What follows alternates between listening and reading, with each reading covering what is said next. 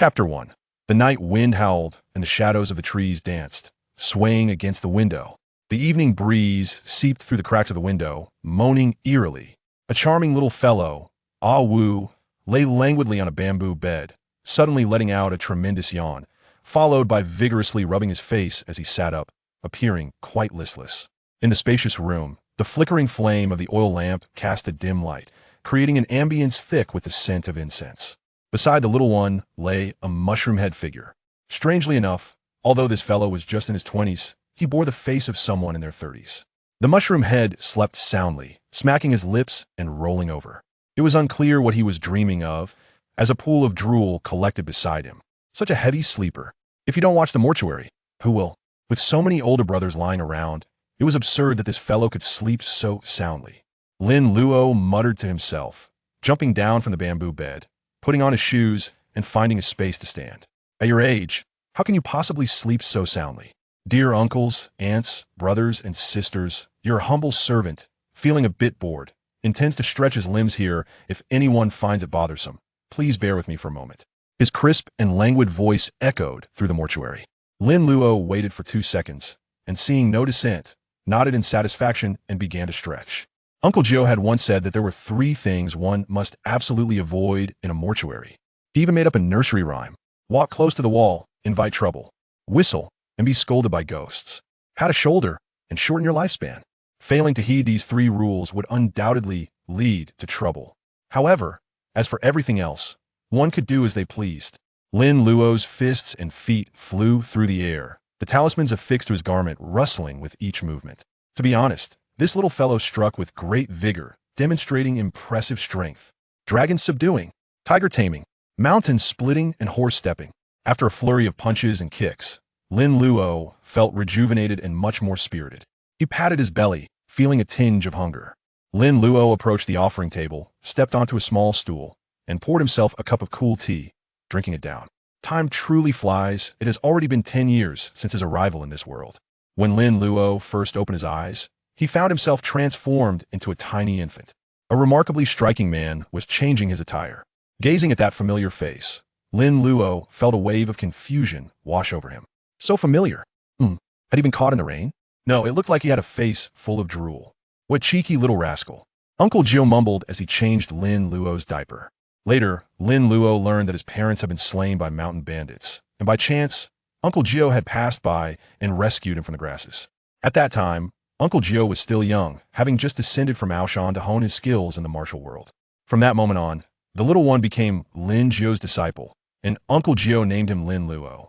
In the first few years, Uncle Jiu had no fixed residence, and Lin Luo followed him wherever he went.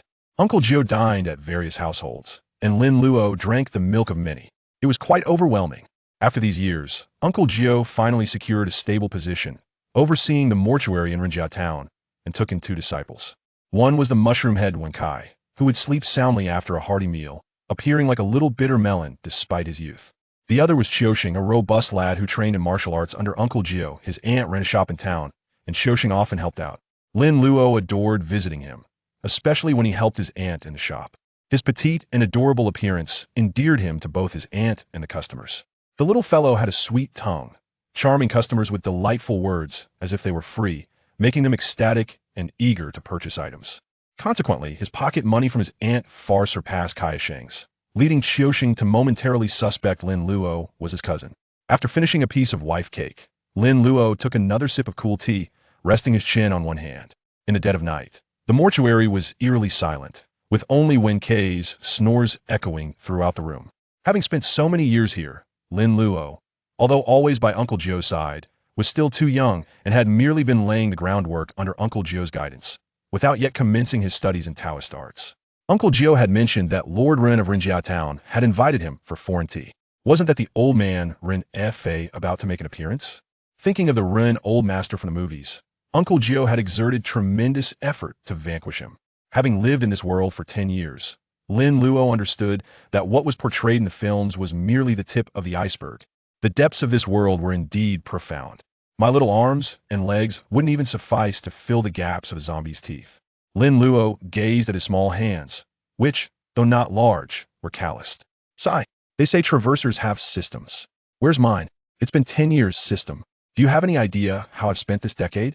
Do you think that milk is so easy to drink? Lin Luo began to call out to the system once more. Open sesame. Abracadabra. Munch on the big melon. Munch on the big melon.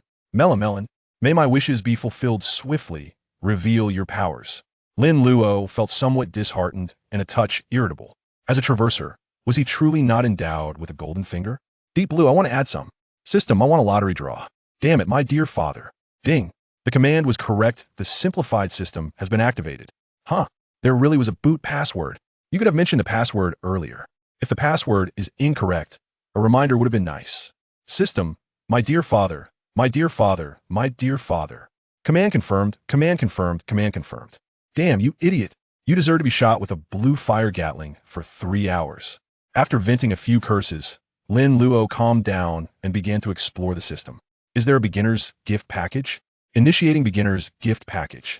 All attributes increased by 5. Unlocking a 20 cubic meter storage space. This 20 cubic meter space, a mobile backpack, was the coveted artifact that Headset Brother longed for. Going to the gold shop would be incredibly convenient.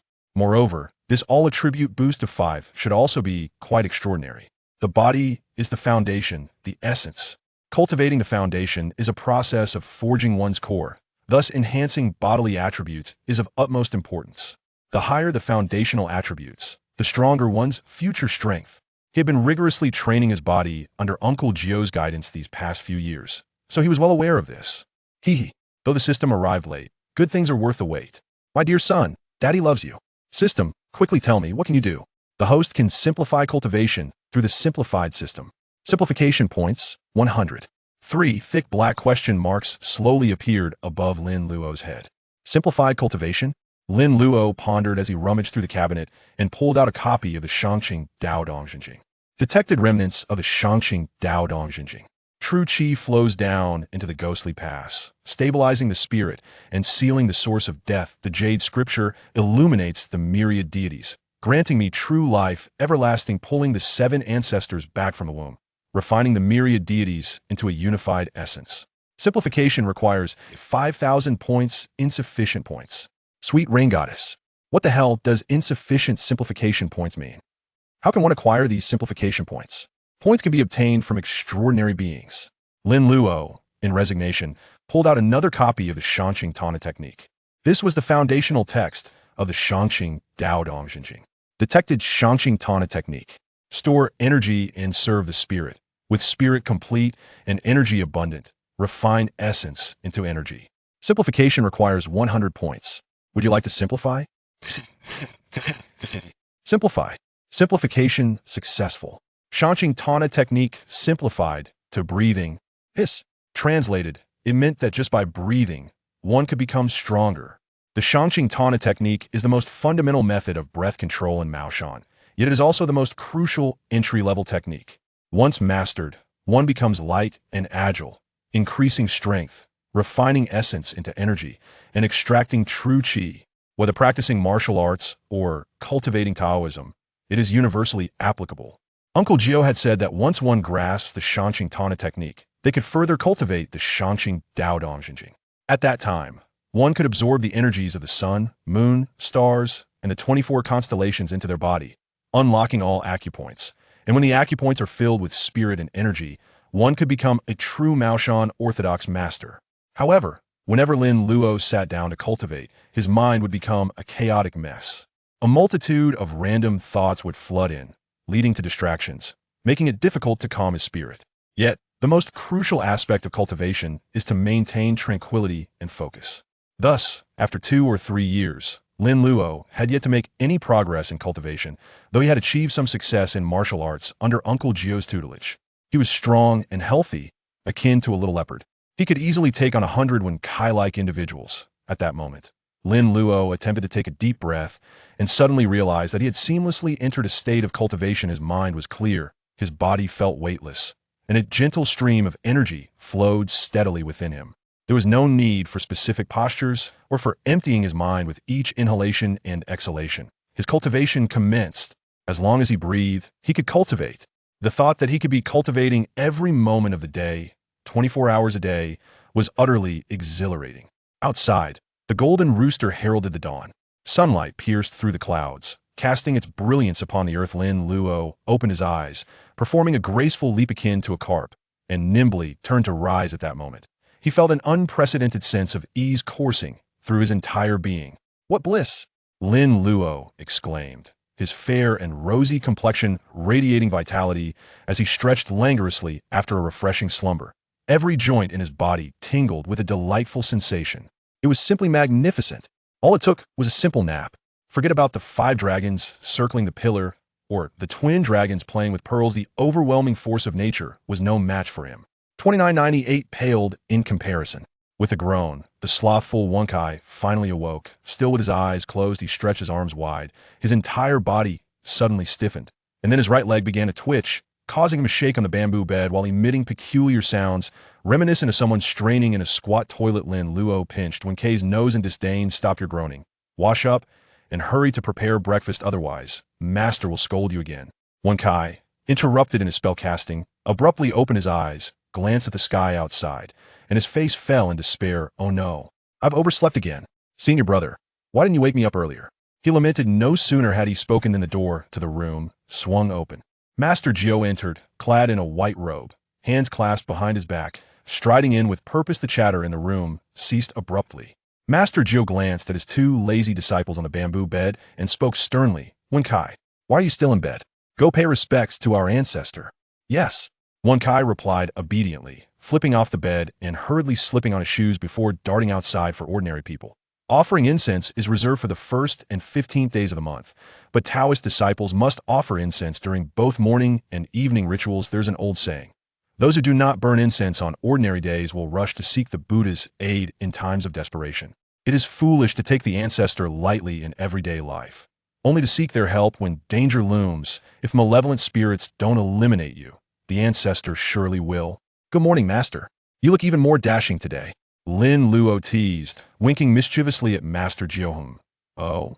Master Jiu raised an eyebrow, swiftly approaching the bamboo bed and seizing Lin Luo's arm. His eyes scrutinizing Lin Luo's form. Lin Luo felt a surge of warmth flowing up his wrist. Master Jiu's expression brightened, releasing Lin Luo's arm as he exclaimed, "You rascal, you've made your entry into the realm of the Qing tuning technique." Lin Luo nodded with a grin, saying, "Indeed, Master.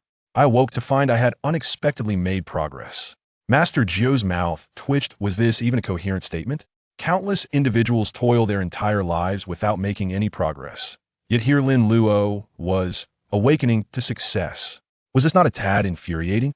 Master Jiu composed himself and admonished, "Although you have made progress, do not let it inflate your ego. The path ahead is long and arduous. This is merely the beginning. You must remain diligent in your practice. Understood?" "Rest assured, Master. I will certainly work hard from now on," Lin Luo affirmed earnestly, nodding vigorously without needing Master Jiu's reminder. He was determined to strive. He was not like Qiu Sheng or Wen Kai, who, despite having a good teacher, remained complacent and lagged behind whenever challenges arose. His life was his own, and if he did not take it seriously, would he truly rely on others in times of peril?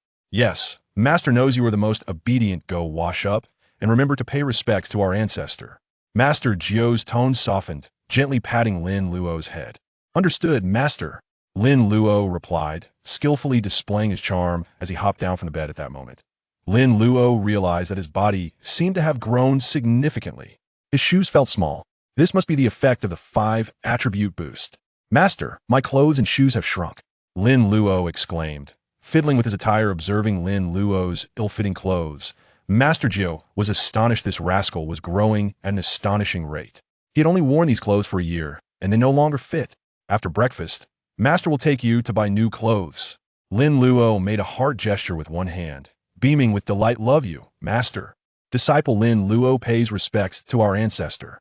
Before the ancestral statue, Lin Luo, clad in ill-fitting garments, held incense with both hands, his expression brimming with reverence. Although the heavenly realm may not manifest in this world, the underworld is undeniably real. Not to mention, Master Jiu's master, who is also Lin Luo's grandmaster, currently serves in the underworld. Therefore, one must never take the act of paying respects lightly. Otherwise, when the grandmaster visits, one would surely face dire consequences. After Lin Luo reverently finished his incense offering, he rose to join Uncle Jiu for a meal inside. The table was adorned with a plate of fried peanuts, a dish of pickled radishes and fermented tofu, simple fare, easily prepared. When Kai entered with a basin of white porridge and, upon seeing that Uncle Jiu and Lin Luo were already seated, hurriedly placed it on the table. "Master, the porridge is ready," he announced. "Yes, let us eat quickly. After our meal, we shall head to the town," Uncle Jiu instructed. Just as his words faded, a crisp sound of jingling bells echoed from outside, shattering the tranquility of the morning. Uncle Jiu glanced towards the door and smiled faintly. "Luo, go open the door. You're sure Shu Simu has arrived?" When Kai, "Please fetch another set of chopsticks." "Understood." Both responded promptly, with Lin Luo rising to answer the door and Wen Kai retrieving the utensils.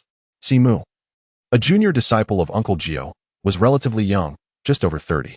He wore spectacles and bore a serious expression, yet possessed a delightful sense of humor. The two brothers had distinct roles, one guarding the ancestral hall in Renjia town, while the other traveled with clients to conduct corpse transport. The latter was far more lucrative than overseeing the ancestral hall, though both remained frugal in nature. Simu's apprentice, Jia Lu, wore garments that Simu had long discarded. The entrance to the ancestral hall was entirely black and quite substantial, with a threshold significantly higher than usual. Passers-by would often stumble if they were not careful. This design, of course, served a purpose. The hall was not meant for the living. The newly transformed corpses had limited mobility, and the elevated threshold effectively prevented them from escaping. The heavy door creaked ominously as it opened. Outside stood a fully armed Taoist priest clad in a robe, organizing his procession. Simu held a flag, suspended an oil lamp, and carried the 3 pure bells, appearing somewhat fatigued.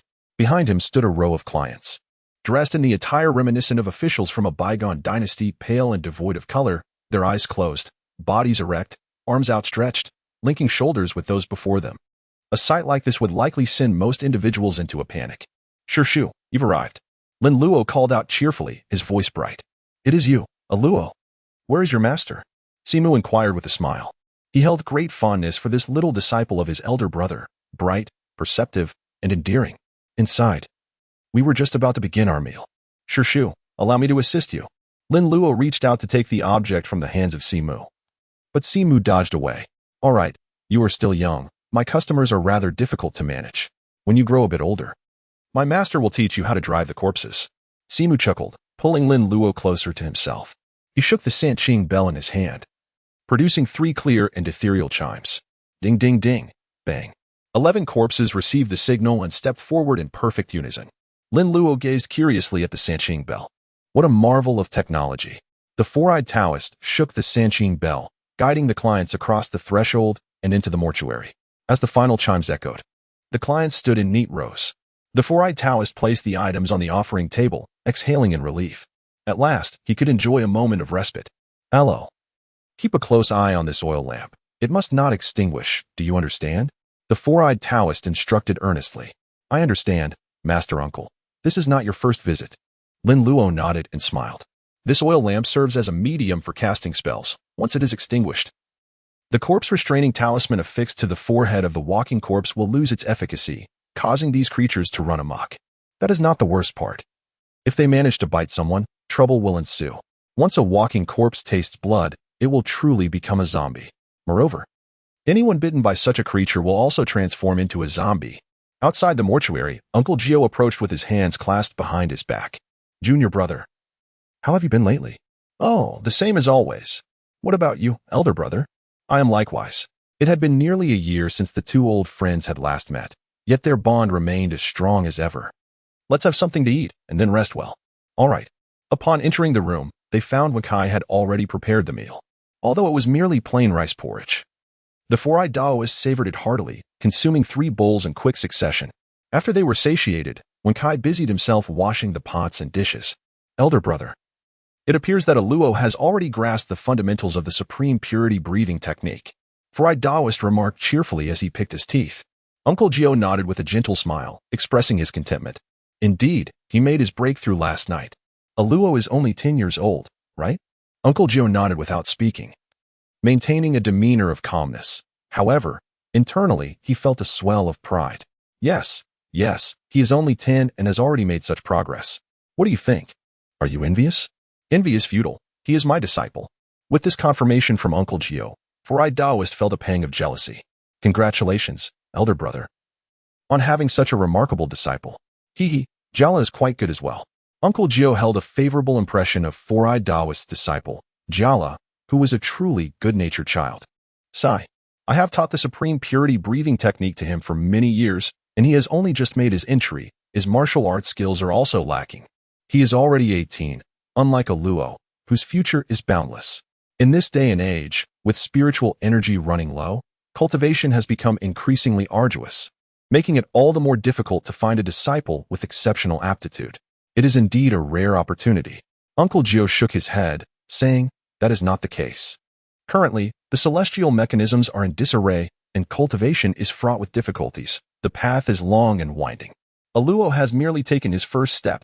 That is already commendable. Some cannot even manage to take that step. As four-eyed Taoist spoke, he pulled out a small booklet from his robe. Elder brother, during this trip to Xiangxi, I stumbled upon some unexpected gains. Do not accuse me of being stingy as your junior brother. Uncle Jiu raised an eyebrow and accepted it. The booklet appeared quite new, evidently recently bound. It bore 5 traditional characters, even paper crafting technique. Upon reading these words, Uncle Jiu furrowed his brow.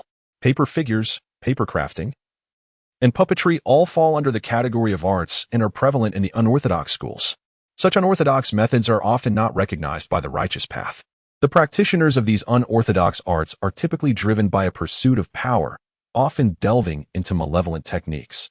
Among the most notorious are corpse refining, sustenance techniques, and puppet cultivation.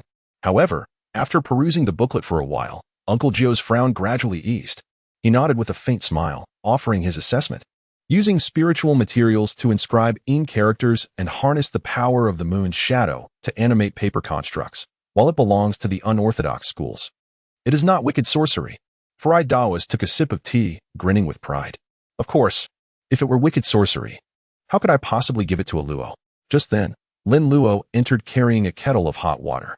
Master, uncle, I have brought you more tea. Oh, a Luo, you arrived at the perfect moment. Uncle has something wonderful to give you, Four-eyed Taoist said with a smile, snatching the booklet from Uncle Jiu's hands. Wonderful? Uncle, what is this good thing? Lin Luo's eyes sparkled as he swiftly darted to see Mu's side. Who would have thought that the stingy master uncle would actually present a gift? Surely, the sun did not rise from the west today. Lin Luo had encountered the four-eyed Taoist a few times before, yet had never received any gifts from him. To his surprise, today brought an unexpected boon. Here, take a look for yourself, the four-eyed Taoist said as he handed a small booklet to Lin Luo. The title read Inscript Paper Crafting Techniques. Although it was written in traditional Chinese characters, Lin Luo was literate. Having perused numerous books in traditional script over the years, and with the guidance of Uncle Jiu, he encountered no difficulties in reading. Lin Luo perused the text, which commenced with the origins of paper crafting techniques and subsequently detailed the methods of creation and application. The material appeared to be abridged, for the pamphlet was relatively new and of limited pages. It seemed to have been transcribed by the Taoist priest himself, with certain excessive content having been excised. Nevertheless, this was sufficient. Master uncle, what purpose does this serve? Lin Luo, with a bewildered expression, inquired. This paper crafting technique involves creating paper figures and horses from spiritual materials, upon which the power of the moon's shadow is inscribed. By channeling this lunar energy, one can summon a paper puppet to command at will. In times of peril, this puppet can shield you from formidable foes and assist in mundane tasks, such as serving tea, but do remember to keep it away from fire. Is it truly so remarkable? Lin Luo exclaimed. Aluo. Should you not express your gratitude to your esteemed uncle? Uncle Jiu remarked with a smile, clearly pleased with his disciple's generosity. At last, we have a proper uncle in our midst. Thank you, uncle. Lin Luo replied. What is there to thank? From now on, focus on your cultivation under your master. While you may have made some progress, do not let it lead to complacency. Do you understand? Taoist Simu advised. Concerned that Lin Luo might become arrogant due to his recent advancements. Currently, Maoshan finds itself in a transitional phase, with a scarcity of capable successors. However, Longhushan remains the foremost among the 3 mountains of talismans, leading the Taoist community in the country. Thus, good disciples are abundant there. In contrast, Maoshan is striving to preserve its legacy, with disciples spread across various regions to propagate the Taoist teachings and seek promising successors. After such a long time, Maoshan has finally produced a worthy disciple. Moving forward, they will be able to stand proudly before their elders. Should they fail in their guidance and allow their apprentice to stray from the path, they might as well sever their own ties. Rest assured, I shall dedicate myself to my studies. You need not worry, uncle. Lin Luo nodded firmly, assuring with conviction. Although cultivation in the era of decline is arduous, I possess an advantage. Uncle Jiu was quite pleased with Lin Luo's attitude, smiling as he took a coin from his pocket and handed it to Lin Luo. If Qiuxing and Wentai were to witness Uncle Jiu's current expression, they would likely be so frightened that they couldn't sleep. Who has ever seen Uncle Jiu smile? And with such warmth? Chang and Ada have seen it, but it ended poorly for them when they went down the well to retrieve the money sword. Hello. Have Wentai take you to purchase a new outfit. Your master uncle and I have some matters to discuss, Uncle Jiu stated. Oh, I understand. Lin Luo accepted the money, tucking both the book and the cash into his bosom. In the realm of the undead, while one could not readily ascertain the availability of various items, it was certain that materials for crafting spirit talismans were in abundance. However, preparation proved to be a laborious task, and one could only speculate what the simplified version might entail. System: scan the talisman paper crafting technique. Detection complete. Talisman paper crafting technique identified. Utilizing in bamboo as the framework, in paper as the exterior, with incantations guiding the spirit at will. Simplification requires 1,000 points, insufficient points available. As anticipated, sweet hawthorn skewers. Flatbreads. Flatbreads. The incessant calls of vendors echoed through the streets of Rinjia town, where throngs of pedestrians contributed to a lively atmosphere. Despite its modest size, Rinjia town's proximity to the port made it a hub for river transport, attracting a considerable number of visitors, including the occasional foreigner. Wakai, brimming with excitement, gazed around eagerly. It had been quite some time since he had ventured out from the ancestral hall, and his joy was entirely understandable. Senior brother, would you care for some sweet hawthorn skewers? No, I wouldn't. Then how about a flatbread? Observing Wensai's eager swallowing, Lin Luo could not help but feel a pang of exasperation. Why are you so greedy? It's merely a flatbread, nothing particularly special. With no money left. The master only gave me a silver dollar, and I still need to purchase clothing. Lin Luo curled his lip and quickened his pace. Earning money for the orphanage was no easy feat, and expenses were substantial. Thus, Uncle Jiu naturally preferred to economize wherever possible. However, he was never stingy when it came to Lin Luo's food and clothing. Such a miser. Wenkai scoffed quietly, reluctant to voice his true feelings. If Lin Luo were to report him to Uncle Jiu, he would undoubtedly face dire consequences. Elder brother, wait for me. Rinjia town bustled with its usual liveliness. Yet there was one lamentable aspect, the scarcity of attractive young ladies. Lin Luo observed the surroundings, finding no one to uplift his spirits. How he longed for Doane. With its plethora of beautiful young women showcasing their diverse talents in singing, dancing, and playing instruments. Oh, Lin Luo suddenly halted in his tracks. The crowd ahead parted, revealing a young and beautiful girl, stylishly dressed, who stood beaming in front of a stall, engaging in conversation with the vendor. This young lady donned a delicate pink gown. Her hands adorned with gloves, one hand grasping a purse while the other held an umbrella. The pearl necklace around her neck was positioned perfectly, exuding an air of affluence and generosity. Lin Luo has already recognized her. In Rinjia town, such a beautiful and affluent figure could only be Rintingting. Rintingting had been sent by Round to study in the provincial capital and has just returned.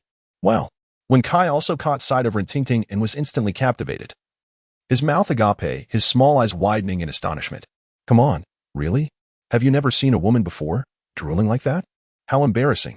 Lin Luo cast a disdainful glance at Wenkai and took a few steps away. I do not know this fellow. It is quite embarrassing. Senior brother, you are still young and do not understand that the desire for beauty resides in everyone. Moreover, a lady as lovely as this is a rare sight in Rinjia town. Wenkai remarked with a smirk, fantasizing how splendid it would be if she could become my wife. Although the Rin family had fallen on hard times and their wealth was no longer what it once was, a withered camel is still larger than a horse. Rintingting, fair-skinned and beautiful, undoubtedly belonged to the upper echelon of beauty in Rinjia town. Wenkai's ambition to marry her was nothing more than a frog yearning for a swan. Wow, that's impressive. Wenkai exclaimed suddenly, his excitement palpable, as Lin Luo distinctly heard the sound of him swallowing. What a disappointment. There's a sense of danger. Lin Luo raised his head and spotted Rintingting approaching after completing her shopping. Upon noticing Wenkai, her lovely eyes instantly turned cold, filled with disdain. How irritating this person's gaze is. Wenkai, oblivious to the discomfort he caused, shot a flirtatious glance at Rin Tingting, adopting a rather shameless demeanor. Is this fellow truly my junior disciple? Such disgrace. I can no longer endure it. Lin Luo grinned and delivered a swift kick. Ah duh. Owen cried out in agony as he was sent flying. The pedestrians on the street, witnessing the altercation, instinctively retreated, fearful of being caught in the crossfire. They then lingered, their curiosity piqued, eager to witness the unfolding drama. You scoundrel, should I ever catch you again lurking on the streets, stealing glances at young ladies, I shall strike you anew. After scolding Lin Luo, he turned and left, appearing as if he truly did not recognize Wen Kai. Rin Tingting observed this scene with growing curiosity about Lin Luo. Oh, why has he gone to Baoxiang Jai? Is he really there to purchase cosmetics at such a young age? Her intrigue deepened, especially since she had just run out of her own makeup supplies. With this thought in mind, Rin Tingting felt a surge of excitement and set off towards Baoxiang Jai. Meanwhile, Wen Kai sat up in bewilderment, his mind a blank slate. Who am I? Where am I? What am I doing? Master brother, you have arrived. Please come and assist. Qiu Xing was busy tending to the store, attending to several customers who were selecting items, and he was overwhelmed. Upon seeing Lin Luo push the door open, his expression brightened, and he smiled, seeking Lin Luo's help. Understood. Lin Luo responded affirmatively, skillfully stepping behind the counter. He climbed onto a small stool and leaned over the counter to attend to a customer. The morning business was not particularly bustling, as Qiu Xing was managing the shop.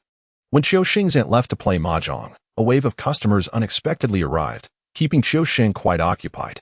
With a cheerful demeanor, Qiu Xing enthusiastically recommended moderately priced cosmetics to the patrons. Items that were overly expensive failed to sell, while those that were too cheap raised concerns about quality, deterring potential buyers. Thus, only products priced in the middle range would entice customers, fostering genuine interest in making a purchase. The atmosphere in Lin Luo's vicinity became quite lively, as several exquisite compacts of rouge adorned the counter before him, each one eliciting poetic descriptions from his lips. At that moment, another individual entered the shop, surveying the surroundings with keen interest. Qiu Xing, who was engaged in introducing products to a customer, immediately took notice of Rin Tingting. Wow, what a stunning beauty! Could she be a newcomer from the esteemed Yihong Yuan across the street?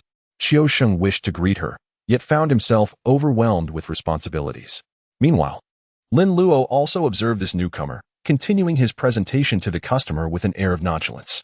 Rin Tingting, intrigued, examined the array of items displayed throughout the shop. The shelves housed an impressive assortment of rouge and powder, showcasing a diverse selection.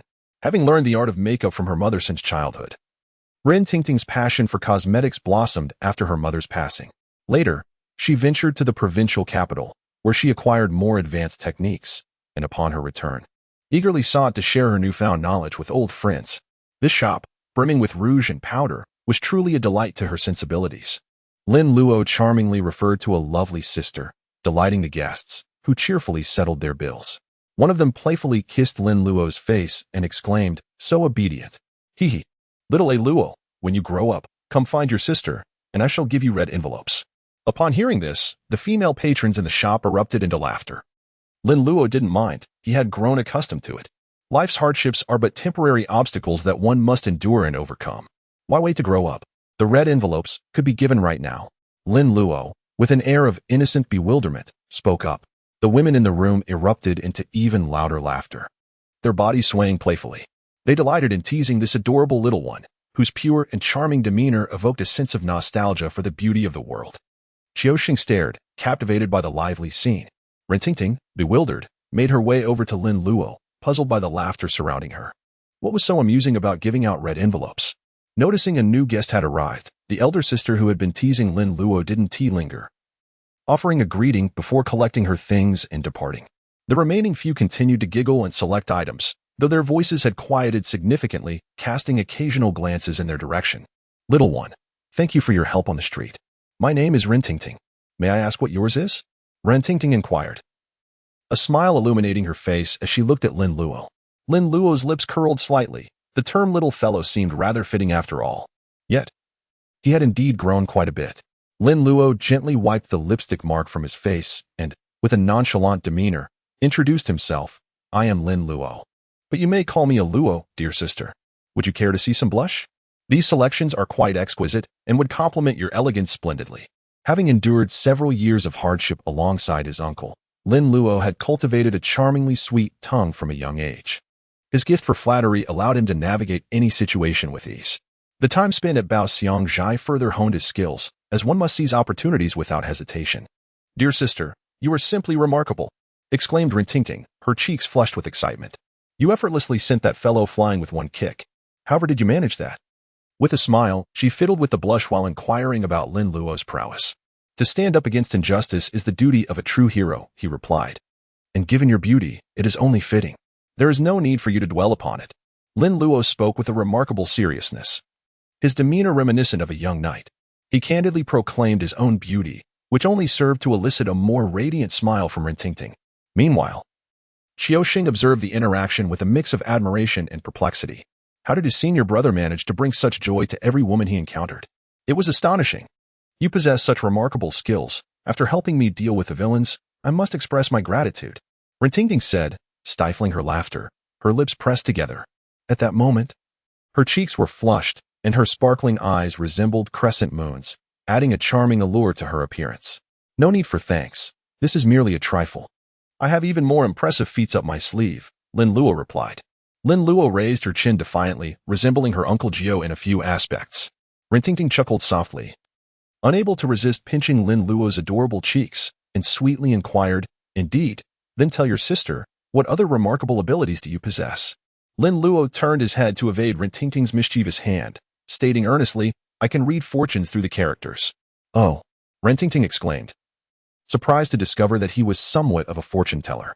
Her eyes sparkled with curiosity as she scrutinized Lin Luo, finding it quite amusing. "Then, can you give your sister a reading?" Lin Luo extended his palm, presenting it before Rintingting. Stifling a laugh, Rintingting placed her hand in his. "How rough his little hand is, calloused all over. He must have endured a harsh life." Feeling the calluses on Lin Luo's hand, Rintingting felt a pang of sympathy. Such an adorable child, who could bear to have him toil in hardship. Lin Luo disdainfully pushed away Rintingting's hand and remarked, "I do not practice bone reading. The fee for palmistry and character analysis is $2. However, considering your striking beauty, I shall only charge you $1. "Oh, so it's about money." Rintingting's cheeks flushed, yet she swiftly opened her small bag and retrieved $1, handing it to Lin Luo. Though she had received compliments on her looks before, never had she felt such joy from them as she did today. "It is well known that children do not tell lies. It seems I truly am quite attractive. I shall accept your $1. Lin Luo put away the banknotes and then looked at Rintingting with a serious expression, asking, "What character do you wish to test?" Rintingting, initially caught off guard, could not think of a character to test. She then glanced at the various lipsticks Lin Luo had brought out. "I have an idea. Let us test the character for flower," Rintingting exclaimed, pointing to a particular lipstick whose packaging bore 3 red words, "Light flower red." "The character for flower." Lin Luo furrowed his brows, and the expression on his delicate face grew solemn. Initially, he intended to jest, hinting at the impending misfortune that would befall Rintingting's family. To his astonishment, Rintingting pointed to this particular character. Not the character for light, nor the one for red, but rather this character for flower. Could it truly be the will of heaven? Rintingting found Lin Luo's expression amusing. Despite his youth, he was trying to appear mature. She teased him, "Why so silent? Have you forgotten your lines?" As she spoke, she playfully reached out to pinch Lin Luo's cheek. That little face, so smooth and fair, felt delightful to the touch. Lin Luo evaded Rintingting's hand and expressed his displeasure, saying, "What is wrong with you, woman? The face of a man and the feet of a woman are not to be touched casually. Do you not understand? Do not presume that your beauty grants you the liberty to act as you please." Uffed. Rintingting immediately covered her mouth and burst into laughter. "You little brat. Can you even call yourself a man?" Lin Luo glared, exclaiming, "What are you laughing about? There will come a day when you realize my prowess." All right, little man. I shall refrain from teasing you. But do enlighten me, how does one interpret this character for flower?" Rintingting said with a playful laugh. She had previously found such childishness utterly irksome, yet here she was, encountering a young boy so intriguingly entertaining. Lin Luo leaned against the counter, her delicate face drawing closer to Rintingting, bearing an expression of grave concern. Noticing Lin Luo's earnest demeanor, Rintingting instinctively stifled her smile, awaiting enlightenment. Although the character for flower conveys a sense of grandeur and beauty, its dissection reveals troubling implications. The top component features a radical representing grass, while beneath it lies a figure of a person, accompanied by a dagger. Most crucially, this character is inscribed in a shade of ominous red.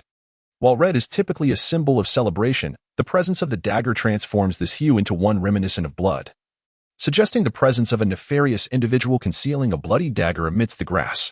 Furthermore, your gesture of pointing at him indicates that the victim is not you, but rather your family.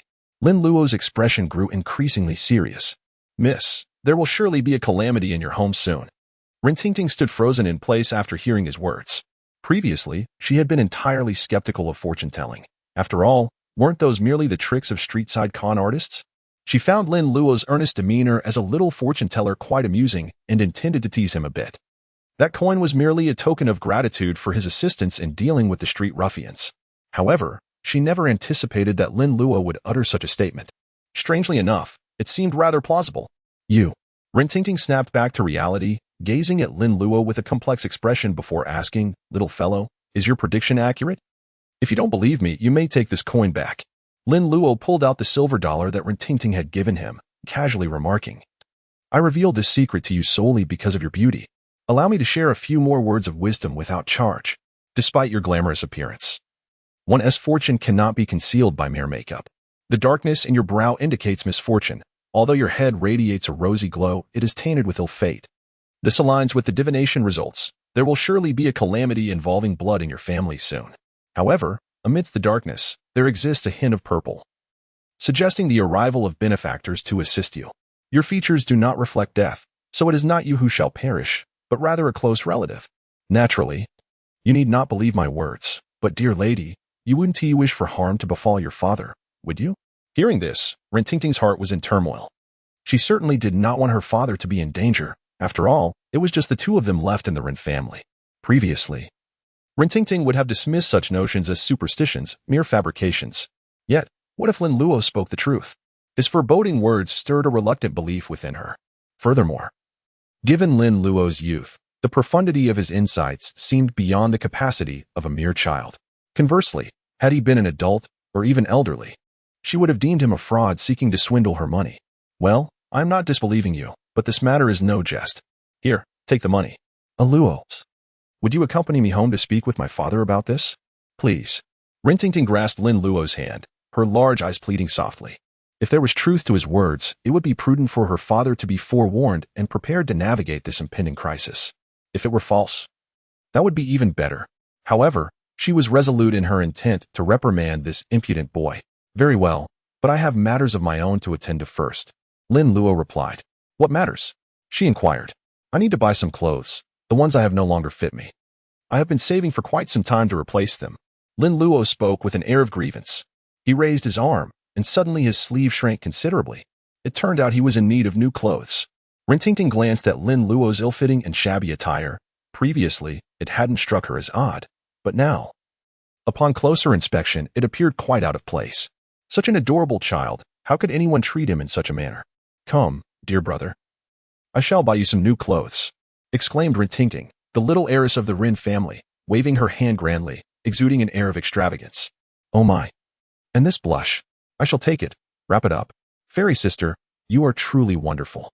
Lin Luo elegantly vaulted over the counter, his movements graceful and fluid, a clear indication of his experience.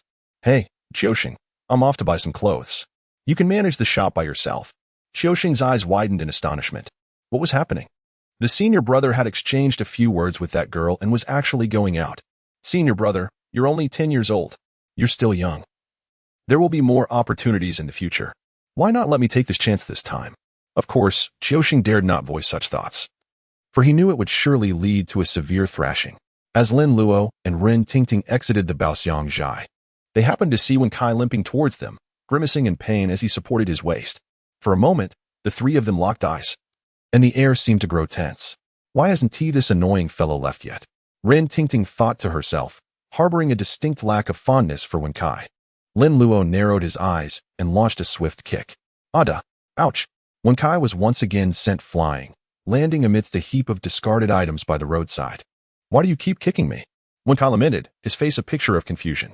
"I've told you, every time I see you, I shall strike. Do not let me catch sight of you again. Wen Kai, do not blame your senior brother. Fishing requires bait. One cannot catch a wolf without first nurturing the child. He was merely 10 years old, devoid of any ill intentions. He had simply endured too many hardships alongside Uncle Jiu, and now yearned for a taste of sweetness. Rich lady, I'm hungry, let us eat. Wow, Luo, you are amazing. Rin Tingting clapped her hands in admiration. This is nothing. I could take on 100 like him. Enough of this, let us go buy some clothes. Lin Luo awkwardly tugged at his clothes, surprised by the significant changes brought about by an increase of 5 attribute points. He felt his attire tightening around him, prompting the thought that he would need to purchase larger sizes later. All right, let's go. Rin Tingting exclaimed, taking Lin Luo's hand as they headed toward a nearby tailor's shop. Rinjia Town was modest, featuring only a single commercial street where various shops catering to daily needs were clustered. As Lin Luo and Rin Tingting walked away, Wen Kai, feeling wronged, climbed to his feet. His clothes bore 2 small footprints, evidence of his recent tumbles, leaving them somewhat soiled. Though he felt no pain due to Lin Luo's careful handling, he appeared quite disheveled. Master brother, I never expected you to be such a person, prioritizing beauty over friendship. This is too much. I am your sworn brother, your dear companion. Kicking me twice is one thing, but at least share half of that silver dollar from Master. When Kai lamented as he entered Bao Xiangjai, the shop was empty, with Qiu Sheng leaning on the counter, lost in thought as he gazed at the nearby Yihong courtyard. When Kai approached the counter and rapped it lightly, Hey, what are you daydreaming about? The shop could have been robbed, and you wouldn't even know. Please, who would dare steal? I'd smash their skull. Qiu Sheng rolled his eyes at Wen Kai, appearing somewhat distracted. Why aren't you at the charity house attending to Master? What brings you here? Master Shu has arrived, and Master asked me to accompany Master Brother to buy clothes. Wen Kai replied earnestly. Oh, then why aren't you with Master Brother? Why are you here? Qiu Sheng asked. Puzzled, Wen Kai pouted, explaining his grievance. Don't mention it. I just saw a girl on the street, youthful and beautiful, like a celestial being descended from the heavens. At the mention of a woman, Qiu Sheng transformed, immediately perking up. Was she wearing a pink dress, adorned with a pearl necklace? Carrying an umbrella and possessing a melodious voice? Wen Kai nodded with a grimace, indeed. Qiu Sheng smirked, his imagination running wild. She is truly lovely, huh? How wonderful it would be if she were my wife. Wen Kai regarded Qiu Sheng as one would a toad, exasperated. You might as well abandon such fantasies. Did you not see that she was taken away by Master Brother? Qiu Sheng's eyes widened in disbelief. Hey, are you serious? Master Brother is only 10 years old. Wen Kai returned the incredulous stare. Come on. If she recognized Master Brother as a younger sibling, with his excellence, would she still look your way? Qiu Sheng's mouth twitched, realizing Wen Kai had a point. However, he remained optimistic, cheerfully countering, but we can't say that. If she has a good relationship with Master Brother, perhaps we could gain an advantage. As he spoke, Qiu Sheng flirtatiously arranged his hair, as if to enhance his own attractiveness. Wen Kai reflected on this, nodding with a grin. Then let us compete fairly. Absolutely. Miss Rin, should you require anything in the future, do not hesitate to ask. Until next time. The tailor's shopkeeper bid farewell to Rin Tingting and Lin Luo as they exited. At that moment, Lin Luo donned a charming little outfit, complete with a small round hat and an equally quaint pair of round sunglasses he had somehow acquired. He wore leather shoes that gave him the air of a young gentleman from a well-to-do family. The entire ensemble, costing $3 silver, had been selected by Rin Tingting herself, who indeed had an eye for fashion. In contemporary terms, Lin Luo's outfit was at the forefront of style. Rin Tingting held several bundles in her hands, containing additional clothing and shoes for Lin Luo, though these were more ordinary in style. One set of decent attire was sufficient. Luo, is it time to visit my father now? Rin Tingting inquired, thoroughly enjoying the dress-up experience, her satisfaction evident as she looked at Lin Luo. Lin Luo nodded in satisfaction, of course, lead the way. Rin Tingting then guided Lin Luo toward her home.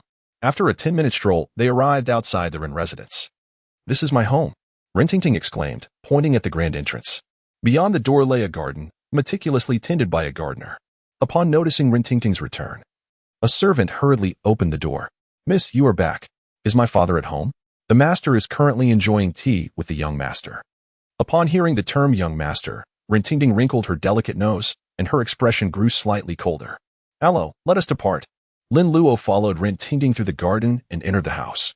In the living room, Ren Fa was seated on the sofa, engaged in conversation over tea with a young man. Upon seeing Rin Tingting's return, they both set down their teacups. Ah, Tingting is back. Cousin, you've returned. You are growing more beautiful with each passing day. Dad. Rin Tingting called out to Ren Fa, glancing at the young man beside him, addressing him with a mild tone. Cousin. She displayed no reaction to his flattery, for compared to the charming compliments from Lin Luo, this praise felt utterly mundane. The young man wore thick-rimmed glasses and was clad in a rather drab green security uniform, bearing an uncanny resemblance to a character from a cartoon. He was Ren Tingting's cousin, Away. Due to his connection to Ren Fa, he now served as the captain of the security team in Rinjia town. Lin Luo had already recognized the other person, a faint smile gracing his lips. Wasn't that Captain Away? Such a schemer. My cousin is right behind me. Open the door. I am your Captain Away. Away had plenty of memorable moments to boast about. He chuckled. Hey, cousin, I heard from your aunt that you went shopping. Why didn't you call your cousin? I could help you carry your bags. Away was being overly attentive to Ren Tingting. No need. I prefer shopping alone.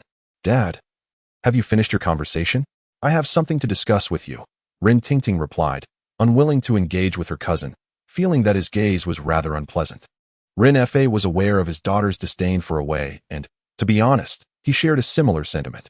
Away was of average appearance and mediocre capability, hardly someone to rely on. Out of respect for his deceased wife, he had already shown considerable leniency by appointing him as the security captain. As for Away's intentions, Ren Fa was not oblivious. He thought to himself, a toad wishing to eat swan meat. Such foolish aspirations. Seated on the sofa, Ren Fa addressed Away. The office is busy. You should focus on your duties. As captain, you must not disappoint our expectations, understand? Ah, yes, uncle. I will get to work now and will come back to pay my respects later. Away said reluctantly, gazing at Ren Fa with lingering regret. Although he was reluctant to leave, he had no choice but to comply with his uncle's words. He cast one last longing look at Ren Tingting, his heart racing. Cousin has grown up. If I perform well during this period, I'll propose to uncle. When the time comes, we'll become even closer. Wouldn't that be wonderful? As for Lin Luo, who stood behind Ren Tingting, Away completely disregarded him. What was there to notice about a mere child? Once Away departed, the atmosphere in the room lightened considerably. Ren Tingting pulled Lin Luo to sit beside Ren Fa, wrapping her arms around his. Daddy, she called out sweetly, her voice making Ren Fa's heart bloom with joy. Well, did you enjoy yourself today? Ren Fa smiled warmly, glancing at Lin Luo. Yes. By the way, Daddy, this is a Luo. He has something to discuss with you. Oh, a Luo. What is it that you wish to speak to me about? Ren Fa beamed at Lin Luo, still pondering who this child belonged to. He thought to himself that this child did not seem to come from an ordinary family. Little did he know, all of these clothes were purchased by his beloved daughter with her own money. Lin Luo had already removed his sunglasses. His pair of bright and clear eyes fixed intently upon Ren Fa, causing an unsettling sensation within him. Ren Fa furrowed his brows, glanced at Ren Tingting, and suppressed his growing impatience as he gently inquired, Didn't you have something to discuss? Old Master Ren, these past 2 decades, your Ren family has certainly faced hardships. Hasn't he it? Upon hearing Lin Luo's words, Ren Fa instinctively inhaled sharply. His eyes widened in astonishment as he gazed at Lin Luo, as if questioning how he possessed such knowledge. Internally, Ren Fa's mind raced, speculating about Lin Luo's true identity. Lin Luotian's expression grew solemn as she continued. The misfortunes of the past 20 years have culminated. You are on the brink of great peril. What are you saying? Ren Fa exclaimed, rising abruptly, his face a mask of astonishment. Lin Luo sat calmly on the sofa, pouring herself a cup of tea. Though she appeared to be merely a 10-year-old child, there was a certain aura about her that made Ren Fa hesitate to underestimate her. Who exactly are you? What do your words mean? Ren Fa retook his seat, his expression darkening and his mind in turmoil. Anyone faced with impending calamity would naturally feel unsettled. I am perfectly well. Are you wishing death upon me? Linda took a sip of tea and continued to speak. My name is Lin Luo, and my master is the esteemed Jiu. Lin Luo introduced himself and continued. Today, I happened to encounter Sister Tingting on the street. She sought my fortune-telling skills, but the results were not promising. Therefore, I have come to caution you. The Ren family may soon face troubles, and your life could be in jeopardy. Whether you choose to believe this or not is for you to weigh. I shall refrain from saying more. When too many secrets are revealed, it often leads to an unfortunate fate. Lin Luo spoke in an enigmatic tone, rising to his feet to retrieve the parcels from Ren Tingting's embrace, seamlessly transferring them into his personal space. This space was an astonishing 20 cubic meters in volume. To provide a comparison, a concrete mixer truck can hold between 6 to 18 cubic meters of cement. Suddenly, the parcels vanished without a trace. startling both Rin Tingting and Rin Fa, who were witnesses to this extraordinary spectacle. What sorcery is this? How could those parcels simply evaporate into thin air? I take my leave. Lin Luo swiftly turned on his heel and stepped outside, moving with remarkable speed until he soon vanished from sight. To reveal a heavenly secret may invite divine retribution, yet he had not truly practiced fortune-telling. He merely possessed knowledge of the plot from a film he had watched. Surely, the celestial order does not decree that divulging a storyline warrants punishment. After Lin Luo departed, Rin Fa regained his composure, his brow furrowed, and his expression fluctuating between hope and despair. Finally, he turned his gaze slowly towards Rin Tingting. Tingting, please recount to me in detail your encounter with him today. Rin Tingting, still slightly dazed, responded with a startled ah, before gathering her thoughts to narrate her experience with Lin Luo. As Rin Fa absorbed the content of her account, his frown deepened. A fate entangled with malevolent forces, foreboding bloodshed. Had it not been for witnessing Lin Luo's extraordinary abilities, I would have found it hard to believe. However, I can no longer dismiss it. The past 20 years have indeed been arduous for the Rin family, with each year worse than the last. Rin Tingting blinked her eyes, gazing at her father with curiosity. Daddy, Luo mentioned he is the disciple of Uncle Jiu. Who is Uncle Jiu? Rin Fa took a sip of tea to steady his nerves, and upon hearing his daughter's inquiry about Uncle Jiu, he replied, Uncle Jiu is the master we invited to oversee the ancestral hall in our town. He is a Taoist priest from the Maoshan sect. Your father intended to ask him to manage your grandfather's relocation for burial. Relocation? A spark of realization illuminated Rin Fa's mind, as if awakening from a slumber. Indeed, relocation. What? Rin Tingting exclaimed, puzzled by her father's sudden reaction. How does this relate to Grandpa's relocation? Your grandfather has been buried for 20 years, and during this time, our family's business has steadily declined. Lin Luo mentioned earlier that the accumulation of misfortune over 2 decades has brought me to the brink of calamity. This aligns perfectly. Rin Fa's eyes sparkled with excitement, as if he had uncovered the crux of the matter. The calamity he spoke of must be connected to your grandfather's grave. It surely must be. Daddy, what shall we do next? Surely, nothing bad will happen, right? Rin Tingting looked at her father with concern. Lin Luo assured that she would be fine, but her father would encounter misfortune. Do not worry. I have arranged to meet Uncle Jiu for coffee tomorrow. I shall seek his counsel, and all will be well. Rin Fa said with a smile, comforting Rin Tingting. With this, Rin Tingting felt considerably reassured and nodded in agreement. Master, we have returned. The once quiet ancestral hall was once again filled with lively chatter. Lin Luo, Xiao Sheng, and Wen Kai entered, carrying a plethora of bags. Uncle Jiu and Simu emerged from the house, and, upon seeing the three laden with so many items, Uncle Jiu raised an eyebrow and inquired, What on earth have you bought? Have you struck it rich? Hee, indeed, we have. Xiao Sheng replied with a cheeky grin, casting a sidelong glance at Lin Luo. It was then that Uncle Jiu noticed Lin Luo's exquisite dress, which was evidently of fine quality. What is going on? Uncle Jiu furrowed his brow. Although the family had been living modestly, they had never engaged in wrongdoing. He firmly believed that his disciples were not individuals of ill repute. Yet, he was perplexed as to the origins of such an abundance of items. Lin Luo smiled as he began to explain, Master, today I met the daughter of Lord Ren. After I divined for her, she bought me some clothes as a token of gratitude. The money you provided was used for food and drink, and since Uncle Shi arrived, I wanted to treat him well. The four-eyed Taoist heart swelled with joy, and he couldn't help but praise, Luo, your Uncle Shi certainly hasn't spoiled you in vain. Jiu Shu's brow relaxed, and a faint smile graced his lips. Though subtle, it was evident that he was in high spirits. The daughter of Lord Ren has just returned from the provincial capital, hasn't she? What character did you divine for her that prompted her to buy you clothes? Jiu Shu knew his disciple well. With a charming demeanor and a silver tongue, Lin Luo was adept at winning the hearts of young ladies. Oh, it was a character related to flowers. Upon hearing Lin Luo's explanation of the character, the smiles on Jiu Shu and the four-eyed Taoist gradually faded.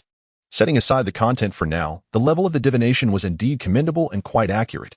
Read small characters, inauspicious. Little people under the grass, inauspicious. Little person holding a dagger, inauspicious. Together, they spell significant misfortune.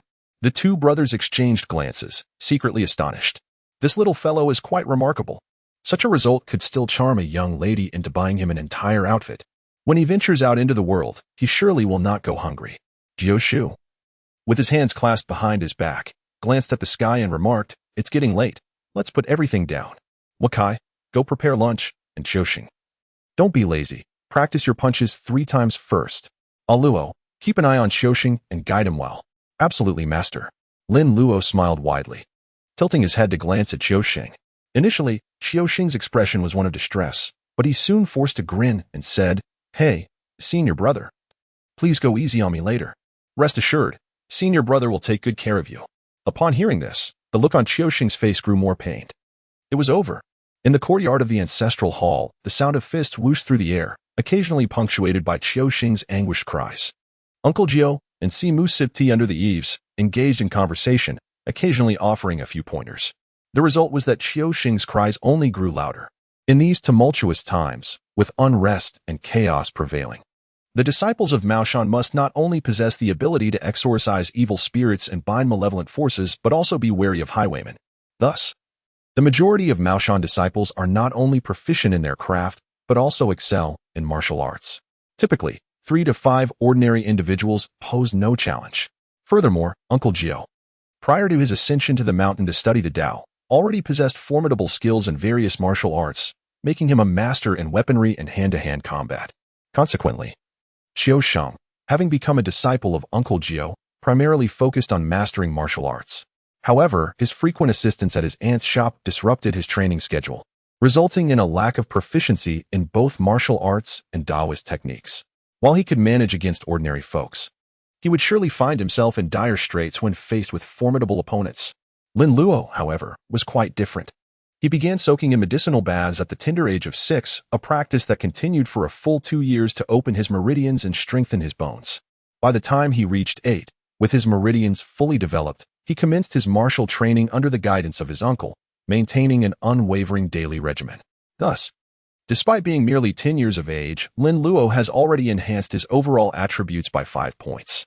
His stature not only surpasses that of his peers, but his physique is robust, resembling that of a young leopard. He possesses remarkable speed, enduring stamina, and considerable strength, qualities quintessential to a martial artist. Bang! Qiuxing was once again sent crashing to the ground, raising a cloud of dust. Sweating profusely, he felt as if the world were spinning around him, utterly bewildered as to how he had found himself lying down once more. In Lin Luo's presence, he felt like a mere monkey, at the mercy of Lin Luo's whims. Contemplating this, Qiuxing lay on the ground, wearing a despondent expression, and waved his hand at Lin Luo. "I'm done. Senior brother, didn't we agree to take it easy?" Lin Luo chuckled softly, raising an eyebrow, and inquired, "What's the matter? Did I strike too hard?" "Indeed. I feel as though I might fall apart, senior brother," Qiuxing lamented. Lin Luo smiled as he approached a vacant gravestone in the corner of the courtyard. The gravestone, a hand's breadth in thickness, was a rough-hewn slab of stone, yet to be polished.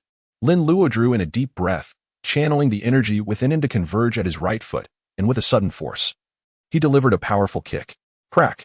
The tombstone shattered instantly, fragments scattering in all directions. Qiuxing's eyes widened in disbelief, and the pain in his body dissipated as he swiftly sprang to his feet. "Oh my, senior brother, how did you accomplish that?" he exclaimed. "This tombstone has never been polished. It's merely a rough block. Even if it were to break, it wouldn't matter. Yet, this tombstone is carved from solid stone. If such a kick can shatter rock, what would it do to a human? Tell me, could you withstand such a blow?" Lin Luo turned around, playfully raising an eyebrow at Qiuxing, and cheerfully inquired. Qiuxing, with his mouth agape, shook his head while gazing at the scattered stones on the ground, jesting that if such a blow fell upon him, what could he possibly use to defend himself? However, in the next moment, the frustrated voice of Uncle Jiu echoed through the courtyard. "You little rascal, are you feeling too spry? If you have no other outlet for your energy, then go and break some stones for me." Simu, standing nearby, covered his mouth, stifling laughter. "This tombstone could fetch $1. This little brat has no idea of the value of hard-earned money. Ha ha ha, what splendid weather we have today. Qiuxing, tidy up this place. I shall assist Wen Kai in preparing dinner." Lin Luo, with a playful demeanor, transformed into a wisp of smoke. Qiuxing glanced at the ominous clouds overhead and offered a sheepish smile to Uncle Jiu before hastily returning to his chores. It was truly a matter to be avoided. Uncle Jiu, visibly irked, muttered a few more curses at the little rascal before plopping back down, lifting his teacup and draining it in one go. Beside him, Master Simu chuckled heartily at Uncle Jiu, extending his congratulations. Brother, congratulations on acquiring such an extraordinary disciple. Extraordinary? Just a little rascal, really. He has only just begun to progress and already struts about with pride. Though Uncle Jiu spoke dismissively, a self-satisfied expression crept onto his face. Quite the display of humble bragging. Typically, individuals embarking on the path of the Qingjing breathing technique would begin to sense their qi within a week or two. During this period, the qi would gradually intensify, making it easier to control. Yet Lin Luo accomplished this feat in less than a day, a testament to his remarkable talent. Ah, so you're being disingenuous, are you? After all these years as brothers, I still don't know you well, umph. Master Simu rolled his eyes and drank down his tea in one gulp. Hey, why does this tea taste so sour? Your uncles, aunts, brothers, and sisters come back for dinner. Wakai, holding a bundle of incense, called out from the entrance of the mortuary. By now, darkness had descended, and the distant howls of wolves echoed through the forest. Guests first, please eat. Wenkai flicked his mushroom-shaped hairstyle towards the customers of Master Simu. He then approached the offering table, separating a handful of incense to place in the incense burner. As he turned to leave, Wenkai noticed the flame of the oil lamp flickering precariously, on the verge of extinguishing. Observing Master Simu's customers, he was startled to see them swaying along with the flickering flame. The fire could not be allowed to go out, or it would spell trouble. Wenkai swiftly grasped a pair of tweezers and extracted the nearly burnt wick. The flame stabilized instantly, burning steadily upwards. With the flame steady, the reanimated figures behind the offering table stood upright, motionless. Wenkai let out a sigh of relief. He had caught the issue in time. Or else the spirits would be in disarray, making them hard to manage. Wenkai shook his head and turned to offer incense to the other spirits. The mortuary housed numerous coffins, which were temporarily stored until the day of burial arrived. Each day, incense was offered to these spirits. Some were placed in the incense burners at the heads of the coffins, while others, having lost their burners, were nestled in the seams of the coffins. 3 sticks of incense per coffin, and no one needed to quarrel over it. Dinner is served, dinner time. With each coffin he attended to, Wenkai would remind the spirits that it was time to eat. Suddenly, as he placed a stick of incense into the seam of a coffin, it vanished without a trace. Wenkai, having turned his back, paused in confusion and slowly turned back around. Had he just heard something peculiar? Where did the incense go? Wenkai's heart raced. Surely not. Had he forgotten to place it? Uncertain, he scratched his head and extracted another stick of incense to insert into the coffin seam. Dear spirit, please don't misbehave. I'll give you a bit more, so you can eat well and rest properly. Wenkai mumbled to the coffin. However, the moment he inserted the incense, it shot out like a bullet. Wenkai's pupils dilated in shock. This was it, a true resurrection. Suddenly, a hand clamped onto Wenkai's shoulder, causing him to flinch and nearly leap away. Shoo! Before he could scream, a hand covered his mouth and pushed him back down. Wenkai widened his eyes, realizing that it was Lin Luo, nearly bursting into tears.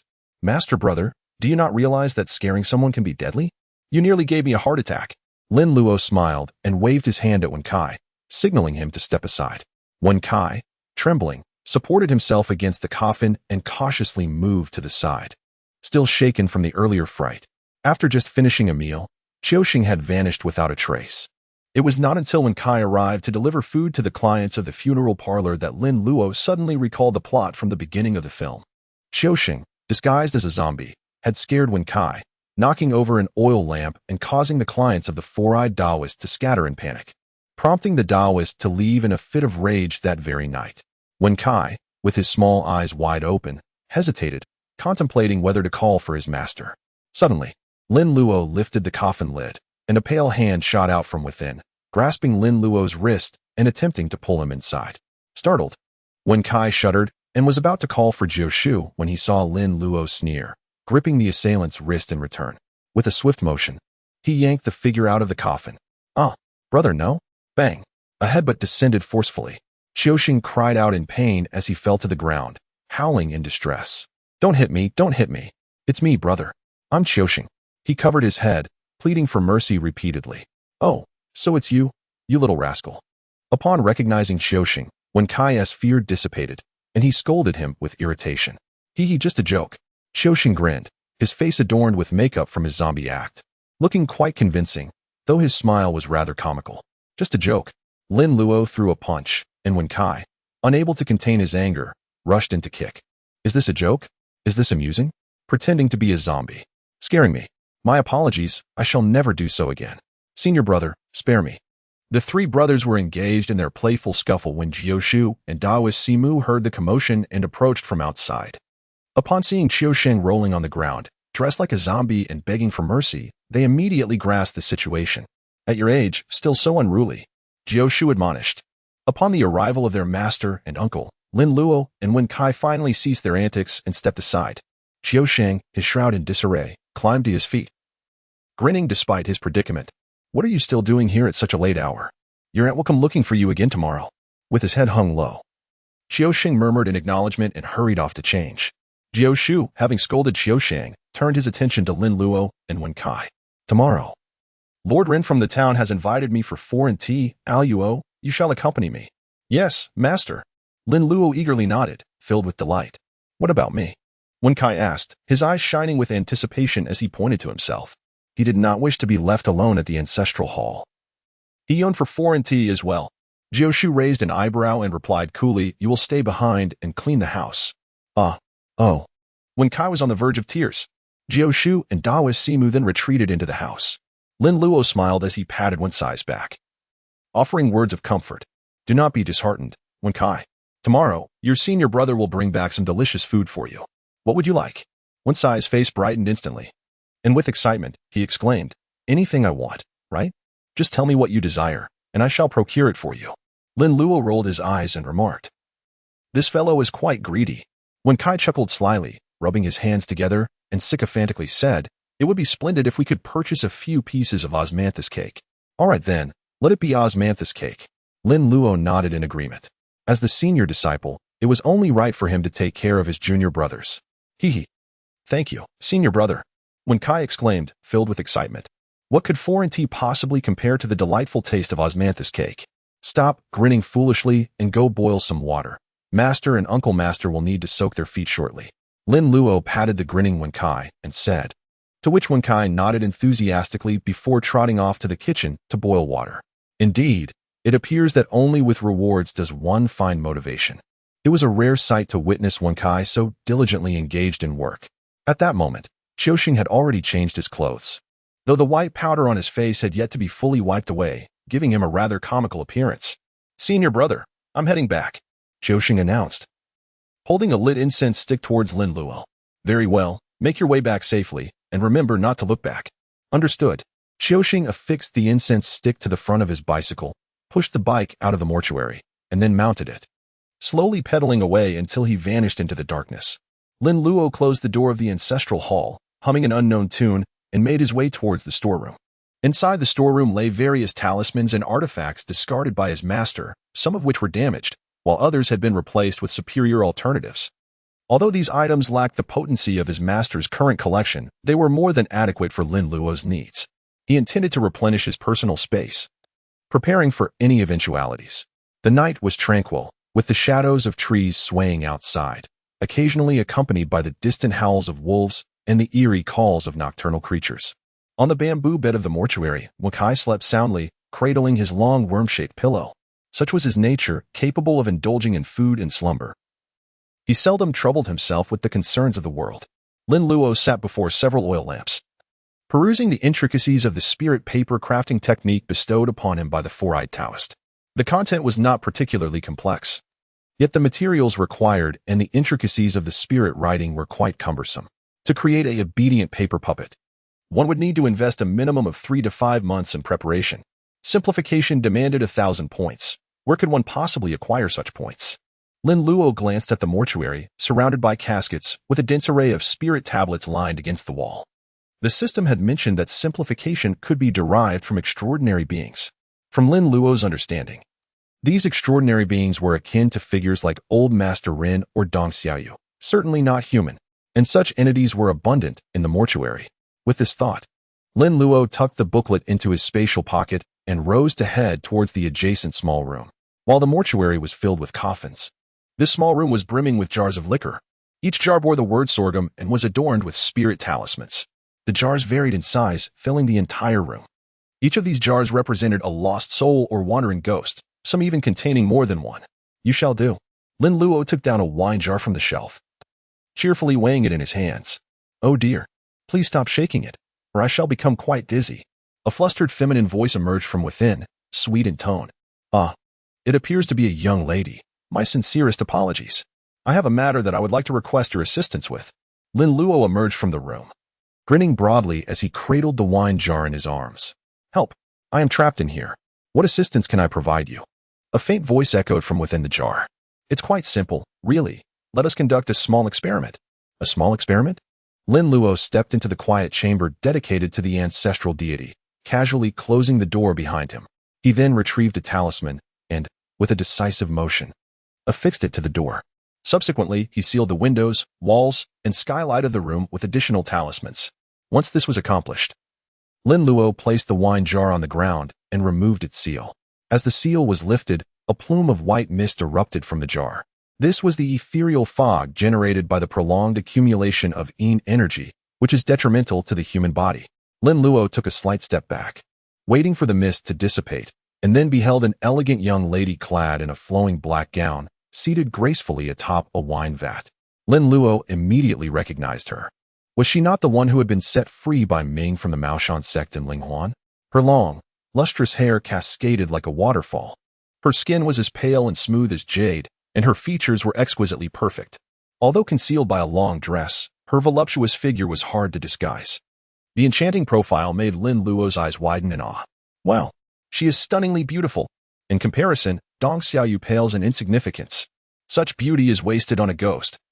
She ought to be a celestial being. My dear husband, thank you for liberating me. From now on, I shall be yours. The ghost lady slightly lifted her gaze, her brows and eyes resembling a picturesque scene, exuding an ethereal elegance. Her watery eyes gazed at Lin Luo with gratitude, her voice resonating with a celestial softness. And her demeanor was refreshingly otherworldly, as if she were an enchanting fairy untouched by the mundane world. Splendid, since you belong to me. It is fortuitous that I have a small favor to ask of you. Surely, you would not refuse to assist, would you? Lin Luo chuckled softly, suddenly brandishing a set of 3 purity bells in his hand. The expression on the female ghost's face transformed dramatically. "My lord, no, please don't." The bells chimed. "Ah." The female ghost clasped her hands over her ears, emitting a piercing scream. "Aha, it seems to be effective." Lin Luo's eyes sparkled. Yet he refrained from continuing to ring the bell.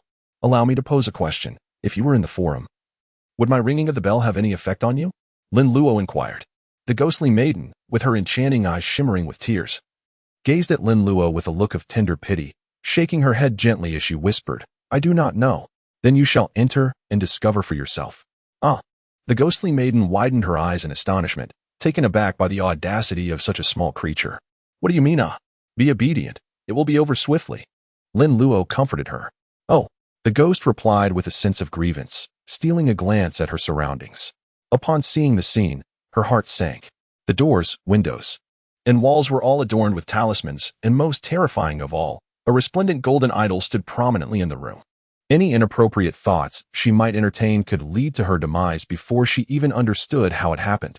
Terrified, the ghost withdrew her neck and prudently retreated back into the jar. Lin Luo resealed the wine jar, applying 2 spirit talismans to its closure, and then tapped on the jar. "Can you hear me?" "Yes, my dear, I can hear you." "Can you come out?" Stuck to the talisman, I cannot emerge. Ding, ding, ding. "Ah, indeed, it works." Lin Luo's eyes sparkled with brilliance as a bold idea suddenly struck him. Whoosh. Lin Luo stored the wine jar into his personal space and strode out of the quiet room. Passing through the mortuary, he returned to the small house where he had been before. He clasped his fist apologetically towards the wine jars within, his youthful face etched with difficulty. "Dear brothers and sisters, I truly have no other choice but to resort to this desperate measure. Once I have graduated from the novice village, I shall surely burn several incense sticks in your honor." After Lin Luo finished speaking, a heavy expression crossed his face as he retrieved 4 Qingling bells from his spatial pouch. He held 2 in each hand. "My apologies." The bells rang out in a cacophony. "What on earth is this? Do not come any closer." "Ah, stop. Please, don't." In an instant, the room was filled with the sound of bells, accompanied by the wails of spirits. 1 hour later, Lin Luo emerged from the small room, content and unready. How delightful. Lin Luo had not anticipated that the over 100 jars of wine in the room could yield such a considerable amount of simplified points in just an hour. However, He noted that the longer the Sanqing bell shook, the weaker its effects became, and the rate of increase in simplified points slowed correspondingly. Nevertheless, Lin Luo felt quite content. With 703 simplified points, not only could he simplify the Yinwen paper-raising technique, but even the incomplete text of the Shangqing Didao Jinjing was within his grasp. Although the version of the Shangqing Didao Jinjing in his possession was fragmented, it was the only option, as Uncle Jiu had cultivated exclusively from this text. It appeared that the spirit illusion realm had experienced some upheaval, resulting in varying degrees of disruption in the lineages of various families. Presently, the most well-preserved teachings seemed to belong to Longhu Mountain, while some sects had even lost their entire inheritance. System: simplify the Shangqing Didao Jinjing and the Yinwen paper-raising technique. The system detected the fragment of the Shangqing Didao Jinjing. True Qi flows down to the ghostly gate, subduing the spirit and sealing the source of death. The Jade Scripture illuminates the myriad deities, granting me eternal life. Simplification required 5,000 simplified points. Simplification successful. The fragment of the Shangqing Didao Jinjing was simplified to breathe deeply. The system then detected the Yinwen paper-raising technique, with Yin bamboo as the bone, Yin paper as the skin, and Yin characters as commands. One can manipulate at will. Simplification required 1,000 simplified points. Simplification successful. The Yinwen paper-raising technique was simplified to paste paper figures. The Shangqing Didao Jinjing, renowned as the foremost of the Taoist three wonders, is said to enable one to attain immortality simply by reading it repeatedly without the need for golden elixirs. The original method of cultivation detailed in the Didao Jinjing involved storing the energies of the 5 directions, the sun, the moon, and the 24 stars, comprising 39 chapters in total. Each chapter required the practitioner to meditate upon a deity descending into a specific part of their body, silently reciting incantations and invoking the deity's name for protection. However, the esoteric methods contained within the scripture were never taught openly, leaving practitioners without guidance for their cultivation. Even if someone were to teach, comprehension was necessary during practice, and those with poor aptitude would find it extraordinarily challenging. Now, Lin Luo merely needed to breathe deeply. Without concern for anything else, deep breathing itself was the essence of cultivation. As for the Yinwen paper-raising technique, it originally necessitated the preparation of Yin materials, the drawing of Yin characters, and the application of spells to create a paper effigy. Now, however, there was no need for Yin materials or characters. One simply had to craft the paper figure, envisioning its form, and imbue it with a spirit. If this were to spread, it would undoubtedly astonish many. One could not help but marvel at the utter incredibility of this simplification system. It was entirely devoid of mysticism. With a successful agreement in place, Lin Luo inhaled deeply while working on the paper effigy. Paper crafting was not limited to just paper figures. It encompassed paper horses, paper carts, paper boats, and even paper houses. In essence, anything made of paper could be classified as a paper effigy. The benevolent establishment did not typically sell paper effigies and offered only limited funeral services. In the town, there were specific shops for paper effigies, coffin sales, and funeral teams. Uncle Jiu merely managed the benevolent establishment and did not engage in extensive business operations. After all, the town was small, and if he handled everything, what would others do? However, if clients requested it, the benevolent establishment could accommodate. For instance, they could assist with the relocation of graves for the revered Rin family elder. Aside from the funeral team, all other items were provided by the establishment itself. Given the high costs of external items, it was far more economical to produce them in-house. Having traveled with Uncle Jiu since childhood, Lin Luo's skills were quite commendable. He had already completed a paper figure roughly his height. Now it was time to equip it.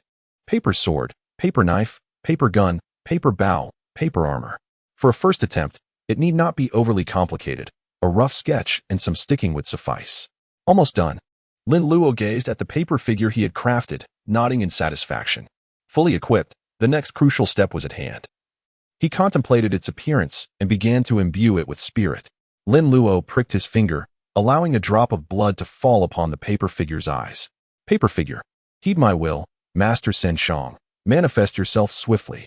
Of course, the incantation was merely a playful jest by Lin Luo. Pointing the spirit indeed signifies the awakening of the spirit. Typically, paper figures are not adorned with eyes. Prior to incineration, the owner's name is affixed to their body, and the eyes are punctured to facilitate their use thereafter. However, since Lin Luo was crafting the figure to serve a living being, the act of dotting the I's was essential. Rise. In the next moment, the paper figure's form seemed to inflate as if filled with air, while the moonlight streamed through the window, casting a gentle luminescence upon the figure.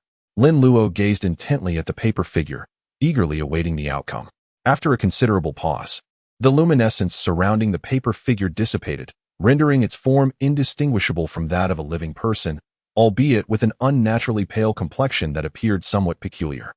The visage was vaguely familiar, adorned with a charming countenance, clad in distinctive leather armor, with blades secured at the waist, a longbow slung across the back, and wielding a spear, a fully equipped female general in every sense. The paper figure regarded Lin Luo with a silent stare. Haha, it worked. Take a few steps. Lin Luo excitedly commanded the paper figure. The paper figure took 2 steps forward. Lin Luo's eyes sparkled with excitement. Crouch down. Open your mouth. Stand up. Lin Luo experimented with some simple commands, and the paper figure executed them flawlessly, albeit with a hint of clumsiness. Lin Luo did not tell it to be silent. Its little mouth remained agape. Please close your mouth. Lin Luo spoke as he casually drew the sword from the waist of the paper figure. The blade glimmered with an eerie cold light, completely concealing its paper composition. The tip of the spear exhibited the same effect. With a swift motion, the sword returned to its sheath, and Lin Luo chuckled as he stored Teacher San in his personal space, his gaze shifting to the remaining materials, which sparked a renewed brilliance in his eyes. Who shall I summon next? Ah, I have it. Come forth, Teacher Tao Nai. The night swiftly passed. On the bamboo bed, Wen Kai was sleeping soundly when suddenly he felt as though he could not breathe. Woo-woo. Wen Sai's eyes flew open, and his momentary terror vanished. Big brother, you are teasing me again, he said with a pained expression, feeling quite wronged. He had just dreamt of a sumptuous feast, tantalizingly close to his lips, only to be abruptly awakened. A table laden with delicacies, and he had not tasted even a morsel. How unfortunate. Still asleep? The sun has risen high, and it is time to prepare breakfast. Be careful, or master will scold you again. Lin Luo smiled and remarked, The dawn has arrived. I feel as though I have just lain down. Wen Kai sighed deeply, rolled off the bamboo bed, and lethargically exited the room. After Lin Luo completed his morning ablutions, he proceeded to the tranquil chamber, where he offered incense to the ancestral master and presented a bowl of yellow wine. Having received the ancestral master's assistance in maintaining order the previous evening, it was imperative to show due gratitude today. He reverently saluted the ancestral master, saying, Master, this is a token of my filial respect. Please indulge at your leisure. Just then, a voice echoed softly from behind. What could prompt such unexpected kindness from you? Ninth uncle? Lin Luo turned around and saw Uncle Jiu and Taoist Simu standing behind him, wearing ambiguous smiles. Hee master. You know me well. I am the most filial disciple. Lin Luo chuckled playfully. Oh, suddenly, Taoist Simu expressed surprise, gazing intently at Lin Luo, then uncertainly inquired of Uncle Jiu, Brother, do you notice that the aura surrounding the Luo seems different from yesterday? Uncle Jiu furrowed his brow, scrutinizing Lin Luo with great seriousness. Upon closer inspection, he indeed detected an anomaly. His pupils slightly constricted, and his heart was filled with astonishment. This little rascal has been practicing the Great Void Scripture. Indeed. Last night, while perusing the Great Void Scripture, I somehow dozed off, and upon waking this morning, I realized I might have succeeded in my cultivation. Lin Luo continued to playfully act cute. Hiss. Both Uncle Jiu and Taoist Simu simultaneously inhaled sharply. How could this be possible? Mastering the Qing Tong breathing technique in a single night might be feasible, but achieving the profound Great Whole Sutra in such a short span seemed utterly fantastical. In this era, where spiritual resources are scarce and cultivation is exceedingly challenging, the Great Whole Sutra is notoriously esoteric and difficult to comprehend. Although Uncle Jiu had previously explained the methods of cultivation to Lin Luo, it was simply implausible for him to succeed in just one night. How did Lin Luo achieve this? Yet the aura emanating from Lin Luo is undeniably authentic. It is the genuine vital energy of the Maoshan lineage. Master, uncle, how did you discern that I have mastered the grand? Lin Luo curiously inquired. He had cultivated the upper clear breathing technique, and his uncle had noticed it. It was entirely normal for one to distinguish a transformation from an ordinary person to a mage. Yet, how could he discern that Lin Luo had also mastered the Grand Void Scripture? He felt no difference within himself. His uncle raised an eyebrow, suppressing his delight, and explained, "This is due to our shared ability to perceive qi. Every individual possesses an aura that can be observed. The art of qi observation allows one to perceive the dragon energy of mountains and rivers, as well as the energy within a person, enabling one to assess their physical condition. You have just begun to practice the Grand Void Scripture, and your internal essence, energy, and spirit are exceptionally abundant, vibrant, and solid. Most importantly, the energy within you is of the same origin as ours." Upon hearing his uncle's explanation, Lin Luo finally understood and grinned. "Master, I too wish to learn the art of qi observation." His uncle nodded gently and replied, "Certainly, but there is no rush. First, I must pay respects to our ancestor." After offering incense to their ancestor, the two engaged in a discussion about qi observation, as they had some time before breakfast. The art of qi observation serves as a means to discern fortune and misfortune. Every person and object possesses its own distinct aura, whether observing a yin-yang residence, assessing the vitality of livestock, evaluating a person's essence, identifying ghostly energy, discerning the energy of the undead, or recognizing the aura of demons, each requires a specific approach. Here, take this book on qi observation. Study it diligently, memorize its contents, and once you grasp the methods, you will naturally master the art of qi observation. Lin Luo took the pamphlet, which bore the inscription Gazing Technique. With a thought, the Simplification System began its assessment. It detected the phrase Gazing Technique. Those who venture into the sea in search of Palai are told that it is not far, yet those unable to reach it are likely blind to its essence. The simplification required 1,000 points. Should simplification proceed? Indeed, it could be simplified. Simplify.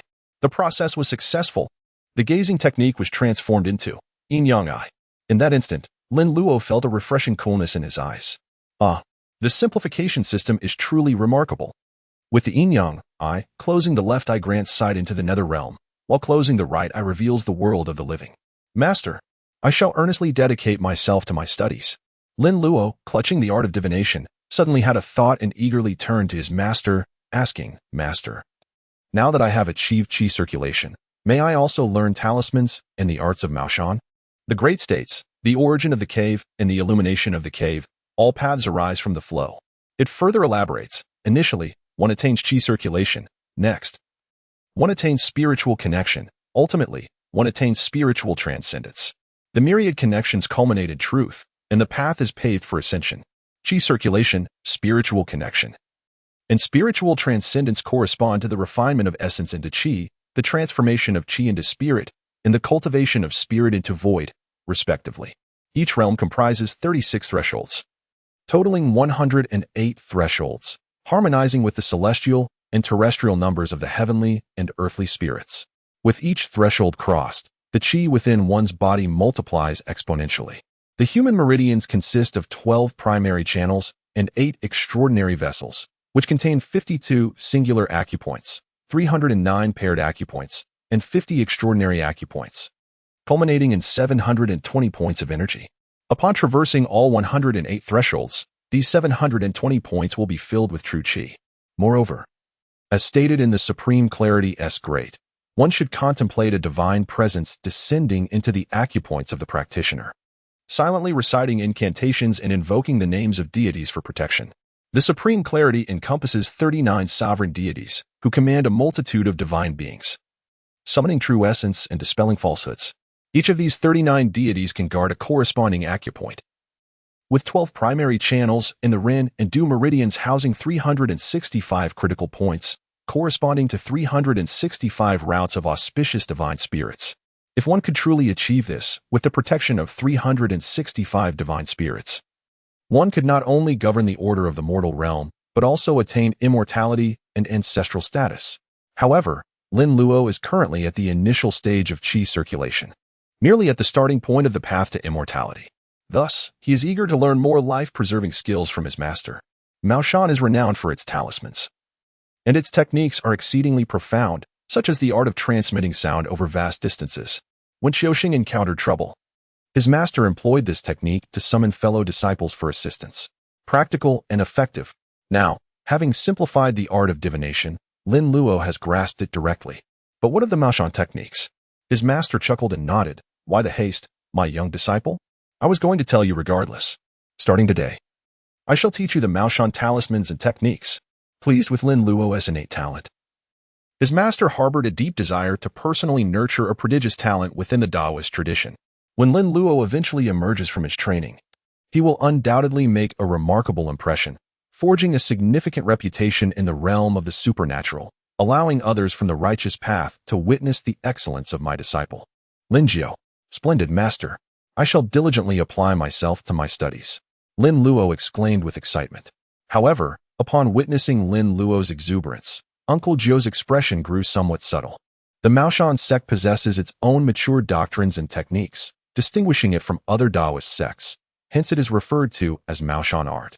Maoshan art, also known as the Jade Maiden's joyful deity technique, is a legendary and enigmatic Taoist practice that, upon the incantation of paper talismans, is capable of exorcising spirits and subduing demons. Aside from the Maoshan talismans and techniques, what Lin Luo aims to learn bears no significant difference from what other sects Taoists acquire. Certain knowledge, even if not mastered, must be familiarized. Otherwise, how could one navigate the world and fulfill requests? Taoist, could you please pray for rain? Apologies, but I cannot. What about dispelling calamities? Neither can I. And for blessings? That I cannot do either. What can you do? Alas, I can only pray for blessings and progeny. Leave at once. Is this reasonable? Being cast out is one matter, but losing face for Maoshan is another.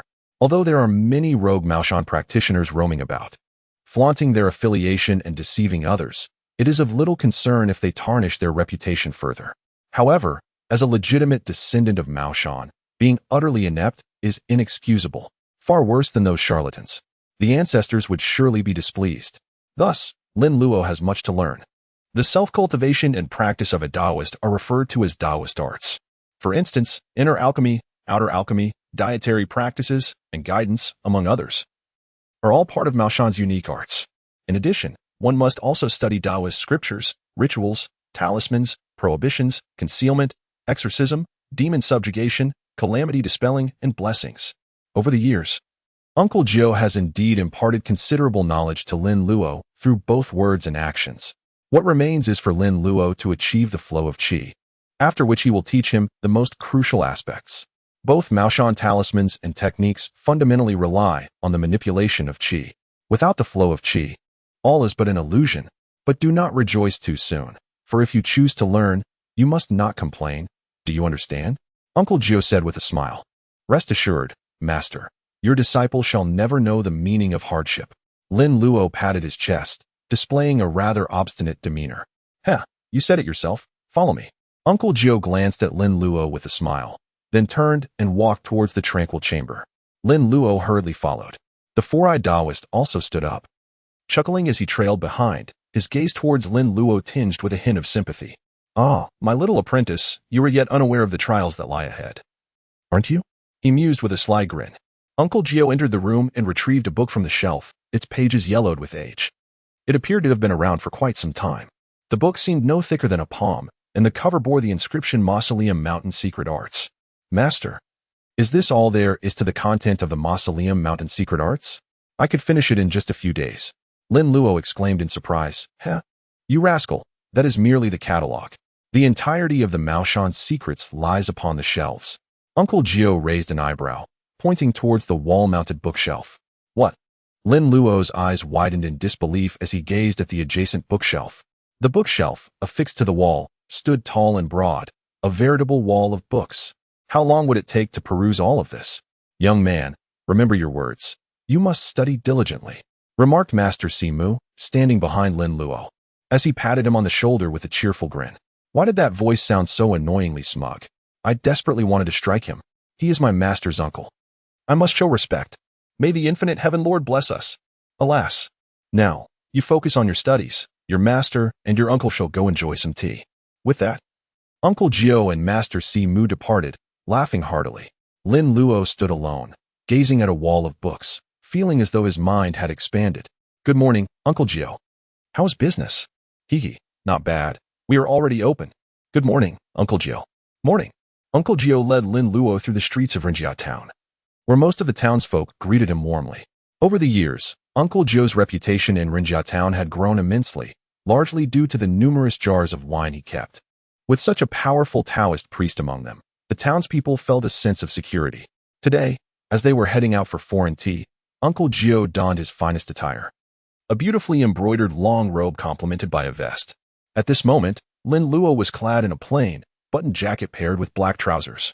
His feet adorned with a pair of cloth shoes, purchases made by Rin Tingting just the day before. Accompanying his master for business discussions in extravagant attire would surely have drawn attention and overshadowed Uncle Jiu, which would be quite discomforting for him.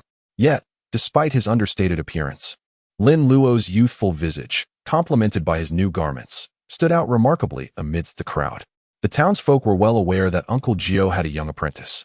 Although still in his youth, his looks were exceptional, and many speculated that he would have no shortage of suitors when he grew up. Luo, once we enter, make sure to listen and observe more than you speak. Do not make a fool of yourself, understood? Uncle Jiu advised Lin Luo. I understand, rest assured, master, Lin Luo replied. Lin Luo was well aware of Uncle Jiu's fondness for maintaining a good image, so he smiled and spoke cheerfully. Uncle Jiu nodded. Inwardly lamenting his hasty decision, he regretted bringing a Luo instead of Wen Kai. It was their first time experiencing foreign tea, and he felt embarrassed at the thought of making a fool of himself. If only Wen Kai were present, he could shoulder the embarrassment. However, it was too late to change companions now. He could only hope to adapt to the situation once inside, and that everything would proceed smoothly. At the entrance of the CAF, a doorman greeted them upon their arrival, promptly opening the door and ushering them inside. The CAF manager, noticing the guests, approached them with a warm smile. Excuse me, have you made a reservation? Uncle Jiu surveyed the interior, his expression somewhat stiff. The CAF was indeed tastefully decorated, resembling a high-end Western restaurant from a future era. The patrons indulging in coffee were dressed in an air of elegance. Why were the people here so well attired? The men were clad in tailored suits, while the women adorned themselves with exquisite jewelry, presenting an image far from ordinary. When had Rinjiao Town become home to so many individuals of status and prestige? Uncle Jiu glanced at the manager, who was impeccably dressed in a well-fitted black suit, exuding an air of professionalism. He had initially thought that his own attire, suitable for a visit to enjoy foreign tea, was commendable. Yet he found himself outshone by the staff. Uncle Jiu awkwardly shook his head. Oh, no, I haven't. Lord Rin invited my master. Has Lord Rin arrived? Lin Luo stood behind Jiu and spoke softly. Oh, so you are a guest of Master Rin. Please follow me. The manager's smile widened slightly as he bowed slightly and led the way ahead. The trio ascended to the second floor, where Rin Fa was already waiting. Upon seeing Jiu and Lin Luo arrive, he quickly rose to greet them. Haha, good to see you, Jiu. Master Rin. Jiu was somewhat taken aback by Rin Fa's warmth. After exchanging pleasantries, he turned to Lin Luo and said, quickly greet Master Rin. Good day, Master Rin. Lin Luo greeted Rin Fa with a cheerful smile, appearing exceptionally cute and well-behaved. Rin Fa gazed at Lin Luo, his smile blossoming even brighter as he nodded eagerly. Very well. Please take a seat. Haha. I have actually met a Luo before. Uncle Jiu chuckled, understanding the situation, as Lin Luo had explained to him about the character she had written for Rintingting. My little apprentice is rather mischievous and not yet proficient in her craft. I apologize for any embarrassment caused to Lord Rin. Not at all. Uncle Jiu, you are far too modest. A Luo's talent, in my view, is quite remarkable. It is all thanks to your excellent guidance. Lord Rin praised Lin Luo with a thumbs up, expressing his admiration. The fact that Lin Luo could articulate the hardships faced by the Rin family over the past 2 decades indicated her impressive abilities. As the three settled down, the manager of the establishment brought forth the menu, inquiring what they would like to drink. I would like a cup of coffee, Rin Fa ordered, glancing at Uncle Jiu, who was perusing the menu filled with foreign characters, more perplexing than the runes on their talismans. Is this some form of ghostly script? Let us have 2 cups of coffee. Since he could not comprehend the menu, Uncle Jiu decided to follow suit. He commended his own ingenuity. The waiter took the menu and departed. Uncle Jiu turned to Rin Fa and inquired with a smile, Lord Rin, is your daughter not back from the provincial city? Why did you not invite her to join us this time? Oh, that wild child. She learned some makeup techniques in the provincial city and has been running around teaching others since her return. She should be here shortly. Just as he spoke, Rin Tingting happened to ascend the stairs. Upon seeing her, Rin Fa smiled gently. Look, my daughter has arrived. Uncle Jiu turned to look, and upon seeing Rin Tingting, his brows raised slightly in surprise. This girl has grown up quite a bit. Lin Luo also glanced over. Today, Rin Tingting was still adorned in her elegant pink gown, exuding affluence and generosity. Daddy. Upon seeing Ren Fa, Ren Tingting beamed with a sweet smile, her voice melodious, before making her way to Ren Fa's side. Scrutinizing Uncle Jiu and Lin Luo. So, this is a Luo's master, Uncle Jiu? He doesn't seem particularly remarkable, though. Just look at those eyebrows, how peculiar they are. Seemingly joined together.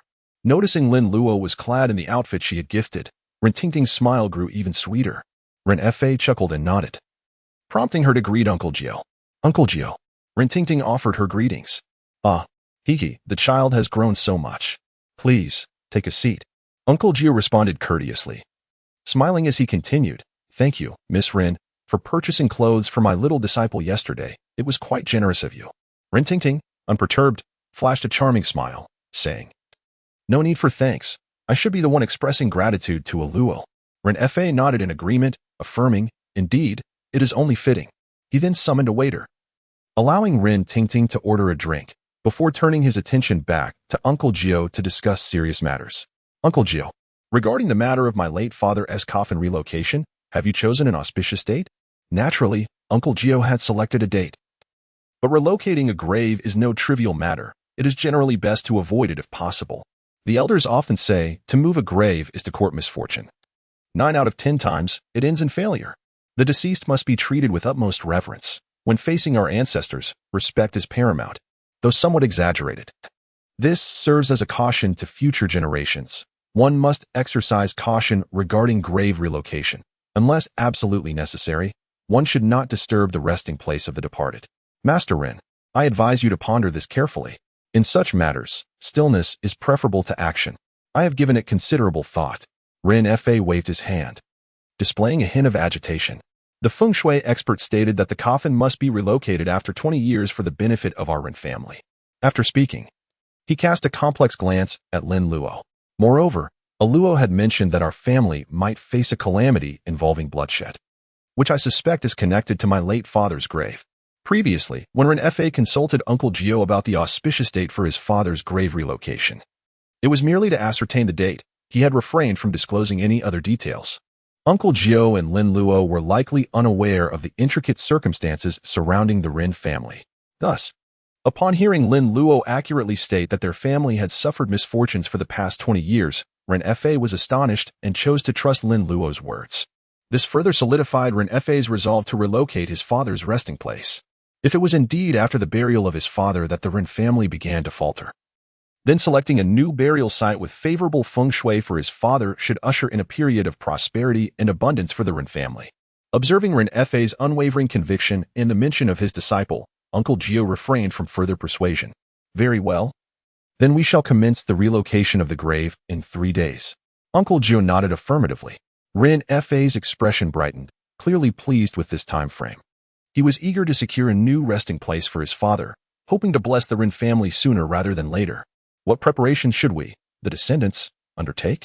Uncle Jiu replied calmly, It is best to purify oneself and partake in 3 days of vegetarian meals beforehand. The term vegetarian meal refers to the ancient practice of cleansing one's body and mind in earnest devotion prior to a sacrificial rite.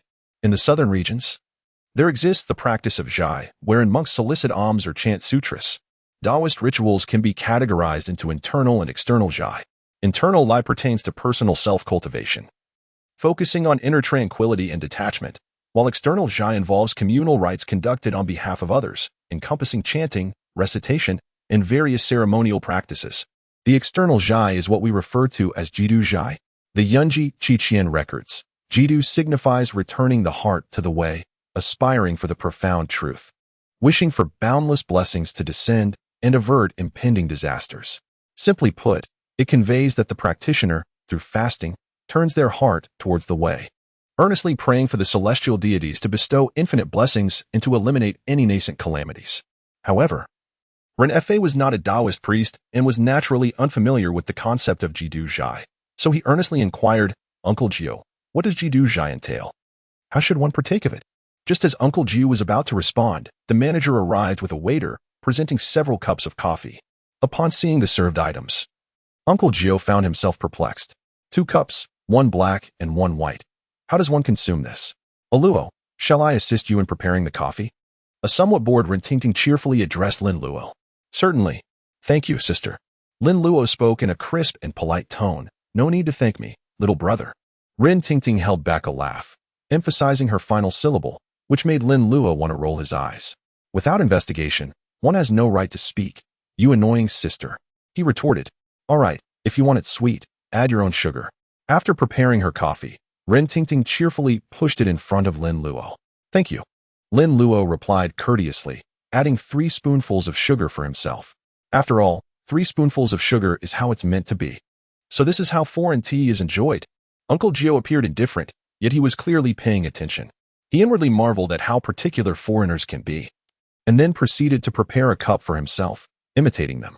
Master Run, Jidu Zhai offers 7 varieties. When the coffin is unearthed, it is bound to cause a stir, hence one must offer apologies to heaven, earth, and water officials.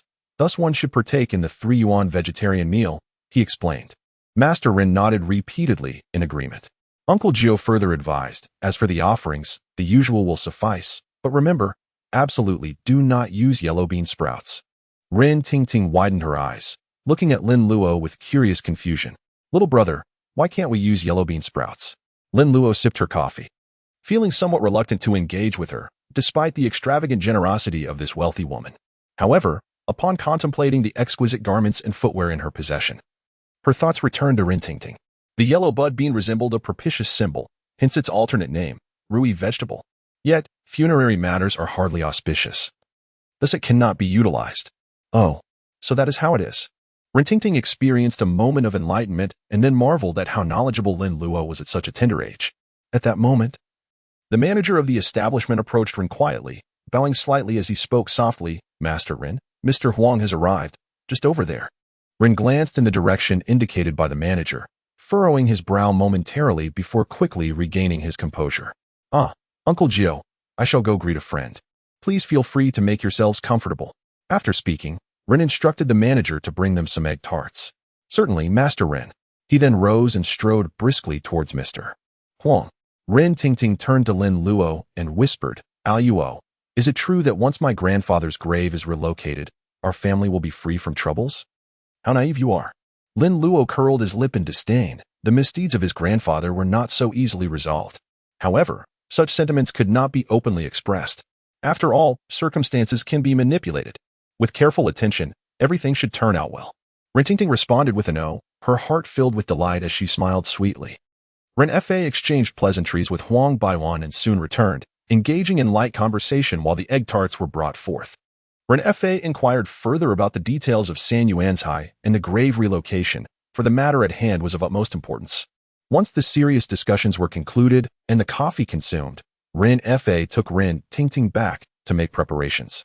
Uncle Jiu also accompanied Lin Luo back to the ancestral hall, readying for the relocation ceremony 3 days hence. Dear uncles, aunts, brothers, and sisters, come and partake of the meal. Wen Tai called out, as usual, inviting the residents of the ancestral hall to gather for the offerings of incense and reverence. Lin Luo sat cross-legged on a bamboo bed, cradling a book in his hands, his brows occasionally furrowing as he read, turning the pages from time to time. Beside him lay several stacks of books, towering even higher than Lin Luo himself. Wen Kai, upon seeing the books, couldn't help but feel a sense of schadenfreude. The senior brother must have irritated the master. Upon his return, the master immediately assigned him to read. With so many books, it will take an eternity to finish. Wen Kai remarked with a grin, Senior brother, why not take a sip of water and rest a bit before continuing? He approached with a cup of cool tea in hand, playfully winking at Lin Luo. Lin Luo took the teacup and drained it in one gulp. Another bowl, please. Wen Kai chuckled as he went to refill the tea. While serving Lin Luo, he caught a glimpse of the book in Lin Luo's hands. The 7 signatures of Yunji was filled with dense text, causing him a moment of dizziness. Truly, the senior brother was worthy of the title. At merely 10 years of age, he could comprehend such profound material.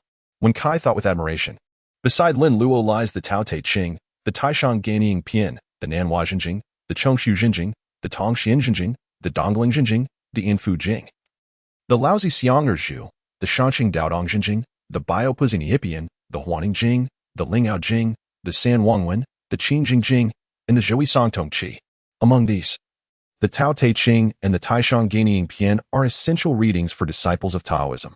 The Laozi Xianger Zhu, authored by Zhang Daoling, the founder of Longhu Mountain, serves as the golden rules of the Zhengyi school and is indispensable. The Biopuzinyipian, compiled by Guhong, the patriarch of the South Maoshan sect, is a must-read for disciples of Maoshan.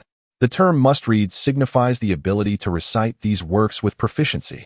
Lin Luo was perplexed as to why the Taoist classics were listed at the beginning of the Maoshan secret techniques directory given to him by his master, Uncle Jiu. If this continued, he feared he would not be able to embark on his journey until he reached adulthood. After finishing a bowl of iced tea with a satisfying gulp, he sent one to tidy up, while Lin Luo extracted the Tao Te Ching from the multitude. System, initiate detection of the Tao Te Ching. Lin Luo wishes to explore whether the Tao Te Ching can be simplified. He notes the text, the Tao that can be told is not the eternal Tao. The name that can be named is not the eternal name. He finds the need for a simplification, remarking that 500 million simplifications are insufficient. Hiss! He exclaims in frustration. Lin Luo's eyes widened in astonishment, completely bewildered by the situation. Although this tome is reputed to be the king of all scriptures, it cannot be this terrifying.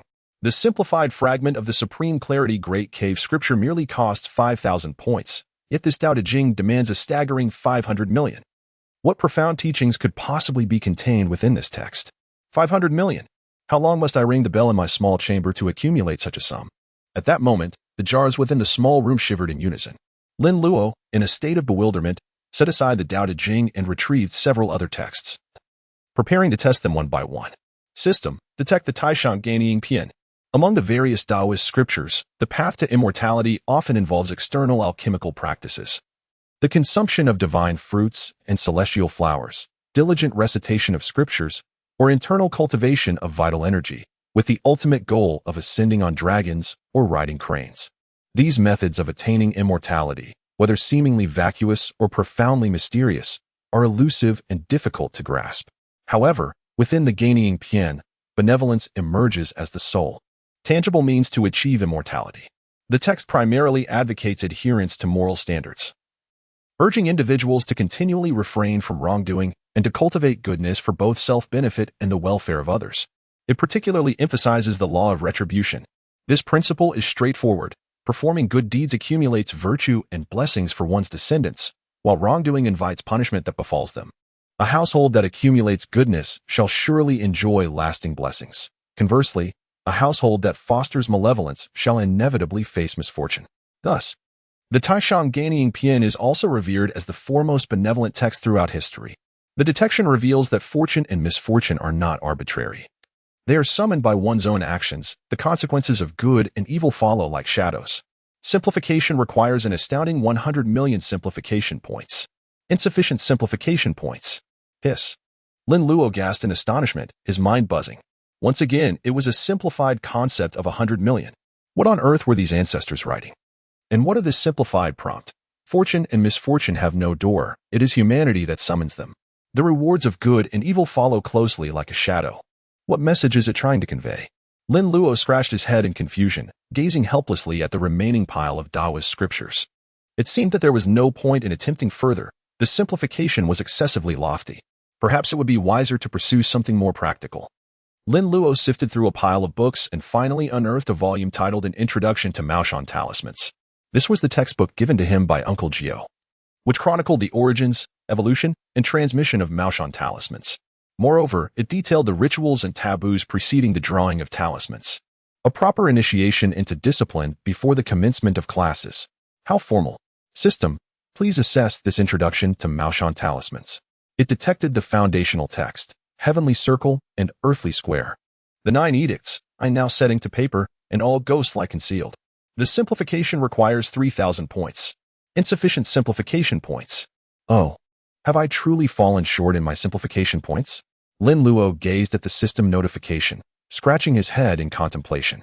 Previously, he had earned over 8,000 points from the small room, simplifying the incomplete volumes of the Great Whole Scriptures and the art of paper effigies. Today, he further simplified the art of Qi observation, accumulating a total of 7,000 points. Simplification points, 1703. Alas, he found himself devoid of any remaining points. Lin Luo rested her chin on her hand, her gaze gradually drifting towards the direction of the small house. Ding ding ding. Is someone encroaching on her business? Lin Luo turned in response to the sound, and beheld the Taoist priest, Si Mu, who had entered unbeknownst to him, clad in his Taoist robe. He bore a banner and a lantern, while gently shaking the Sanqing bell in his hand. His patrons, drawn by the melodious chime of the bell, were leaping towards the exit. "Master Uncle, are you departing?" Lin Luo sprang up from the bamboo bed in an instant and swiftly approached Taoist priest Simu. "Indeed. We've delayed for 2 days. It's time to set off," Taoist priest Simu remarked with a cheerful chuckle. "Uncle Master, will you be returning?" Lin Luo gazed eagerly at Simu. The Taoist priest, touched by the child's hopeful gaze, felt a warmth in his heart. It seemed he held a significant place in the young disciple's affections, who was reluctant to see him depart. "Of course, I shall return. After I escort these gentlemen home, I will bring back a new group of clients who will pass through here. At that time, my dear disciple, I shall be checking your progress," Simu said with a cheerful smile. "Can I accompany you?" "I wish to visit junior brother Jala," Lin Luo chuckled and remarked, "by the time Master Simu returns, the affairs concerning the Rin family should be settled. However, Master Simu still has his own narrative to unfold. Upon returning home, he will encounter that formidable royal zombie. Moreover, those who fell victim to the royal zombie have all transformed into zombies themselves. How much should we simplify this? It must amount to a few thousand points at the very least. Even the smallest mosquito is still flesh, and we cannot overlook that. Not to mention, there is also Uncle China. His entrance is marked by a peak competition, yet his teammates are all seasoned veterans. As his disciple, is it too much to save his life?" Master Simu nodded with a smile. "Of course, I will speak to your master and take you on an outing.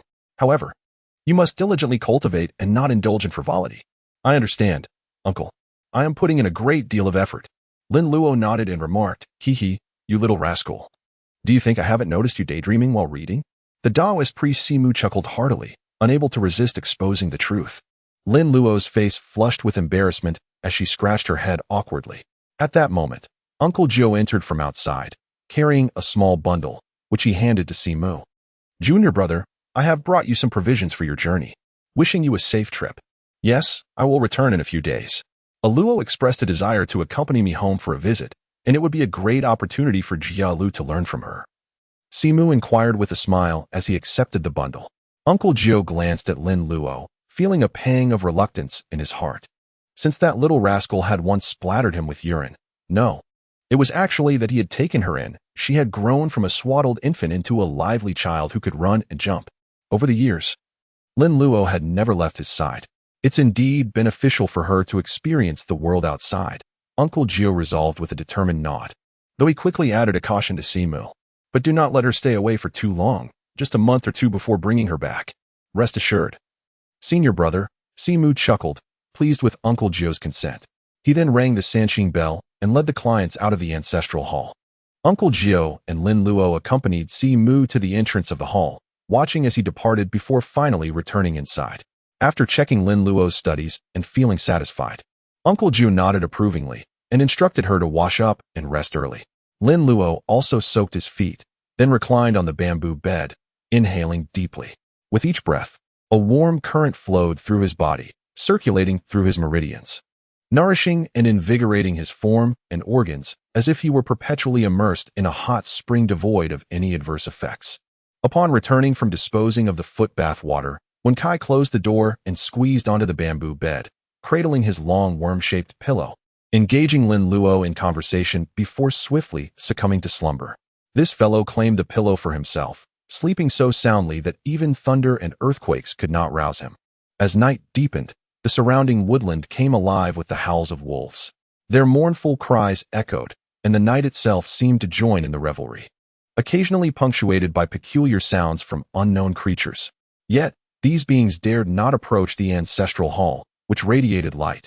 Animals shunned the flames, and the supernatural entities knew well that, although living souls dwelled within, it was a forbidden ground for them. Those who dared to intrude had since found themselves confined within wine jars, a revelation gleaned from the residents of the hall during their leisurely strolls. Initially, some spirits scoffed at the warnings, attempting to stir up mischief, only to find themselves entombed in jars, partaking of free incense offerings.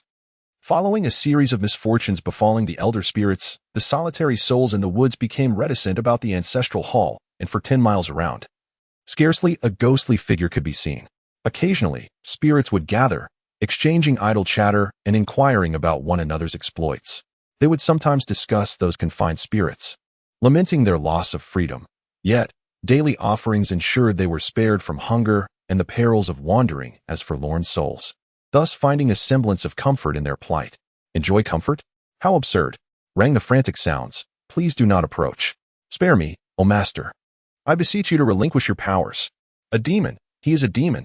The clanging of bells filled the air as Lin Luo moved a chair within the small dwelling, wielding 3 Qingling bells with fervor. To assemble the trio of bells, Lin Luo had scoured the ancestral hall, painstakingly gathering them.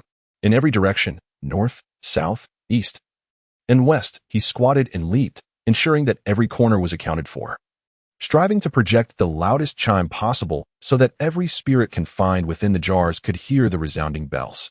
The rhythmic jingling echoed, a melodic symphony of sound. Lin Luo had stuffed his ears with talisman paper and was humming a tune that was utterly off-key, yet his heart was bursting with joy. This simplified task was remarkably effortless. TSK, I truly am a genius. An hour later, Lin Luo offered incense to his generous companions in the small room and emerged with a sense of profound satisfaction. At this moment, Lin Luo's complexion was rosy, filled with the exuberance of spring. Who am I, Lin Luo? A benevolent soul who performs good deeds without seeking recognition. In the small cabin, one could still faintly hear waves of gratitude. The little demon has finally departed. Oh heavens, I implore you to take him away. This little demon is truly unearthly. My head is about to burst. How comforting. With a mere glance at the hour's yield of 342 simplified points, Lin Luo felt an even greater sense of ease within. This was far more advantageous than hunting ghosts or vanquishing zombies. System, simplify the Maoshan talisman. Returning to the bamboo bed, Lin Luo eagerly grasped the Maoshan talisman and addressed the system. Detected. Fundamental Maoshan talisman. Heaven and earth, the 9 commandments, I now inscribe. And the myriad spirits shall be subdued. Simplification requires 3,000 simplified points. Simplification successful. The Maoshan talisman has been simplified to yellow talisman writing. The Maoshan talisman delineates numerous taboos associated with talisman drawing. Chanting spells and crafting talismans is not something just any Taoist can accomplish. Without formal position or the support of a guiding spirit, one lacks the authority to command the myriad beings. In simpler terms, one must possess an official designation. Furthermore, when a Taoist draws a talisman, they must strictly adhere to the prescribed procedures, employing various methods and requirements for it to be effective. Upon completion of the talisman, one must also conclude with a binding spell. As the saying goes, a knife without steel is not swift, and a talisman without binding is not potent. However, while drawing a talisman is straightforward, binding spells can be quite challenging. Binding requires 3 types of energies: the celestial gang, the surging spring, and the elbow back. The celestial gang and surging spring are commonly used. The type of talisman dictates the corresponding binding and incantation. In summary, drawing a talisman is an exceedingly meticulous and intricate endeavor. A slight misstep can lead to failure or even backlash. However, now, with the simplification system's assistance, Lin Luo found that drawing talismans no longer posed such a hassle. As long as his intent remained steadfast, infusing his thoughts into the talisman while drawing, he would achieve great success. Lin Luo's eyes sparkled as he rummaged through and unearthed several unused yellow talismans. He retrieved his brush and ink, and, following the simplified instructions provided by the system, began to draw the symbols. Having spent considerable time with Uncle Jiu, he had witnessed countless instances of talisman drawing and had become familiar with various types, such as the exorcism talisman, the corpse sealing talisman, the dispelling talisman, the demon-slaying talisman, and the 5 thunder talisman, among others. However, while his mind insisted that he had acquired the knowledge, his hands retorted with a dismissive scoff. If merely observing could impart skill, it would not be termed ghostly talisman drawing. All it required was a steadfast heart and the infusion of one's intention.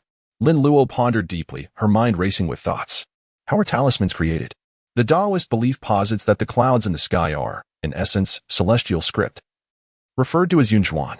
Yunzhuan is an imitation of the ethereal energies of the 3 origins, 5 virtues, and 8 assemblies, naturally forming the heavenly script of cloud energy.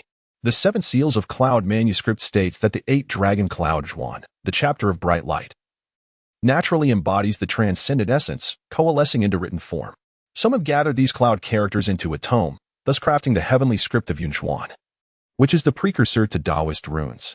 Could this not be seen as a unique infusion of thought, a condensation of talismans? After all, the characters represented by the clouds above and the meanings they convey are but the imaginings of our forebears. What if I were to replace the runes with something else? For instance, a peachwood sword, known for its ability to exorcise spirits and ward off evil, serving to protect the home and dispel malevolence. Lin Luo, with a heart attuned to the ethereal, took up his brush and deftly sketched a sword upon the yellow talisman paper, inscribing beneath it the words peachwood sword. The juxtaposition of the vibrant red illustrations in the yellow paper appeared somewhat absurd. Any Taoist disciple who beheld it would likely burst into laughter. Whose whimsical doodle is this? One might wonder.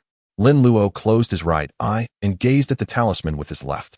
The talisman emitted a faint golden glow, capable of warding off evil and providing protection. Although its efficacy was limited, it was indeed effective.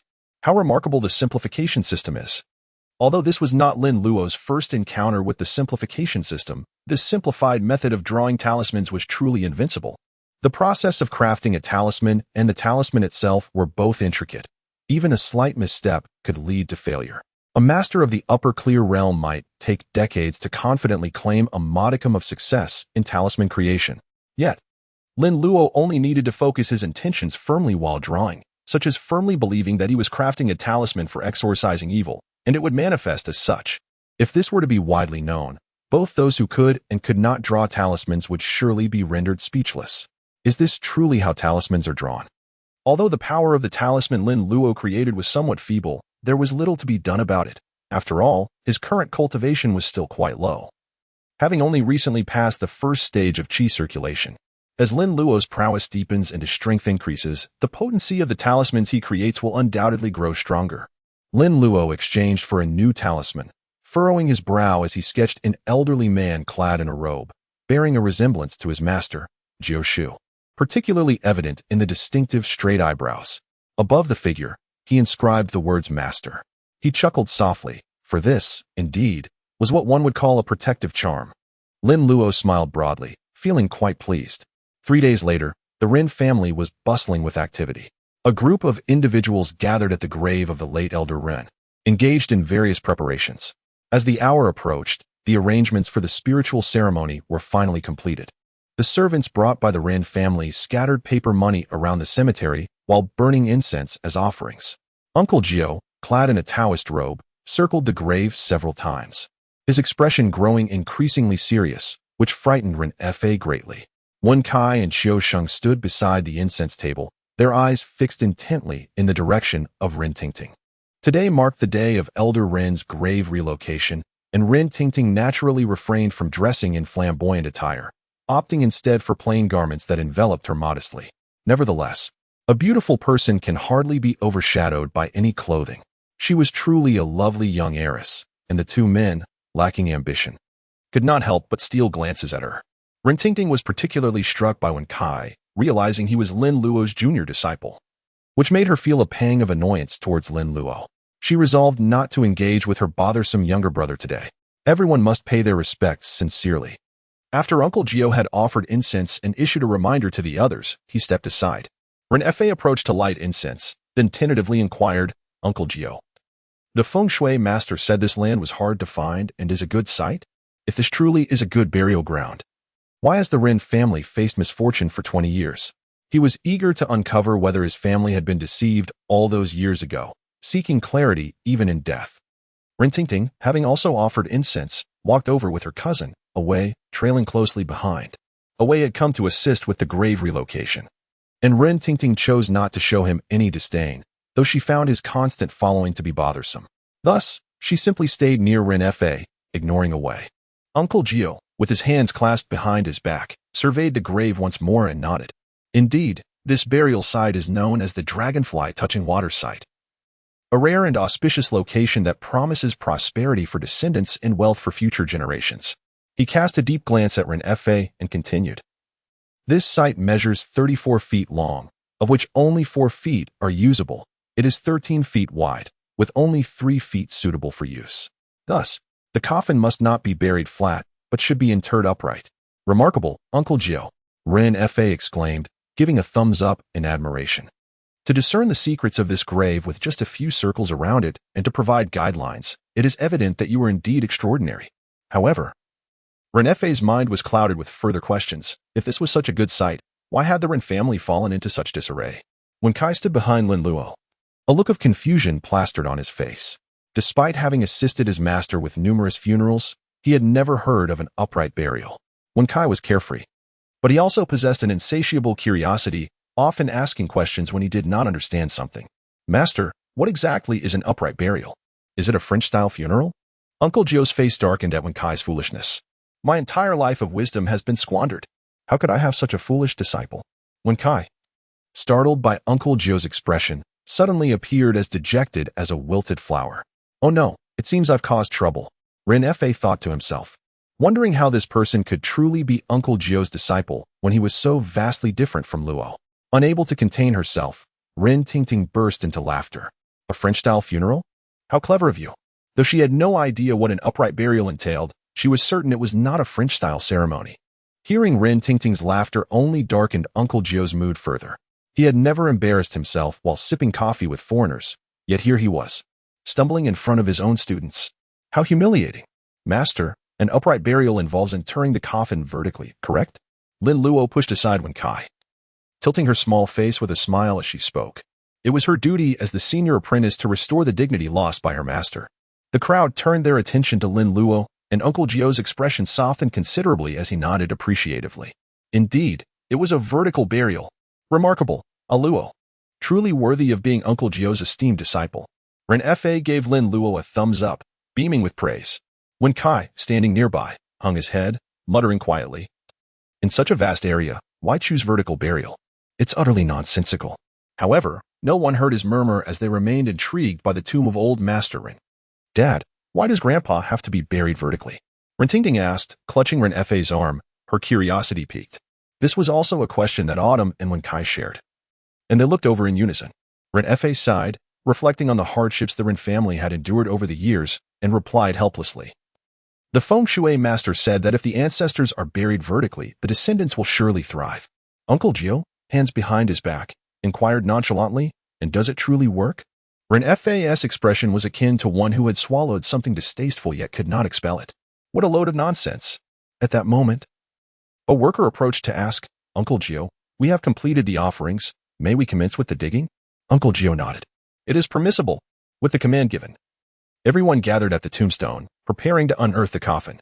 With the offerings already made, there was no need for excessive caution in the subsequent actions. Two workers kicked the tombstone with force, sending it crashing against the tomb wall with a loud clang. The abruptness of the action made Renefe flinch. Unable to bear the sight any longer, Rin Tingting turned her face away. No one criticized the workers for their actions, as these were local customs. Spirits fear the wicked. It was inevitable that some unclean entities would be encountered during a relocation. In certain regions, workers who assisted in grave relocations often fell ill or experienced unrest at home, attributed to malevolent forces. Thus, the practice arose that during such relocations, one must exhibit a fierce demeanor to ward off any unclean entities. Indeed, since this custom took hold, incidents of workers being plagued by such entities have become exceedingly rare. Lin Luo stood behind Uncle Jio, taking note of the inscription on the tombstone. The grave of Rin Gongwei, born in the 4th year of Tongji, passed away in the 1st year of the Republic, erected by his eldest son, Renefe. Lin Luo contemplated that the 4th year of Tongji was 1865, and the 1st year of the Republic was 1912, making it exactly 20 years now. By this calculation, the old Master Ren passed away at the age of 47. Ren let out a long sigh and turned to Jiu Shu, furrowing his brow as he inquired, Jiu Shu. The Feng Shui master clearly stated that if this grave were to be properly buried, it would ensure prosperity and a flourishing lineage. Yet, over these past 20 years, our family's business has deteriorated, and our numbers have dwindled. I have married a concubine, yet we have only produced one daughter, Tingting. Jiu Shu, still frowning, glanced at the soil beneath his feet and replied, it is due to poor burial practices. Ren's expression faltered, and he questioned in astonishment. But we followed the Feng Shui master's instructions to the letter. We buried during the hour of the tiger and exhumed during the hour of the rabbit, with no discrepancies whatsoever. How could there be an issue? Indeed, how could there be a problem? Away, standing behind Rin Tingting, chimed in. Rin shot him a disapproving glare and admonished, elders are speaking. Youngsters should refrain from interrupting. It is a matter of decorum. Oh. Away recoiled slightly, obediently lowering his head. Jiu Shu, dismissive of Away's interjection, clasped his hands behind his back and gazed toward the excavation site, his brow furrowed as he remarked, "It seems that the feng shui master harbors a grudge against your family." A grudge? Ren was taken aback, and then a thought struck him. Could it be that the feng shui master deliberately caused this misfortune? Did the old master have some past grievances with him? Jiu Shu asked bluntly. Ren, feeling a bit awkward, chuckled softly and replied in a low voice, "This piece of land originally belonged to that feng shui master. My late father recognized its potential and purchased it with money. But was there any coercion involved?" Jiu Shu pressed. Ren's smile became increasingly uncomfortable. Yet he did not offer further clarification, implicitly agreeing with Jiu Shu's assertion. Jiu Shu, harboring a cold smirk within, mused that those who are wealthy yet lack compassion are destined to face calamity. In Lin Luo's mind, an inexplicable passage from the Taishan Gaining Pian surfaced. Fortune and misfortune have no door. It is man who summons them. The rewards of good and evil follow closely like a shadow. The dire consequences faced by old Master Ren today were entirely the result of his past misdeeds. Surely, it must have been through coercion. Otherwise, he would never have harmed you. Ah, Uncle Jiu, how did he harm us? Ren Fa could no longer bear to hear the word harm. Previously, Lin Luo had proclaimed that the Ren family would encounter bloodshed. He caused you to cover the entire dragonfly waterhole with concrete. Look, the grave is completely sealed with cement. How could it possibly be well? Uncle Jiu kicked aside a clump of soil, revealing the concrete beneath. Ren Fa furrowed his brows in fear and confusion. What should be done then? It should be a snowflake covering the top. That is what dragonfly water means. When buried in this spot, at least 1 foot of the coffin's head must remain above ground. Otherwise, if the coffin's head does not touch the water, how can it be called dragonfly water? He still had a shred of conscience, allowing you to relocate and rebury the coffin after 20 years, harming you for half a lifetime instead of a full one, a generation rather than 18. Uncle Jiu's words weighed heavily on Ren Fa's heart. Yet there was a sense of comfort in them. Thankfully, he was still young and would have another chance. Behold, at the sound, everyone turned to see that the coffin of old Master Ren was already visible in the grave. Ren Wei Yong's coffin was buried upright, so it did not require extensive digging to reveal it. After securing the coffin with ropes, everyone worked together, using a pulley to hoist it up. Once the coffin was set up, Uncle Jiu solemnly instructed, "Release the rope, remove the nails." As the workers began to remove the nails from the coffin, Uncle Jiu addressed the crowd behind him. "Everyone, today, we witnessed the return of Ren Gong Wei Yong to the light of day. Those aged 36, 22, 35, and 48. Particularly those born in the year of the rooster or the ox, turn away." Those who needed to turn away did so, and Uncle Jiu approached the coffin. The nails had been removed, and as he squinted at the coffin, his expression grew increasingly grave. The coffin exuded a heavy, malevolent aura. The situation was dire. Once the avoidance was complete, everyone tidied their attire and prepared to open the coffin. With a creaking sound, the lid of old Master Ren's coffin was lifted, releasing a cloud of black mist. At that moment, chaos erupted in the surrounding woods as countless birds, startled, took flight, screeching in a cacophony that sent shivers down the spines of those present. Uncle Jiu's brows knitted even tighter.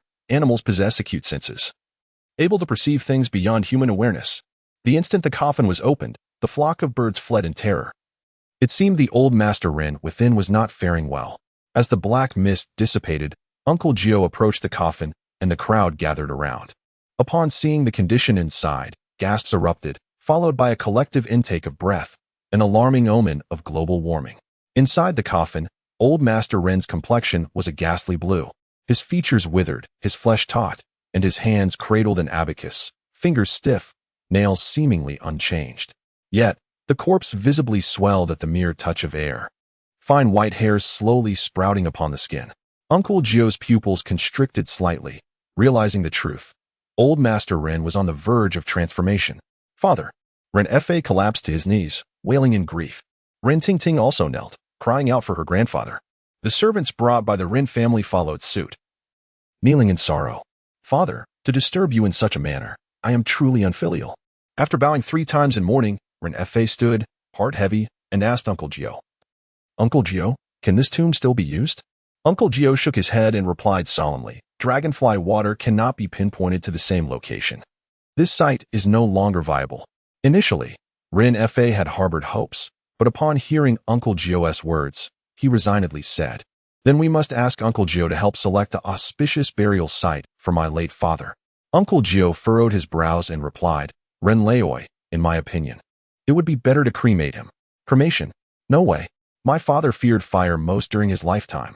I cannot do that." Ren Fa shook his head vigorously, as if in a frenzy. "Ren Luo, not cremating may lead to trouble." Uncle Jio felt somewhat helpless but could not say more. After all, old Master Ren had not yet transformed into a zombie. "Whatever it takes, just not cremation. You must think of another way," Ren Fa insisted. In these times, burial was the norm. There was no practice of cremation. If the Ren family were to exhume old Master Ren in front of so many witnesses and set him ablaze, the rumors would surely break Ren Fa's spirit. Seeing Ren Fa's unwavering stance, Uncle Jio had no choice but to relent. "Very well.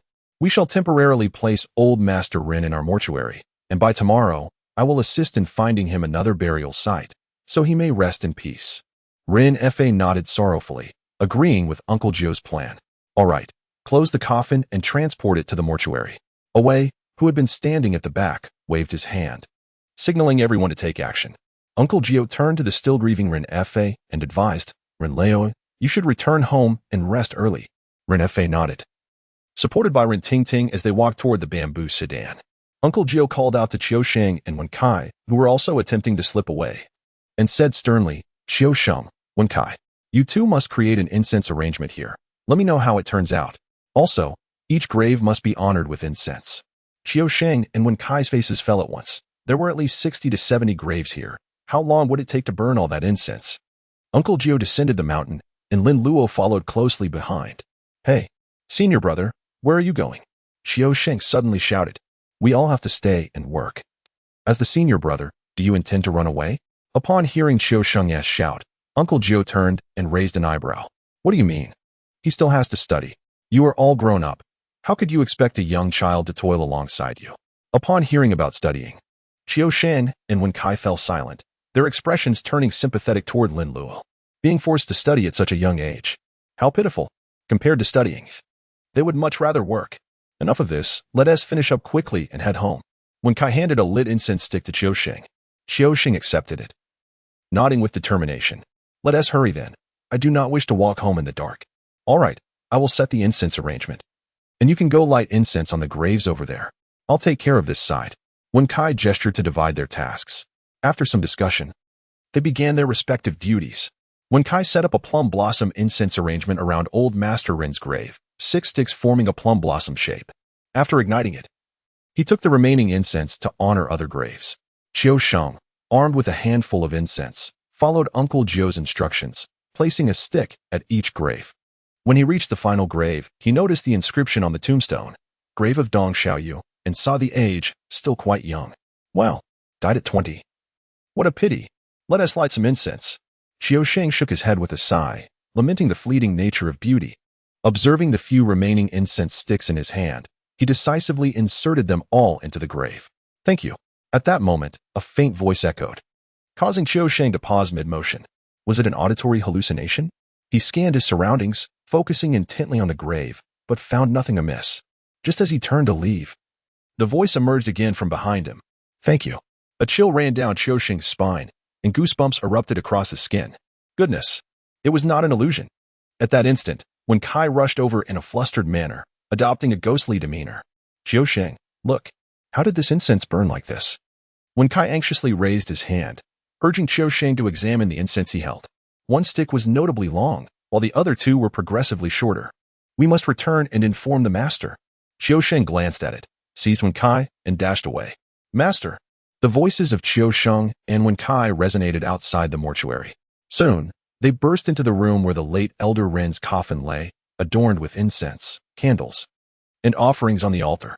Both Qiu Sheng and Wen Kai were drenched in sweat and panting heavily, and they noticed Uncle Jio meticulously arranging the altar. "Master, look." Qiu Sheng presented the incense to Uncle Jio. Dressed in a white tunic, Uncle Jio's loose attire subtly revealed his well-defined muscles. Lin Luo sat in the corner with the Tao Te Ching in hand, glancing at the incense held by Uncle Jio. He raised an eyebrow, but paid it no mind, and continued to immerse himself in his reading.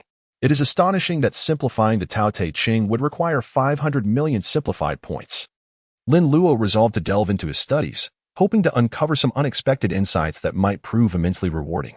However, after several readings, he found the material rather profound, leaving him with little comprehension beyond that. Master, you mentioned that these incense sticks are used for divination. What does it signify when they burn in this manner? Xiaoxing inquired, wiping the sweat from his brow with his sleeve. Meanwhile, Wen Kai, feeling both parched and famished, poured himself a bowl of cool tea and gulped it down. Nevertheless, his ears were perked, eagerly awaiting an explanation from Jiu. Jiu sighed, expressing his frustration. I often encourage you to read more, and now, when faced with a dilemma, you seem utterly lost. He cast a disapproving glare at Wen Kai. How could you equate a funeral with a French-style ceremony? What exactly occupies your mind?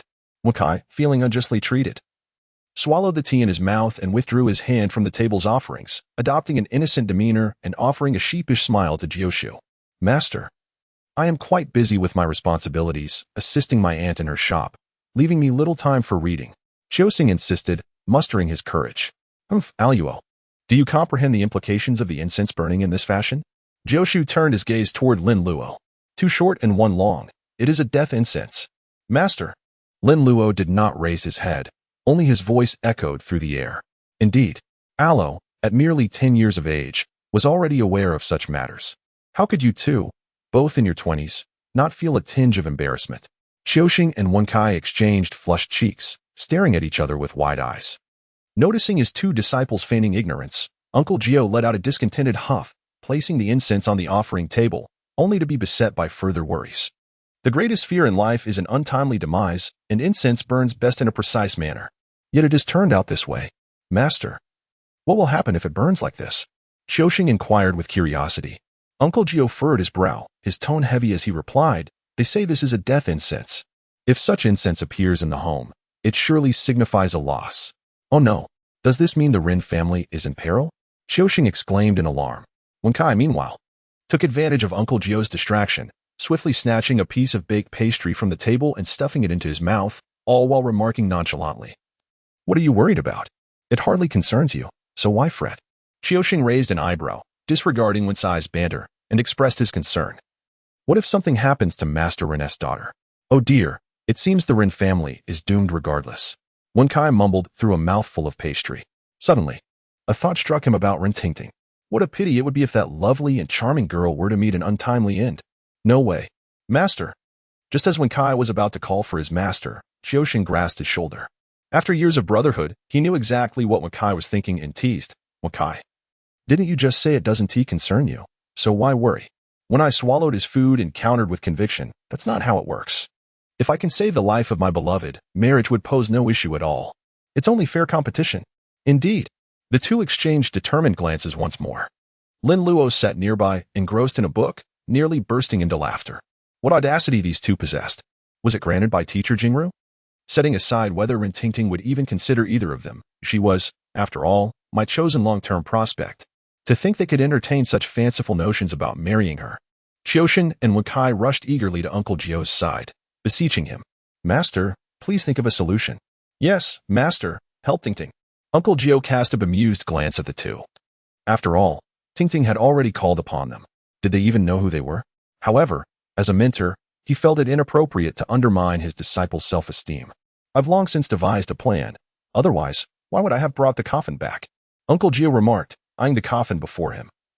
Though a hint of concern lingered in his heart, the old Master Ren truly posed a dilemma. If it were an ordinary family, they could simply incinerate the remains without a second thought. But this was the patriarch of the Ren family. The Ren family's standing in Rinjia town is beyond question. If they were to covertly dispose of old Master Ren's body, they would likely have to flee the town under cover of night. Their future in Rinjia town would be irrevocably compromised. Is there an issue with the coffin? Wen Kai inquired, gazing foolishly at it. The coffin is not the problem. The deceased is. Lin Luo set down the book and leaned closer to speak. Xiaoxing and Wen Kai exchanged glances with Lin Luo and nodded in unison. I too sensed something amiss. After so many years, the corpse had yet to decay. The two shared a knowing look, and together they pushed open the coffin lid. The bright, cool moonlight streamed through the window, illuminating the coffin, where the late Master Ren appeared remarkably lifelike, as if he had merely drifted into slumber. Yet, To our astonishment, his exposed skin began to wrinkle at a visibly rapid pace, sprouting black fuzz. His fingernails, which had seemed normal by day, had elongated several inches, taking on an eerie blue hue. Qiusheng and Wakai stood in stunned silence, exclaiming in unison, "Wow, he is gaining weight." Upon witnessing the transformation of the corpse, Uncle Jiu was equally startled. The rate of decomposition was alarmingly swift. A typical corpse requires stringent conditions to undergo transformation. Moreover, there are various classifications of zombies: the walking corpse, white zombie, black zombie, green zombie, furred zombie, flying zombie, and the bone-untouched variety, among others. The fact that Master Rin seemed to be starting off as a black zombie was astonishing, perhaps even more outrageous. How could Uncle Jiu not be alarmed? He had never encountered such a formidable corpse before. With a sense of urgency, Uncle Jiu instructed, "Quick, cover it up." With a loud thud, Qiusheng and Wenkai hastily replaced the coffin lid. Noticing Uncle Jiu's change in demeanor, both realized the gravity of the situation. Although they had never seen a zombie, they were well aware of walking corpses. After all, their master had only recently departed with clients. Surely, Master Rin was on the verge of becoming a zombie. Furrowing his brow, Uncle Jiu fixed his gaze on Master Rin's coffin. After a moment of contemplation, he commanded, "Prepare paper, ink, brushes, knives, and swords." Qiusheng and Wenkai were momentarily taken aback, then bewilderedly echoed, "What?" Seeing their confused expressions, Uncle Jiu was nearly at his wit's end. "What kind of disciples am I teaching? They don't even know this." He promptly clarified, albeit somewhat irately, "I mean yellow paper, red ink, black ink, kitchen knives, and wooden swords. Master has already prepared them for you." Lin Luo retrieved a cloth bag from beneath the coffin, an item typically slung over the shoulder by Taoist priests, commonly referred to as a treasure pouch. This particular bag had been prepared in advance by Lin Luo upon his return to the mortuary. Upon seeing the treasure pouch, Jiu Shu felt a wave of relief wash over his previously troubled heart, nodding in satisfaction. Thankfully, the ancestral spirits had bestowed their blessings. One of his 3 disciples proved to be of use. "You two, quickly go to the backyard and catch a chicken. Remember, it must be a large rooster." Jiu Shu admonished Qiusheng and Wenkai with a stern look. "Understood," they replied in unison, hurrying off to the backyard to capture a chicken. Jiu Shu then approached the altar with the treasure pouch in hand, preparing to create the items he required. He rummaged through the cabinet and unearthed a brand new ink measuring tool. Lin Luo's eyes sparkled with excitement. There was indeed a formidable tool against zombies and not difficult to craft. "Master, once this has been used, can we gather the line, refill the ink, and employ it once more?" Jiu Shu shook his head and replied, "It becomes compromised, and the ink diminishes, resulting in a weakened effect. It must be replenished." Afterward, Jiu Shu gazed at Lin Luo in surprise and inquired, "How did you know what your master intends to do?" "Of course, the line is meant to subdue the zombies." Lin Luo nodded in acknowledgement. Uncle Jiu, feeling a surge of gratification, remarked, "Indeed, my esteemed apprentice, you are truly remarkable. By the way, there is a new ink line at home. If you desire it, I shall craft another for you shortly."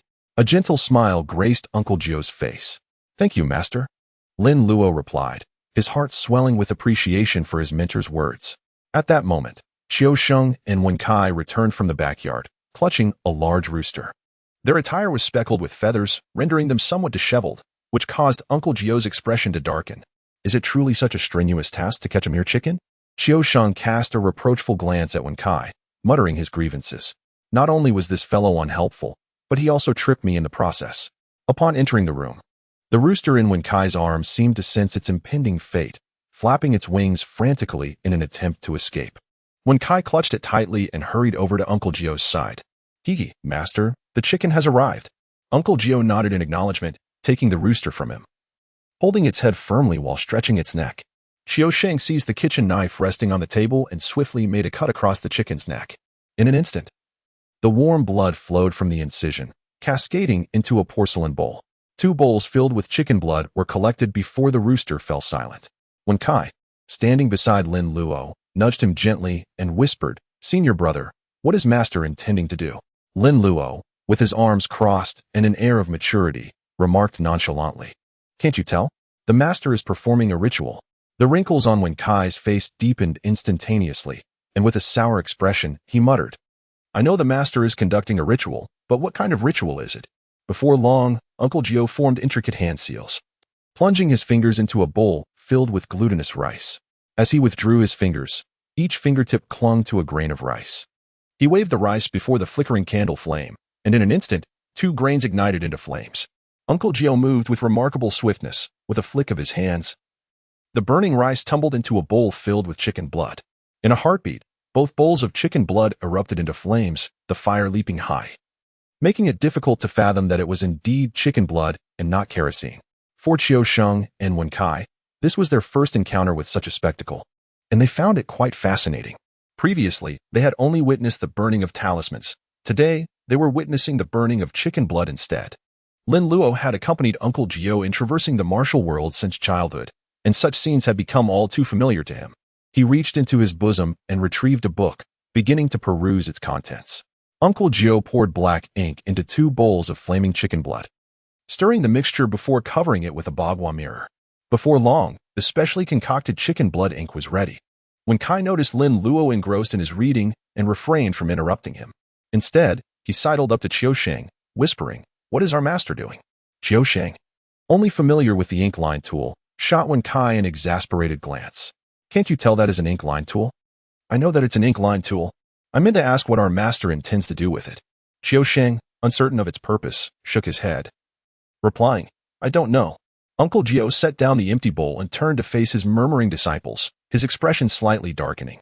However, upon casting a glance at Lin Luo, who was still absorbed in his book, his mood lightened considerably. "Qiu Sheng, Wen Kai." "Yes, master." The 2 stood upright in unison. "Use it to draw a line on old Master Ren's coffin." Qiu Sheng and Wen Kai acknowledged the instruction and took the ink line tool to mark the coffin. Suddenly, Uncle Jiu remembered something and cautioned, "You must draw a line across the entire coffin." "Oh." The duo squatted beside the coffin, methodically beginning to draw the line. "Master, what is the condition of old Master Ren's corpse? It looks rather ominous." Wen Kai could not suppress his curiosity, inquiring as he worked. Uncle Jiu offered 3 sticks of incense to old Master Ren's remains, furrowing his brow as he replied, "People are categorized as good or bad, and corpses as zombies or dead bodies. Old Master Ren is on the verge of becoming a zombie." Upon hearing this, Wen Kai instinctively interjected, "People can't distinguish between good and bad, and there are also men and women. Mind your tongue when your master speaks." Uncle Jiu glared, causing Wen Kai to retract his neck in fear, hastily adopting a more obedient demeanor. His hands continued their work, pulling the ink line taut. When he released it, a straight black line appeared on old Master Ren's coffin. Qiu Sheng chuckled silently, thinking that Wen Kai, despite numerous lessons, never seemed to learn.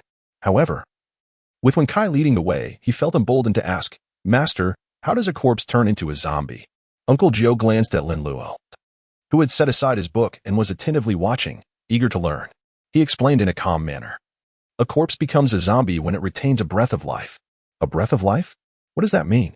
Qiu Sheng and Wen Kai asked in unison. "When a person dies with pent-up anger or distress, this breath lingers in the throat after death. That is what makes them unable to fully depart from life." Uncle Jiu elucidated. Wen Kai's eyes brightened with understanding. "Master, does that mean if we extract the breath from a zombie's throat, we can resolve the issue?" Lin Luo suddenly spoke up.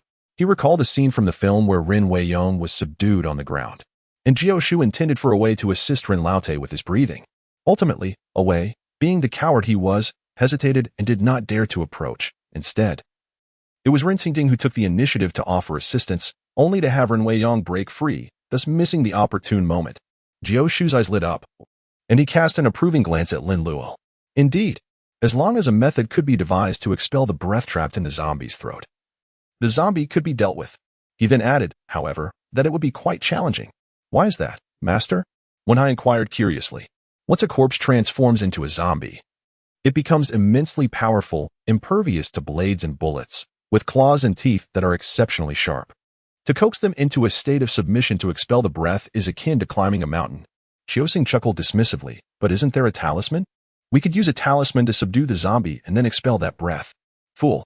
Jiu Shu shot a glare at Qiu, leaving him momentarily speechless. "Am I not speaking the truth?" Lin Luo chuckled and remarked, "Since we have already sealed the corpse with the talisman, why bother exerting ourselves? A single fire would suffice." "Ah, indeed." Qiu felt rather foolish for his previous thoughts. Wen Kai, with a mischievous grin, teased Qiu, saying, "The master is not wrong. You truly are a simpleton." "Am I a simpleton? Are you particularly clever? Qiu Sheng retorted defiantly, though he fell silent and focused on stringing the lines. Noticing Qiu Sheng's indifference, Wen Kai felt somewhat disheartened and turned to ask Uncle Jiu, Master, can the ink line truly deal with the zombie? Of course.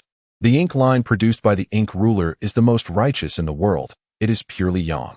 People often say that good must triumph over evil, and yang will conquer yin.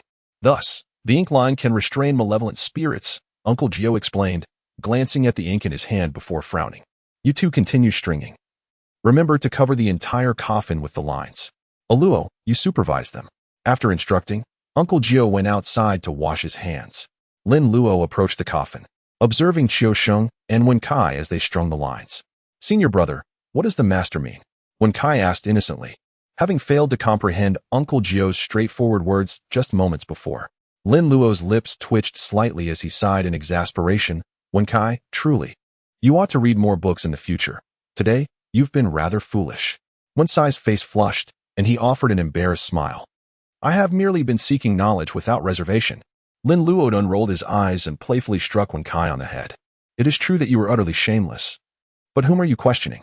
In our household, you are the youngest, yet you still have the audacity to inquire.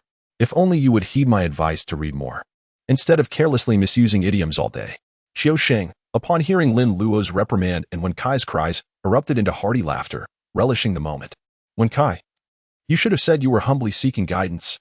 Wen Kai, recognizing his blunder, felt his face flush a deep crimson, akin to that of a monkey's rear. And with great discomfort, he forced a smile, saying, Senior brother, that was not my intention.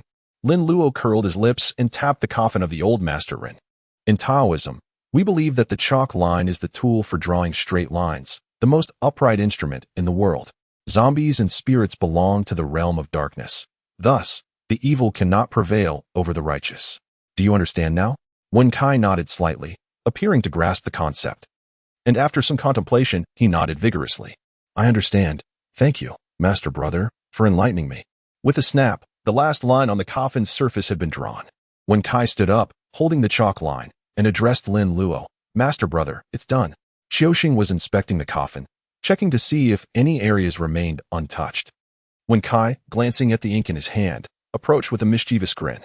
There is still one more. Huh? Where? Qiu Sheng craned his neck, scrutinizing the coffin's surface. Wen Kai flicked his finger at Qiu Sheng's face, and ink splattered onto Qiu Sheng's visage. Right here. Huh. Take that for laughing at me earlier. With a swift motion, a headbutt landed on the unsuspecting Wen Kai's head, causing him to shrink a few inches, his mind buzzing from the impact. Lin Luo lightly descended to the ground, expressing his displeasure. You can't even do a simple task properly. The coffin's bottom hasn't even been lined yet. I understand, Master Brother. Serves you right. Qiu Sheng chuckled heartily. Reveling in the misfortune, Wen Kai rubbed his head, tears shimmering in his eyes. After receiving 2 knocks on his head, he felt 2 large swellings forming on either side. However, as the 2 crouched down, they caught sight of the coffin's base and immediately gasped in astonishment. Master Brother, take a look. Lin Luo furrowed his brows and crouched down to examine the base of the coffin.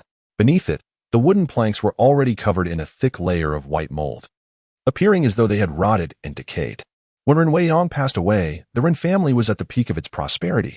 Naturally, only the finest materials would have been selected for the patriarch's burial.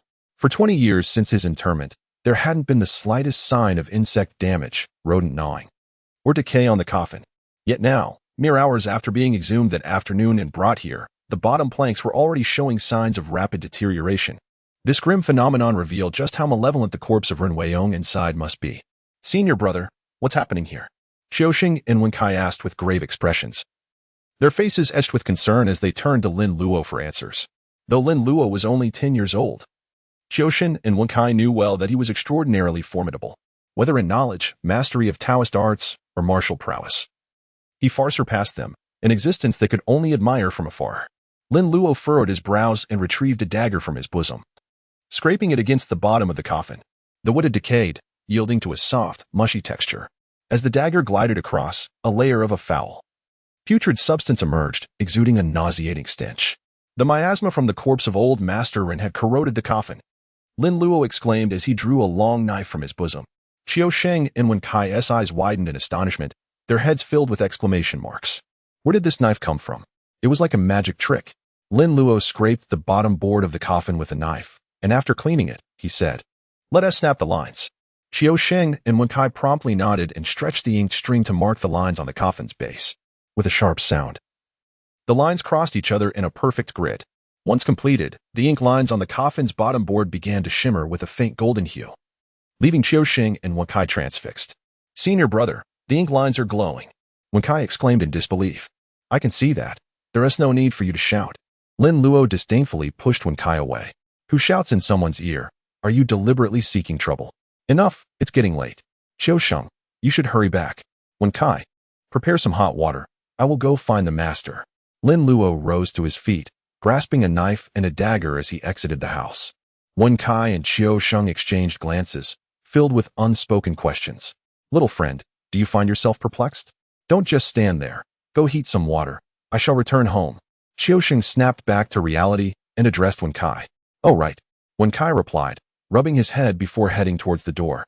Qiu Sheng retrieved a stick of incense from within the house, igniting it before stepping outside. Venturing out into the night, traversing the desolate forest path leading to the cemetery, one could not help but encounter unclean entities. However, with the offering of incense, those malevolent spirits, having received their due, would not trouble the living. Alas! Qiu Sheng inadvertently forgot his Uncle Jiu's admonition, extinguishing the flame of the incense with a breath and casually placing it upon the bicycle handle. "Master, I'm heading back," he called out as he noticed Uncle Jiu hastily emerging from the dwelling. Uncle Jiu nodded in acknowledgement to Qiu Sheng, offering no further delay as he strode purposefully towards the mortuary to inspect the coffin of the late elder Ren. Lin Luo followed closely behind, reminding Qiu Sheng to exercise caution for his safety before entering the house.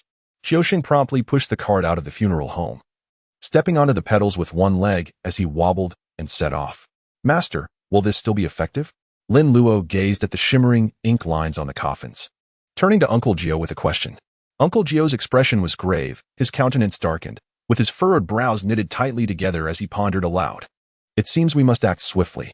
This coffin can only endure for a few more days. We must inter him before the transformation of old Master Ren's corpse." After speaking, Uncle Jiu turned to Lin Luo, offering further instructions. "Luo, tomorrow I shall take Wen Kai to seek a burial site for old Master Ren. While you remain vigilant over the coffin, should any changes arise, be sure to inform me promptly." Lin Luo nodded, gazing at the coffin of the old Master Ren, and said, "I understand, Master. Well, it is getting late. Tonight, pay close attention to any sounds. If there is any change with the coffin, hurry and inform me." "Yes, Master, I will." Little Lin Luo nodded repeatedly, resembling a chick pecking at grains. Uncle Jiu gently patted Lin Luo's small head, filled with profound sentiments. His elder disciple proved to be quite reliable. Despite his tender age, he possessed remarkable intelligence and insight. If it were not for him, the two simpletons, Qiu Sheng and Wen Kai, would undoubtedly have failed to notice the peculiarities of the coffin's base. Without proper precautions, the ink line on the coffin would likely have been insufficient to contain the zombie within. Uncle Jiu gazed at the coffin of the late Master Ren, then surveyed the surroundings. In the ancestral hall, there was indeed an empty coffin. Previously, Qiu Sheng had hidden inside to frighten Wen Kai. However, the quality of that wooden material was scarcely superior to that of Master Ren's coffin, and it would likely succumb to the miasma of decay in no time. Contemplating this, Uncle Jiu's eyes fell upon the ink line that had been prepared on the offering table, and an idea began to form in his mind. "Luo, please summon Wen Kai." Lin Luo hurriedly ran to summon Wen Kai. Upon entering, Wen Kai was instructed by Jusi to use a chalk line to craft a net of ink string, which was then draped over the coffin. The string was not particularly long, thus the net was modest in size, wrapping around the coffin 3 times, resembling 3 leather sheaths encasing it. This arrangement would, to some extent, provide added protection to the coffin, given the type of wood used. It might endure a few more days. The night breeze caressed gently, and the cool moonlight cascaded down. Although it was late at night, the ground shimmered with a silvery sheen, akin to frost blanketing the earth, making the path discernible. Qiu Sheng whistled lightly as he pedaled his bicycle along the uneven forest path, which was riddled with potholes, preventing him from cycling too swiftly. He had traversed this route for many years, able to reach home even with his eyes closed.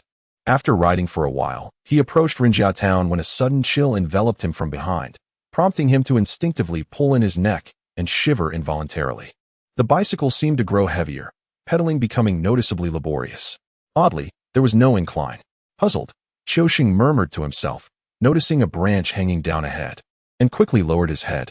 Once he passed beneath it, he lifted his gaze only to be startled by a sudden thud. It felt surreal. Qiuxing glanced around, seeing nothing amiss, and shook his head in confusion, continuing to ride away. Nearby, within a humble land deity temple, the statue of the local god abruptly turned its gaze, fixating on the underbrush beside the path. An imperceptible ghostly figure, clad in an eerie red bridal gown, sat amidst the grass, vexedly watching Qiuxing depart. Suddenly sensing something was amiss, the ghostly figure scanned the surroundings intently and then spotted the statue within the temple. Oh no! The underbrush suddenly quivered violently, and the ghostly figure vanished without a trace, leaving the grass to gradually settle back into tranquility. The statue of the land deity resumed its previous stance. In the stillness of the night, howls of wolves occasionally pierced the silence, while the calls of the eagles echoed eerily, reminiscent of ghostly wails. In the ancestral hall, Jusu completed his evening ablutions, offered incense to the ancestral spirits, and bid them good night before settling down to rest. Tomorrow, he would rise early to venture into the mountains to select a burial site for old Master Rin, which would undoubtedly involve considerable exertion as he traversed rugged terrain. Lin Luo and Wen Kai bid goodnight to their ancestral master and returned to their quarters to soak their feet. Wen Kai washed himself briefly before lying down, as he was to accompany Uncle Jiu on an outing the following day, thus necessitating an early rest. After Lin Luo finished soaking her feet, she carried the basin of water outside to dispose of it. Suddenly, a thought crossed her mind, and with a mischievous smile, she set the basin down and dashed into the kitchen. Before long, Lin Luo emerged, holding a bamboo tube and a bag of glutinous rice. Lin Luo entered the mortuary, carrying his belongings. On the bamboo bed, Wen Kai had already fallen asleep, clutching a long worm-shaped pillow. This fellow had always excelled at the art of claiming the pillow for himself during slumber. Lin Luo closed his left eye and surveyed the surroundings with his right eye. Each coffin was shrouded in a wisp of eerie energy, drawing in the incense that stood before them. With every inhalation, the tip of the incense glowed momentarily, followed by a surge of fragrant smoke. Goodness, who would have thought there were so many inhabitants here? Lin Luo tightened the garment draped over him, inadvertently revealing the protective talisman affixed to his inner lining, and he immediately felt a slight warmth enveloping the room. Outside the ancestral hall, in the depths of the forest, the haunting howls of wolves harmonized with the eerie cries of the night, weaving a marvelous symphony of the wilderness. In the stillness of the mortuary, a few strange sounds suddenly pierced the silence, resonating with unusual clarity. Lin Luo, seated cross-legged on a bamboo bed, instantly opened his eyes, his gaze, bright and clear, fixated upon the coffin of Ren Weiyong. Not only Lin Luo, but also the nearby coffins, were exuding wisps of malevolent energy, seemingly trembling as they regarded Ren Weiyong's resting place. They have arrived. Lin Luo blinked, and, with a smile, leapt down from the bamboo bed. Holding his breath, he stealthily approached Ren Weiyong's coffin. The heavy casket was being lifted, and a desiccated, grotesque hand emerged from the crevice of the coffin's base. This hand, stiff and rigid, could not bend its fingers, which were darkened to a purplish hue, sharp and pointed, clumsily attempting to overturn the coffin. Lin Luo's lips curled into a subtle smirk as he mischievously inserted the prepared bamboo tube into the coffin, wedging it into the crevice of the coffin's bottom. Whoosh! In Lin Luo's hand appeared a peachwood sword adorned with an exorcism talisman, which he swiftly swung towards the zombie's hand. With a sharp crack, the moment the sword struck, it emitted a soft golden glow. The sound of sizzling filled the air, accompanied by wisps of white smoke. It seemed as though the zombie had been scalded. It jerked its hand back in surprise. Without the support of the zombie's wrist, the heavy coffin immediately fell back down. However, thanks to Lin Luo's bamboo tube providing support, the coffin did not produce a dull thud.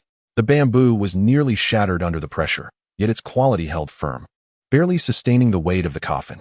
Oh, a single strike grants me 10 simplification points. Lin Luo gazed in astonishment at Ren Weiyong's coffin, realizing that it was not a zombie at all, but rather a mobile power bank. Lin Luo chuckled softly, inserting the peachwood sword into the crevice of the coffin's base. Here we go. Suddenly, a sound reminiscent of sizzling meat emanated from within the coffin. The violent clamor of the coffin shook violently, producing a series of loud thuds, while the ink lines and cords adorning it flickered with a faint golden light. If Lin Luo's system were a voice-hearing mechanism, it would likely be echoing the thoughts of Ren Weiyang's head, filled with exclamations of frustration and defiance. After a considerable time had passed and silence prevailed within the coffin, Lin Luo, perplexed, withdrew the peachwood sword. Could it be that I've actually played myself to death? Lin Luo pondered with suspicion. Could it be that the freshly transformed zombie was so easily dispatched? Perhaps due to its lack of experience in the macabre game of manipulation? Lin Luo glanced at the peachwood sword, its front half darkened, with the talisman affixed to it reduced to ashes. No wonder the simplification has vanished. You little rascal, what are you up to? A familiar voice echoed hauntingly from behind Lin Luo, causing every hair on his body to stand on end and an involuntary shiver to course through him. Lin Luo turned his head and noticed that his master, Uncle Jiu, was gazing at him with a peculiar expression. Master, how do you manage to appear and disappear like a ghost? You truly frighten people to death. Uncle Jiu, clad in a pristine white robe with his collar unbuttoned, had rushed over upon hearing the commotion, nearly losing his shoes in the process. Master, old lady Run has transformed into a corpse. Just now, her hand reached out. I was merely teaching her a lesson to keep her in check. Lin Luo discarded the nearly worn-out peachwood sword in his hand, offering an awkward smile. Uncle Jiu furrowed his brows and pulled Lin Luo behind him. At that moment, a grotesque hand suddenly emerged from the coffin, withered and purplish, its back marred by a distinctly visible burn scar. The hand hovered in the air, poking twice as if to silently accuse. Lin Luo stood behind the ninth uncle, a mischievous smile on his face. Suddenly, he raised his hand, and a handful of glutinous rice flew out, like celestial flowers scattering in the wind. The rice struck the monstrous hand, instantly erupting into a cacophony of crackling sounds. The grotesque hand recoiled once more, and immediately, a series of loud thuds resonated from within the coffin, which trembled ominously. Had it not been for the coffin's sturdy construction and the 3 layers of inked rope binding it, it might have disintegrated entirely. Lin Luo felt a sense of delight as the simplified points were credited at 10 o'clock once again. This old man, even in death, continues to benefit others. Truly commendable. Uncle Jiu, Lin Luo, Master, do you think this fellow will not emerge? Lin Luo brushed off the dust from his clothes, tilting his little face adorably as he inquired of Uncle Jiu. Uncle Jiu's lips moved slightly. After a considerable pause, he finally responded, If you do not bully him, he will surely not come out. Master, how could I possibly bully him? Lin Luo shook his head as Ren Weiyang's hand emerged once more, retrieving a handful of glutinous rice from his pocket and flinging it outward. The sound was a cacophony of pops and clatters. Inside the coffin, Ren Weiyang's teeth ground in frustration as he furiously pounded on the coffin, only to strike a black line and be seared back. Damn it, let me out. If you dare, let me out, he exclaimed. Oh dear. Master, he still refuses to behave. Lin Luo pointed at the coffin, expressing his indignation. Uncle Jiu, with a hint of exasperation, remarked, I cannot fathom why, but I suddenly feel a twinge of sympathy for the zombie within the coffin. Shaking his head helplessly, Uncle Jiu retrieved a corpse-binding talisman from his pocket and affixed it to the front of the coffin. With a resounding thud, the sounds emanating from the coffin abruptly ceased, plunging the mortuary into an eerie silence. This should suffice. Do not provoke it. If you truly anger it, and the coffin falls apart, we will be in deep trouble. Uncle Jiu admonished Lin Luo, furrowing his brow. Understood, Master. Lin Luo replied. Lin Luo tilted his small head, gazing regretfully at the coffin. This is indeed a simplification. Lin Luo pressed his lips together, suddenly stifling a yawn, and with a weary demeanor remarked, Master, it is getting late. You should return and rest. Uncle Jiu ruffled Lin Luo's hair, shaking his head in resignation, while muttering about the impudent boy, though inwardly he felt quite proud. At such a tender age, he dared to prod zombies with a peachwood sword, showing not fear but rather an exhilarating enthusiasm. Indeed, he was a remarkable talent. As a disciple of Mushan, dealing with zombies and ghosts was inevitable. If one were to be afraid of spirits and the undead, what purpose would there be in this pursuit? It would be wiser to return home and tend to the fields. After imparting a few words of caution to Lin Luo, Uncle Jiu retired to his quarters to rest, for he would venture into the mountains at dawn to search for tombs. This endeavor not only demanded physical strength but also consumed mental energy through the practice of divination. Thus, it was essential to restore his vigor. Lin Luo returned to the small bamboo bed, where Makai was still fast asleep. This fellow truly had a remarkable ability to slumber. Despite the considerable commotion just moments ago, even Uncle Jiu, who was several rooms away, had come to investigate. Yet this individual remained undisturbed.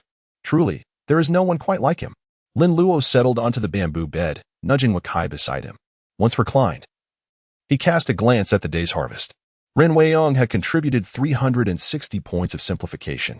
While this solitary contribution appeared substantial, it paled in comparison to the multitude of jars within the room. However, considering the injuries sustained thus far, one couldn't help but wonder about the potential devastation had they been annihilated. At dawn, as the first light began to break, Lin Luo was stirred awake by the rustling movements of Wakai as he rose from his slumber. Lin Luo squinted and turned his head, only to see Wakai, still drowsy, dressed and yawning. Uncle Jiu had already changed into his clothes, standing solemnly at the bedside. It seemed that only Uncle Jiu could rouse him at such an hour.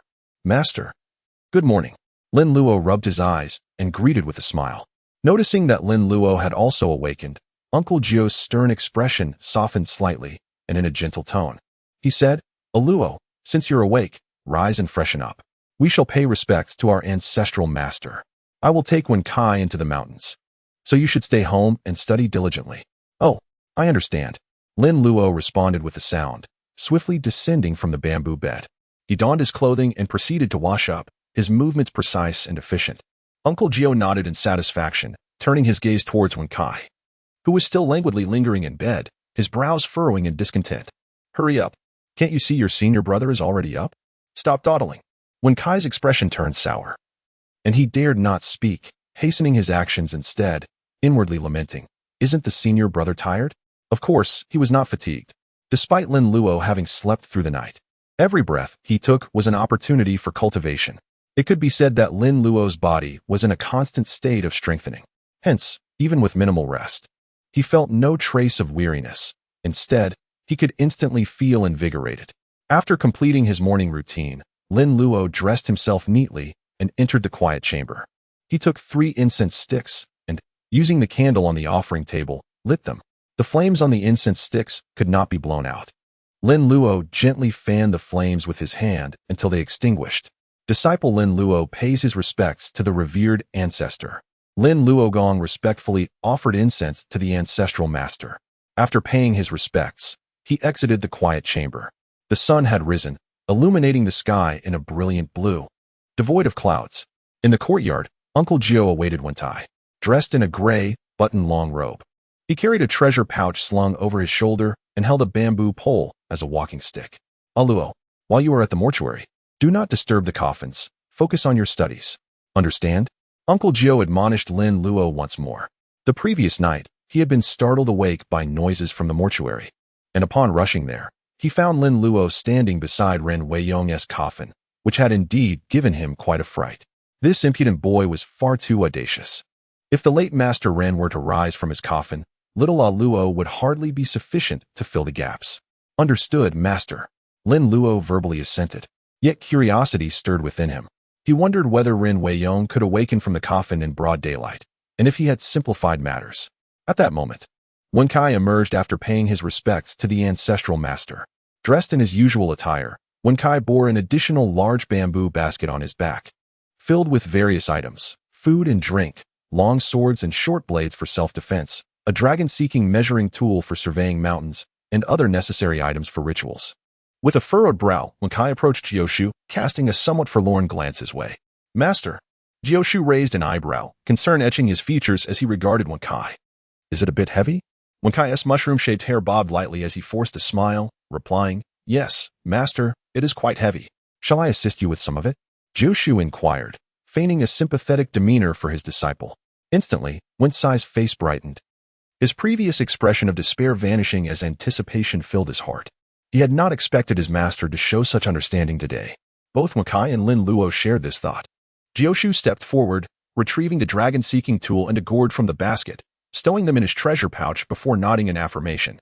All right, let us proceed, Jiu declared, giving Wen Cai's shoulder a reassuring pat as he strode towards the exit of the ancestral hall. Wen Kai stood bewildered, pondering the moment. Lin Luo, Master, wait for me. Once he regained his senses, Wen Kai hurriedly grabbed his backpack and rushed out. Lin Luo shook his head in disbelief. Truly, the master was deserving of his title. With a soft thud, the door of the mortuary closed gently behind him, and Lin Luo, turned to re-enter the house. In the broad daylight, the sun cast its golden rays upon the earth, causing all malevolent spirits and wicked entities to retreat into the obscurity of darkness, where they dared not show their faces. The morgue was pristine, with each corpse peacefully resting within its respective coffin. Lin Luo approached Ren Weiyong's coffin with his hands clasped behind his back. He lifted a hand and gently tapped on the coffin, producing a deep, resonant sound. Lin Luo pressed his ear against the coffin and listened intently, but there was no sound. Lin Luo exerted a gentle push on the coffin lid, effortlessly creating a narrow opening. Peering inside, the darkness enveloped the interior of the coffin. A faint beam of light illuminated the scene, revealing the visage of the late Elder Ren, whose face had lost its normal contours. He lay within the coffin, eyes firmly shut, his brow deeply furrowed as if carved by a blade. How ghastly! Lin Luo pursed his lips, and in an instant, a handful of glutinous rice appeared in his hand, which he tossed into the coffin through the gap. As the glutinous rice made contact with Ren Weiyong's body, it erupted with a series of sharp crackles, accompanied by little sparks that illuminated the dark confines of the coffin, creating a rather amusing spectacle. Lin Luo secretly chuckled to himself, thinking how splendid it was, prohibiting firecrackers, and instead, one could simply toss glutinous rice into it at night, thus promoting both environmental conservation and hygiene. Although it was rather precarious, the zombie within the coffin furrowed its brow even more deeply, despite the lack of discernible expression. One could sense its overwhelming fury. The zombie's body trembled as it attempted to rise, but the talisman affixed to the coffin flickered with a golden light, suppressing the creature once more. Yet again, it was 10 o'clock. Let us experiment with the nostrils. Lin Luo's eyes sparkled with mischief as he pinched 2 glutinous rice grains and tossed them into the nostrils of old Master Ren. In the next moment, 2 resounding pops echoed, causing Ren Weiyong's head to tremble uncontrollably. How amusing! Lin Luo chuckled softly as he murmured a few words, pushing the coffin lid back into place. Despite investing the same amount of time, the simplifications yielded were minimal. Although it was somewhat amusing, this venture was simply unfeasible. Lin Luo stuffed 2 pieces of paper into his ears and took small steps toward the little cottage. Simplifying things still relied on the assistance of his good friends. I am DJ Xiangyang, the most exuberant in the green fields. Friends on the left, friends on the right, friends above. AI Rebieta, let us get hyped. The sound of bells chimed. Ding ding, ding ding. No, spare me. Why is he here again? Yama, please take me away. In an instant, the atmosphere of the cottage transformed into one of joy. An hour later, Lin Luo emerged from the small room with the paper still lodged in his ears, his face radiating a satisfied smile. Simplifying, 16543. An hour's earnings amounted to 8,128 points. This was certainly more lucrative than toying with Ren Fei's father. As evening approached, at the Ren residence, Ren Tingting was arranging flowers with the household maid. Dressed in a light orange waist-hugging qipao, her hair elegantly styled, she appeared dignified and graceful, exuding a touch of maturity. In the living room, Away and Ren Fei were sipping tea, with Away's small eyes restlessly glancing toward Ren Tingting. He wore a beige suit, his hair neatly parted, and round glasses perched on his nose, which made his smile quite appealing. Away, come, have some tea. Ren Fei chuckled as he raised his teacup. Thank you, Annie. No need to be polite. Ren Fei took a sip of tea, glancing at Away with a teasing smile. Away, don't you have any official duties today? Oh, those trivial matters can be handled by my subordinates, Away replied nonchalantly, his gaze drifting back to Ren Tingting. Secretly, he praised, cousin is becoming more and more beautiful. Auntie, Tingting is no longer a child. Indeed, she should be finding a suitable match. Absolutely, absolutely. Ren Fei continued without sparing Away a glance, seamlessly picking up the thread of Away's conversation. Away felt a surge of excitement. The conversation was perfectly aligned for him to propose to Annie. His small eyes sparkled with eagerness as he leaned closer to Ren Fei. Auntie, I am not a child anymore. Away chuckled, somewhat bashfully. Oh, how old are you this year? 29. I'll be 30 after the new year. Ren Fei nodded. You're not a child anymore. It's time to settle down. Yes, yes. Hee. Annie, actually I want tea. I'll pour it for you. Without waiting for Away to finish, Ren Fei swiftly interrupted, grabbing the teapot to serve Away. Just then, a servant entered, whispering to Ren Fei, Sir, Uncle Jiu has arrived. Ren, sir. Uncle Jiu entered, accompanied by Qiuxing and Wenkai, greeting Ren Fa with a respectful bow. Ren Fa rose, smiling as he inquired, "Uncle Jiu, how has the matter regarding my late father's coffin progressed? At last, your trust has borne fruit." Uncle Jiu nodded. He was quite fatigued. Having ventured into the mountains with Wenkai early in the morning, searching from dawn until afternoon, finally locating a reasonably auspicious site. On their return, they passed by Boxiangzai. Upon hearing that Uncle Jiu and Wenkai were heading to Ren Sir's home, Qiuxing could hardly contain his excitement, hastily following along. Ren Fa was pleased.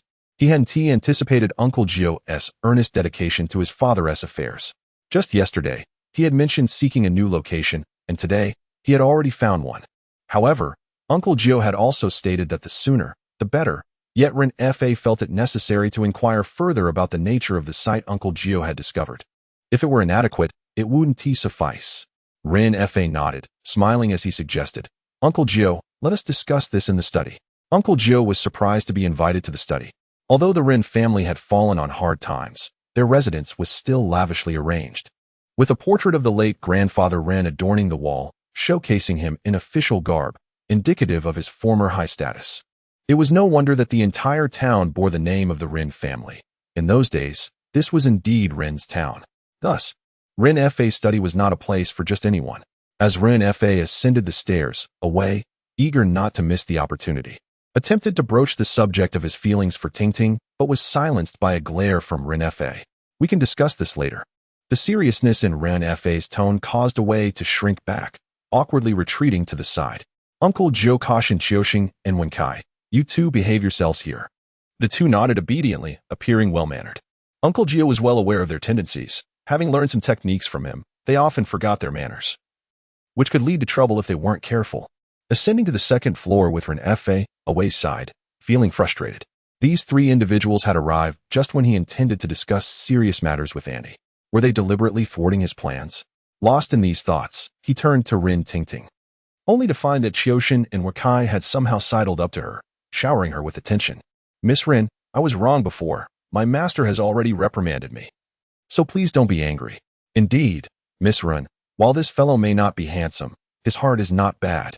As soon as Qiuxing finished, Wenkai shot him a glare. "Though I may not be handsome, there's no need to emphasize it." Hey, what are you two scheming?" Away glared, rushing over in alarm. Qiuxing and Wenkai were startled. "Goodness, is this person unwell?" they thought, as Away's sudden outburst seemed aggressive, accusing them of theft. Rin Tingting, who had been arranging flowers, felt her fleeting good mood shatter entirely. Though she disliked the situation, she couldn't express her irritation openly, so she gazed at Away helplessly, wanting to say something but refraining. Trying to get close to my cousin. You're trying to take advantage, aren't you?" Away rudely shoved Wenkai aside, who was already feeling weak from a long day, nearly toppling over. "Cousin, don't worry. Your cousin is here. No one can bully you," Away proclaimed, puffing out his chest proudly. "Cousin." Tingting cast a troubled glance at Qiuxing and Wenkai. Although she didn't particularly like Wenkai, they were Lin Luo's junior disciples and not bad people in essence. Moreover, they were assisting with her grandfather's relocation, contributing significantly. Away's treatment of them was truly unwarranted. Away, oblivious to Tingting's discomfort, turned back to Qiuxing and Wenkai, contemptuously stating, "My cousin wants to scold you, but she is too shy." Tingting rolled her eyes inwardly, thinking, "I'm too shy to scold you." After all, they were relatives, and she couldn't speak too harshly. Qiuxing and Wenkai were infuriated, their noses twitching in indignation. After all, they had endured much since learning from Uncle Jiu and had never faced such humiliation. Who is this brash individual? Is this not Ren's home? How dare he shout so? They thought, incredulous at Away's audacity, as if he owned the place. Qiuxing and Wenkai exchanged a glance, their eyes narrowing in mutual understanding of each other's intentions. "Let us deal with this scoundrel." "Indeed," Qiuxing exclaimed. "We shouldn't be here. Let us head to the garden." Suddenly, Qiuxing's voice drew Away's attention, allowing them to search for an opportunity. Away raised an eyebrow at Qiuxing, oblivious to Wenkai stealthily moving behind him. Suddenly, Away felt a sharp pain on his head and turned around, exclaiming in surprise. Wenkai, with a mischievous grin, held a small tuft of hair in his hand, among which was a solitary white strand. "Wow, a white hair, a sign of premature aging. Is this yours?" Wenkai teased, his laughter so irritating that Away struggled to suppress his anger. What could he say? Admitting it was his would only imply his inadequacy, but to concede that in front of Rin Tingting would be utterly foolish. Away was trapped. No. How could I possibly have white hair? He vehemently denied, gritting his teeth. You two rascals think you can play tricks on me? Just wait. I'll show you how to teach a lesson. Rin Tingting observed everything with keen clarity, suppressing her laughter as she took a seat, scissors in hand, beginning to trim the flower branches. He deserved a good lesson. Nearly 30 and still harboring intentions towards her. He ought to look in the mirror. Oh, so it's not yours. Qiuxing and Wen Kai laughed, turning to leave the room. Watching them exit, Away felt like a triumphant rooster, contentedly sitting down and grinning at the lovely Rin Tingting. Cousin, you must have understood what I just said to Andy. We've been playing together since childhood. Though you played at your place and I at mine, we are childhood friends. Rin Tingting's smile vanished in an instant, her expression souring. With a firm grip, she snapped the scissors, leaving a bouquet reduced to mere stems. Who says we're childhood friends? You're nearly 30, and I'm only 16. I didn't even see you when I was younger. Just then, Away abruptly sprang to his feet, knocking over chairs and tables in his wake. Ah! Rin Tingting gasped, startled, and stumbled back, tripping over a chair, twisting her ankle as she fell to the ground. Fortunately, the carpet cushioned her fall, sparing her from injury. Though her ankle throbbed painfully, the flowers scattered across the floor mirrored her current mood, utterly dreadful. What was Away doing? Had he lost his mind? You should slap yourself. Outside, Qiuxing peeked through the window, excitement bubbling over as he spoke to Wen Kai. Hesitating, Wen Kai finally raised his hand and gently slapped his own face. In the living room, Away stood dazed, confused about how he had suddenly risen. Upon seeing Rin Tingting fall from fright, he realized the gravity of the situation. Cousin, you didn't tea. Away's words were interrupted by his own slap. Rin Tingting, with tears in her eyes, glared at Away, silent with fury. You idiot. Don't think that slapping yourself will earn my forgiveness. I never want to see you again. Come on, put some strength into it. Haven't you eaten? Qiuxing turned to Wen Kai. Wen Kai grimaced, it hurts. What are you afraid of? Let us do a somersault. Wen Kai's eyes lit up, nodding in agreement. Then you catch me. Rest assured. Qiuxing confidently patted his chest. Gritting his teeth, Wen Kai flipped backward, soaring through the air. Qiuxing caught him deftly. Meanwhile, Away flew across the room, landing heavily on the ground without anyone to catch him. Ouch. That hurts. Away cried out, grimacing in pain. Keep going. Keep going. Wen Kai urged, glancing at the scene in the living room. Qiuxing's eyes sparkled with mischief. This isn't enough fun. Quickly, take off your clothes. Ah. How could that be? Wen Kai blushed, stopping Qiuxing's hand. What is the worry? We can undress outside while he undresses inside. Let him strip for Tingting to see, Qiuxing said, attempting to remove Wen Kai's shirt. Just then, a servant from the Run household happened to pass by. Catching sight of the two wrestling in the garden, their movements froze, and they quickly separated, feigning nonchalance as they glanced around, pretending to admire the scenery. Inside, Away, behaving like a lunatic, suddenly bolted upright, hands behind his back, swaying side to side, his expression filled with terror. Why isn't my body obeying me? Is it a ghost? The servant, shaking his head in confusion, walked away. They were aware that guests were present, and the master was in discussion with them. No one dared to interrupt. Once the servant departed, Qiuxing grabbed Wen Kai, urging him, hurry, take off your clothes. Let us properly deal with this brat. Wen Kai, resolute, nodded and began to remove his shirt. In the living room, Away felt his body stiffen, struggling against an unfamiliar force, to no avail.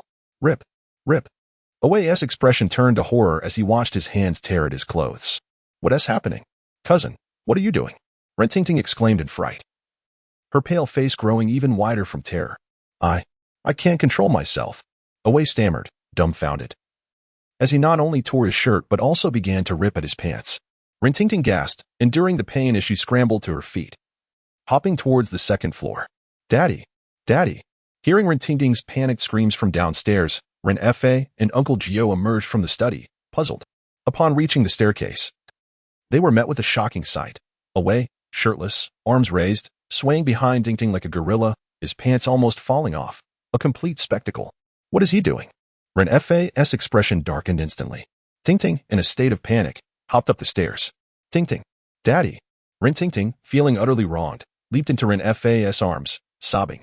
Uncle Jiu, Observing Away's antics, furrowed his brows in disapproval. Away was no fool. How could he possibly engage in such foolishness? With a glint of insight, Uncle Jiu strode purposefully outside. Sure enough, as soon as he stepped out, he spotted Qiusheng hurriedly fleeing, while Wen Kai, shirtless and clutching his clothes, also attempted to escape. The synchronized movements of Away and Wen Kai revealed the mischief at play. Uncle Jiu instantly grasped the situation. These two rascals were up to no good. Uncle Jiu stepped forward, grasping Wen Cai's hair, and delivered a precise punch to his abdomen. The force was just right. Wen Cai's body immediately curled up like a shrimp, his expression contorted in agony, and he expelled the talisman he had swallowed. You rascal! Causing mischief here. Come, let's go back. Uncle Jiu admonished sternly. He had clearly warned them to behave in their own household, yet Wen Kai treated his words as mere whispers in the wind. Resorting to mischief with the little Machon tricks. With a pained expression plastered on his face, Wen Kai stumbled out of the Rin residence, clutching his clothes. Qiusheng, you scoundrel! Lacking loyalty, abandoning your brother and running away. Just wait. In the living room, the once chaotic Ah had finally regained his composure, collapsing to the ground in despair. His face contorted as he gazed at Ren Fa, sobbing, Woo-woo, uncle, I want some tea. Ren Fa gently patted Ren Tingting's shoulder, casting a cold glance at Ah. His frustration rendering him speechless. You want tea? Go home and drink your fill. He bellowed towards the outside. Uncle, I didn't mean it. Ah attempted to explain, claiming that he acted as if possessed, lacking control over his actions. Yet Ren Fa was in no mood to listen. Soon, the household servants, Abeo and Ashung, entered, lifting the disheveled Ah and escorting him towards the door. Daddy, cousin is being too much. Ren Tingting whimpered, feeling wronged. Don't worry, my dear daughter. I will ensure he doesn't trouble you again. Ren Fa comforted her, internally cursing Ah's character. Master, you have no idea how arrogant that scoundrel is. Indeed, Master, he accused us of sneaking around to steal, yet we were merely accompanying you to the Ren residence. They protested. He called us thieves, which was nothing short of an affront to you. Exactly. Qiusheng and Wen Kai squatted in a corner, each pulling on their ears, echoing one another. Uncle Jiu, now clad only in a white tunic, sat firmly in a recliner with a rattan whip in hand, his face as stern as iron, glaring at Qiusheng and Wen Kai. Do you still have the audacity to speak? You learned a few tricks and dared to wreak havoc outside. Do you realize that if Ah goes mad or meets his demise, you will face dire consequences? Uncle Jiu exclaimed, his whip striking the table with a sharp crack, startling Qiusheng and Wen Kai, who recoiled like two quails. Lin Luo sat inside the room, occasionally stretching his neck to peek out of the window. Despite the intimidating rattan whip in Uncle Jiu's hand, he did not strike the two. At most, he merely tapped it against the table to startle Qiusheng and Wen Kai. When Uncle Jiu and the others returned to the ancestral hall, dusk had already descended. After a simple meal, Uncle Jiu commenced his lesson. Hello. How long have they been squatting there? Uncle Jiu turned his head, addressing the curious little head that was peering out of the window to watch the scene. Lin Luo glanced back at the incense burner in the room. Master, it has not yet been a full stick of incense. Uncle Jiu raised an eyebrow, silently calculating the passage of time. Not yet a full stick? That cannot be right. By my reckoning, it must have been at least 2 sticks. He then cast a glance at Qiusheng and Wen Kai, who were huddled in the corner, their bodies trembling and swaying, clearly on the verge of collapse. With a sharp clap, Uncle Jiu reprimanded them. Look at you two rascals. All you do is shirk responsibility, unable to maintain your stance for even a single stick of incense. What a disgrace. Qiusheng and Wen Kai, feeling unjustly treated, struggled to steady themselves, inwardly lamenting, Senior brother, for the sake of our brotherhood, lend us a hand. Steady yourselves. Uncle Jiu commanded as he rose, brandishing a rattan switch as he strode into the room. Something felt amiss with his combat prowess. How could he possibly become parched after reprimanding these two for merely half a stick of incense? Upon entering, he beheld the tall incense in the burner, over a meter in length, and realized it had only burned halfway. A wave of distress washed over him. Hello, you rascal, this incense is quite costly. How can you waste it so? Master, you mentioned a stick of incense. Upon entering the room, I noticed this incense immediately. It must surely be the guidance of our esteemed ancestor. Lin Luo chuckled softly. Humph, you prodigal child. Uncle Jiu was reminded of the tombstone Lin Luo had shattered earlier, and he couldn't help but mutter a few words under his breath. It seemed he would have to teach that rascal Aloe a lesson. Wasting money warranted punishment. With that thought, Uncle Jiu turned and strode out of the house with a stern expression. In the corner, Qiusheng and Wen Kai noticed Uncle Jiu re-emerging. and their previously distorted postures instantly reverted to impeccable form. Wenkai gritted his teeth, but he could only sway unsteadily, unable to maintain his composure. Observing the beads of sweat trickling down their foreheads, cascading off their chins, and Wensai's pitiful demeanor, Uncle Jiu waved his hand dismissively and addressed them. Enough, enough. Jiu-sheng, go reflect on your actions. It's getting late, and we shall conclude for today. Thank you, Master. I will certainly reflect on it, Jiu-sheng exclaimed, springing to his feet and stretching his weary limbs. Master, what about me? Wenkai asked, tugging at his ear with a pained expression. Uncle Jiu did not allow him to rise. He dared not move, fearing another bout of punishment. Uncle Jiu huffed in irritation and said sternly, You may get up. But should you employ such tactics again, the cane will not be reserved for the table. Yes, I understand, Master. I shall never dare again, Wenkai exclaimed, feeling as if he had received a reprieve. He leaned against the wall, straightening up, only to feel his entire body ache as if it were about to give out. This time, he had truly learned a lesson. Tomorrow at noon, the Rin family will come to retrieve old Master Rin's coffin. Jiu-sheng, you shall accompany them, Uncle Jiu instructed. Oh, understood, Master. Jiu-sheng nodded. Master, I would like to go as well. I could assist the Rin family, Wenkai suddenly proposed. His mind filled with hopeful thoughts. If he helped the Rin family early tomorrow, he would be able to see Dingding sooner. Uncle Jiu shot him a disapproving glare. If you go to the Rin family, who will remain here to work? Do you expect me to do it? Wensai's expression fell, and he fell silent, realizing his oversight. Jiu-sheng chuckled mischievously, patting Wenkai on the shoulder. Don't worry, brother. I will take good care of Dingding. You can rest easy. Wenkai shrugged off Jiu-sheng's hand, feeling disgruntled. It's precisely because of you that I am not at ease. Enough of your banter. Do you not wish to rest? Then continue squatting. Uncle Jiu glared, prompting Wenkai to scurry away, entirely shedding any semblance of fatigue from moments prior. Wensai's voice echoed from the kitchen. Master, I will prepare hot water for you. Jiu-sheng, no longer feeling cheeky, sheepishly went to fetch incense under Uncle Jiu's watchful gaze, preparing to push the cart home. Master, I am heading back now. Good night. Very well. Go. No matter what you hear on the way, do not look back, Uncle Jiu advised as he watched Jiu-sheng exit the mortuary, subsequently shutting the door with a decisive thud.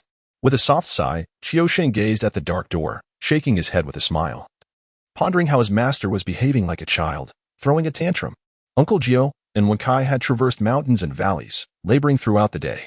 Upon returning, they had spent considerable time unwinding, thoroughly exhausted. After washing up and offering incense to their ancestors, they retired for the night. The new burial site had already been secured. The procession would depart from the mortuary at noon the following day, dig the grave upon arrival, enter the coffin, and conduct a final ritual. Thus, the matter of old Master Rin's relocation would be resolved. Contemplating the imminent conclusion of a troublesome affair, Uncle Jiu felt his vigilance wane, and with his physical fatigue, he quickly drifted into a deep slumber. Wenkai, needless to say, was no different. Typically a heavy sleeper, the moment his head hit the pillow, he was sound asleep, snoring thunderously, utterly unmovable. Lin Luo had crumpled paper stuffed in his ears, his delicate and charming face adorned with a mask of anguish. The sounds of snoring resonated from Uncle Jiu's room, while Wenkai snores thundered like a tempest. The two seemed to be in a contest of who could produce the louder noise. Particularly, Wenkai's snores could rival the sound of a drill, resembling a cacophony of rumbling snores. In such an environment, how could Lin Luo possibly find sleep? He had attempted to muffle the noise with cotton balls and paper, but to no avail. At that moment, he finally comprehended the suffering of the jars in the small room. Frustrated by the incessant noise, Lin Luo decided against sleep, opting instead to sit in the mortuary and engage in crafting his paper figurines. With both Uncle Jiu and Wenkai absent during the day, Lin Luo found himself alone in the funeral home, and with nothing to do, he gathered some materials to create a few paper figures. These figures were of his former instructors, familiar figures from his past. He recalled once encountering a netizen who had composed a poem using the names of these teachers. Guanyin Bodhisattva, while performing the profound Tian Yong Mei Luomi duo, perceives the emptiness of the 5 cherries, guiding a beautiful thread, Kirisuzu.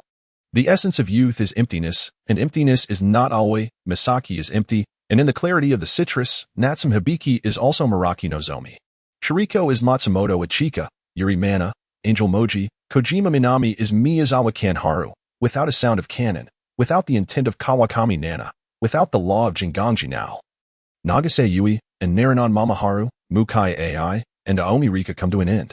A true talent, Truly a prodigy. Lin Luo is currently crafting paper figurines, meticulously inspired by the figures and appearances of these female deities, not for any particular reason, but simply for the joy it brings to the mind and spirit. The only lamentable aspect is that these paper puppets are devoid of speech. Lin Luo halted his actions, perplexed as he extracted the cotton ball from his ear. It seemed that amidst the sounds of snoring, an unsettling noise had infiltrated his senses. At that moment, another series of creaking sounds echoed through the air. Lin Luo raised an eyebrow, and his gaze instantly turned sharp. Indeed, there was definitely some commotion. Lin Luo cast aside the unfinished product in his hand and followed the sound to its source. Inside the mortuary, Ren Weiyong's coffin stood alone, surrounded by a circle of white curtains. Within, paper figures and painted circles adorned the space, while the offering table displayed a pig's head, fruits, and baked goods as tributes. Although zombies are scorned by the heavens and earth, existing outside the realms of reincarnation, a corpse remains a corpse, and a soul remains a soul. Upon death, the spirit is taken by the ghostly emissaries or may report to the city god or earth god at their respective temples, where they are guided to the underworld. Naturally, there are those who, clinging to the world with deep-seated obsessions, escape to become wandering souls, ultimately transforming into vengeful spirits. After Ren Weiyong's demise, his soul should have descended long ago, unless the feng shui master performed some ritual on Ren Weiyong before his burial, trapping his spirit within his body, confined in the grave, enduring relentless torment for 2 decades. However, if that were the case, these offerings would indeed be unrelated to Ren Weiyong. With a creak, Lin Luo parted the white curtain and beheld the scene within. The sound emanated from Ren Weiyong's coffin, and the ink lines on the coffin's base had already faded. Had it not been for the 3 ink ropes binding the coffin, it would have collapsed entirely by now. The ink ropes emitted a faint golden light, a glow that dimmed further due to their restraint on the zombie, indicating that their strength would not last much longer. At that moment, the coffin creaked once more. In the next instant, it shook violently, splintering apart. With a thunderous crash, the coffin disintegrated, and the ink ropes binding it were instantly severed by the weight of the heavy coffin. Lin Luo held his breath, his eyes wide with astonishment as he beheld the figure of the late Mr. Ren springing forth from the coffin. In that moment, Ren Weiyong resembled a grotesque gorilla, his skin tightly wrinkled and adorned with a thick coat of dark fur. His eyes were devoid of life, while his protruding fangs glistened ominously. His hands, gnarled and rigid, bore nails that extended over 3 inches, shimmering with an eerie glint in the flickering light of the flames, resembling iron claws. The zombie stretched its hands forward, inhaling deeply as if in search of something elusive. Lin Luo recoiled slightly, holding his breath. As an unsettling feeling washed over him, he sensed that Ren Weiyong was specifically looking for him. There was no need for speculation. He was indeed the target. "Hey, little brother. I've emerged. Where are you hiding?" Ren Weiyong called out, sniffing the air in search of his quarry. Not finding his target, he wasted no time and proceeded in a determined direction. Typically, freshly transformed zombies, known as white zombies, are sluggish in their movements and harbor an intense fear of humans and sunlight. They dare only to roam under the cover of night, engaging in moonlit practices or seeking out docile creatures to feed upon. The crowing of a rooster could send them into a state of sheer terror. Only after years of cultivation do white zombies slowly metamorphose into black zombies. However, this particular corpse of Ren Weiyong had been entombed in the peculiar dragonfly water cave for 20 long years, neither fully dead nor alive, standing rather than lying. Entombed in lime, enduring a life akin to a realm of extreme contrasts, scorching sun above and biting cold below. The resentment and malevolence within him grew day by day, etching deep furrows upon his brow as if carved by a chisel. Remarkably, upon transformation, he bypassed the white zombie stage entirely, emerging directly as a late-stage black zombie, which spoke volumes of the profound resentment that resided within Ren Weiyong. With an agile leap, Ren Weiyong exited the morgue, seemingly oblivious to the thunderous snores of the slumbering Wakai. Lin Luo stared in astonishment as Ren Weiyong leaped out of the morgue, then cast a puzzled glance at Wakai. What on earth was happening? A living person like Wakai was lying here, yet the zombie had not even spared a glance before departing. At that moment, a chilling cry erupted from the backyard of the ancestral hall, emanating from the family's black sheep. Lin Luo hurriedly chased after him. He soon discovered a black sheep lying on the ground, completely drained of blood. How absurd. Ren Weiyong would rather feast upon the blood of a beast than touch that of a scholar. Lin Luo was still contemplating how the zombie desired to absorb Winsai's essence when he decided to take action. With a swift motion, Ren Weiyong, invigorated by the blood he had consumed, leaped even higher, effortlessly scaling the tall wall of the ancestral hall's courtyard. Such a remarkable leap. Lin Luo furrowed his brow, utilizing a brief sprint to propel himself upward, and with a swift motion, he vaulted onto the top of the wall. Peering over the edge, he observed Ren Weiyong bounding over a meter into the direction of Rinjia Town. Darn it, Master, there's trouble. Lin Luo leaped down from the wall and raised his voice in a fervent shout.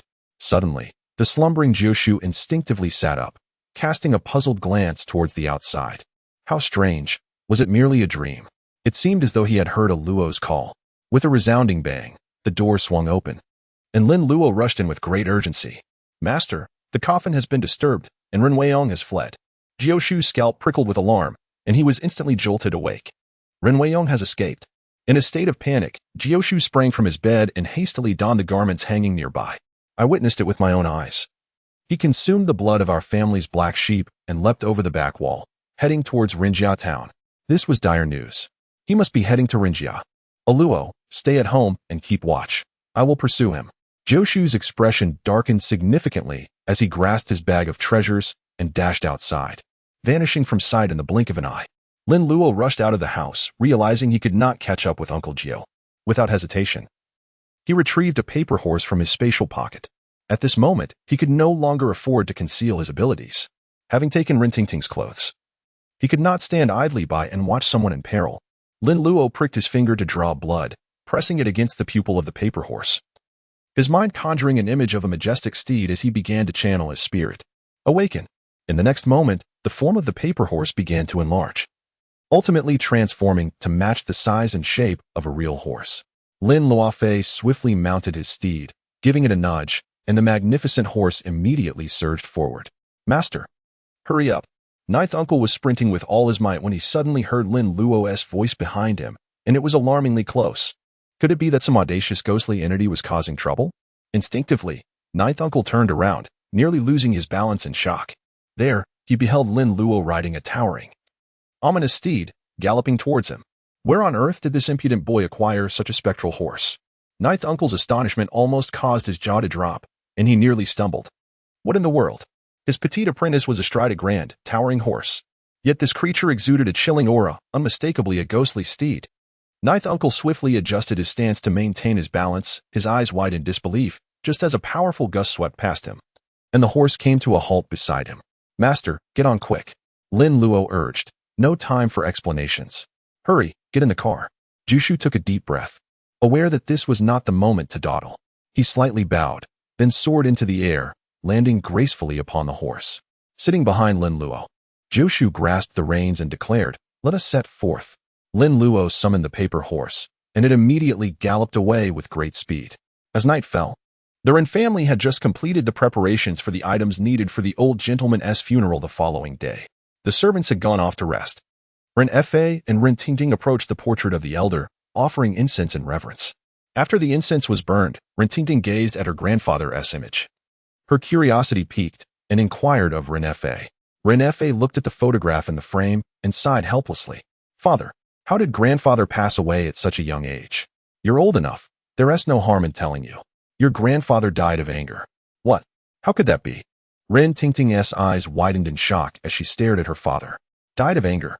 Was it because of unfilial children that he met such an end? She immediately thought of her own father's lack of filial piety as the cause of her grandfather's demise. What a thoughtful little cotton-padded jacket. After all these years, Ren Fei had come to terms with it, yet the thought of his deceased father still made him sigh. He lost his wealth and was consumed by rage. Oh, what does that mean? Ren Tingting's curiosity deepened.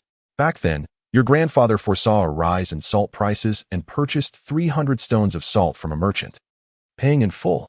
Unexpectedly, the merchant failed to safeguard the salt, and a heavy rain on the way washed it all away. When your grandfather confronted the merchant, to his dismay, the merchant denied any responsibility. Not long after returning, your grandfather succumbed to depression. What a treacherous merchant. No wonder grandfather's expression was so strained when the coffin was opened. He must have died of anger. Ren Tingting stuck out her tongue, indignantly exclaiming, "Don't speak carelessly. It's getting late, and we must rise early tomorrow." You should return and rest. Ren Fei sighed, realizing that discussing the old man's death before his portrait felt inappropriate. Rin Tingting nodded obediently. Then, Father, you should rest early as well. I shall return now. She limped back to her room. Ren Fei turned to look at his father's portrait, a gentle sorrow welling up within him. In business, one must always be wary. That transaction back then was indeed rushed. Suddenly, Ren Fei noticed the incense burner before the portrait. Of the 3 sticks of incense that had been inserted, 2 had extinguished, while the third was burning down rapidly. A shiver ran through him as he observed the incense burning in such an eerie manner. He glanced back at the portrait of the elder and inexplicably felt that the smile on his grandfather's face appeared particularly sinister. A chill wind swept through, causing Ren Fei to shudder involuntarily. He shook his head, bitterly smiling at himself, realizing he was simply exhausted, his eyes playing tricks on him. He rubbed his face and returned to his room, having been busy with the funeral preparations for the past few days, neglecting the family business. It was time to thoroughly check the accounts. Lin Luo sat astride the horse, cradled in the embrace of his 9th uncle. The paper steed galloped swiftly, its hooves flying without a whisper of sound. Master, ahead lies the Rin residence. Lin Luo beheld the imposing gates of the Run residence and exclaimed loudly. Lin Luo deftly guided the paper horse to gradually decelerate, and soon it arrived before the grand entrance of the Run residence, coming to a gentle halt. Uncle Jiu swiftly dismounted, while Lin Luo supported himself against the horse's back and gracefully leaped down. Knock, knock, knock. Uncle Jiu rapped on the door with urgency. Lin Luo, however, was apprehensive about potential complications, as he made a running leap and effortlessly vaulted over the wall. The wall, towering at 2 to 3 meters, was designed to deter most intruders.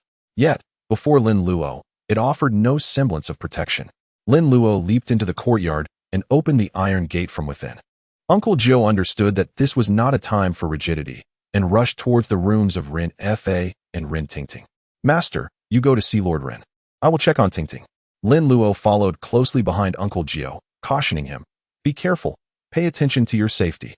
Uncle Jiu replied with a word of admonition before deftly climbing through the window into the room. Ren Fei was engrossed in his account books in the bedroom, the sound of the abacus clicking rhythmically. Suddenly, he heard someone calling out to him, Master Ren. Ren Fei slowly turned his head, puzzled, wondering if he was so fatigued that he was succumbing to hallucinations. However, in the next moment, Uncle Jiu leapt through the window, startling him. Uncle Jiu, what brings you here? Ren Fei, still dazed, glanced at the clock, realizing it was already past 1 in the morning. Why had Uncle Jiu arrived so unexpectedly? And why through the window? There were no servants to announce his arrival. Master Ren, we have a grave situation. Old Master Ren has escaped. Uncle Jiu said, his brow furrowed and his tone grave. What? My father has escaped. Ren Fei was momentarily bewildered. His father had passed away 20 years ago. How could he have escaped? Before he could comprehend the situation, a loud crash echoed, followed by Ren Tingting's piercing scream. Ting-ting. Ren Fei's heart raced, and he hurriedly dashed outside. Uncle Jiu, equally startled, swiftly followed suit. Ren Tingting's room was on the 2nd floor, while Ren Fei's was on the ground floor. As they rushed out of the room, they witnessed Lin Luo leaping down from the stairs, cradling Ren Tingting in his arms. Master, behind you. A monstrous figure clad in funeral garments, with a black-haired mask and a mouth full of fangs, burst forth from behind them. The zombie emitted a ghastly moan, its beastly eyes devoid of life.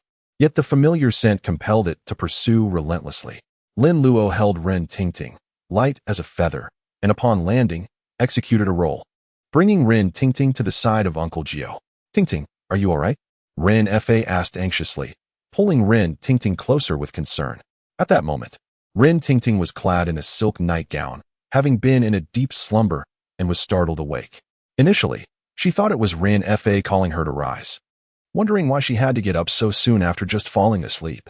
To her astonishment, she opened her eyes to find that it was Lin Luo who had awakened her, which greatly startled Ren Tingting. Just as Lin Luo was about to speak, the roof above Ren Tingting suddenly shattered, and a dark figure descended from above. The overwhelming aura of malevolence and the stench of decay sent shivers down Lin Luo's spine. Without pausing for explanation, he seized Ren Tingting and dashed outside. Ren Weiyong leapt down from the 2nd floor, crashing down with such force that he created a massive dent in the ground. Ignoring everything else, he lunged at Lin Luo, his fingers sharp and dark, aiming for Lin Luo's vital points. Watch out, Luo. Before Jiu Shu could intervene, Lin Luo raised his hands, unleashing two glutinous rice balls that flew forth like petals from a celestial maiden, striking Ren Weiyong. The sound of explosions echoed as Ren Weiyong was forced to retreat repeatedly. Finally, Ren Fa discerned the true nature of the creature before him. This was no longer his father. Father, Ren Lao Yi, he is no longer your father. Jiu Shu spoke gravely. The density of the malevolent and decayed aura emanating from the zombie was exceedingly rare, even to him. Moreover, in the haste of its emergence, the creature had not fully prepared, making tonight's ordeal all the more perilous. At that moment, Jiu Shu noticed that Lin Luo was carrying a small satchel on his chest. Lin Luo pulled out 4 Sanqing bells from his small handbag. Come, each person take one. Lin Luo distributed the Sanqing bells to Ren Fa and Ren Tingting, her small face devoid of any tension, instead radiating excitement. Master, this is yours. Uncle Jiu blinked and accepted it. How could this little rascal carry so many Sanqing bells with him? Before Uncle Jiu could inquire further, he witnessed Lin Luo shaking the bells and charging towards Ren Weiyong. The sound of the bells resonated, for zombies are most terrified by the chime of the Sanqing bells, causing them to turn and flee in haste. Lin Luo shook the 3 clear bell in his hand and swiftly delivered a kick. The zombie was sent flying several meters, crashing heavily onto the coffee table. With a resounding crash, the table shattered into pieces. Uncle Jiu was momentarily taken aback. Is my disciple truly this brave? He is wielding a nearly broken 3 clear bell to chase after the zombie. Witnessing the zombie being kicked away, Ren Tingting clapped her hands in excitement. Hello. You are amazing. Ren Fa's lips twitched as he shot a disapproving glance at Ren Tingting. You little brat, it is your grandfather who is being attacked. What are you doing here, you rascal? Hitting me with a peachwood sword. Throwing glutinous rice at me. You certainly know how to have fun. The zombie sprang back up from the ruins of the coffee table, arms outstretched, its eyes growing even more ferocious. Ultimately, it emitted a stream of dark mist. It caught the scent of a familiar presence, that of a little rascal. An expression of wrath and resentment emerged on the zombie's grotesque, menacing face. Lin Luo has managed to comprehend it. Oh dear, this old fellow has retained his memory. Is it truly appropriate for a zombie like you to harbor such grudges? Lin Luo extracted a handful of glutinous rice from her small bag and hurled it towards Ren Weiyong. A cacophony of explosions ensued, with sparks dancing across Ren Weiyong's body, causing him to stagger backward. The mute zombie, incensed by Lin Luo's actions, could only roar in fury, releasing a thick cloud of white mist. Was it merely an illusion? Or did the mist possess a hint of green? Hello, be careful. Uncle Jiu's brow furrowed instantly upon observing the mist, his expression shifting dramatically. With an uncanny gait, he limped swiftly to Lin Luo's side. At that moment, the zombie lunged towards Lin Luo with even greater height and speed than before. Quick, move aside. Uncle Jiu growled, seizing the back of Lin Luo's collar, and together they retreated rapidly. Lin Luo felt a powerful grip at the nape of his neck, and in an instant, he was lifted off the ground. With a thunderous crash, the zombie landed, and a fierce wind howled as splinters of wood scattered in all directions. The spot where Lin Luo was standing moments ago has been struck, creating a pit. The wind swept past Lin Luo Jin, causing him to squint slightly. A sudden jolt of fear coursing through him. Goodness, this is nothing like what is depicted in the movies. Is this a zombie? More like a tank. In the corner, Ren Fa and Ren Tingting huddled in terror, their bodies trembling uncontrollably. This zombie is utterly horrifying. At that moment, Ren Fa finally comprehended what Uncle Jiu meant when he warned that not cremating the dead would lead to trouble. Trouble? This is a calamity. While he felt an overwhelming sense of dread, he was also immensely relieved. Fortunately, Uncle Jiu and Lin Luo had sensed that something was amiss and rushed over to rescue them. Otherwise, tonight would have marked their demise. A Luo's glutinous rice can only offer a slight restraint. Its effectiveness is minimal. After steadying himself, Uncle Jiu gravely addressed Lin Luo. Lin Luo swallowed hard and cast a glance at the pit beneath the zombie's feet. Although the floor was wooden, the ground beneath was solidly compacted. It was astonishing that such a tremendous force could create a pit, especially considering that even several hundred pounds of weight would not cause a deformation. Just how great was the impact when the zombie fell? Hello, be careful. Ren Tingting, trembling, urged Lin Luo as she hid beside Ren Fa. Lin Luo waved his hand at Ren Tingting and spoke quickly. Do not worry about me. You all hide well. At critical moments, hold your breath. Zombies cannot see. They rely on their sense of smell. Upon hearing Lin Luo's words, he became acutely vigilant. Ren Fa and Ren Tingting instinctively covered their mouths and noses. their gazes fixed intently on the zombie as they held their breaths. Their movements were remarkably synchronized. In truth, Lin Luo had mentally prepared himself before Ren Weiyang's appearance. The zombies depicted in films are merely portrayed by actors, devoid of special effects, hence the visual representation is but a mere glimpse of the reality. However, this is the authentic realm of the supernatural. It is entirely reasonable for the zombies to exhibit a fiercer demeanor. Master, is it that this old gentleman Ren has transformed into a formidable black zombie? Or are all black zombies inherently this fierce? Lin Luo fixed his gaze upon the zombie, remaining vigilant as he quietly inquired of Uncle Jiu. With Uncle Jiu by his side, he felt an unwavering sense of security, rendering him fearless. Especially considering he still had a hidden card yet to be played.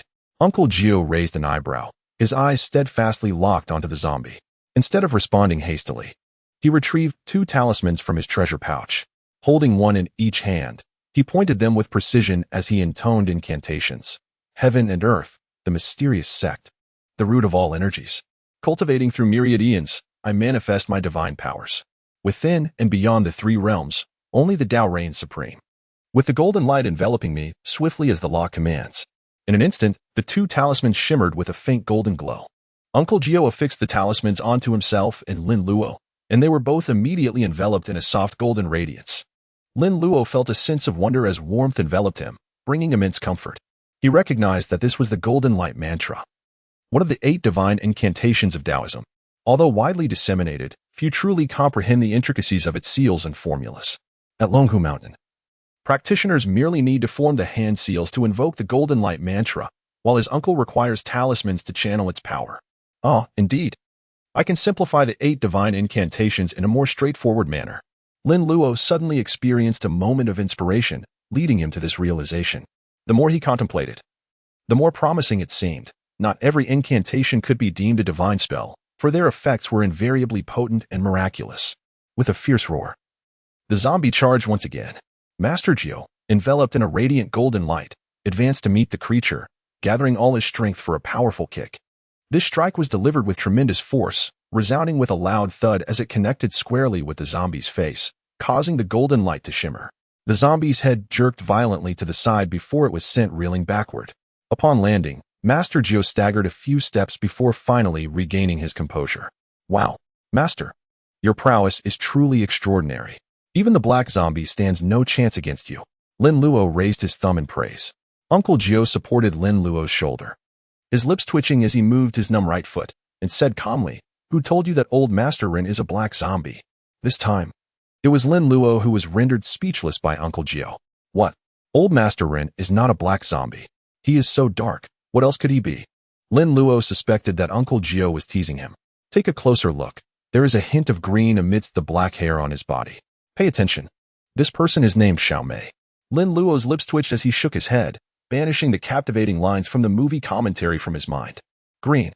Lin Luo scrutinized Ren Weiyang's face, and to his astonishment, it was indeed true. Subsequently, the knowledge he had absorbed from books over the past few days about zombies flooded his mind. The green zombie, characterized by the noxious aura emanating from its decaying body, is distinguished by its verdant hue. In contrast to the white zombie and the black zombie, the green zombie possesses remarkable agility and immense strength. Capable of uprooting trees and displacing boulders. With a single leap, it can cover dozens of meters, enveloped in toxic fumes, unafraid of humans or livestock, yet dreadfully averse to sunlight. No wonder old Master Ren is so formidable. It appears he was destined for such prowess from the moment of his birth. Hiss.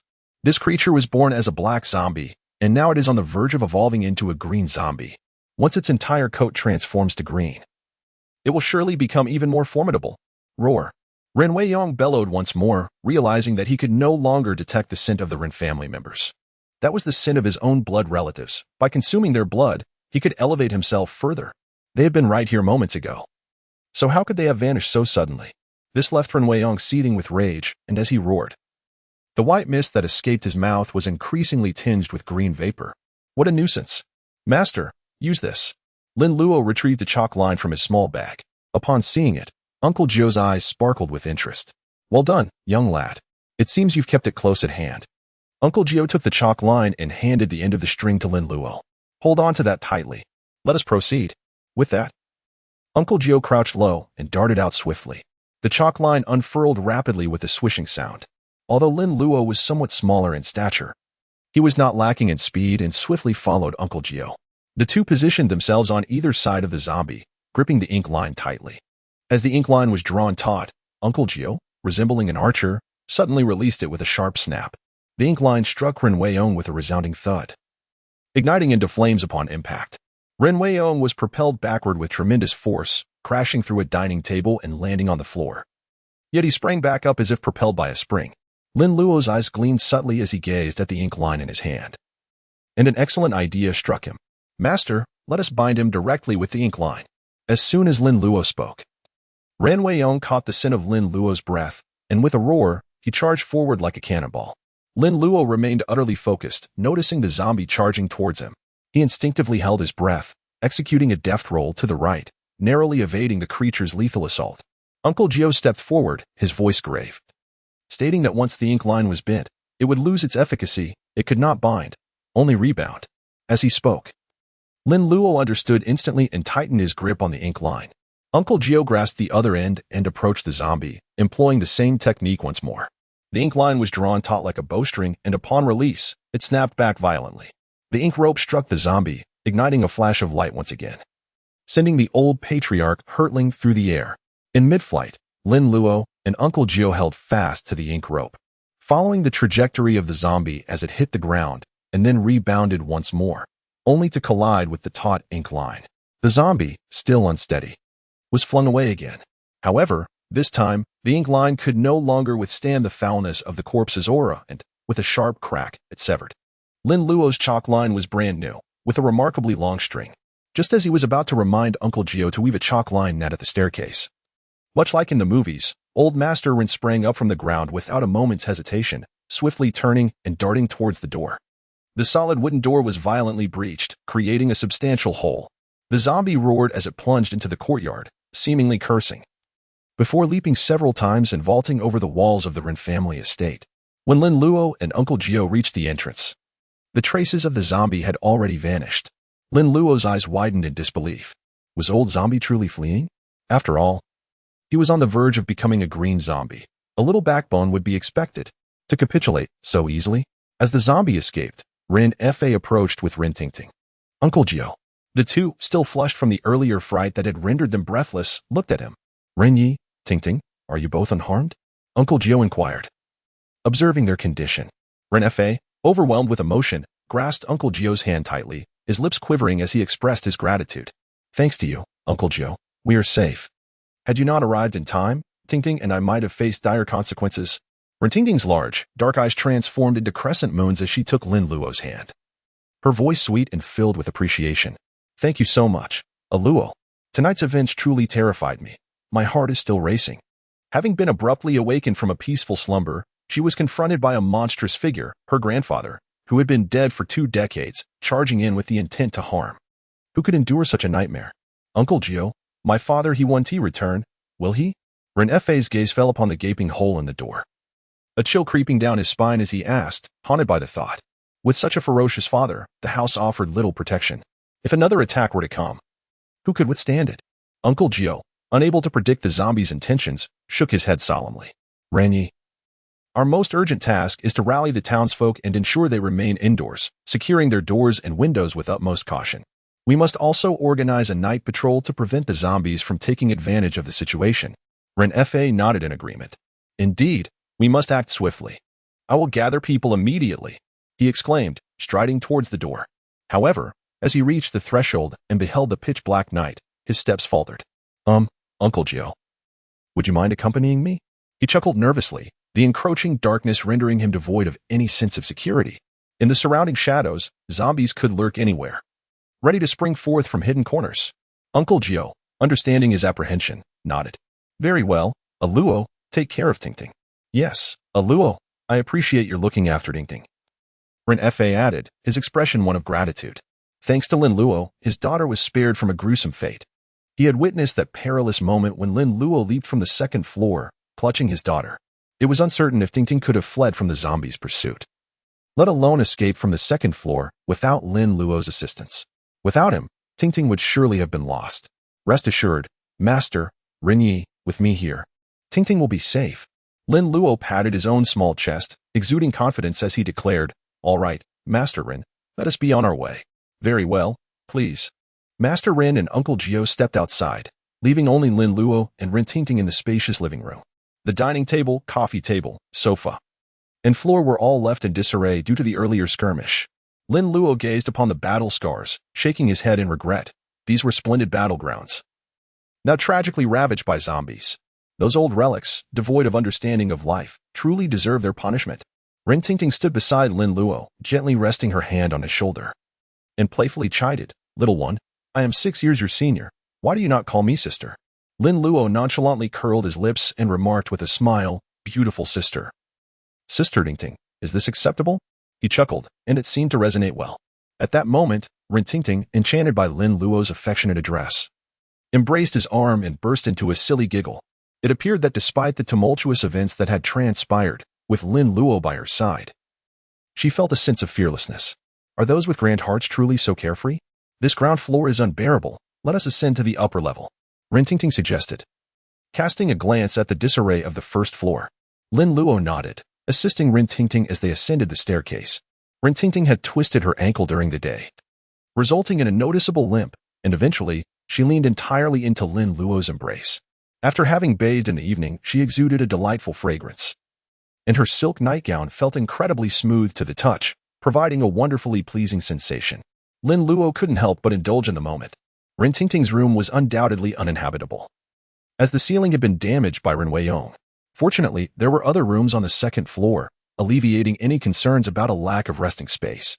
Upon entering, Lin Luo found Rin Tingting with a flushed face, seated on the bed, her entire being succumbing to a languid state, as if she had lost all her strength and simply collapsed. Lin Luo casually grasped Rin Tingting's foot. "What happened to your foot?" The delicate, fair foot appeared somewhat red and swollen, clearly not a result of their earlier encounter. Otherwise, the swelling would not have been so mild. Rin Tingting felt a tickling sensation in her foot and couldn't help but giggle. "My foot is so itchy." "Ah, let go. It's the one I sprained today. It's all that Away's fault." Upon mentioning her sprained ankle, Rin Tingting couldn't help but feel a surge of anger and recounted the chaotic events involving Away from that evening. Lin Luo, after hearing this, offered an awkward smile without providing any explanation. He understood that this incident was not entirely the fault of Away. It was Qiu Xing and Wen Kai who had orchestrated the prank on him. However, one could not entirely blame the two, for it was Away who had instigated the situation first. Had he not been provoked, Qiu Xing and Wen Kai would never have resorted to mischievous tactics involving the mystical arts. Moreover, having bullied his junior, it was only fitting that Away face the consequences. Protecting one's own is a time-honored tradition of the Maoshan sect. "Does it still hurt? Allow me to massage it for you." Do be gentle." Rin Tingting murmured softly, her eyes closed in trepidation of the pain. Lin Luoyan focused his energy, gathering it in the palm of his hand, gently kneading at Rin Tingting's ankle with his delicate fingers. The roughness of his palm against her skin sent shivers through her body, as if electrified, causing her mind to momentarily blank. Oh. After a brief interlude, Rin Tingting's eyes regained their sparkle. Suddenly, she gasped, her cheeks flushing with embarrassment, wondering if her reaction had been too peculiar. Then, with astonishment, she gazed at Lin Luo's hand. "Luo, how did you do that? It feels so incredibly soothing." Lin Luo chuckled softly as he released Rin Tingting's delicate feet, shrugging his shoulders and remarking, as a Taoist, "It's quite reasonable for me to possess the ability of Qigong. The manipulation of energy is a trivial matter." "Oh, don't move your hand away. Continue, please." Seeing that Lin Luo had paused, Rin Tingting began to act coy, playfully extending her fair, tender foot into his embrace. The electric sensation she experienced moments ago had left her craving for more. "Don't jest, it's quite exhausting." Lin Luo brushed away Rin Tingting's foul feet, removed his own shoes, and climbed onto the bed, lying down on the wooden surface. The commotion of the evening led Lin Luo to uncover many aspects he had previously overlooked. For instance, he became aware of Taoist incantations, the vital energy within his body, as well as his martial prowess and the art of crafting paper puppets. By revealing these elements in advance, he would not need to hesitate or waste time explaining them when the moment arose. Lin Luo rested her head on her arm and pushed away the approaching Rin Tingting. What was wrong with this woman, twisting and turning, always trying to get closer? Suddenly, with a swift motion, Rin Tingting leaned in and placed a kiss on Lin Luo's cheek. Lin Luo blinked in astonishment. This woman, not even sparing a 10-year-old child. Do you even consume this tofu? Alo, I truly appreciate your kindness today. Regarding the previous matter, I have forgiven you, Rintingting said shyly in a low voice. Lin Luo tilted her head slightly, gazing at the blushing Rintingting, who was nestled beside her with eyes sparkling like autumn waters. She understood that Tingting was referring to the earlier incident when she had feigned reprimanding Wakai to capture her attention and affection. Lin Luo chuckled softly. Wiping the saliva from his face, his heart as tranquil as still water, devoid of any ripples. If you truly wish to express your gratitude, do indulge me with some delightful meals in the future. Splendid. Let us embark on this culinary adventure tomorrow morning. I am aware of a delightful kanji shop in town, she replied eagerly. Sounds wonderful. However, you must serve as my maid for a day. Rontingting bit her lip. Agreed. No problem at all. But you must allow me to hold you while I sleep. Serve as my pillow. Absolutely. Are you feeling tired? Would you like to rest now? Lin Luo raised an eyebrow and inquired. He wished to delve into the study of the 8 great divine spells. Rintingting, ever cooperative, let out a delicate sigh. Expressing her weariness. I truly feel tired, she admitted, but will you be all right on your own? Perhaps I should keep you company through the night. It is not yet entirely safe. We must have someone on watch. In the event of any danger, we should be able to react swiftly and escape. Lin Luo smiled gently, reaching out to ruffle Rintingting's hair, his tone akin to that of a comforting elder. Rest assured, with me here, you can sleep soundly. Rintingting paused momentarily, feeling the warmth of his hand upon her head, and inexplicably sensed that at this moment, Lin Luo seemed less like a 10-year-old child and more like an affectionate brother. In a sudden rush, her cheeks flushed crimson once more, and she playfully retaliated by tousling his hair back. Little rascal, I am the elder sister here. Yes, you are the beautiful sister. Now, do go to sleep. Rintingting murmured in agreement, wrapping her arms around Lin Luo as if he were a soft pillow, and peacefully closed her eyes. Before long, she drifted into a deep slumber. Finally asleep, now I can delve into the golden light spell. As night deepened, the usually tranquil Rin family town erupted into commotion.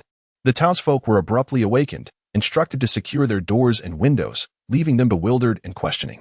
Awakened just to sleep again? Are they mad? My doors are locked tight. If they don't knock, I'll sleep until dawn. Meanwhile, some robust young men were hastily recruited as temporary guards, joining the security team on patrol. Away leading the security detail. Brandished a torch, his demeanor marked by irritation. This is absurd. How could there be zombies? Uncle Jiu is truly foolish to believe such nonsense. And his disciples are no better. They should really be locked up. As Away pondered the tortures that awaited in the prison, one of his subordinates approached. Captain, is it true that zombies exist? Yes. Why else would we be summoned at this hour to hunt zombies? I've heard they suck blood, feast on flesh, possess immense strength, and are impervious to weapons. Is that true? I've also heard that zombies can fly, with green eyes that can dazzle you into submission. By the time you realize what's happening, they're already draining your blood. Is that really the case? Their murmurs of doubt began to unsettle even the previously fearless Away. These fools, are they seriously discussing zombies? This is ridiculous. The darkness enveloped them, especially in areas beyond the flickering torchlight, eerily frightening. Fear stems from the unknown. There can't really be zombies, can there? Away furrowed his brow, unconsciously slowing his pace, slipping from the front to the middle of the group. Safety in numbers. This way, if a zombie did appear, you wouldn't be the first to be bitten. At that moment, the glow of torches appeared ahead. Captain, there are brothers from the search party coming. Away squinted, exasperated. I know that. I'm not blind. The approaching figures quickened their steps, rushing to join them. Observing their breathless and panicked expressions made Away's heart skip a beat. Could something have gone wrong? He pushed through the crowd to grab one, frowning as he asked urgently. Did you find a zombie? Huff, huff, Captain, huff, huff. The newcomer gasped, struggling to catch his breath. Useless. Away shoved him aside and grabbed another. You speak. Captain. We found the body of the town crier up ahead. There's a bloody hole in his neck. It's terrifying. He must have been bitten by a zombie. What? True zombies exist. The town crier was killed. Upon hearing this, the security team was taken aback, chills running down their spines, drenched in cold sweat. The earlier discussions about the veracity of zombies resurfaced in their minds, causing their legs to tremble. This is terrifying. Should we retreat? But what if they encountered a zombie alone? Away swallowed hard, his expression darkening. He never imagined that the old mystic was not lying, zombies were real. Surely, those ruffians earlier were not serious? Captain, what should we do now? I'm alone at home. I don't want to die. Captain, Let us retreat. Away glared, slapping the speaker. Don't sow discord among the ranks. As the captain, he could not allow himself to falter when others were panicking. With the responsibility of the security team resting upon him, he understood that if chaos erupted, who would protect him? Fear not. We are many and strong. Zombies will not dare to emerge. We shall continue our patrol and ensure the safety of the townsfolk. Away shouted, momentarily embodying the essence of a leader. His words had a calming effect, stabilizing the anxious crowd, who now felt a bit more secure amidst their numbers. Now, let us consolidate into one group and resume our patrol. Yes, the captain is right. We are many. Let us not be afraid. The crowd echoed in agreement, rallying behind Away, who felt a surge of excitement at being looked up to for the first time. However, why was everyone trailing behind? A few of you should come to the front. Away's expression stiffened as he surveyed the throng, noticing they all huddled closely behind him. A bunch of cowards. Let us move. Away gritted his teeth, waving his hand as he led the way down a street. The group wielding their torches and bolstering one another's courage as they continued their patrol. Meanwhile, in the guest room on the second floor of the Ren residence, Rintingting's slender arm rested on Lin Luo, who was in a deep, peaceful slumber. At that moment, Lin Luo sat cross-legged against the headboard, engrossed in a tome of the Golden Light spell, diligently studying its contents. Uncle Jiu had amassed a considerable collection of texts over the years, encompassing various sects of Taoism and folk practices. This handwritten manuscript of the Golden Light spell was a personal transcription by Uncle Jiu himself. Golden light manifests the Tao, radiating divine brilliance. The term gold signifies strength and resilience, a seeker of the Tao with profound knowledge, their brilliance sufficient to dispel malevolent spirits, vanquish evil entities, and command divine generals. Just as gold is unyielding and luminous, it is aptly named the Golden Light. This manuscript also contained Uncle Jiu's insights regarding the cultivation of the Golden Light spell. The spell revolves around refining one's Taoist essence, nurturing the Golden Light as a protective shield, and warding off demons. The versatility of this spell is renowned, earning it the title of a secret spell among the Taoist sections. It harbors methods of cultivation, each school possessing its distinct approach. Some practitioners employ incantations to manifest golden light as talismans, others harness the light internally to refine elixirs, some seek enlightenment through Taoist practices, invoking divine protection, while others empower magical artifacts, traversing the earth and sky. It can be considered a universal spell within Taoism. However, the manuscript was laden with esoteric jargon that left Lin Luo utterly perplexed, as if the years of study had been for naught. Without a knowledgeable mentor, this text was akin to a foreign language to an ordinary person. Forget it. What a hassle. System, scan the Golden Light spell. With a system at his disposal, why bother with the manual? Lin Luo Kai has begun. The Golden Light incantation has been detected. A scroll of divine light is present in the air. Upon reciting the Golden Light incantation, all deities bow in reverence.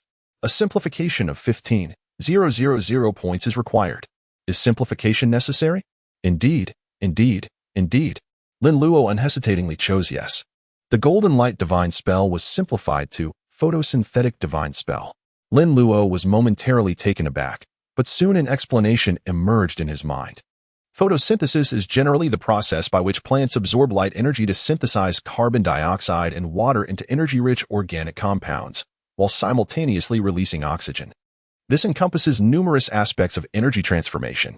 The Golden Light divine spell is reputed to be the light of heaven, the light of the earth, the light of the sun, moon, and stars, as well as the vast ordinary light that illuminates all directions.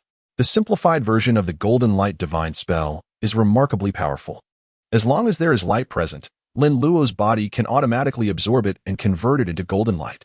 Lin Luo's lips curved upwards, suppressing the urge to burst into hearty laughter. This expenditure of 15,000 simplified points is indeed worthwhile. Strength can be gained from basking in the sun, the moon, or the stars, from warming by the fire or lighting a lamp. As long as there is light, one can continuously grow stronger. Is this not more convenient than being Superman? Lin Luo gazed at the softly illuminated oil lamp within the room, taking a moment to center himself. The light emitted by the lamp could indeed be absorbed, albeit with a somewhat diminished effect. It was soothing. This experience felt akin to a dual cultivation. His breathing intensified, and his capacity to absorb light grew stronger. It would be splendid if there were further enhancements to strengthen him through eating, walking, and drinking as well. Lin Luo felt a surge of delight as he glanced at his remaining 743 simplification points, and a mischievous grin spread across his face. The simplification points were running low again, and he chuckled to himself, anticipating another arduous day for his good friends in the little house tomorrow.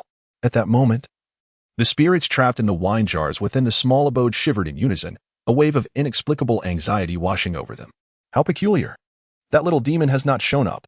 Why am I feeling so uneasy? Has he finally had a change of heart and decided not to torment us tonight? I sincerely hope he doesn't come during the day. I would much rather endure his presence at night. You're out of your mind. Silence your ominous words. It would be best if he never returned. Indeed, indeed. Oh heavens, please open your eyes and rid us of that little demon.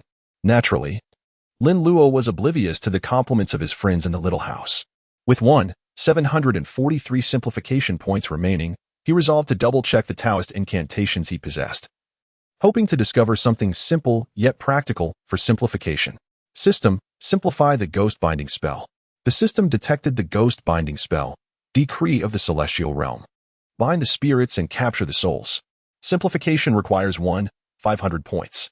Would you like to simplify? Yes. The ghost binding spell is simplified to, if I call your name. Will you dare to respond? Lin Luo's expression suddenly became animated.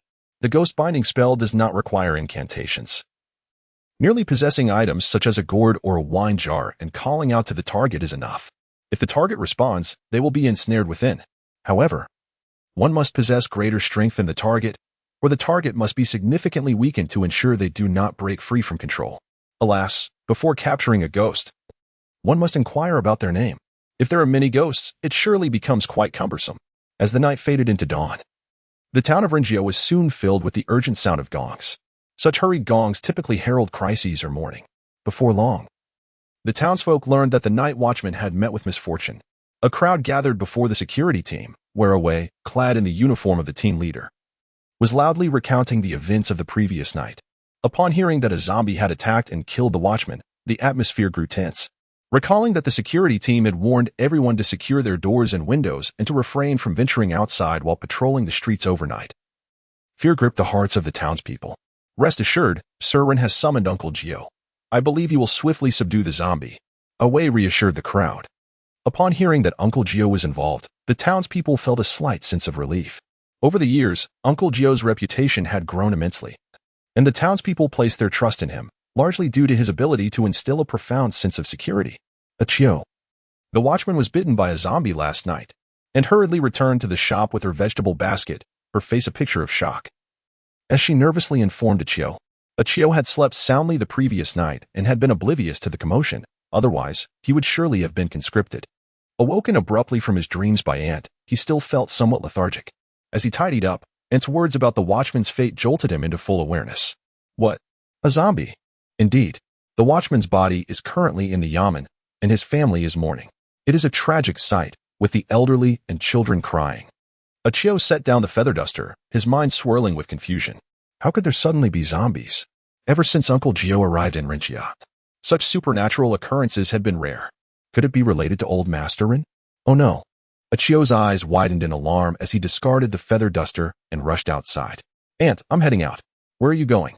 Ant called after him anxiously as he dashed to the door, but Jiu had already vanished from sight. That troublesome boy. Ant stomped her foot in frustration before returning to the shop, locking the door behind her, her heart heavy with unease. Surely, nothing truly terrible had happened. Jiu ran swiftly and soon arrived at the Rin family residence, where a considerable crowd had gathered, including the town's gentry and wealthy elite. The living room of the Rin family had been hastily repaired, showing no signs of the previous night's chaos. Those assembled sat in the room, the atmosphere weighed down by a grim seriousness. Everyone was aware of the zombie incident that had transpired overnight, and that the watchman had lost his life to a zombie attack. What if the watchman was killed last night? What about today? Uncle Jiu, you must find a way to eliminate this zombie. Yes, lives are at stake. Uncle Jiu, please do something. The crowd turned their anxious gazes toward Uncle Jiu. Despite having toiled throughout the day and having gone without sleep the previous night, Uncle Jiu appeared unfazed by fatigue. Seeing the concerned faces turned toward him, he nodded solemnly and assured them, "Do not worry. I shall exert every effort to capture that zombie." At that moment, Jiu burst into the room, his face etched with concern. Upon seeing Uncle Jiu, and Ren Fa seated inside, but not spotting Rin Tingting. A shiver ran down his spine. Could something have happened to Tingting? Master. Sir Rin. Uncle Jiu acknowledged Achio with a nod. Achio, you arrived just in time. Please go to the cemetery and ask Wakai to bring the tools. Achio responded with an O, casting a glance at Ren Fa. Noticing the somber expression on Ren Fa's face, which bore a hint of sadness, Achio's heart sank further. It's over. Tingting has truly been bitten by a zombie. My beloved, my first love. Is it to end before it even began? Achio. Uncle Jiu called out as he noticed Achio's troubled demeanor. Ah, Master, I'm going. Achio snapped back to reality, though his tone remained heavy, and he hurriedly exited the Ren residence. Uncle Jiu raised an eyebrow as he watched Achio's despondent figure retreat, feeling a sense of bewilderment. What could possibly be troubling that boy? As Achio made his way toward Boxiang's, he sighed deeply, lamenting the fleeting nature of beauty. How could such a stunning girl like Rin Tingting simply vanish? Suddenly, he froze in place, his gaze fixated on a nearby kanji stall. Xing Li want Tia Kanji. The owner, originally from Yangcheng, had rented a stall by the roadside for many years. Due to its generous ingredients, exquisite flavors, and reasonable prices, it had become a beloved spot for the townsfolk. Whether for morning tea or a midnight snack, crowds often formed outside. At a small table beside the stall, Rin Tingting was happily serving Lin Luo some pan-fried dumplings. Bathed in sunlight, her sweet smile made her appear like a celestial being descended to earth, stunning Achio into a daze. Oh, Rin Tingting is not dead. Yet. Sir Rin looked as if he had lost someone dear, as if the zombie were his own father. Achio finally grasped the situation. A sheepish smile crossing his face as he mentally berated himself for being foolish. Good morning, Miss Rin, senior brother. Are you enjoying your kanji? Achio approached with a cheerful demeanor, his eyes constantly darting toward Rin Tingting. Achio, what a coincidence. You came for breakfast too? Lin Luo glanced at Qiusheng, gesturing for him to take a seat. Rin Tingting merely smiled at Qiusheng, remaining silent, her cheeks slightly flushed. I shall not partake in the meal. My master has instructed me to return to the ancestral hall to summon Wakai to fetch the tools. Oh, then do hasten, so as not to delay your master's affairs. After Lin Luo finished speaking, he turned to Rin Tingting and gestured with his lips. Rin Tingting playfully smiled, picked up a char siu bun, broke off a piece with her delicate fingers, and placed it into Lin Luo's mouth. This was her reward for using Lin Luo as a pillow and cuddling with him throughout the night. She treated him to breakfast and devoted an entire day to serving him, attending to his every need. Qiusheng looked on with envious eyes, although he wasn't hungry before. He suddenly found himself ravenous. If only Rin Tingting would feed him like that, he could indulge from dawn until dusk. Lin Luo savored the char siu bun and glanced at Qiusheng, who was looking at him with envy. Junior brother, do not covet. This was obtained through the sacrifice of your elder brother's well-being. Such hardships are beyond your endurance. Let me bear them alone. Qiusheng, are you not in a hurry to leave? Oh, there is no rush at the moment, master brother. Miss Rin, I trust you both are well after last night? Qiusheng swallowed hard, feigning a smile as he expressed his concern. All is well, master has driven away the zombies. Lin Luo spoke, then opened his mouth again. Another piece. Don't eat so quickly, take your time. Rin Tingting gently urged, feeding Lin Luo another piece while lifting the kanji. Have a sip of kanji, don't choke. MMMA. Qiusheng swallowed hard, his eyes reddening with envy, almost to the point of tears. How does the senior brother do it? At such a tender age. He can command a maiden's obedience. I wish to learn too. We all share the same master. Why is it that the senior brother possesses skills I lack? Master, have you been holding back secrets? Yet, upon reflection, that doesn't quite add up. After all, I haven't seen Uncle Jiu find a wife for himself. Or could it be a matter of innate talent? Watching the obedient and adorable Rin Tingting and Lin Luo, whose face was full of enjoyment, Qiusheng couldn't help but feel a deep sense of injustice. Be careful, or master will scold you. Lin Luo sipped his kanji and turned to see that Qiusheng had not yet departed.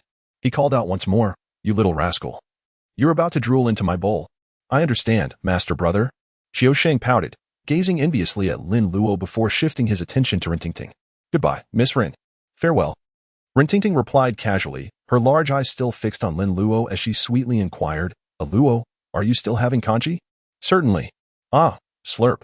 The flavor of this boat kanji is truly delightful, fresh, and tender. Absolutely exquisite. Oh. Lin Luo turned his head only to find Qiusheng had already walked far away. For some inexplicable reason, a song suddenly surfaced in Lin Luo's mind, snowflakes drifting, the north wind howling, the world a vast expanse of white. What are you staring at? Pay attention. Rin Tingting cupped Lin Luo's face with both hands and turned it back toward her, puffing her cheeks in annoyance. The food on the table is almost gone, and my time as your little maid is nearly up. Don't even think about stalling, you rascal. Lin Luo blinked, catching a glimpse of a snow-covered trench. Ahem, let us partake in the buns.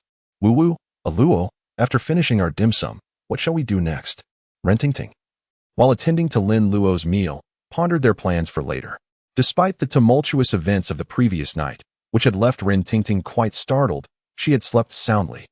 Comforted by Lin Luo's presence as her pillow, Lin Luo felt a warm sensation enveloping him as he laid down for a nap, his entire being at ease. All fatigue dissipated, akin to the refreshing experience of a sauna. When Rin Tingting awoke that morning, she was astonished to find herself tightly embracing Lin Luo, and his disapproving gaze made her feel flustered and at a loss. Just the night before, she had emphasized her role as the elder sister, yet here she was, sleeping like a child. The mere thought of it caused her cheeks to flush. Nevertheless, the comfort she felt was undeniable, leading Rin Tingting to acquiesce to Lin Luo's proposed unequal treaty, to serve as his little maid for a day, attending to his needs for food, drink, and entertainment. I'll head home for a bit. I need to speak with your father, she declared. And what happens after that? Rin Tingting asked, gently using a handkerchief to wipe Lin Luo's mouth. I'm not sure. I'll check to see if my master has any tasks for me. Oh, and what if there are no tasks assigned? Lin Luo rolled her eyes, gazing helplessly at the tenacious and persistent Rin Tingting. What could possibly be entertaining in this desolate town, where even shopping had little to offer? Perhaps we could swim outside the town? That sounds wonderful. I have a newly purchased swimsuit that I have yet to wear. Rin Tingting immediately brightened, her little head nodding eagerly. Aren't you afraid of zombies? Not at all. With you around, hee. Little brother must take good care of his sister. Lin Luo rolled her eyes with greater intensity, truly a troublesome younger sister. After enjoying dim sum together, Rin Tingting returned to the Rin household. In the living room, the guests had all departed, leaving only Rin Fa and Uncle Jiu. Father, we are back. Rin Tingting's voice resonated, prompting Rin Fa and Uncle Jiu to turn towards her. Upon seeing Rin Tingting holding Lin Luo's hand as they approached, they both smiled faintly. How was your meal, Luo and Tingting? Rin Fa inquired with a warm smile. Uncle Jiu had already informed Rin Fa of the events from the previous night. Had it not been for Lin Luo's timely discovery of Rin Weiyong emerging from the coffin and awakening Uncle Jiu, both he and his daughter would surely have met with dire consequences. Furthermore, Lin Luo had also intervened to save his daughter, which endeared her greatly to Rin Fa. We ate well, Rin Tingting and Lin Luo replied in unison. Rin Tingting's small face puffed up like a dumpling as she glanced at the smug little rascal, feeling a sense of exhaustion in her arms from feeding him porridge. Father, I have some matters to discuss with you, Rin Tingting said sweetly. Just a moment, Uncle Jiu. Rin Fa continued, you worked hard last night. I have arranged a room for you to rest. Lunch will be served shortly, and I will trouble you again this evening. Rin Fa spoke with utmost respect towards Uncle Jiu. Generally, everyone held great reverence for such an esteemed individual, particularly in times of trouble. Uncle Jiu nodded in acknowledgement. At dawn, he had taken a moment to meditate and regain some energy, appearing quite spirited, though his body still bore signs of fatigue. He had a few inquiries for Lin Luo, so he nodded in agreement. Rest assured, Master Rin, chuckled Uncle Jiu. A bow. Rin Fa called out to the servant outside, who promptly entered. Master, how may I assist you? Please escort Uncle Jiu to his room for some rest. Certainly, Master. Uncle Jiu, please follow me. A bow respectfully bowed and gestured for Uncle Jiu to proceed. Uncle Jiu nodded and cast a glance at Lin Luo, signaling her to accompany him. Lin Luo cheerfully followed along, guided by a bow, and arrived at the guest room.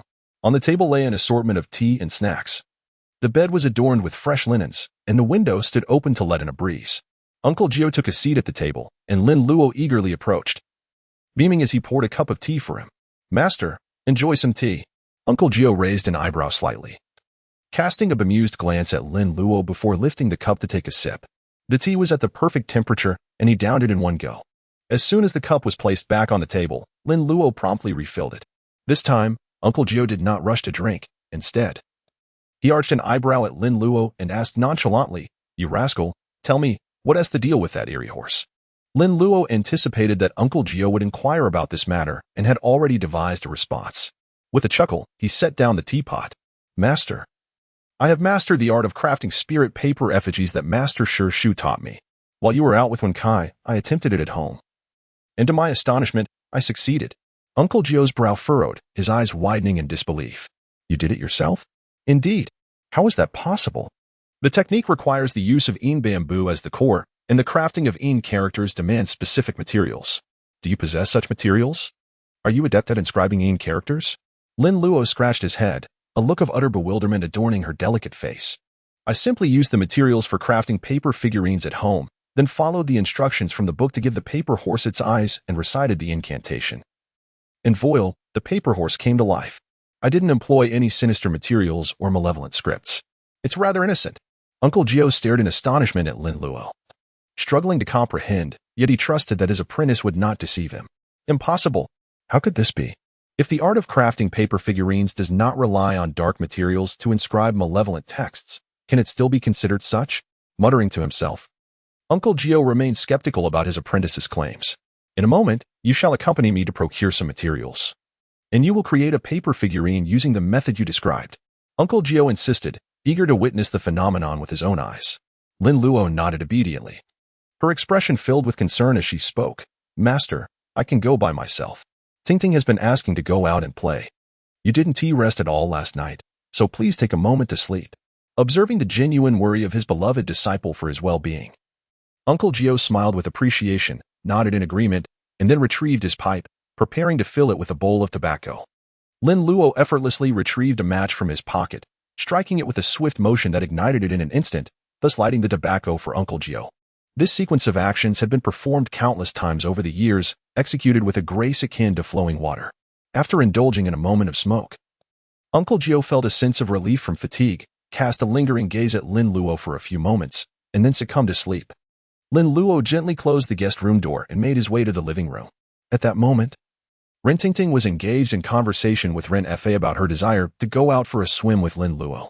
Given the recent events at home, Ren Fa was hesitant to allow Ren Tingting to roam freely. He worried about the potential for unforeseen mishaps. However, reassured by the presence of Lin Luo to safeguard her, he eventually consented. This decision delighted Ren Tingting, prompting her to playfully charm Ren Fa, which in turn lifted his spirits. Master Ren, Sister Tingting, Luo, you've arrived. Aren't you going to rest a bit with Uncle Jiu? Tingting mentioned that you kept watch over her last night without a moment's sleep. Ren Fa inquired with genuine concern upon noticing Lin Luo's arrival. No need, Lin Luo replied. I meditated and rested last night. I am not fatigued. Lin Luo smiled as he approached and settled beside the sofa. You must take proper rest. You are still young and in a crucial stage of growth. Insufficient sleep may hinder your height. Ren chuckled as he poured a cup of tea for Lin Luo. I am aware of that. Yet I possess great confidence regarding my height. Lin Luo smiled and expressed his gratitude for Ren Fa's tea. This was indeed true. Lin Luo had received a novice gift pack from the system, resulting in a 5-point increase in all attributes. His height had been steadily growing, now surpassing that of his peers, and he appeared to be nearly as tall as Ren Tingting. Ren Fa nodded with a smile, choosing not to say anything further. He had witnessed Lin Luo's remarkable prowess the previous night, as he had chased after zombies with the agility of a young leopard. If Lin Luo were to fail in his development, then no one in the world would achieve such remarkable growth. Lin Luo sipped his tea, set down the cup, and with a faint smile remarked, Master Ren, zombies have an aversion to glutinous rice. You witnessed it yourself last night. If I recall correctly, the Ren family also engages in the grain trade, do they not? Lin Luo's voice was soft, and his words were not fully articulated. Yet they struck a chord in Ren Fa's heart. Suddenly, as if enlightened, Ren Fa's eyes sparkled with realization. Indeed. Haha, Luo, you may be young, but your intellect is remarkably sharp. You will undoubtedly make an excellent businessman in the future. Indeed, the Ren family operates a rice shop. Ren Tingting was still in a daze, unaware of the reason behind her father's sudden exuberance. Luo, from now on, do not address me as Ren Leoi. Call me Uncle Ren, understood? Ren Fa said earnestly, gazing at Lin Luo. With such an outstanding mentee, forging a connection now means the Ren family need not worry for decades to come. Lin Luo blinked his eyes and smiled sweetly. All right, I will listen to you. Uncle Ren. Haha, that's splendid, truly splendid. Tingting, make sure to play nicely with Luo and heed his words. I have important matters to attend to, so I must take my leave. After Ren Fa finished speaking, he turned and swiftly walked out without waiting for Ren Tingting's reply. Ren Tingting waved her small fist, muttering in dissatisfaction, "What's the deal? I'm the elder sister. That brat should listen to me." He, Ting. Rin Ting widened her eyes in surprise, her delicate brows furrowing in irritation as she looked at Lin Luo. "I am the elder sister. You, my little brother, must call me sister." "Oh, but Uncle Rin said you must listen to me, dear sister." Lin Luo grinned mischievously, crossing his legs and reaching out to tap the teacup on the table. "I desire some tea." Rin Ting scrunched her adorable nose, pouting slightly as she reluctantly poured tea for Lin Luo. This little rascal. How had I never noticed his wickedness before? Using a feather as a command. Here, now that's more like it. Given your obedient demeanor today, I shall allow you to witness my prowess. Lin Luo took a sip of tea, raised his chin, and chuckled. "Oh, you are quite impressive, aren't you?" Rin Ting's eyes sparkled with excitement as she leaned closer to Lin Luo, wrapping her arms around his, and an enchanting fragrance enveloped the air. Lin Luo felt a sudden jolt from the soft and pliable sensation. "Hey, what do you intend to do?" Rin Ting's eyes sparkled as she whispered. "What you mentioned being intense, is it akin to last night, that warm, tingling, exceedingly pleasurable sensation?" Lin Luo shook her head. What delightful notion could this woman be entertaining? Cultivating energy and channeling meridians is indeed a laborious endeavor, demanding both vigor and focus. What could it possibly be? Rin Ting felt a wave of disinterest wash over her, her enthusiasm waning. If comfort is absent, what joy can there be? It's a secret. In any case, come with me to purchase a few items, and you will discover everything in due time. Lin Luo, with an air of mystery, smiled enigmatically, and then took a moment to savor the sensation. To be honest, the girl had a point. The embrace around her arm was indeed quite comforting. Well then, where shall we procure our goods? To the paper offering shop. Where to? You ask. Rin Ting's eyes widened in astonishment, her mouth agape. The paper offering shop. Let us go. Today, I shall show you what true surprise entails. Rin Ting, though skeptical, pondered what kind of surprise could possibly await at a paper offering shop. The paper offering shop was nestled in a narrow alley on the far west side of Rinjia Town, colloquially known as West Alley. Although Rinjia Town was not particularly large, it took Lin Luo and Rin Ting a considerable amount of time to stroll there. After all, dealing in goods for the deceased was still somewhat taboo in these times. Such establishments typically opened their doors only when the sun was high in the sky and promptly closed as dusk approached. Moreover, they would remain inside, awaiting customers, never standing outside to beckon them in. When Lin Luo and Rin Ting arrived, the narrow alley was remarkably tranquil. The patrons inside the shops, upon noticing the presence of visitors, gazed eagerly yet refrained from uttering a word. It was Rin Ting's first visit to such a place. Observing the eerie silence of the alley and the stark white facades of the shops, she felt the unsettling scrutiny of the individuals seated within. Even in broad daylight, a sense of tension and fear enveloped her, rendering her utterly uncomfortable. With her small hand tightly grasping Lin Luo's, she remained glued to his side. Lin Luo, what on earth is this place? Why does it feel so terrifying? Rin Ting inquired in a hushed, anxious tone. Did I not mention? Over there is a coffin shop, and to the side is a shop for incense and paper offerings, while that one specializes in digging graves. In essence, this entire alley caters to the business of the deceased. Lin Luo spoke as he pulled Rin Ting into the incense and paper offering shop. Shopkeeper, please fetch me some materials for crafting paper figurines. As Lin Luo entered, without allowing the other party to speak, he directly requested materials to craft paper figurines. The shopkeeper was taken aback. It was the first time he had encountered someone wishing to purchase raw materials, as he primarily sold finished products. However, upon noticing the Maoshan jade pendant hanging around Lin Luo's neck, the shopkeeper instantly comprehended Lin Luo's identity and offered a faint smile. How many would you like, young sir? Perhaps a cart full, to be delivered to Lord Ren's residence? Lin Luo spoke as he turned to look at Rin Ting. Startled by his gaze, Rin Ting inquired, What are you staring at me for? Pay up. Oh. Rin Ting obediently addressed the shopkeeper. How much is it? The shopkeeper smiled faintly. The total is 5 silver dollars. For a cartload of materials, that was merely the price of 50 pounds of rice, a price that was undoubtedly at cost. Rin Ting produced 5 silver dollars and handed them over. The shopkeeper accepted the money with a smile, tucking it away into his pocket, then turned to Lin Luo and inquired, When shall we deliver the goods? Right now? Please prepare the items to accompany us. Certainly. Please wait a moment while I make the arrangements. Dachong, serve the guests some tea. Coming right up. A young, portly man with a cheerful demeanor emerged from behind. carrying a teapot and approaching with a broad smile. Once he poured the tea, the plump man named Da Chong stepped aside. Lin Luo sipped his tea while surveying the surroundings of the shop. The establishment was replete with finished products, young boys and girls, various paper offerings, paper lanterns, and an array of items associated with funerals, all of which were abundantly available. "Little fatty," he inquired, "do you happen to know where one might procure ritual implements?" Lin Luo turned to look at Da Chong. Da Chong felt somewhat uncomfortable being called little fatty by a mere child. Although he was on the verge of anger, he restrained himself, knowing that the visitor was a guest.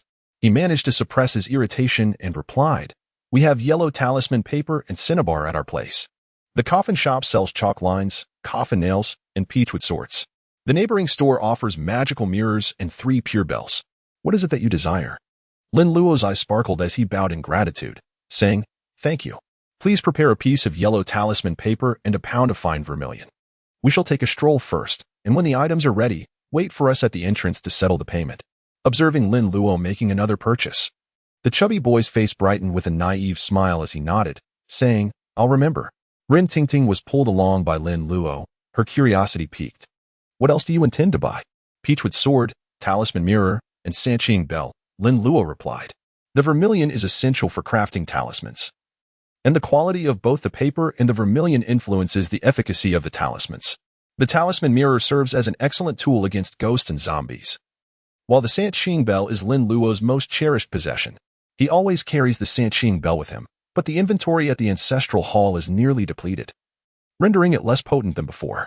Thus, he hoped to see if it could be repaired. If not, he would purchase a new one. In truth, talismans become more powerful with age, while new ones possess limited capabilities. With someone like Rin Tingting, a little wealthy lady, by his side, there was no better time to make these purchases. Following the chubby boy's guidance, Lin Luo gathered the peachwood sword, compass, talisman mirror, and Sanqing bell. These 4 items are essential tools for a Maoshan Taoist practitioner. Upon returning to the incense shop, the materials were already loaded onto the cart, a piece of yellow talisman paper and a pound of fine vermilion, costing a total of $10. Rin Tingting, unfazed by the expense, willingly handed over the money. The yellow talisman paper is inexpensive, but the vermilion is the costly item, with high-quality vermilion priced extravagantly.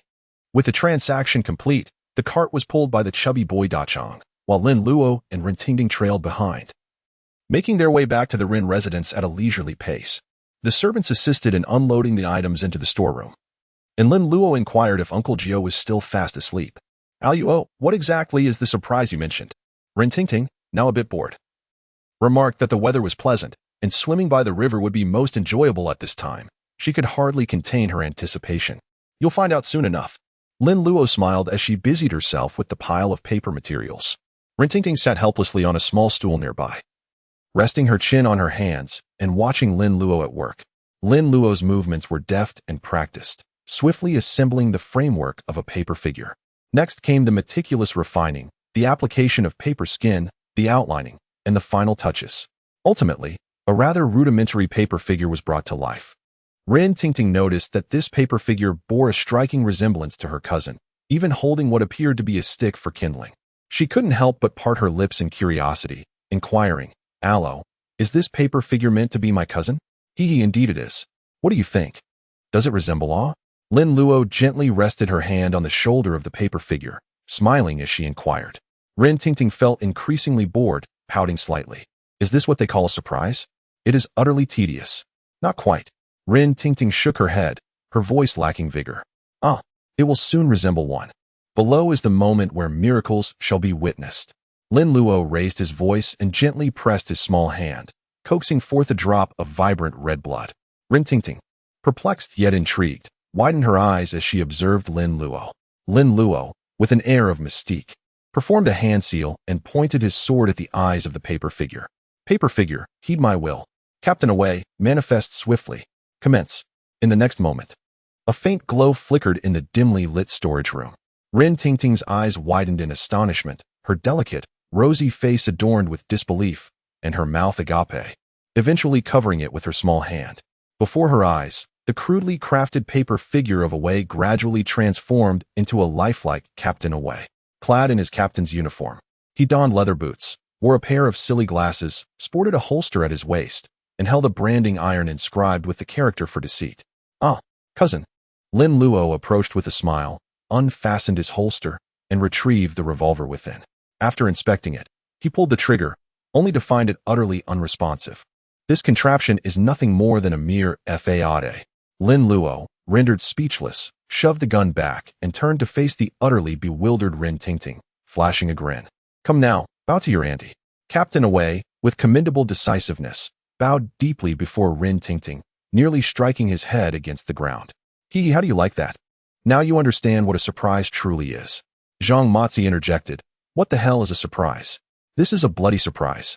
Rin Tingting covered her mouth, pointing at the paper figure, her fingers trembling slightly, her mind a blank slate. The Captain Away before her bore an uncanny resemblance to the real Away. Although his gaze was vacant and his expression rigid, the differences were hardly discernible. How could this be possible? It must be a trick. Rin Tingting had personally witnessed Lin Luo crafting the paper figure, and she had seen the transformation of the paper figure into the living paper Away. Lin Luo smiled as he took Rin Tingting's hand and approached the paper figure. "Come, take a closer look." Rin Tingting widened her eyes, observing intently. The closer she got, the clearer the details became. Aside from its eerily pale complexion and expressionless visage, there appeared to be little difference. This was utterly astonishing. It defied the principles of science, yet felt profoundly mystical. "Allo, how on earth did you achieve this?" Rin Tingting's mind was a whirlwind, utterly perplexed as to how a mere rudimentary paper figure could transform into something so lifelike. "I have already mentioned that I am a Taoist, and it is quite reasonable for me to possess some magical abilities." Lin Luo smiled and shrugged, gently patting the shoulder of the paper figure. "Here, let out some of your frustration. Why not give him a couple of punches?" Rin Tingting, eager to try, raised her small fist and mimicked a few strikes against the paper figure, yet ultimately lowered her hand. "Never mind, after all, he is my cousin. I can't bring myself to do it." Lin Luo expressed his understanding that Rin Tingting is a very kind-hearted girl. Although she possesses a hint of cunningness, she would never be capable of inflicting harm upon others. Lin Luo chuckled and said, "Since you were hesitant to take action, let us assign him to labor for us." "That sounds good," she replied, "but isn't it a bit too conspicuous for him to go out like this?" Rin Tingting expressed her concern. As Away still held a certain status in the town, wearing a conical hat to shield his face will suffice. Lin Luo spoke as if performing a magic trick, conjuring a conical hat and a raincoat from thin air. After adorning the paper figure captain with the hat and coat, one could hardly discern that it resembled Away. "Oh, what is that object in his hand?" Rin Tingting noticed the stick-like item the paper figure captain was holding. Lin Luo chuckled softly as he accepted the fire stick. One end bore the character for crime. "This was a branding iron, used by your cousin on offenders." Rin Tingting, having heard of the punishment by branding, shuddered involuntarily. "Oh dear, how could you create something so terrifying?" Rin Tingting exclaimed with disdain. Branding someone with the character for crime would mean their skin must be flayed. Otherwise, that mark would remain forever on their body. Just the thought of it is truly chilling. Lin Luo smiled as he returned the fire stick to the paper figurine captain. "This item is indeed a signature scene of Away. In the past, I used this character to brand villains like you. Once branded, the skin on the chest would crinkle into a mess. Now, I have switched to this character, which has fewer strokes and is clearer. However, the pain remains just as excruciating." When crafting the paper effigy captain, Lin Luo harbored concerns that its firearm might prove inoperable. Thus, he equipped it with a makeshift poker, ensuring the figure wouldn't be left defenseless.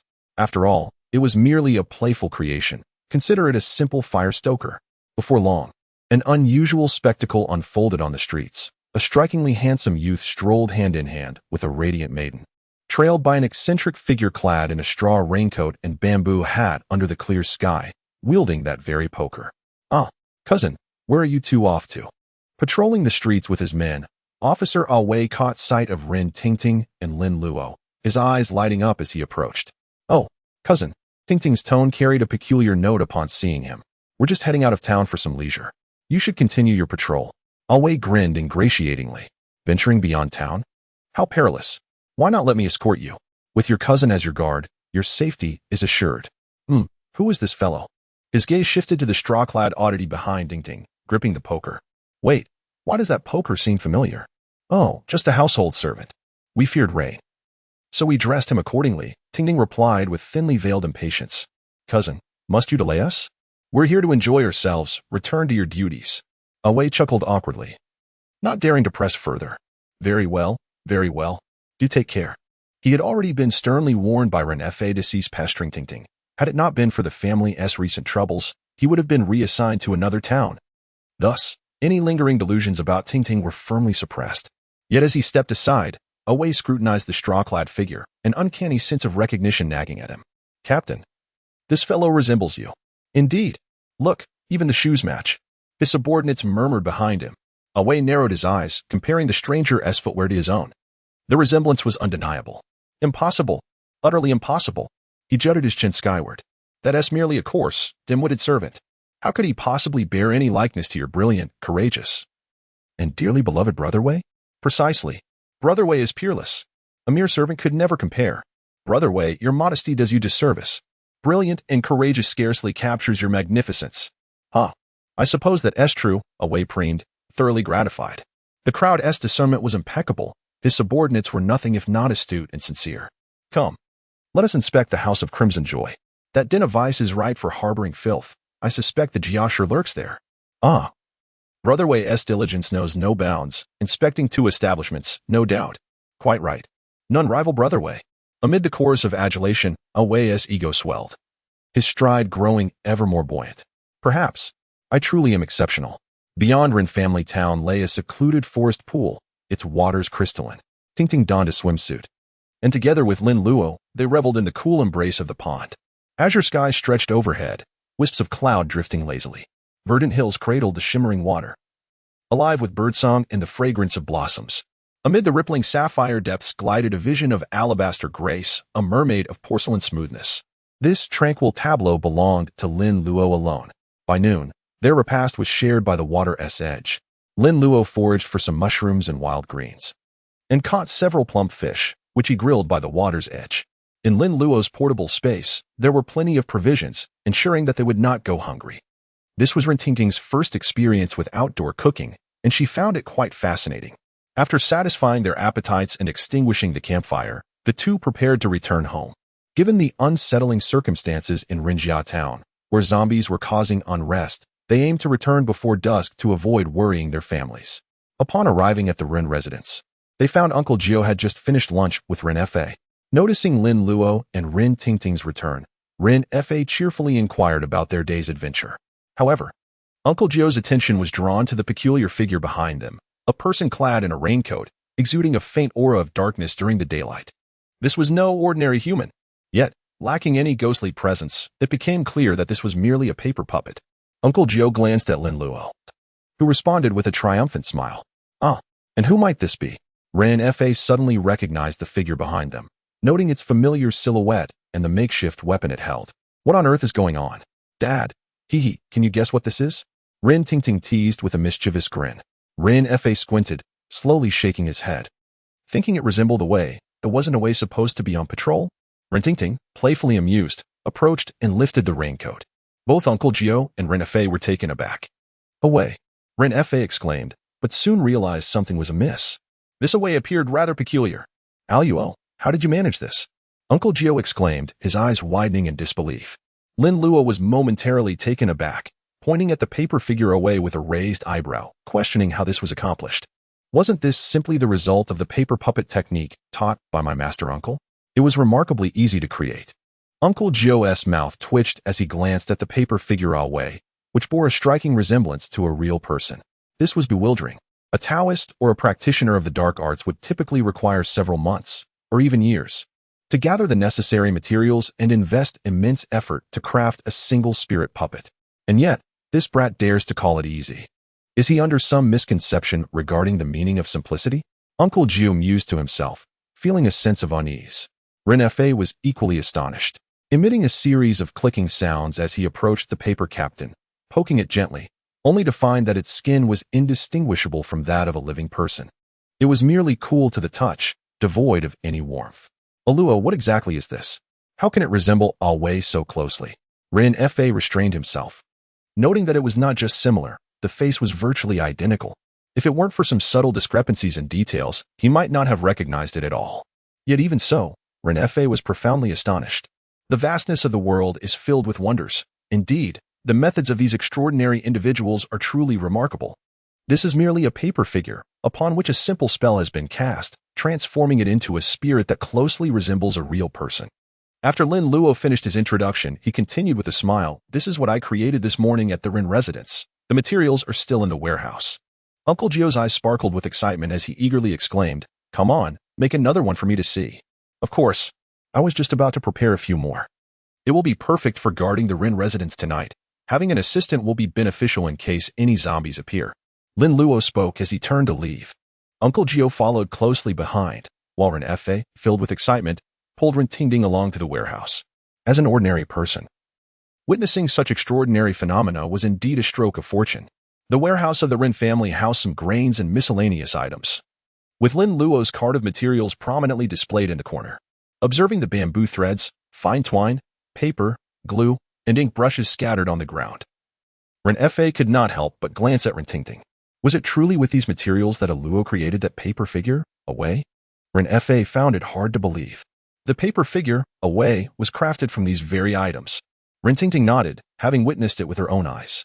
A Luo said this was called a surprise. Her voice was soft, mimicking Lin Luo's tone as she echoed, "This is called a surprise." Ren Fei mumbled to himself, then turned to look at Lin Luo, who had already begun his work. So this is what they meant by a surprise.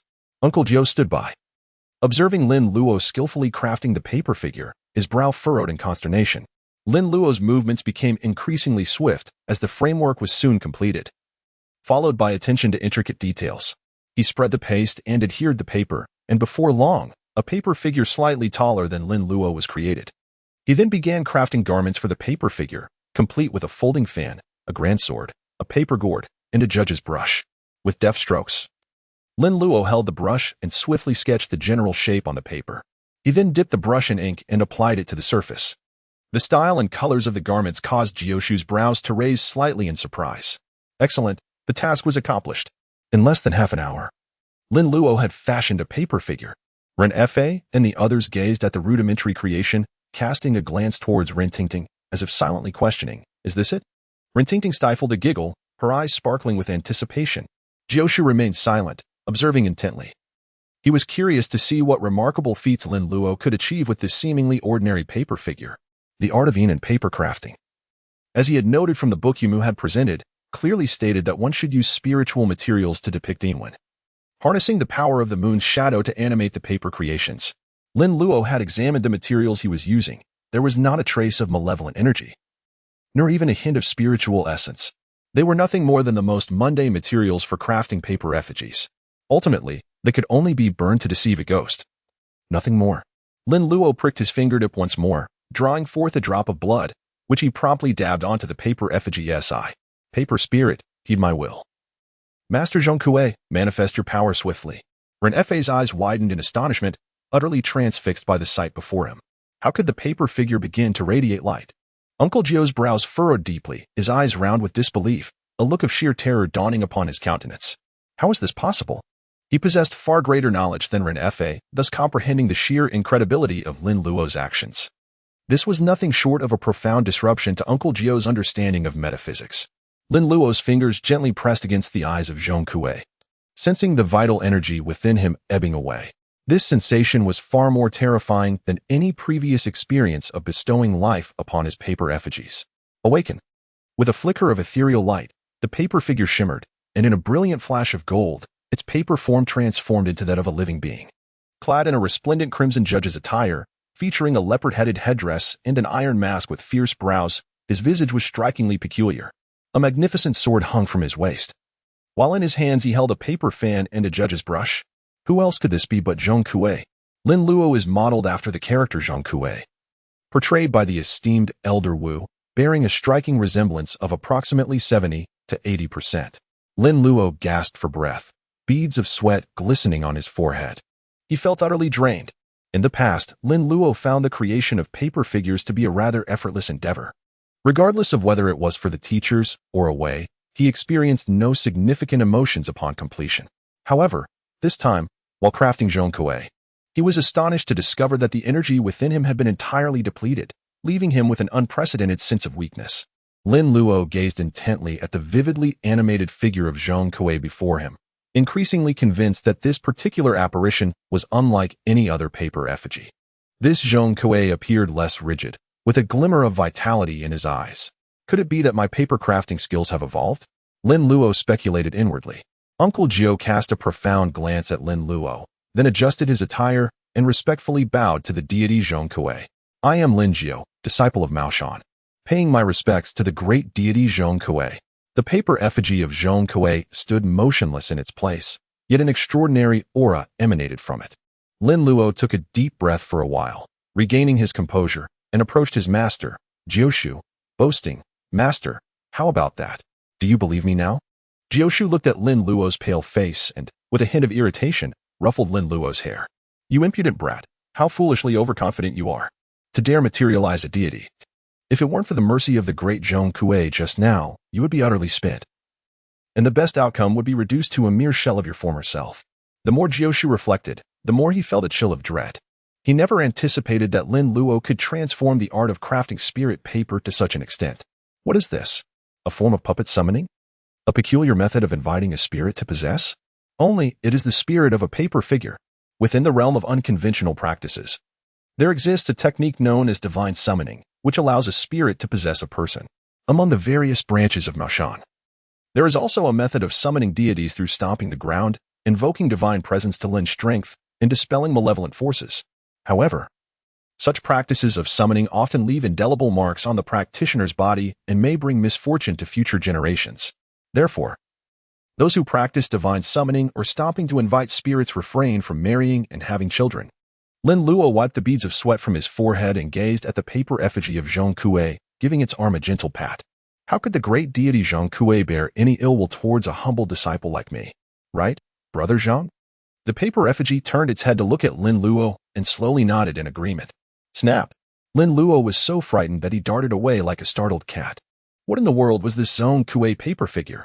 Uncle Jiu shot Lin Luo an exasperated glare. Now you know fear, you little rascal. After scolding Lin Luo, Uncle Jiu hurriedly bowed to the Zhong Kuei paper figure. My young apprentice is still naive and ignorant. I hope the great deity can forgive him. The Zhong Kuei paper figure returned to its immobile state, ignoring Uncle Jiu completely. Uncle Jiu, undeterred, understood that even deities have their tempers. However, his curiosity about Lin Luo's improved paper-cutting technique deepened. How on earth did that little rascal accomplish this? Ren Fa cautiously approached Uncle Jiu, whispering, "Uncle Jiu? Could this truly be the great Zhong Kuei?" He had clearly heard Uncle Jiu addressing the figure as such and bowing before it. Uncle Jiu nodded affirmatively. "Ren, hurry and prepare the incense altar to offer our respects to the great Zhong Kuei." "All right, I'm on it." Ren Fa eagerly nodded and scampered out of the warehouse to gather offerings for the altar. "You little brat, why are you still hiding? Hurry and pay your respects to the great Zhong Kuei," Uncle Jiu called out, eyeing Lin Luo, who was still lurking at a distance. With curiosity regarding the Zhong Kuei paper figure. "Coming," Lin Luo replied.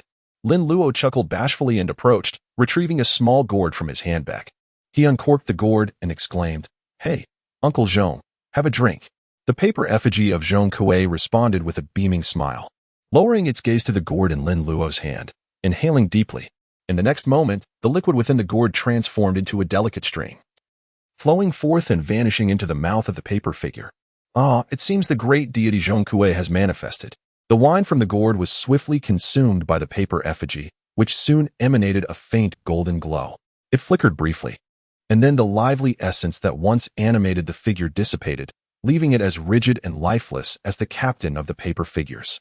Lin Luo keenly noticed the transformation of the Zhong Kuei paper figure, and a twitch appeared at the corner of his mouth. How impolite to leave after partaking. Without even a word of farewell, Lin Luogai capped the gourd and turned to Ninth Uncle. "Master, Uncle Zhong has departed." Ninth Uncle shot Lin Luo a glare, exclaiming, "You little rascal, Uncle Zhong is also someone you address. Even your teacher must respectfully call him Lord Judge upon seeing the elder." Lin Luo chuckled softly, stowing away the gourd, and nonchalantly remarked, "I am merely a child, innocent and adorable. Uncle Zhong is so youthful. Addressing him as uncle is hardly inappropriate." Uncle Jiu shot him a glare but chose not to retort further, for even the esteemed deity Zhong Kuei himself remained unfazed. Moreover, their ancestral lineage held a commendable rapport with the revered Zhong Kuei. Naturally, the deity would not stoop to quarrel with a mere child. "All right, you little rascal. Consider yourself fortunate this time. The great Zhong Kuei does not hold grudges against a brat like you. In the future, show him the respect he deserves. And refrain from being so irreverent. Uncle Jiu earnestly cautioned Lin Luo. Suddenly recalling something, he furrowed his brow and added, remember this. When crafting paper figurines, do not dare to create deities. That would be an affront to the divine. Do you understand? Oh. Lin Luo let out a soft exclamation, gently stroking his chin as his eyes subtly shifted. If creating deities proves unfeasible, perhaps the formidable generals of antiquity would suffice. Among the legendary warriors of the Three Kingdoms, aside from Guan Yu, who is now revered as the Taoist god of wealth and the Buddhist deity Ke Itagarba, it seems impossible to summon him. However, the likes of Zhang Fei, Zhao Yun, Huang Zhong, and Lian Pu should pose no dilemma. Noticing the mischievous glint in Lin Luo's eyes, Jiu Shu understood that this little rascal was concocting yet another scheme. Nevertheless, he refrained from probing further, confident that Lin Luo grasped the gravity of the situation. The matters he had previously cautioned Lin Luo about had never resulted in trouble.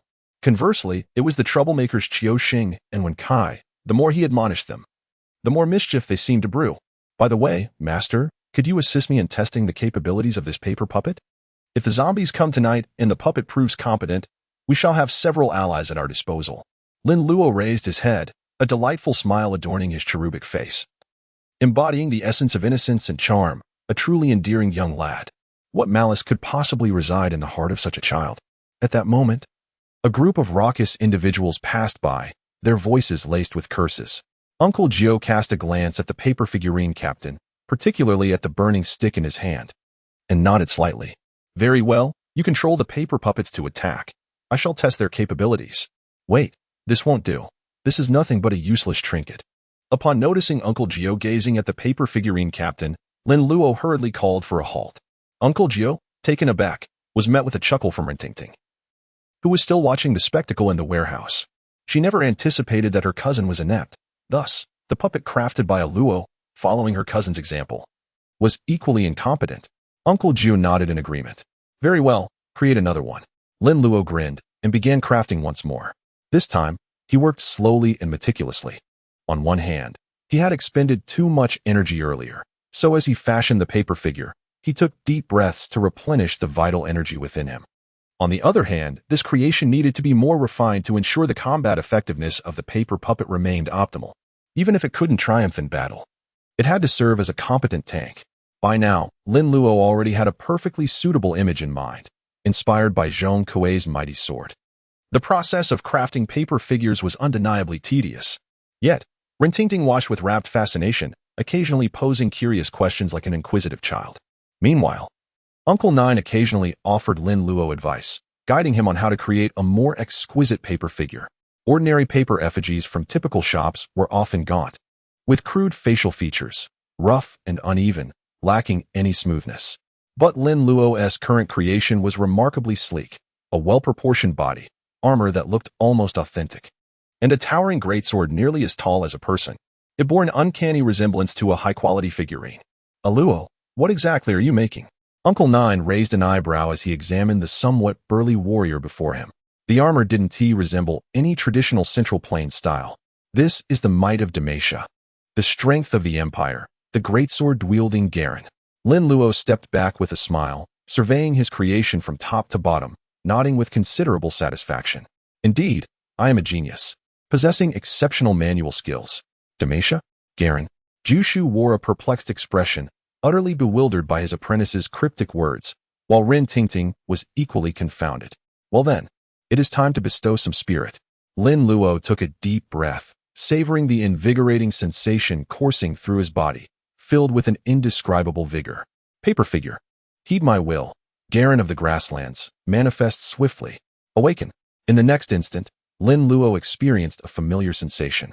Reminiscent of the previous time he had infused spirit into Zhong Kuei, albeit with a subtler effect.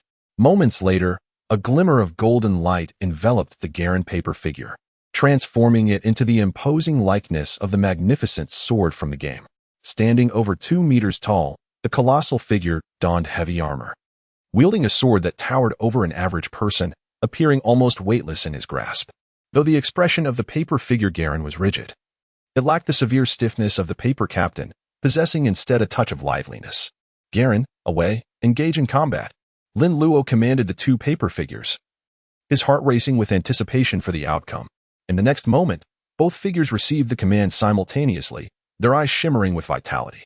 Suddenly, a towering sword and a sturdy firewood stick were raised aloft. With a resounding thud, the paper figure captain was sent sprawling, crashing violently against the wall and leaving a series of cracks in its wake. Wow! Rintingting gasped in astonishment, her mouth covering her shock as her eyes widened in disbelief. This giant is truly formidable. It effortlessly sent her useless cousin flying. Turning her gaze to the paper figure Garen, she observed it firmly planted on the ground, its colossal sword embedded before it, standing resolute like an unyielding mountain. Not bad at all. Master, this paper puppet possesses considerable strength. You should give it a try. Lin Luo was quite pleased with Garen's combat prowess and turned to look at his master with a cheerful expression. Oh, Master, where are you going? Ninth uncle stood at the entrance of the warehouse, one foot already stepping out. Rin Tingting turned her head, gazing at ninth uncle's retreating figure, her brow furrowed in confusion. How strange, when did ninth uncle leave? Ninth uncle, upon being called, chuckled awkwardly and glanced back at the imposing paper figure of Garen. I just remembered an urgent matter that requires my attention. Your paper puppet is quite impressive. I shall make a few more. They will be useful. With that, he swiftly darted out the door, vanishing from sight. How absurd. Such a robust puppet, with a strength of hundreds, perhaps even thousands of pounds. Competing in skill with this thing? Have I lost my mind? I am a Taoist. My expertise lies in ranged attacks. Close combat is merely a last resort. He thought to himself, that rebellious disciple, a Luo, wishes to see his master embarrassed. How naive. I must take my leave quickly, swiftly, just as ninth uncle made his exit. The voice of Ren Fa echoed from outside. Soon, Ren Fa entered with a group of people, carrying a ceremonial table adorned with a wealth of offerings. A Luo, I've prepared the offerings for the incense altar. Take a look and see if everything is in order. If not, I can have someone fetch what's missing. Ren Fa inquired cheerfully of Lin Luo. Lin Luo cast a glance and noted that everything was already quite complete. The offerings to Zhong Kuei were undoubtedly sufficient. No problem. Uncle Ren, it is more than adequate. Good, good, good. Oh my. Ren Fa was taken aback by the sight of the tall and sturdy Galen, resembling a section of an iron tower. Ah, this too is a paper puppet. It will stand guard for you tonight. With it present, you shall enjoy a restful sleep. Lin Luo said with a smile. Ren Fa's eyes brightened, especially upon seeing the towering heavy sword, which indeed put his mind at ease. Wonderful, wonderful. Ha. I can truly sleep soundly now. Thank you so much, Luo. Ren Fa expressed his heartfelt gratitude. What is there to thank for? Just ensure that Ting Ting listens to me from now on. Lin Luo smiled broadly. Ren Fa chuckled and glanced at Rin Ting Ting. Rin Ting Ting was taken aback, her eyes wide with confusion. What do you think you're doing, you little rascal? She exclaimed. Don't think for a second that I don't know your intentions. If I have to listen to you, my insufferable little brother, what will become of me? She recalled how Lin Luo had treated her like a maid that day, serving tea, feeding him, and even giving massages. Did he truly believe he could continue to play the young master? Ren Fa laughed heartily and addressed Rin Ting Ting. What is the matter, Ting Ting? You should listen to Luo from now on and never bully him. Do you understand? Dad. Rin Ting Ting pouted, twisting her body playfully. Who do you think you are? I am your daughter. How can you expect me to serve this little brat? Just listen. If you heed Luo's words, he will protect you. Ren Fa replied, then turned to light incense, respectfully bowing to the paper effigy of Zhong Kuei. The Ren family had their fair share of offerings to the three pure ones and the bodhisattvas, but those statues had proven ineffective in times of need. Yet, he had witnessed the divine manifestation of Zhong Kuei himself. If they honored him properly, Zhong Kuei might remember the Ren family and offer his protection, ensuring their prosperity. Seeing her father's devout demeanor, Ren Ting Ting pouted and shot a glance at Lin Luo, who was grinning at her. Her heart sank. She realized that this troublesome boy would undoubtedly keep her under his thumb, leaving her with no chance to rise above. Nightfall arrived as expected. The sun sank in the west, and the moon rose in the east, casting a tranquil hush over Rinjia town. The streets were deserted, with every household shuttered tight, lights extinguished, and families huddled indoors, too afraid to venture out. In stark contrast, the ruined residence was ablaze with light. Fire pits illuminated the courtyard, making it as bright as day. Every door and window within the house bore Mozhang talismans, with even the skylights sealed at Lin Luo's insistence. Strangely, the courtyard was empty. The vast estate was eerily silent, devoid of any sound. Inside the main hall of the Ren residence, Ren Fa felt no inclination to sleep. He remained vigilant at Lin Luo's side, insisting he could finally rest easy, yet how could he possibly sleep with the threat of zombies looming? What if he fell asleep and never awoke? Behind Lin Luo stood several pale figures, the fire stick away, the crimson-robed Zhong Kue, the great sword Garen, and the paper puppet he had recently created.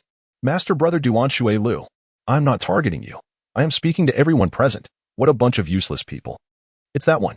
On the other side, Jiu Shu sat majestically in a chair, holding a peachwood sword, resembling a towering mountain, providing a sense of calm. Beside him was a small table, adorned with a plate of rooster blood, a set of Sanqing bells, and a bronze mirror.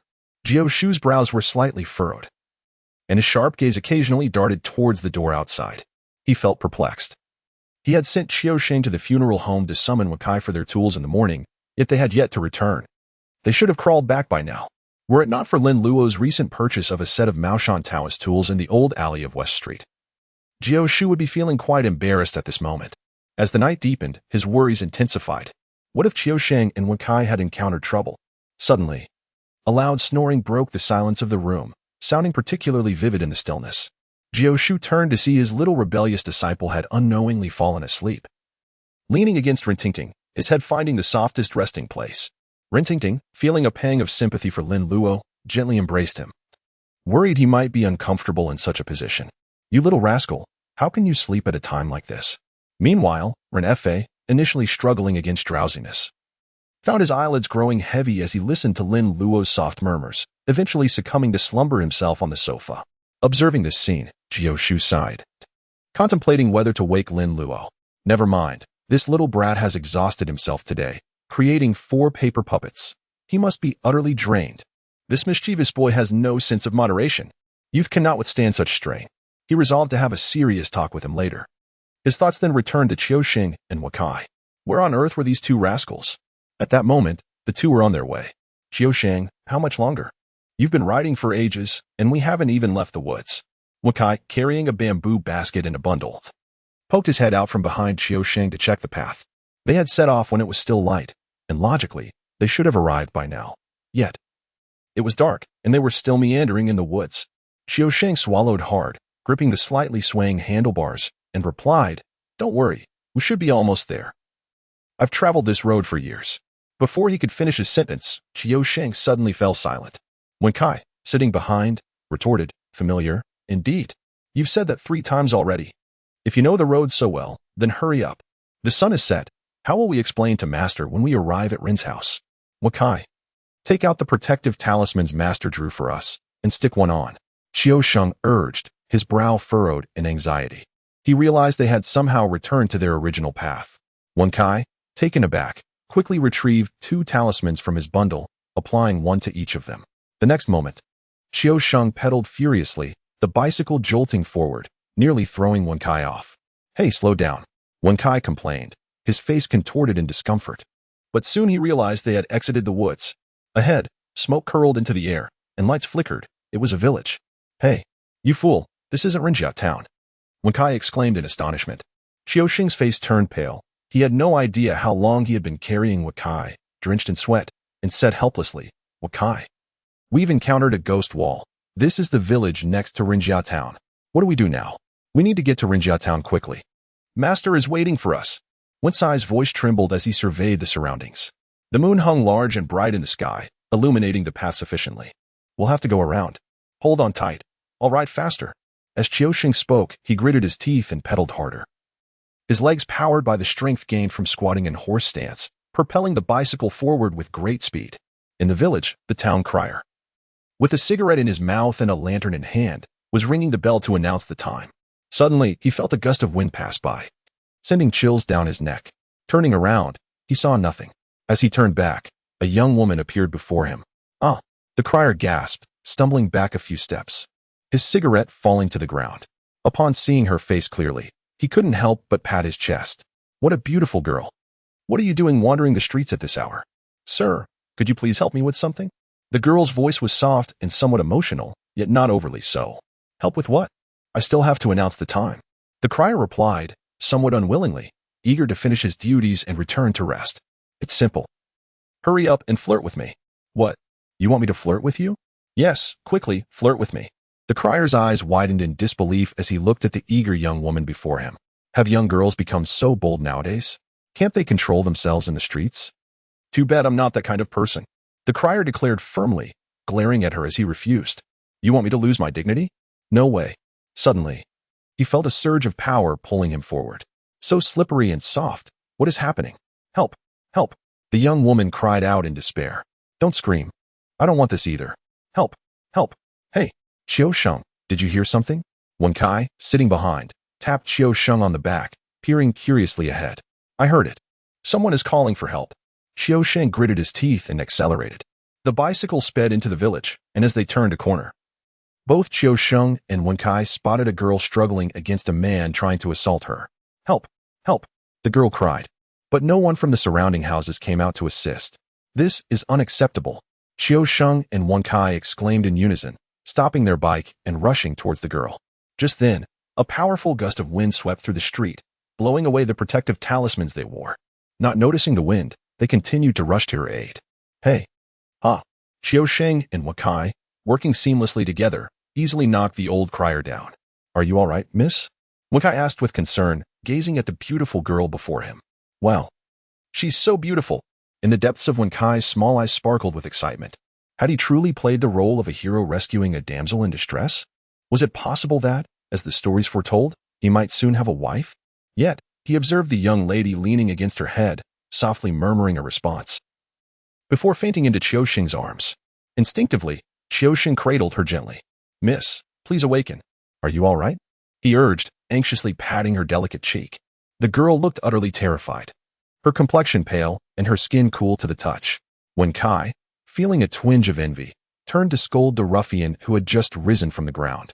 You old scoundrel, how dare you brazenly harass a respectable woman in the street? Today, you've escaped by luck, but should you cross paths with us again, we will surely take you to face the law.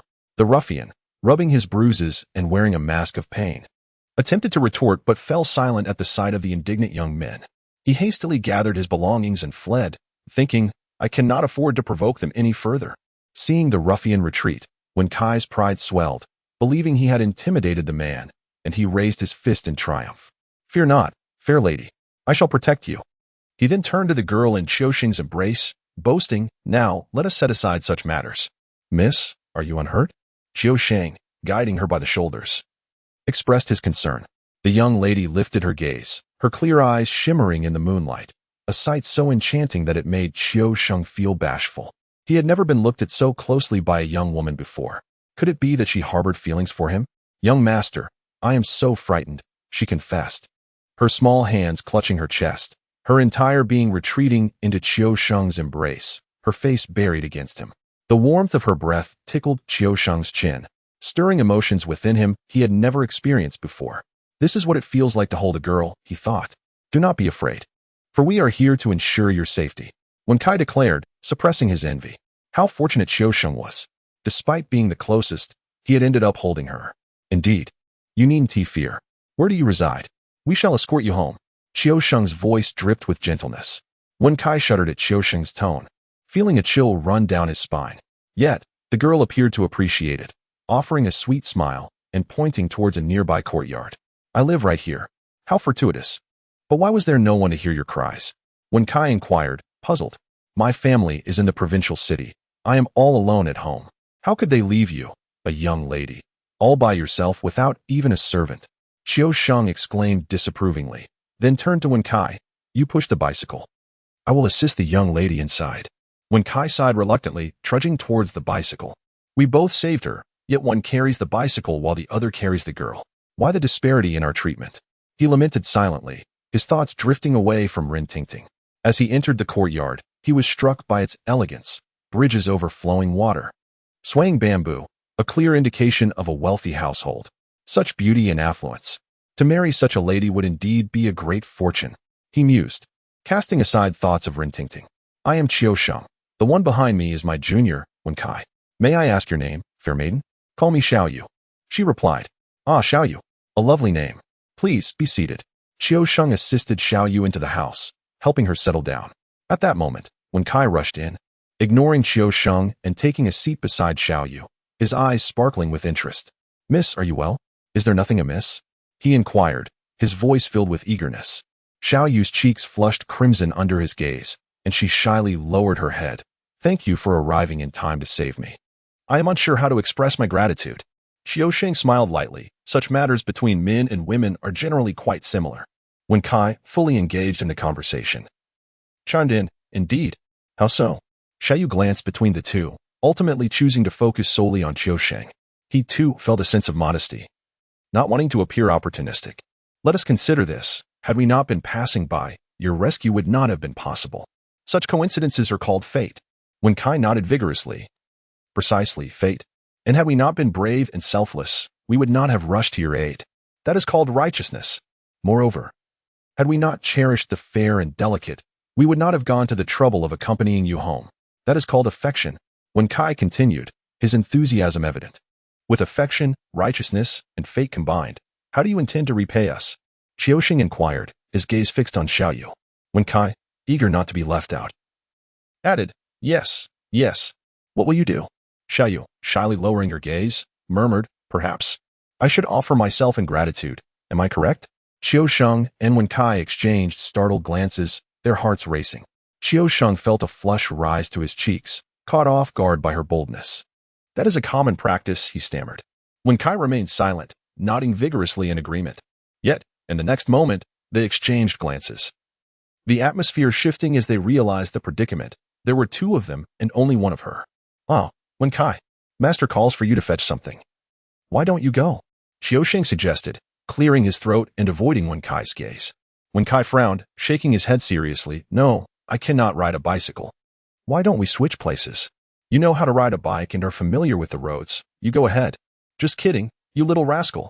You think I'll let you enjoy yourself while trying to send me off? Not a chance. Brothers share both fortune and misfortune. Unfortunately, I seem to have a cramp in my leg and can't move well. I can't ride the bike right now. So how about you carry the things and walk over? It's not far, just over 10 miles. Wen Sai's expression changed as he glanced down at his foot, shaking his head in dismay. What bad luck. I twisted my ankle while pushing the bike in and can't continue on foot. Please wait here for a moment. Xiao Yu suddenly interjected, interrupting the playful banter between Qiu Sheng and Wen Kai. The two brothers turned to watch as Xiao Yu stood up and slowly walked towards the screen in the room. Once her figure disappeared from view, Qiu Sheng snapped back to reality. Something feels off. Qiu Sheng exclaimed, giving Wen Kai a light tap on the head to rouse him from his stupor. Ouch! Why did you hit me? Wen Kai protested, rubbing his head in annoyance. Wen Kai, this isn't right. How could we stumble upon such an opportunity at this hour? Wen Kai, momentarily taken aback, pondered the strangeness of the situation. Qiu Sheng lowered his voice and speculated. There are only two possibilities. Either we are dreaming, or we have encountered a ghost. At the mention of ghosts, Wen Kai shivered, his senses sharpening. You're right. We need to leave quickly. Just then, Xiao Yu emerged from behind the screen, clad in a flowing silver-gray silk robe that hugged her figure just enough to accentuate her curves. She exuded an ethereal allure, shrouded in an air of mysterious temptation. Xiao Yu perched on the edge of the bed, crossing her legs, her delicate, fair feet drawing attention in the dim light. Wen Kai was utterly captivated. So beautiful, so fair. I wish. Thoughts of ghosts vanished from his mind.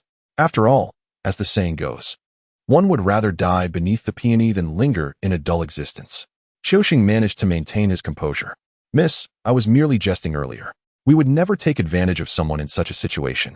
We truly have pressing matters to attend to, so we must take our leave. If fate allows, I shall return to find you. Without waiting for her response, Qiu Sheng seized Wen Kai by the ear and pulled him towards the exit. Ouch! Why are you pulling my ear? Let go. Wen Kai grimaced as he was dragged outside. Once he finally broke free, he complained, why the hurry? A few more glances wouldn't hurt. Qiu Sheng shot him a stern look. You really are hopeless. It will be too late once something happens. What are you talking about? You were the first to rush in. Wen Kai retorted, sulking as he made his way outside. Suddenly, a tremendous clap of thunder resonated in the sky, and a torrential downpour ensued, drenching Qiu Sheng and Wen Kai like drowned rats. Wow, why is it raining so heavily all of a sudden? My clothes are soaked. The two scurried back under the eaves. watching the rain cascade, the water in the pool churning violently.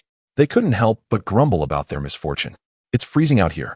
You must come inside for a drink to warm yourselves before leaving. Xiao Yu's voice came from behind them. They turned to see Xiao Yu's hair and robe fluttering in the wind, her fair skin occasionally visible, making them feel a bit shy as they avoided her gaze. However, the cool breeze and their wet clothes made it undeniably chilly. Well, what do you think? Shall we go in? Wenkai asked Qiusheng quietly, lacking initiative and often deferring to others. Qiusheng frowned but nodded in agreement. All right. A drink won't kill us. We'll leave once the rain stops. Then let us go have a drink. After their agreement, they stepped into the room together. On the table, a pot of wine and 2 small cups awaited them. The aroma of the wine wafted through the air, enticing both Qiusheng and Wenkai, who had often indulged in Jiu-Shu's liquor. Such a fragrant wine. Please, help yourselves. Then I shall not hold back. This wine smells divine. It must taste exquisite. With laughter, they raised their cups and drank heartily. Refreshing. It feels like I'm floating. Yet, just a moment later, Wenkai seemed to succumb to the effects of the alcohol, his body slumping beneath the table as he fell asleep. Qiusheng, swaying unsteadily, gazed dreamily at Xiao Yu, feeling as if he were soaring closer to her. Everything felt surreal, a blurred line between dreams and reality. Soon, Qiusheng felt as though he were floating on clouds, swaying gently, never to come down. It was as if he were adrift on a boat, carried by the waves. The potency of the wine was overwhelming. Time passed, and eventually, Qiusheng regained consciousness. Ouch, my head hurts. I only had 1 drink, and I'm already drunk? Oh, the rain has stopped. I still need to find my master. He tumbled out of bed, unsteady on his feet. Oh no, why are my legs so weak? I must go, even if I have to crawl. Muttering to himself, he prepared to dress and leave. Suddenly, thunder rumbled outside, and Qiusheng, in frustration, tossed his clothes aside and crawled back under the covers. Master, I truly apologize. It's not that I don't think of you. It's just that the heavens have conspired against me. Meanwhile, Jiu-Shu, feeling the chill, shifted in his seat, the chair creaking beneath him as he sighed in frustration. What time is it? What are those 2 rascals doing? Why haven't they returned? Do they not care about their master? At that critical moment, a loud crash interrupted his thoughts. Turning, he saw the massive iron gate of the Rin family flung open, and a green figure leaped through the doorway, landing in the courtyard. Jiu-Shu gasped in disbelief, his eyes widening in horror. Impossible! How has it turned into a green zombie? Indeed, the figure was none other than old Master Rin. Lin Luo closed his left eye, while his right eye gazed upon old Master Rin in the courtyard. A dense aura of malevolence emanated, shimmering with an eerie green glow, particularly unsettling. The intensity of the corpse's aura and the malevolent energy was even more terrifying than before. What had this creature done to escalate so rapidly? Inside the house, Ren Fa and Rin Tingting were roused from their slumber. Upon hearing the commotion, they looked over and were thoroughly frightened. My heavens! A zombie has arrived. Uncle Jiu. A Luo. Ren Fa anxiously regarded the 2, realizing that the only ones who could save him and his daughter were these 2 masters. Old Master Rin. Stay hidden inside and do not come out. Understood. Lin Luo closely followed Jiu-Shu, with paper puppets trailing behind him. Master, let them go first. Lin Luo spoke to Uncle Jiu. Uncle Jiu paused, nodded slightly, and replied in a low voice, it wouldn't hurt to give it a try. Lin Luo turned around to gaze at his shadow puppets. Little ones, advance. Lin Luo pointed with his right hand at Ren Weiyong, Paper Garen, Paper Zheng Kue, Paper Away, and Paper Duan Shui Lu, who immediately surged forward upon receiving the command. Demetia, the abomination, meet your demise. Will you summon or not? I see you as nothing but a fool. Lin Luo excitedly provided voices for his paper puppets. After all, they were incapable of speech. Thus, he took it upon himself to animate them. The mighty sword descended fiercely, while the Zhong Kue sword glimmered with a cold radiance under the moonlight, aimed at the heart of old Master Rin. Captain O's branding iron was thrust towards the zombie's back with a skilled yet somewhat lewd finesse. The elder brother exhibited unparalleled ferocity, executing a 360-degree aerial kick aimed directly at the zombie's face. Jiu-Shu stood beside Lin Luo, listening intently to his voice acting while observing the 4 paper puppets. Surprisingly, he comprehended who Lin Luo was voicing. However, what did Lasei mean? The resounding impact of the mighty sword struck the zombie's head, shattering its ornamental headdress and revealing hair that resembled steel wires. Shortly after, several sizzling sounds erupted as Captain O's branding iron suddenly overheated, branding the word onto the zombie's back. The Zhong Kue sword, aimed at the zombie's heart, nearly tore through its clothing. Elder Brother's flying kick struck the zombie's face, causing its head to tilt back with audible cracks. As the round of attacks from the paper puppets concluded, a simplified point value appeared in Lin Luo's mind. It seemed the results were underwhelming, especially for the paper puppet while others were rated at 5. He had not even achieved that. Continue, Lin Luo commanded, and the paper puppet sprang into action. The paper figure of Garen swung his great sword and began to whirl in place, ultimately delivering a powerful strike upon the zombie. The force of this blow was tremendous, likely exceeding 1,000 pounds, sending the zombie soaring through the air, without waiting for the zombie to descend. The captain of the paper puppets narrowed his eyes and darted forward, prodding upwards with the firewood stick in hand. Instantly, another character was inscribed upon the body of old Master Ren. In a swift motion, the imposing figure of Zhang Kuei streaked across the scene, his sword descending with a resounding clang as it struck old Master Ren's neck. The zombie, upon being cleaved, expelled a plume of greenish mist, starkly visible in the brightly lit courtyard. A fierce wind howled as Duan Shui stepped forward, executing a high kick that landed squarely on the zombie's head, forcing its previously tilted position to bow low. With a thud, the zombie fell to the ground, only to rebound back up with a loud bang. Roar. The zombie bellowed in displeasure as a faint greenish miasma of toxic energy began to envelop its form. You little brats, seeking your own demise.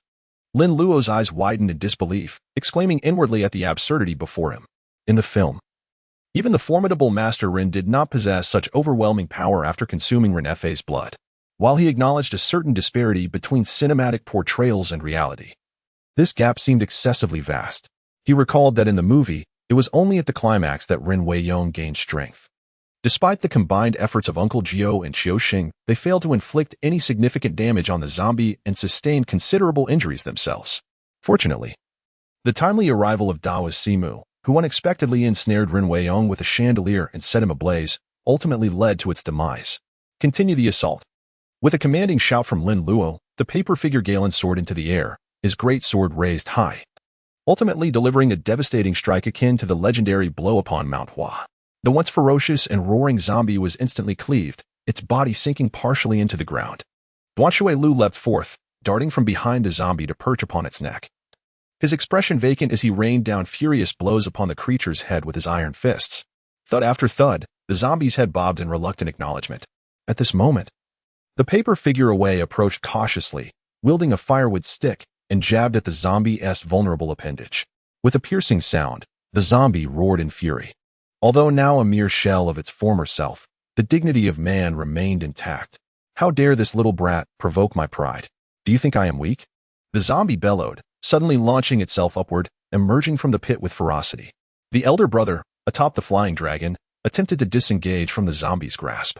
Yet, the zombie was swifter, pivoting with alarming speed and thrusting its claws. With a sickening lunge, the zombie's talons pierced through Duan Shui Lu's chest. Roar.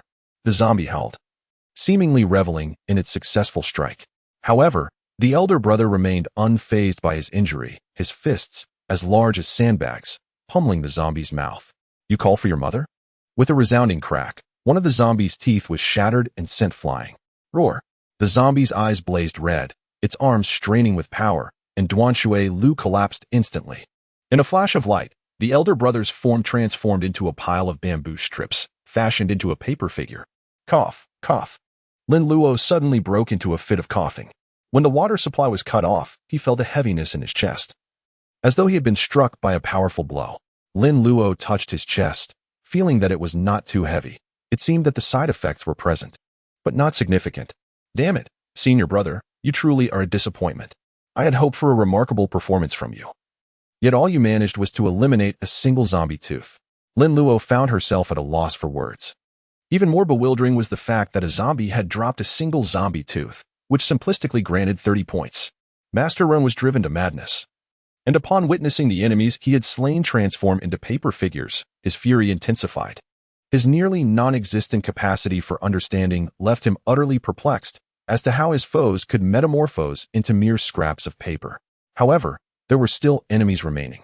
He was determined to eliminate every last one of them. Master Ren roared as he charged toward the captain of the paper figures. His leap spanned over 3 meters. Swift and forceful, the captain of the paper figures swung the firewood stick with great ferocity. The paper figures of Zhong Kuei and Garen rushed to assist, their swords cleaving toward Master Ren. A series of resounding clangs echoed as the zombie was thwarted. The sound of tearing filled the air. A wicked grin appeared on Ren Weiyong's face. With a thunderous roar, the zombie howled skyward, followed by a series of eerie, chattering sounds emanating from its mouth. Lin Luo blinked, a thought crossing his mind as he turned to Uncle Jiu. He noticed that Uncle Jiu wore an exceedingly peculiar expression, clearly having comprehended Ren Weiyong's words. Uncle Jiu possessed the ability to understand the language of corpses, and Lin Luo was well aware of this fact. "Master, what is this old Master Ren saying?" Uncle Jiu replied with an odd expression. "This zombie is hurling insults. Beast. You beast. Whether it's a strike below or a slap to the face. I will slay you, you beast." Ren Weiyong roared, heedless as he lunged towards the paper figure captain. This time, his speed was remarkable. Even the paper figure Galen and paper figure Zhong Kuei were unable to intervene in time. As Wei turned around, he was abruptly seized by the zombie. Grasping the paper figure captain by the neck with one hand, he unleashed a barrage of slaps upon the captain's face with the other. Bang, bang, bang. Each strike was delivered with great force, and soon the paper figure captain's visage was rendered unrecognizable. Not only was he being slapped, but the zombie's claws were exceedingly sharp, leaving deep gashes upon the captain's face, utterly disfiguring him. Realizing that paper figure Wei had been subdued, Lin Luo took control of Wei, initiating a desperate counterattack. The paper puppet could heed his commands and act under his control, proving to be remarkably convenient.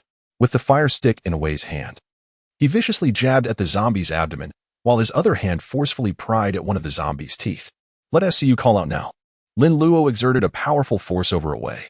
With a sharp crack, the paper figure of Wei had its fingers bitten off by the zombie. Immediately afterward, with a tearing sound, the zombie yanked Wei's head from his shoulders. Lin Luo felt a heaviness in his chest once more, as if he had been struck by a powerful blow. Cough. This zombie may be somewhat foolish, yet it is undeniably ferocious. Lin Luo clutched his chest, reflecting on the situation. Ultimately, it was the inadequacy of his paper puppet's level and strength that led to such dire circumstances. With a roar, Ren Weiyong felt another foe, unleashing a skyward howl as the green mist enveloping him thickened. Though he appeared somewhat disheveled, having lost a tooth, he was otherwise unscathed. He was now filled with exhilaration.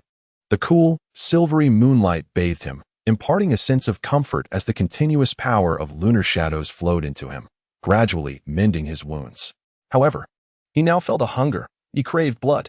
The enticing blood of his kin, which had lured him here, awaited within the house. Ren Weiyong's crimson-tinged green eyes fixed upon the Ren family mansion, and heedless of anything else, he charged toward it. "Stop him." Upon seeing the zombie recklessly rushing forth, Lin Luo furrowed his brow and began issuing commands. The paper puppet Zhong Kuei positioned itself before the advancing zombie. The humanoid tank-like paper puppet Garen swung his great sword with force, striking the zombie with tremendous impact. Caught off guard, the zombie was sent hurtling away like a projectile. With a thunderous crash, a gap was created in the flower bed of the Ren family's courtyard. The zombie's body, impervious to blades and bullets, remained unscathed by such an assault, merely delaying him for a moment. As the dust settled, the zombie sprang forth from the flower bed, its sinister gaze locking onto the paper puppet Garen that had struck him. Garen's towering stature and the weighty armor he donned made it clear to the zombie that this was not an adversary to be trifled with. With a roar, Ren Weiyong bellowed at the paper puppet Garen, then swiftly turned, leaping 4 to 5 meters into the air, hurtling toward the Ren family mansion like a cannonball. Lin Luo's eyes suddenly sparkled with excitement. During the moment when Master Jiu was intently observing the zombie, he swiftly retrieved it from his personal space. "Master." Upon glancing down, Jiu was instantly delighted to see the object in his disciple's hand. "Well done, my boy. You have prepared this." Lin Luo smiled lightly, shaking his hands as the ink rope net unfurled like a grand scroll. 2 bamboo poles served as the endpoints, with the ink rope net stretched in between, alleviating any concerns about uneven tension. Uncle Jiu grasped one bamboo pole while Lin Luo held the other. The two retreated a couple of steps, causing the ink net to instantly expand. In midair, Ren Weiyong remained oblivious to the impending fate awaiting him as he began to descend. "Luo, hold your breath," Uncle Jiu reminded him. "I understand, Master." Lin Luo responded and, seizing the moment with Uncle Jiu, stepped forward, using the ink line net to ensnare Ren Weiyong. With a thunderous crash, Ren Weiyong's legs fell into the net, causing the ink lines to tighten and strike against the zombie's legs and waist, erupting with a series of crackling sounds. Sparks flew, and as the net came into contact with the corpse energy emanating from Ren Weiyong, it ignited spontaneously. releasing a noxious green mist. Roar. The master and disciple held their breath, watching as Ren Weiyong writhed and screamed in agony. No matter how the zombie struggled, its legs were trapped in the net, rendering escape impossible. Furthermore, the more it thrashed, the greater the damage inflicted by the ink lines. Yet, lamentably, the ink thread was too thin. Under the corrosive effect of the corpse energy and the zombie's violent resistance, it soon began to snap. Uncle Jiu and Lin Luo quickly retreated, observing as Ren Weiyong limped out of the ink line net. Roar. Ren Weiyong howled at the heavens. Hastening to absorb the power of the moon's shadow, his thirst for blood became increasingly urgent. Only by consuming the blood of a close kin could his wounds heal and his strength elevate to a higher tier. Seeing the zombie limping towards the main house, Uncle Jiu instructed Lin Luo, command the paper puppet to restrain the zombie. Yes, master. Garen, subdue the zombie. The paper puppet Garen immediately sprang into action, akin to a land tank, tackling Ren Weiyong to the ground. Despite Ren Weiyong's frantic struggles, with his hands pinned down by Garen, he resorted to biting the paper puppet. Garen's thick armor bore the marks of the zombie's teeth, showcasing the ferocity of its bite. However, Garen remained unscathed, as if nothing were amiss, continuing to hold the zombie firmly. Roar. The zombie emitted a series of howls while spewing green toxic mist at Garen. It could not comprehend why this individual was unafraid of its corpse poison. At that moment, Lin Luo, preoccupied with controlling the paper puppet, noticed that the paper puppet Zhong Kue had suddenly moved on its own. Approaching, he removed the gourd from his waist, pulled out the gourd stopper, and aimed it at the zombie. Instantly, the toxic mist expelled by the zombie was drawn into the gourd. Lin Luo widened his eyes in astonishment, gazing at the animated paper figure of Zhong Kue. Ah, it seems the great deity Zhong Kue has manifested. Jiu Shu also took note of this scene, his heart swelling with joy. Observing the toxic mist being absorbed, he promptly retrieved a corpse-restraining talisman from his treasure pouch and swiftly approached, seizing the opportunity to affix the talisman to the zombie's forehead. The moment the talisman made contact, the zombie's body froze, and its howls ceased abruptly. In the grand scheme of existence, everything is bound by the principle of mutual restraint. Thus, the zombie must be subdued by the talisman. Seeing Ren Weiyong remain motionless, Lin Luo breathed a sigh of relief, simultaneously grateful for having conjured a heavily armored tank, Garen, thanks to his extensive gaming experience. He understood the necessity of a robust front line, while the likes of Master Brother and Awe, being mere fragile assassins, could only ambush the delicate archers. Encountering a sturdy tank warrior would spell their doom. Inside the large house, Ren's father and daughter cautiously opened the window, peering out to ascertain the situation. The fearsome zombie lay motionless on the ground, with that formidable figure pressing down upon it. Jiu Shu and Lin Luo stood nearby, their expressions relaxed. Jiu Shu, has everything been resolved? Ren Fa mustered his courage to inquire. Upon hearing his voice, Jiu Shu turned and nodded with a smile, affirming, at last, the task is accomplished. The zombie has been subdued. Ren Fa exhaled deeply, nearly collapsing against the wall. Finally, it is over. The events of this night had profoundly shaken him. How could his father have transformed in such a manner? Had it not been for Jiu Shu and Lin Luo, they would surely have perished tonight. The great iron door would not have held it back. Sheltering within their home would have merely meant awaiting death. Even fleeing to another locale would not have spared them, for it would have tracked them by scent. Given the current chaotic state of affairs, with the family estate anchored here, there was little chance for escape. Arise. Lin Luo commanded the paper figure Garen.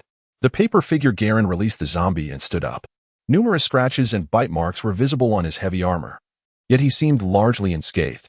Otherwise, he would have ended up like Master Brother and the paper figure away, utterly destroyed. Ren Fa and Ren Tingting emerged from the house, their eyes falling upon the motionless Ren Weiyong, their expressions a blend of terror and sorrow. Master Ren, you have witnessed it. The old master has already transformed into a corpse. Even if we were to bury him anew, it would be perilous. Ninth uncle remarked to Ren Fa. Ren Fa nodded repeatedly, his voice trembling as he replied, I will heed your words, Ninth uncle. Whatever you suggest is acceptable. I have no objections. Observing Ren Fa's paralyzed demeanor, Lin Luo silently chuckled to himself, thinking that if he had listened sooner, such calamities could have been avoided. Master, uncle, allow me to take charge. Lin Luo, speaking as he did, took the Zich Enku sword from the paper figure's grasp, gripping the hilt with both hands. He aimed for the heart of the zombie and thrust it fiercely. With a resounding puncture, the Zich Enku sword, empowered by Lin Luo's energy, penetrated deeply.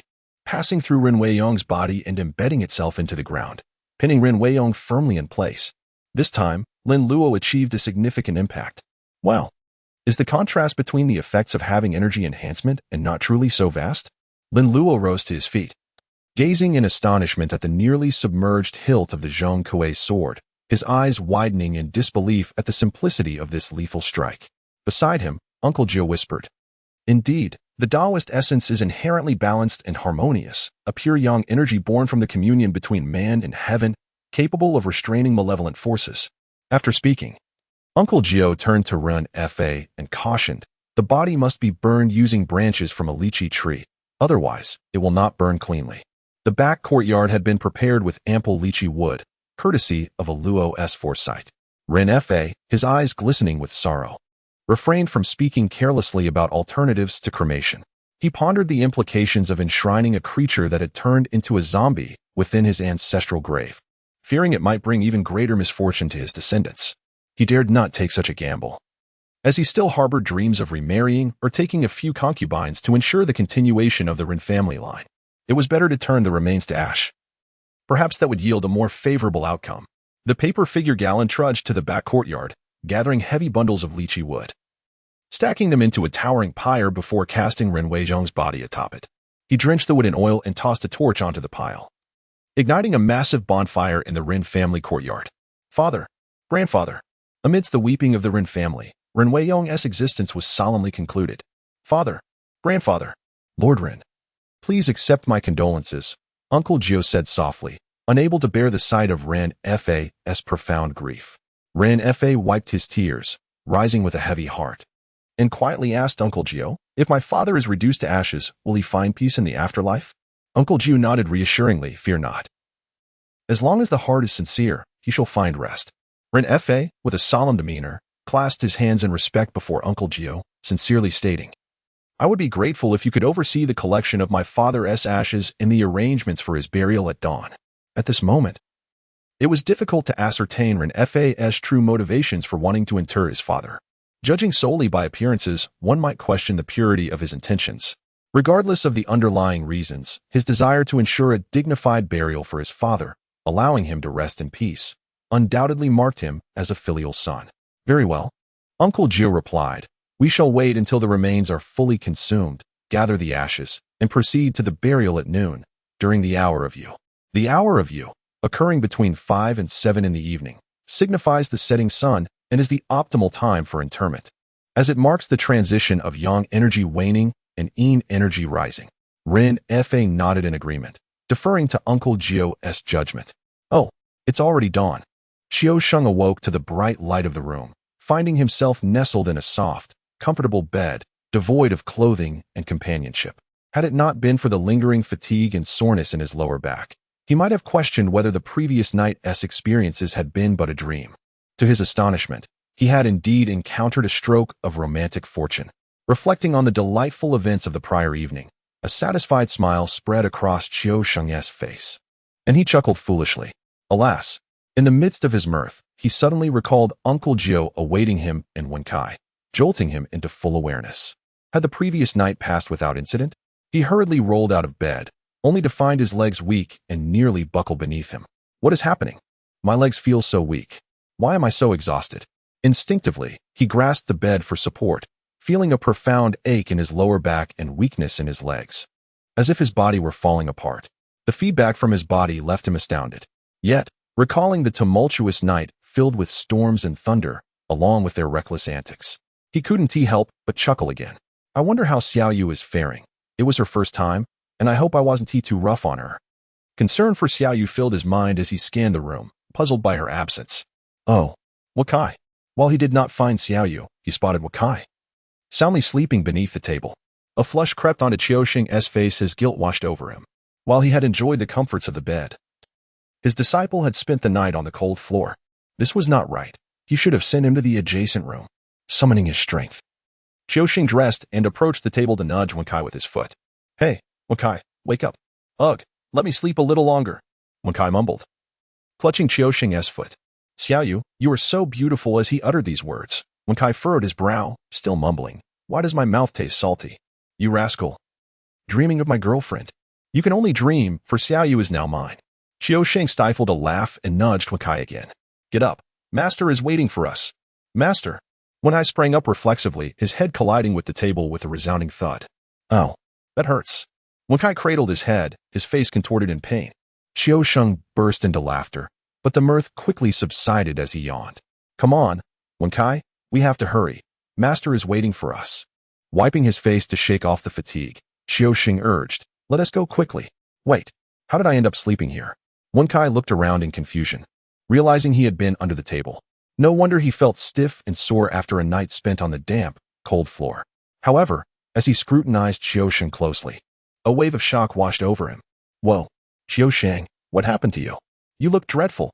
At that moment, Qiusheng's face was as pale as a ghost, with dark circles under his eyes, resembling someone gravely ill.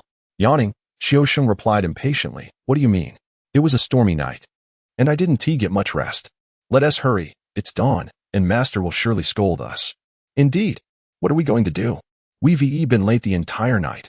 Master will definitely be angry. Wenkai's concern shifted from Qiusheng's condition to his own predicament. With his own well-being at stake, he had little time to question Qiusheng. The two hurriedly exited the room, finding the courtyard still resembling the scene from the previous night, yet Xiaoyu remained nowhere in sight. The cart, brought from the mortuary, was parked beneath the porch, and the items from the bamboo basket were still in place. Pushing the cart out of the porch, they oriented themselves and rode away. In Rin family town, at the Rin residence, the household staff was bustling about. The news of the late Lord Rin's reinterment after 20 years had spread throughout the town. However, since it was a secondary burial, there were no extravagant preparations. Uncle Jiu and Rin Fa sat in the living room, sipping tea. Lin Luo sat beside Rin Tingting, idly resting his chin on his hand as he watched her arrange the flowers. Although they had stayed up late the previous night, both Uncle Jiu and Lin Luo appeared to be in high spirits at that moment. In contrast, Rin Fa and Rin Tingting looked rather unwell, their faces exhibiting signs of fatigue. Today marked an important occasion for the Rin family, prompting the father and daughter to rise early, now merely enduring their drowsiness. They had just finished breakfast when the household servants began bustling about, preparing for the old master's funeral ceremony.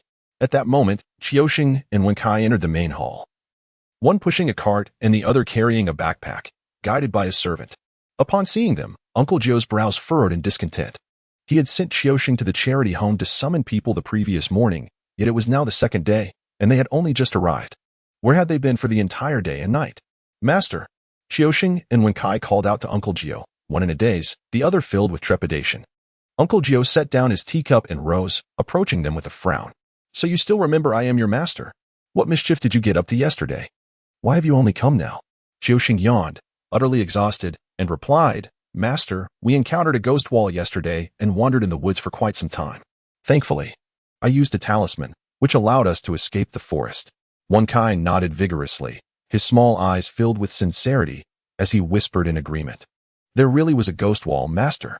Uncle Jiu scrutinized Qiusheng's face with suspicion, his frown deepening. You broke through the ghost wall. What happened afterward? He folded his arms, asking with significant undertones. Nothing much, Master. We only realized after leaving town that we had ended up in the neighboring village. Just then, a tempest struck. With thunder and lightning, we sought refuge in an abandoned house to escape the rain and somehow fell asleep. Qiusheng explained, yawning once more. Wenkai nodded in affirmation, his face contorted in discomfort as he remarked, Yes, we sheltered from the rain all night. Sleeping on the floor in such heavy rain has left my joints feeling chilly. I fear I might catch rheumatism. Uncle Jiu raised an eyebrow, his keen gaze locking onto the two faint blushes on Qiusheng's neck. This rascal appeared utterly exhausted, yet dared to concoct a tale about seeking shelter in a dilapidated house. Rin Tingting prodded Lin Luo with her small hand, her expression peculiar as she whispered, Wasn't it a clear night yesterday? How can they claim to have sought shelter from the rain? Could it be that they got into trouble and are lying? Lin Luo gazed at Qiusheng's ghastly appearance, curling his lip in disdain, and mused to himself, It's not merely causing a mess, it's disturbing a den of ghosts. Oh, it's nothing to worry about. It's likely just an encounter with the supernatural. Haven't they mentioned running into ghosts slamming against walls? Ghosts are indeed quite eerie. Lin Luo smiled, and spoke in a relaxed tone. What exactly is a ghost wall? Is it truly frightening? Rin Tingting's curiosity deepened, her eyes sparkling with a thirst for knowledge. A ghost wall, also known as ghosts obscuring the eyes, causes individuals to unknowingly wander in circles. So, are you inclined to experience it for yourself? Lin Luo grinned mischievously and, with an air of mystery, inquired of Rin Tingting. Her eyes sparkled with intrigue, sensing an exhilarating thrill, and she nodded in agreement, saying, "All right." "Oh, this unfortunate child. Why must her curiosity be piqued by such matters?"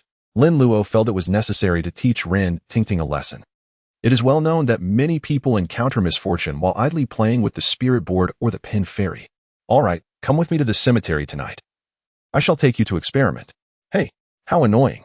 Rin Tingting, noticing Lin Luo's mischievous grin, quickly realized he was merely teasing her. With a sulky pout, she reached out to swat him, only to have her hand caught effortlessly by Lin Luo. The two engaged in playful banter while in the same room. Qiuxin and Wakai were under the scrutinizing gaze of Uncle Jiu, feeling a mix of anxiety and apprehension. The joys and sorrows of individuals are seldom shared at that moment. Wakai found their noise rather bothersome. "Master, nothing happened last night, right?" Qiuxin yawned, utterly exhausted and longing for a place to sleep.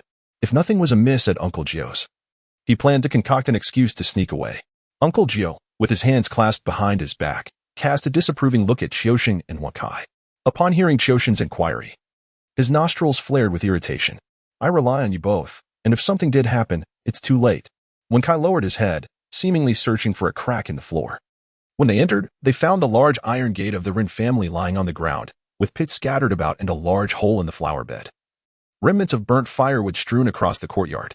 It appeared that a zombie had visited the previous night, but it had already been dealt with by the master. Qiuxin's mind felt numb, unable to decipher Uncle Jiu's words, and he squinted at the sofa, yearning to lie down and sleep. Without a second thought, he staggered over and collapsed onto it.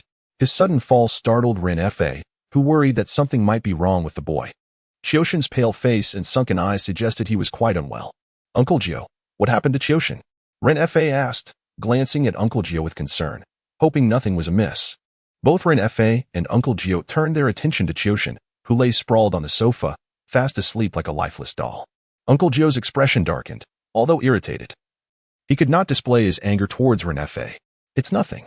I suspect he encountered a ghost and had his yang energy drained," Uncle Jiu remarked, feeling even more frustrated. "How could you, my disciple Lin Jiu, end up in such a pitiful state after a ghost encounter? If it had been Luo, I dare say that ghost would have met a gruesome fate." Uncle Jiu envisioned Lin Luo wielding a peachwood sword against Ren Weiyong, along with his cautious nature, always carrying several Three Qing's bells. Any minor ghost or demon that crossed paths with Lin Luo would be fortunate to escape with their lives. "What? How could this be?" Wakai exclaimed, his eyes wide in disbelief. Unable to contain his frustration any longer, Uncle Jiu delivered a sharp knock to Wansai's head, causing him to yelp in pain and crouch down, cradling his head. "Ouch, that hurts." At this moment, Uncle Jiu, disregarding any familial embarrassment, hoisted Wakai up. "Wakai, confess honestly. What did you two do yesterday? If you wish for Qiuxin to live, do not withhold anything. Spill it all." Frightened by Uncle Jiu's fierce demeanor, Wakai trembled as he recounted the events of yesterday, embellishing them slightly. They had encountered a ghost wall in the woods, and upon escaping, they witnessed someone bullying an innocent woman in the street. The two, acting heroically, rescued the girl and escorted her home, only to find her offering herself in gratitude. Sensing something amiss, they attempted to leave, but were caught in a sudden downpour of thunder and lightning. With no choice, they returned indoors and partook in the girl's wine. Wakai had little recollection after that. He awoke beneath the table, roused by Qiuxin. At that moment, Qiuxin appeared in a ghastly state. Wakai shrank his head, speaking in a voice barely above a whisper. "Humph, you two rascals. Having sensed something wrong, you still had the audacity to drink her wine." Uncle Jiu scolded, though his anger had lessened. The two disciples were kind-hearted, and their willingness to help was commendable. It was merely the girl ghost's cunning that led to their predicament.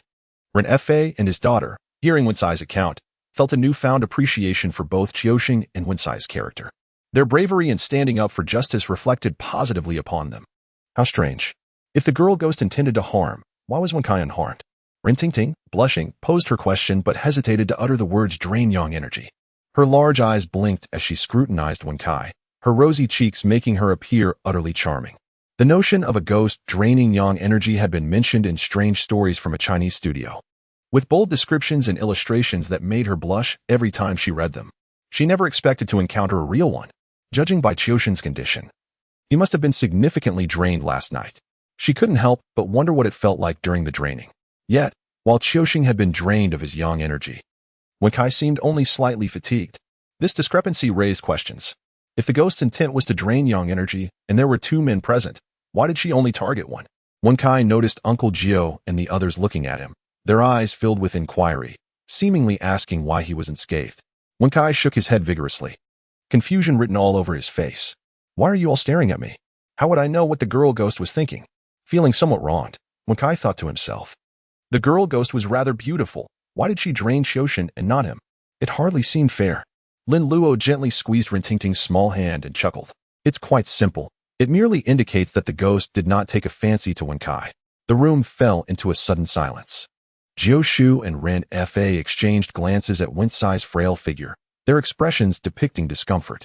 Ren Tingting could no longer hold back and burst into laughter. Wen Kai felt a wave of sadness wash over him. Master brother, please do not jest. Perhaps the ghost was satiated after feasting on Qiuxin and did not consume much of me. It could also be that my robust physique makes me appear unaffected. Wen Kai spoke earnestly, although even he did not believe his own words, let alone Jiu Shu. A mere glance at his pallor revealed to Jiu Shu that he had merely been momentarily overwhelmed by the ghostly energy. His body was simply too weak to withstand it. As for his essence, it remained intact. Your essence remains unbroken. You are still a novice. How could you have been drained by a ghost? Jiu Shu chastised, choosing to ignore Wen Cai's forlorn expression as he turned his attention towards Qiuxin. Wen Cai's face contorted in despair, and his gaze grew vacant. As Jiu Shu's words echoed in his mind, causing his eyes to mist over. The ghost did not fancy Wen Kai. Your essence remains unbroken. You are still a novice. Why? If Tingting does not fancy me, must even the ghost turn away? Wen Kai lamented, questioning whether he was destined to remain a solitary bachelor for life. Jiu Shu, will Qiuxin be all right? Ren Fa inquired, concern etched across his face as he observed Qiuxin's pale complexion and fatigue. A way must be dealt with. He cannot remain after causing chaos in his home and bullying Tingting. One cannot allow a dog that bites its master to linger, let alone a person. Ren Fa had already begun selecting a new leader. After careful consideration, Qiuxin emerged as a suitable candidate, strong, capable, and far superior to Away. With the Ren family currently enjoying a good rapport with Jiu Shu, supporting Qiuxin's ascension could foster goodwill and ensure the family's prosperity. Yet, who could have anticipated that Qiuxin would encounter trouble? He must not become incapacitated. Jiu Shu sighed, glancing at Qiuxin with resignation. That rascal had a far more comfortable night than you. He will be fine. He merely needs to rest and bask in the sun. Hearing Jiu Shu's reassurances, Ren Fa nodded with a light-hearted smile. As long as he is fine. Time is drawing near. I shall check if lunch is prepared. He exited, leaving Wen Kai to follow closely behind Jiu Shu, whispering, Master, Qiuxin truly will be all right, won't he? Jiu Shu shot him an incredulous look. What? Do you wish for him to be unwell? No, Master. His complexion looks quite alarming. Wen Kai replied, his head drooping in distress. That rascal squandered too much last night. Even if one were with another person, it would be unbearable, let alone with a ghost. Jiu Shu sighed again, feeling the weight of his disciples' growth.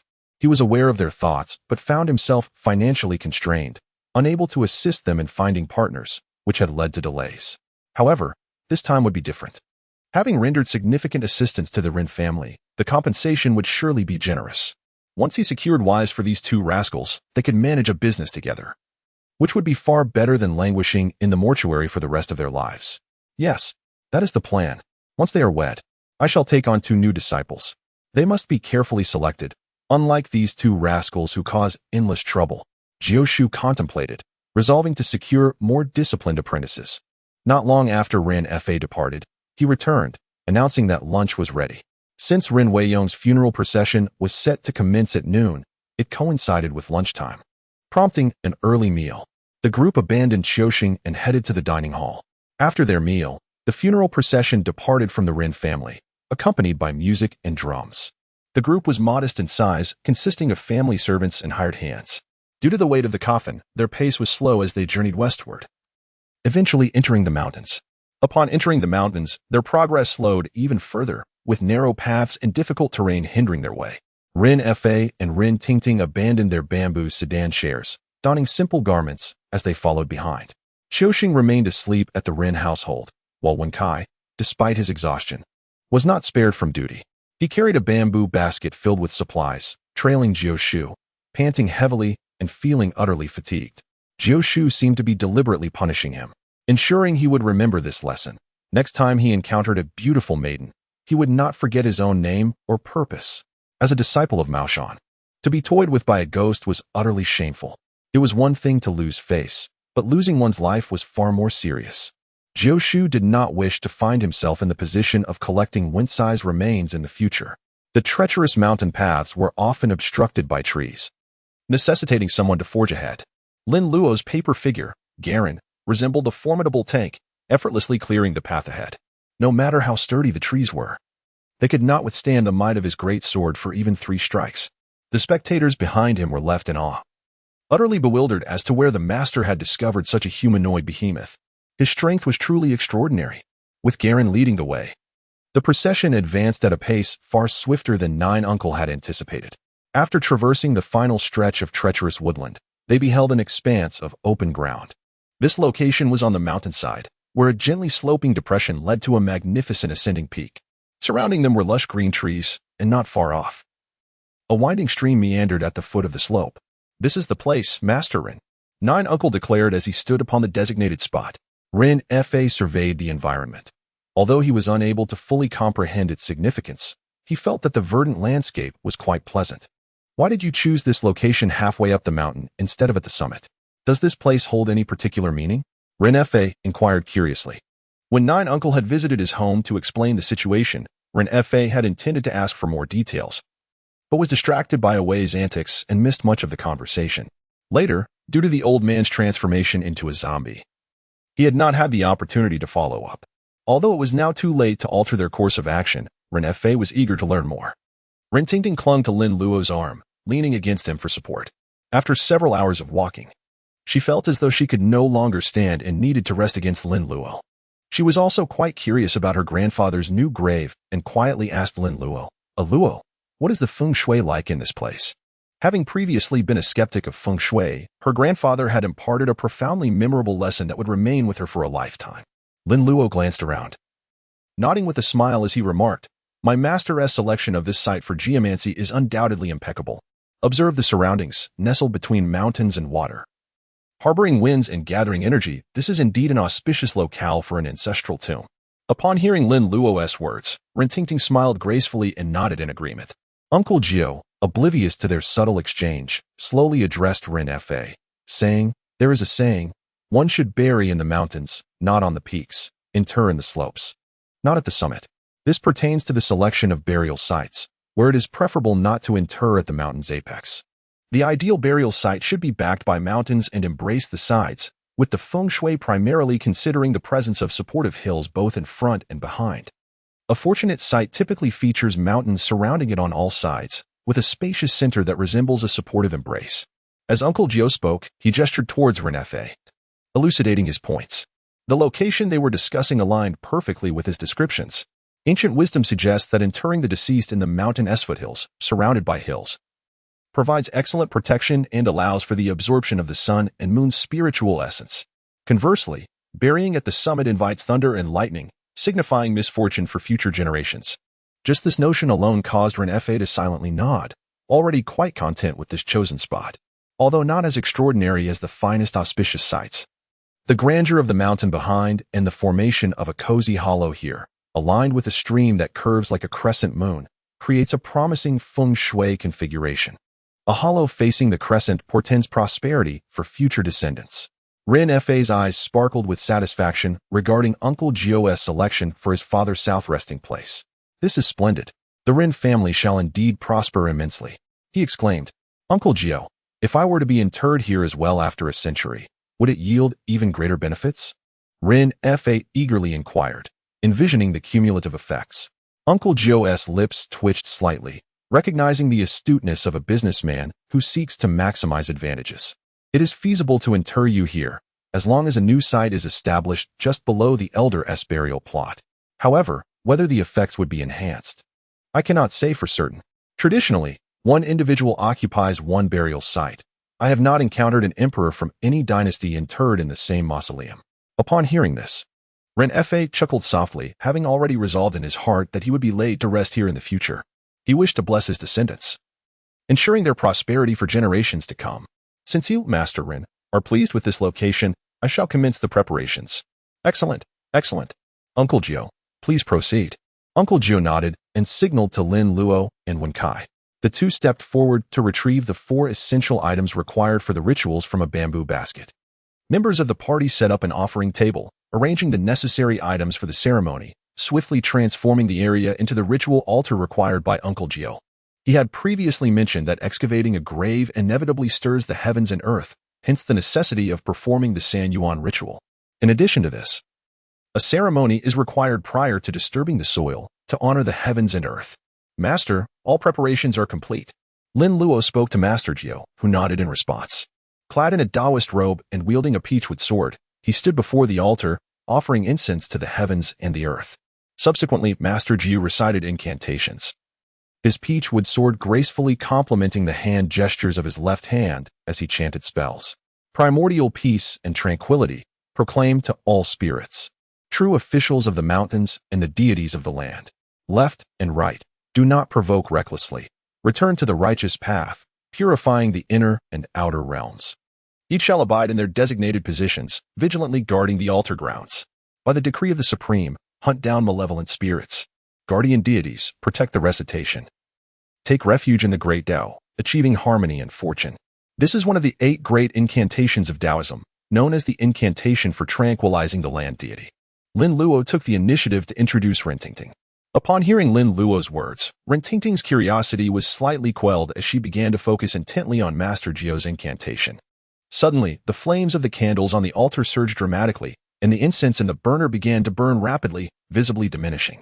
Such a miraculous sight left the onlookers in awe, silently marveling at the wonders before them. Moments later, as the incense burned out, Master Jiu sheathed his peachwood sword and turned to give his instructions. You may begin the excavation. Upon receiving Master Jiu's permission, the workers eagerly advanced with shovels, starting to dig in the areas outlined by him. Master Jiu, thank you for your hard work. Ren Fa approached Master Jiu, clasping his hands in gratitude. If it weren't for your assistance, the Ren family would have been utterly doomed. That is only to be expected, Master Jiu replied nonchalantly. Though his gaze drifted toward Lin Luo and Ren Tingting, who were engaged in whispered conversation, appearing quite intimate. Although his disciple was merely 10 years old, he was remarkably charming and adept at winning the affections of young ladies. Particularly during their time at Baoxiang Studio selling goods for Aunt Xiao, he had become well acquainted with many sisters from the nearby Yihong courtyard. Master Jiu was well aware of this. He also understood quite well the extent of his disciple's talent for sweet talk and charming others. At present, it seemed that among his 3 disciples, the youngest's marriage prospects were the least of his worries. Naturally, Master Jiu did not contemplate Lin Luo's marriage just yet. After all, the boy was still 10 and had much to learn. The essence of youth was too precious to squander. Marriage could wait until he was at least 18. However, thinking further, he lamented that his other 2 disciples, Qiu Sheng and Wen Kai, were so hopelessly lacking in ambitions, failing to learn the art of courting from Lin Luo while still calling him senior brother. The responsibility of finding them brides would ultimately fall upon him, their master. How utterly frustrating. Master Jiu furrowed his brow in resignation, internally resolving that future disciples should ideally come with pre-existing engagements, thus sparing him the headache of their romantic pursuits. With Ren Weiyong's ashes buried, the ceremony concluded as twilight approached. After a long day of labor, everyone was quite exhausted. Fortunately, the absence of a coffin lightened their load significantly, allowing them to return home at a brisk pace. By the time they arrived back in Rinjia town, night had fully descended. Ren Fa instructed the steward to settle the workers' wages while he led Master Jiu and a few others to the main house for tea. In the main house, Qiu Sheng was still sound asleep on the sofa. Last night, he had been out far too late, exhausting himself to the brink of collapse. Thankfully, his robust constitution had allowed him to recover somewhat, though repeated overexertion would surely lead to dire consequences. Master Jiu, let us retire to the study for our discussion, Ren Fa suggested, noticing that he could not very well disturb Qiu Sheng. Thus, he cheerfully invited Master Jiu to join him in the study. Master Jiu smiled awkwardly, nodded, and followed Ren Fa upstairs. Lin Luo commanded the paper figure Garen, bring him down and place him over there. The paper figure Garen moved with heavy steps, each stride accompanied by the crisp clinking of its armor. It approached the sofa, effortlessly lifting Qiusheng as if he were a mere chick, and gently set him down upon the carpet. With the sofa now vacant, Lin Luo settled into it with an air of authority, beckoning to Rintingting. Come, pour me some tea. Initially, Rintingting felt a surge of happiness, believing that her younger brother, Lin Luo, was showing concern for her weary feet after a long day. However, her delight quickly faded as she realized she was merely being summoned to serve as a teammate. What is this? Are you disobedient? Lin Luo raised an eyebrow, feeling exasperated by Rintingting's helplessness. Whatever happened to that sweet little boy who once called her beautiful sister? Return him to me. That mischievous brat, that wretched younger brother. Rintingting settled beside Lin Luo, pouting her lips. Though she was quite dissatisfied, she nonetheless poured a cup of tea for Lin Luo. As she poured, she consoled herself internally. Today, Luo had accompanied her on a long trek through the mountains. He was merely 10 years old. Such a small child carrying such a burden. It was only right for her to care for him a bit. Wen Kai took a seat on the adjacent armchair, grinning foolishly as he observed Rintingting, eagerly awaiting her to pour him some tea. However, after filling 2 cups, one for Lin Luo and the other for herself, she began to sip from her own cup, noticing Wen Cai's gaze upon her. Rintingting suddenly realized that there was indeed another person present. Help yourself. Wen Kai, don't be shy. Wen Kai, upon seeing her expression, felt a pang of hurt in his heart. Had Rintingting truly been so astonished to discover his presence? Did she not notice him before? Did he truly possess such a lack of presence? He began to question his existence once more. Am I truly redundant? Luo and Qiusheng have been asleep for the entire day. Did Uncle Jiu not assure us that nothing would happen? Why have they slept for so long without waking? Rintingting sipped her tea and cast a glance at Qiusheng, who lay fast asleep on the carpet, voicing her lingering uncertainty. Lin Luo sipped a cup of tea, feeling a significant relief in his throat. Gradually, he reclined onto Rintingting's lap, stretching comfortably with a leisurely yawn. Rintingting instinctively lifted her delicate hand, gently massaging Lin Luo's head. Wen Kai's eyes widened in astonishment, his tea-drinking motion momentarily halted. What is happening? Senior brother, Miss Rin, when did they become so intimate? Lin Luo comfortably squinted his eyes, letting out a couple of soft hums before slowly speaking. If a person indulges excessively, their body will inevitably deteriorate. Let alone when engaging with a female ghost like Qiusheng. Not only did he suffer a significant loss of vital essence, but the yang energy within him was also nearly depleted, allowing malevolent forces to invade his being. Had it not been for his years of martial training under his master, which fortified his vitality beyond that of an ordinary person, the events of last night would have surely led him to a grim fate. Such severity. Wen Kai trembled in shock, unable to fathom the gravity of the situation. Lin Luo and Rintingting simultaneously cast their gazes upon him. Something is amiss.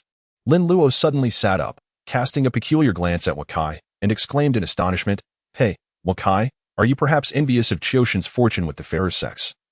Wishing to indulge with the ghostly maiden as well? Rintingting's cheeks flushed crimson. How could this mischievous boy, so young, possess such knowledge? Such impudence? With a playful pout, Rintingting attempted to pinch the soft flesh at Lin Luo's waist, only to find her aim unfulfilled. Lin Luo's muscles were remarkably firm.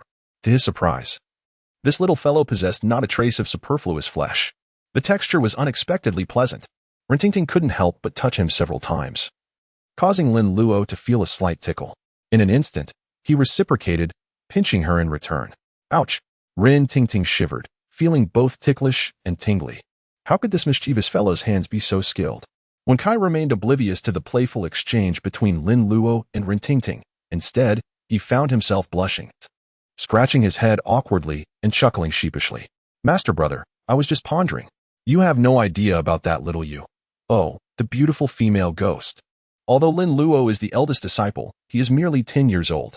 Qiusheng and Wen Kai speak to him with great ease, sharing thoughts they might hesitate to express to Master Jiu. After all, they are fellow disciples, peers in their own right.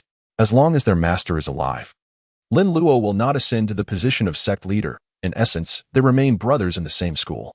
Respect is one thing, but fear is quite unnecessary. Crash! Lin Luo, in a fit of irritation, swiftly approached and delivered a sharp headbutt to Wen Cai's forehead. You scoundrel, consumed by lust. Wen Kai was momentarily stunned by the blow, and then a wave of pain surged through him. Wah! Senior brother, it hurts so much. I was just thinking about it, not actually doing it. Tears nearly welled up in Wen Cai's eyes from the impact. This time, senior brother truly struck him. Good. Let it hurt. This will teach you a lesson. If Master finds out about your thoughts, he will surely make you endure a year of horse stance training. Lin Luo sneered. Standing before Wen Kai and looking down at him from a position of superiority, continuing, Qiuxing possesses a far superior constitution than yours. In just one night, he has been reduced to a pitiful state, and at most, he could meet an untimely demise after 3 encounters. You, on the other hand, are as feeble as a fledgling chick, unable to endure even a single night. Now do you comprehend why that female ghost refrains from sharing your bed? Wen Kai, bewildered, instinctively shook his head in lamentation. I do not know. Lin Luo almost struck him again. For you cannot satisfy another. In less than a single attempt, you would meet your demise. Failing to bring satisfaction not only harms another, but also tarnishes one's moral integrity, sowing the seeds of violence and retribution. Such actions will inevitably invoke the wrath of the heavens in the future. Lin Luo's words were strikingly candid, leaving Ren Tingting's cheeks flushed with embarrassment. This little fellow is merely 10 years old. Could he truly possess such understanding? What kind of books does he read in his spare time? Could they be those? A flurry of thoughts raced through Ren Tingting's mind. Wen Kai's face turned crimson. Being pointed at and told he was inadequate left him utterly speechless. Especially with the girl he admired seated beside him. The sensation was simply exquisite. Who could possibly have excavated the 3 bedrooms, 2 living rooms, and 2 bathrooms? Along with 3 basements? There was no crevice to slip into. How I wished to disappear. Remember, Lin Luo gazed at Wen Kai, his tone exceedingly grave. This malevolent spirit embodies 18 calamities: poverty, decay, sorrow, disaster, disgrace, cruelty, foulness, pain, disease, untimely death, solitude, depravity, delusion, misfortune, illness, ill fate, suffering, and madness. When confronted with such a being, one should retreat as far as possible. Just because someone appears beautiful, do not provoke them. You may not even comprehend your own demise. Wen Kai swallowed hard, feeling a sense of trepidation at Lin Luo's words. Could it truly be so exaggerated? Such hyperbole seemed implausible. Yet, the seriousness of Lin Luo's demeanor silenced his doubts. Although he refrained from voicing his thoughts, his eyes betrayed his unease. Lin Luo has known him for so many years, yet still does not understand him. One can discern from Wen Kai's gaze that this fellow does not have faith in his own words. If you do not believe me, tonight I shall let you witness the true nature of that little jade you speak of. Lin Luo settled back onto the sofa, clutching his shoulders, and scoffed. Wen Kai and Ren Tingting turned their gaze towards Lin Luo, their eyes brimming with confusion. What does that mean? Wen Kai inquired, perplexed. Hey. Qiuxing has been utterly bewitched by the female ghost, his mind consumed by thoughts of her. You, my friend, are not much different, however. Her interest does not lie with you, hence your enchantment is but a faint whisper. No matter what I say, you perceive that female ghost is innocent. Still pondering how to gain her favor. Do not attempt to refute this. Your face practically bears the words, I desire the female ghost. Once Qiuxing awakens, he will seek her out again. At that moment, we shall follow him and uncover the true visage of that ghostly figure. Wen Kai was rendered speechless by Lin Luo's words. Ren Tingting tugged at Lin Luo's sleeve, her demeanor radiating excitement and anticipation. Aloe, may I also join in this spectacle? What business do you have in this commotion? Oh, come on. Let her have a look, please. Aloe, just agree to it. Ren Tingting clung to Lin Luo's arm, playfully swaying and indulging in a charming display. Well, it's not entirely out of the question, but what do I stand to gain from this? Lin Luo broke into a smile, raising an eyebrow as she inquired. Well, I am willing to do anything you ask. I will obey you. For a day. Ren Tingting held up a slender finger. It would merely involve accompanying Lin Luo for indulgent entertainment, akin to a maid carrying bags and serving tea. She was all in. For 3 days. Lin Luo was quite excessive, raising 3 fingers. All right, it's a deal. Beside her, Wen Kai stared blankly at the scene, utterly perplexed. What could she possibly be made to do? Could it truly mean she could act with impunity? Hiss. How on earth did the senior brother manage this? To have a girl so obedient and compliant. In the spirit of camaraderie, could you perhaps enlighten your dear junior brother? It's settled then. You shall lead me. Upon Lin Luo's agreement, Ren Tingting's face lit up with joy, and she couldn't help but dance around in delight. Lin Luojian could not comprehend why this girl was so fascinated by ghosts. It was rather frightening, and one could easily fall ill from such encounters. How would they manage to go there? Qiuxing had a vehicle, after all. Wen Kai whispered in inquiry, rest assured. Lin Luo smiled as he reached into his portable treasure pouch. Ren Tingting and Wen Kai watched intently as Lin Luo pulled out a blank yellow talisman, devoid of any markings. Lin Luo retrieved a brush and ink from his bag. The eyes of both individuals sparkled with curiosity. "Are you going to draw talismans, Luo?" Rintingting exclaimed in astonishment. She was taken aback to discover that Lin Luo, at such a tender age, not only crafted paper figures but also created talismans. Wen Kai was equally surprised. Previously, Lin Luo had always asked Uncle Jiu for talismans, which he would then affix to his clothing. Wen Kai had witnessed this numerous times. Yet he had never seen his senior brother draw a talisman before. "When did you learn to draw talismans, Master Brother?" Lin Luo grasped the pen, saturating it with ink, smiled softly, and then intently sketched a small square on the yellow talisman paper. Wen Kai furrowed his brow, while Rintingting's expression turned peculiar. Both of them were adorned with several question marks hovering above their heads. Although Rintingting had encountered a few talismans, she had never witnessed someone drawing on talisman paper before. Lin Luo paid no heed to the astonishment of the two individuals, and beneath the small square, he inscribed two succinct characters, positioning. The elegant and meticulous small script was a testament to his years of diligent practice in calligraphy. Upon completing the inscription, Lin Luo observed a faint golden glow emanating from the talisman, signifying its successful creation. It worked. Lin Luo smiled lightly, retrieved another piece of talisman paper, and inscribed a circle upon it. Within this circle, he added several dashed lines and finally marked a dot in its center. Below, he inscribed two characters, tracking. The talisman shimmered with golden light, signifying its completion. The radiance of the two talismans began to resonate with one another, forming a cohesive set. "Now, we shall affix this talisman onto Qiuxing. We will follow closely behind, ensuring that we do not lose our way."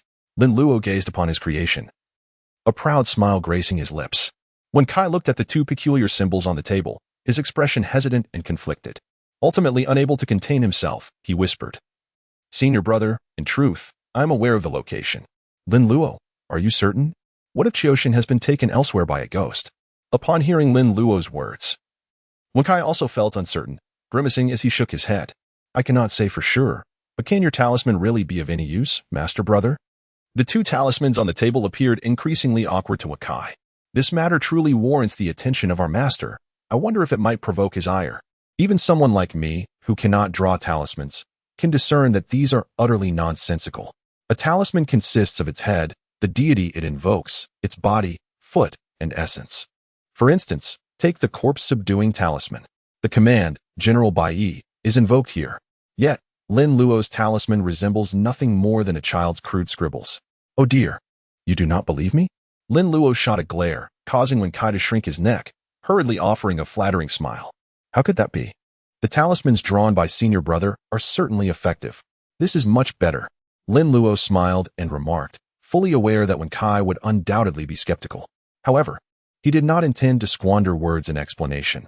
Once the talisman took effect, Wen Kai would realize just how short-sighted he had been. Lin Luo seized the locator and approached Qiuxing, lifting his garment and affixing it within. Furthermore, it was essential to allow Qiuxing a glimpse of the specter's appearance. Lin Luo suddenly broke into a mischievous smile. He turned around, retrieved a piece of yellow talisman paper, and, with a focused demeanor, contemplated the opening of the spiritual eye. He skillfully drew a peculiar eye upon the paper, characterized by a double pupil, accompanied by inscriptions below. The spiritual eye, when invoked through incantation, would manifest its power. In ancient beliefs, a double pupil was regarded as a mark of a sage, signifying an individual of extraordinary nature, akin to figures such as Songjie, Yushuan, Chong'er, and Xiangyu. Thus, Lin Luo envisioned the double pupil as a gateway to the spiritual realm, capable of perceiving deities and exploring the netherworld. However, given his limited proficiency in talisman drawing, the efficacy of his creation would likely fall short of unveiling the mysteries of the underworld. Yet it would certainly suffice for discerning spiritual entities. This talisman would not activate merely by being affixed. It required the recitation of the accompanying incantation. It was imperative that Qiuxing uncover the truth on his own, thereby realizing the extent of his misconceptions. Lin Luo is indeed a kind-hearted individual who takes great pleasure in helping others. Lin Luo's demands are not extravagant. When Qiuxing finally finds his beloved Xiaoyu, they will be lost in each other's affection within the confines of their home. Lin Luo quietly chanted incantations outside, bestowing autumn's eye upon Qiuxing. The scene was undeniably delightful. At that moment, Ren Fa and Uncle Jiu emerged from the study, engaged in jovial conversation. Both appeared exceedingly pleased, indicating their discussion had gone exceptionally well. As they descended the staircase, Uncle Jiu noticed Lin Luo crouched before Qiuxing, her small hands deftly maneuvering over him. When Kai and Rin Tingting stood nearby, curiously observing Lin Luo's actions. Upon witnessing this spectacle, Uncle Jiu's brow furrowed. Was that rascal planning to prank Xiaoxing? Allah, what on earth are you doing? Rin Fa inquired with intrigue. Oh, it's nothing, Lin Luo replied. I'm just concerned he might be haunted, so I'm applying a few talismans on him. Lin Luo stood up, his smile radiating pure innocence and charm, reminiscent of a Na'vi young boy. Uncle Jiu nodded in satisfaction, having intended to undertake the same task, only to be preempted by Lin Luo. How could he have doubted a Luo-esque character, suspecting him of playing tricks on Xiaoxing? Such thoughts were unfounded. How could a Luo be that kind of child? Suddenly, Xiaoxing, who was soundly asleep on the ground, emitted a series of soft grunts, signaling his imminent awakening. He lazily stretched his body, rolling about on the floor like a flopping fish. Upon opening his eyes, he was greeted by the dim yellow light of the room and the sight of several figures standing nearby. Confused, he wondered how he had ended up on the floor. To his surprise, it was already dark outside. The realization jolted him awake, and he sat up abruptly, astonished at the evening sky visible through the window. How long have I been asleep? He inquired of Lin Luo, now too preoccupied to care about his position on the floor. He suddenly recalled that he hadn't returned to the Baoxiang studio all day, and his aunt must be beside herself with worry. When Kai, with a teasing grin, remarked, "You really can sleep, my friend. You've been out for an entire day." "Oh no, a whole day without going to the shop. My aunt is going to be furious with me," Xiaoxing exclaimed as he hurriedly stood up. After sleeping all day, he finally felt some relief in his body. Although his lower back still ached slightly, the overwhelming fatigue and weakness from the morning had dissipated. Uncle Jiu approached with his hands clasped behind his back, his expression indifferent. And with a hint of sarcasm, he said, "So, you are aware of your aunt's existence? She raised you, a little rascal, all alone, only for you to go sleep with female ghosts and court danger. Master, is there anything else you need me to do?" Xiaoxing asked sheepishly as he approached Uncle Jiu, mistakenly believing that his master was upset about his day of sloth. Uncle Jiu shook his head and turned away, saying cryptically, "Doing something? It would be a relief if you didn't bring me trouble." Not only had Xiaoxing and Wen Kai failed to assist in capturing Rin Weiyong, but they had also inadvertently brought back a female ghost. Now, he had to find a way to subdue her, otherwise, Xiaoxing's life would be at stake. Was this the very definition of trouble? The most concerning part was that this ghost-hunting venture promised no financial gain. "I understand my mistake, Master. I promise not to trouble you again. If there is nothing else today, I'll take my leave," Xiaoxing said tentatively. To his surprise, Uncle Jiu acknowledged his admission of fault. With his back turned, he furrowed his brow and said, "Fine, go back and rest early." "All right, I'm leaving then." With Uncle Jiu's permission, Xiaoxing couldn't wait to turn and leave, neglecting to bid farewell to Lin Luo and Wen Kai, which was unusual for him. Typically, he would say goodbye when departing from the mortuary. As Xiaoxing exited, Wen Kai and Rin Tingting exchanged glances with Lin Luo, their eyes filled with inquiries. Lin Luo leisurely took out a bagua mirror from his bag. He then affixed the tracking talisman onto the surface of the mirror. By the decree of the Supreme, locate and trace, swift as the law commands. Lin Luo Jian pointed at the tracking talisman, and the energy within him, upon contacting the talisman, instantly radiated a soft golden glow. In the next moment, a rudimentary navigational map materialized on the surface of the bagua mirror. Wen Cai's eyes widened in astonishment. "Goodness, this contraption is indeed functional." Jiu Shu, initially curious about Lin Luo's actions and the peculiar object affixed to the bagua mirror, was puzzled by the circle drawn on the talisman paper. However, upon witnessing the emergence of the map, with a small red dot blinking and moving, he suddenly grasped the situation. That red dot represented Xiaoxing. The seemingly insignificant object attached to the bagua mirror was, in fact, a talisman. How on earth did this impudent youth accomplish such a feat? Whether it be the art of Yinwen paper crafting or the talismans of Mao Shan, these time-honored principles had remained unchanged for centuries. Yet this audacious youth had managed to create something novel.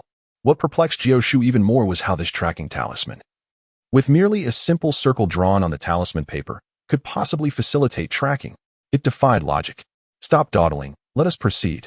Lin Luo noticed that everyone around him was staring at him in a daze, so he quickly urged, "How shall we proceed?" Among them, Rin Tingting, who knew the least about the talismans, was the least responsive. However, upon hearing Lin Luo mention leaving, she immediately became curious. Lin Luo chuckled softly and raised his hand to whistle. Soon, A majestic all-black steed burst through the entrance, startling Ren Fa and Ren Tingting. Upon arriving at the Ren residence, they had ridden in on a shadowy horse, which had remained in the stable, responding to its master's call. It swiftly made its way over. Let us ride. Although Lin Luo possessed only one shadow horse, the Ren family also had their own horses. When Kai, who was unable to ride, was mounted by Uncle Jiu. Meanwhile, Ren Tingting found herself cradled in Lin Luo's embrace, savoring the exhilarating experience of riding a grand steed. Initially, as they traversed the town at a leisurely pace, Ren Tingting felt a sense of novelty and delight, her heart brimming with joy. Riding such a magnificent horse was indeed a thrill. However, once they exited the town and the speed picked up, Ren Tingting could no longer keep her composure.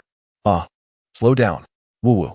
It was too fast, she whimpered continuously, her voice trembling as she urged Lin Luo to ease off, clearly overwhelmed by the exhilarating pace. Did she not trust in my riding prowess? Lin Luo expressed his dissatisfaction and urged the horse to gallop faster, spurring it onward with fervor. Ren Tingting, jostled by the rapid motion, stammered and gasped intermittently. Her small face turned ashen with fright, her body rigid, as she instinctively huddled closer to Lin Luo, terrified of falling off. In her hand, she clutched the gossiping mirror tightly. Lin Luo tightly grasped the reins, perfectly encircling Ren Tingting's slender waist. Do not be afraid. Hold the bagua mirror securely. Do not let it slip away. Lin Luo seized a moment to pat the rigidly tense Ren Tingting, who whimpered softly, her body tightening even further. Do not loosen your grip.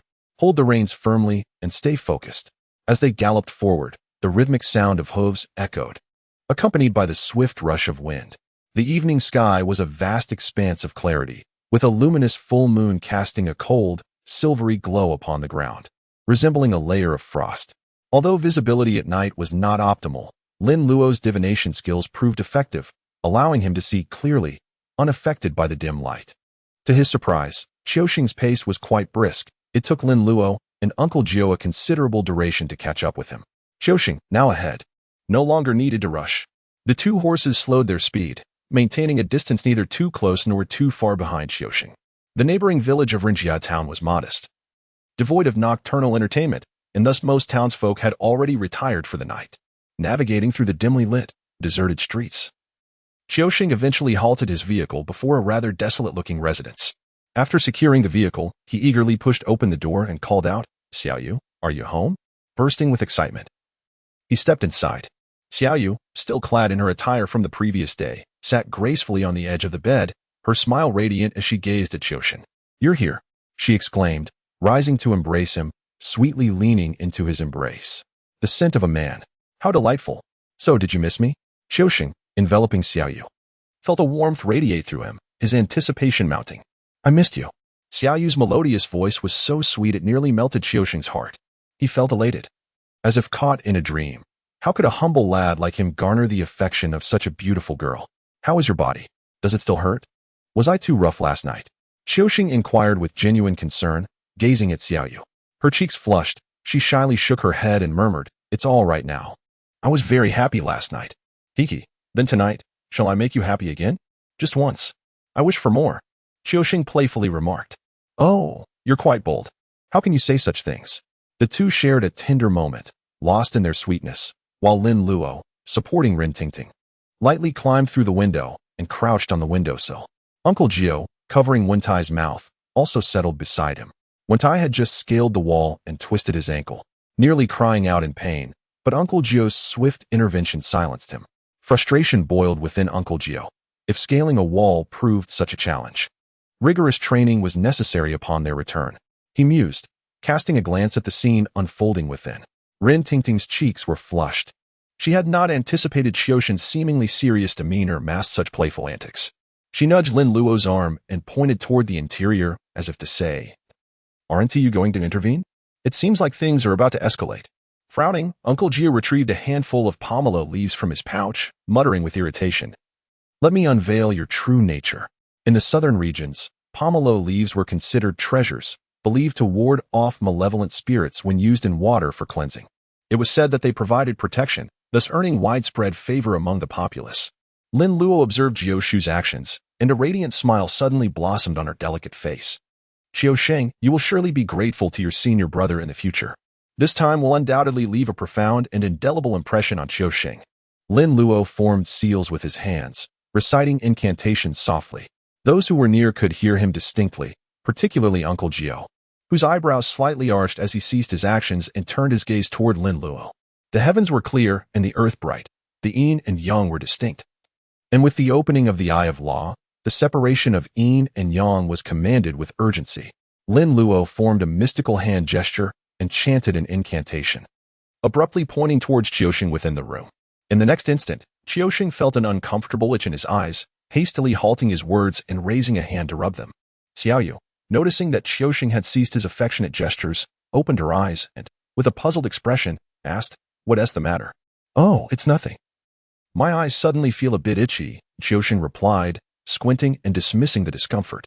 As the irritation subsided, he smiled warmly at Xiaoyu. "My beauty, we shall." At that moment, as Qiuxing gazed upon her, Xiaoyu's originally ethereal visage underwent a shocking transformation. The smile on Qiuxing's face froze in disbelief. What manner of countenance is this? One half remained intact, as beautiful as a flower, while the other half appeared as though it had been doused in corrosive acid, grotesquely disfigured. Amidst the bloody carnage, a grotesque eyeball protruded unnaturally. Ugh! Outside the window, Uncle Jiu suddenly shut his eyes, donning a mask of agony, as the pomelo leaves he held fell to the ground. Wakai, perplexed by Uncle Jiu's reaction, glanced inside, noting that Qiuxing's expression mirrored that of Uncle Jiu. "What is happening? Xiaoyu is so stunning. Why do your faces resemble those who have seen a ghost?" Wakai, baffled, decided to cease pondering and picked up the fallen pomelo leaves, pressing them firmly against his eyelids. "I must see what Xiaoyu truly looks like."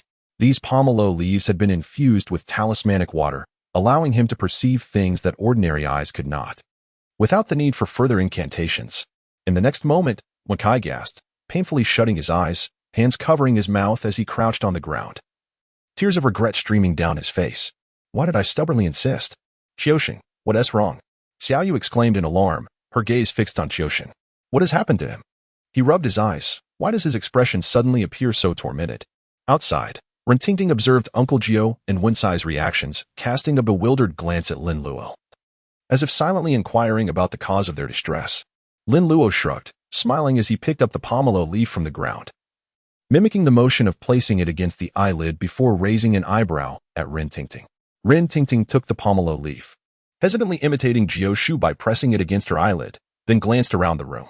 Inside, Xiaoyu had her back turned to her, preparing to embrace Qiuxing. Due to the recent turmoil, the seal on Xiaoyu was only partially lifted.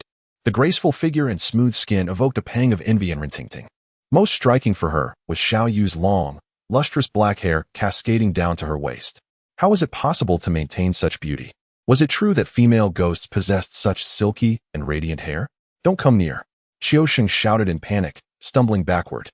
He was unable to comprehend how the ethereal beauty of Xiaoyu had suddenly transformed into something so terrifying. "Qiuxing, what's wrong with you?" Xiaoyu asked, bewildered as she turned to face him. Just moments ago, everything had been fine. Upon turning, her face came fully into Rintingting's view. Rintingting's pupils dilated. Her mouth agape. Ugh.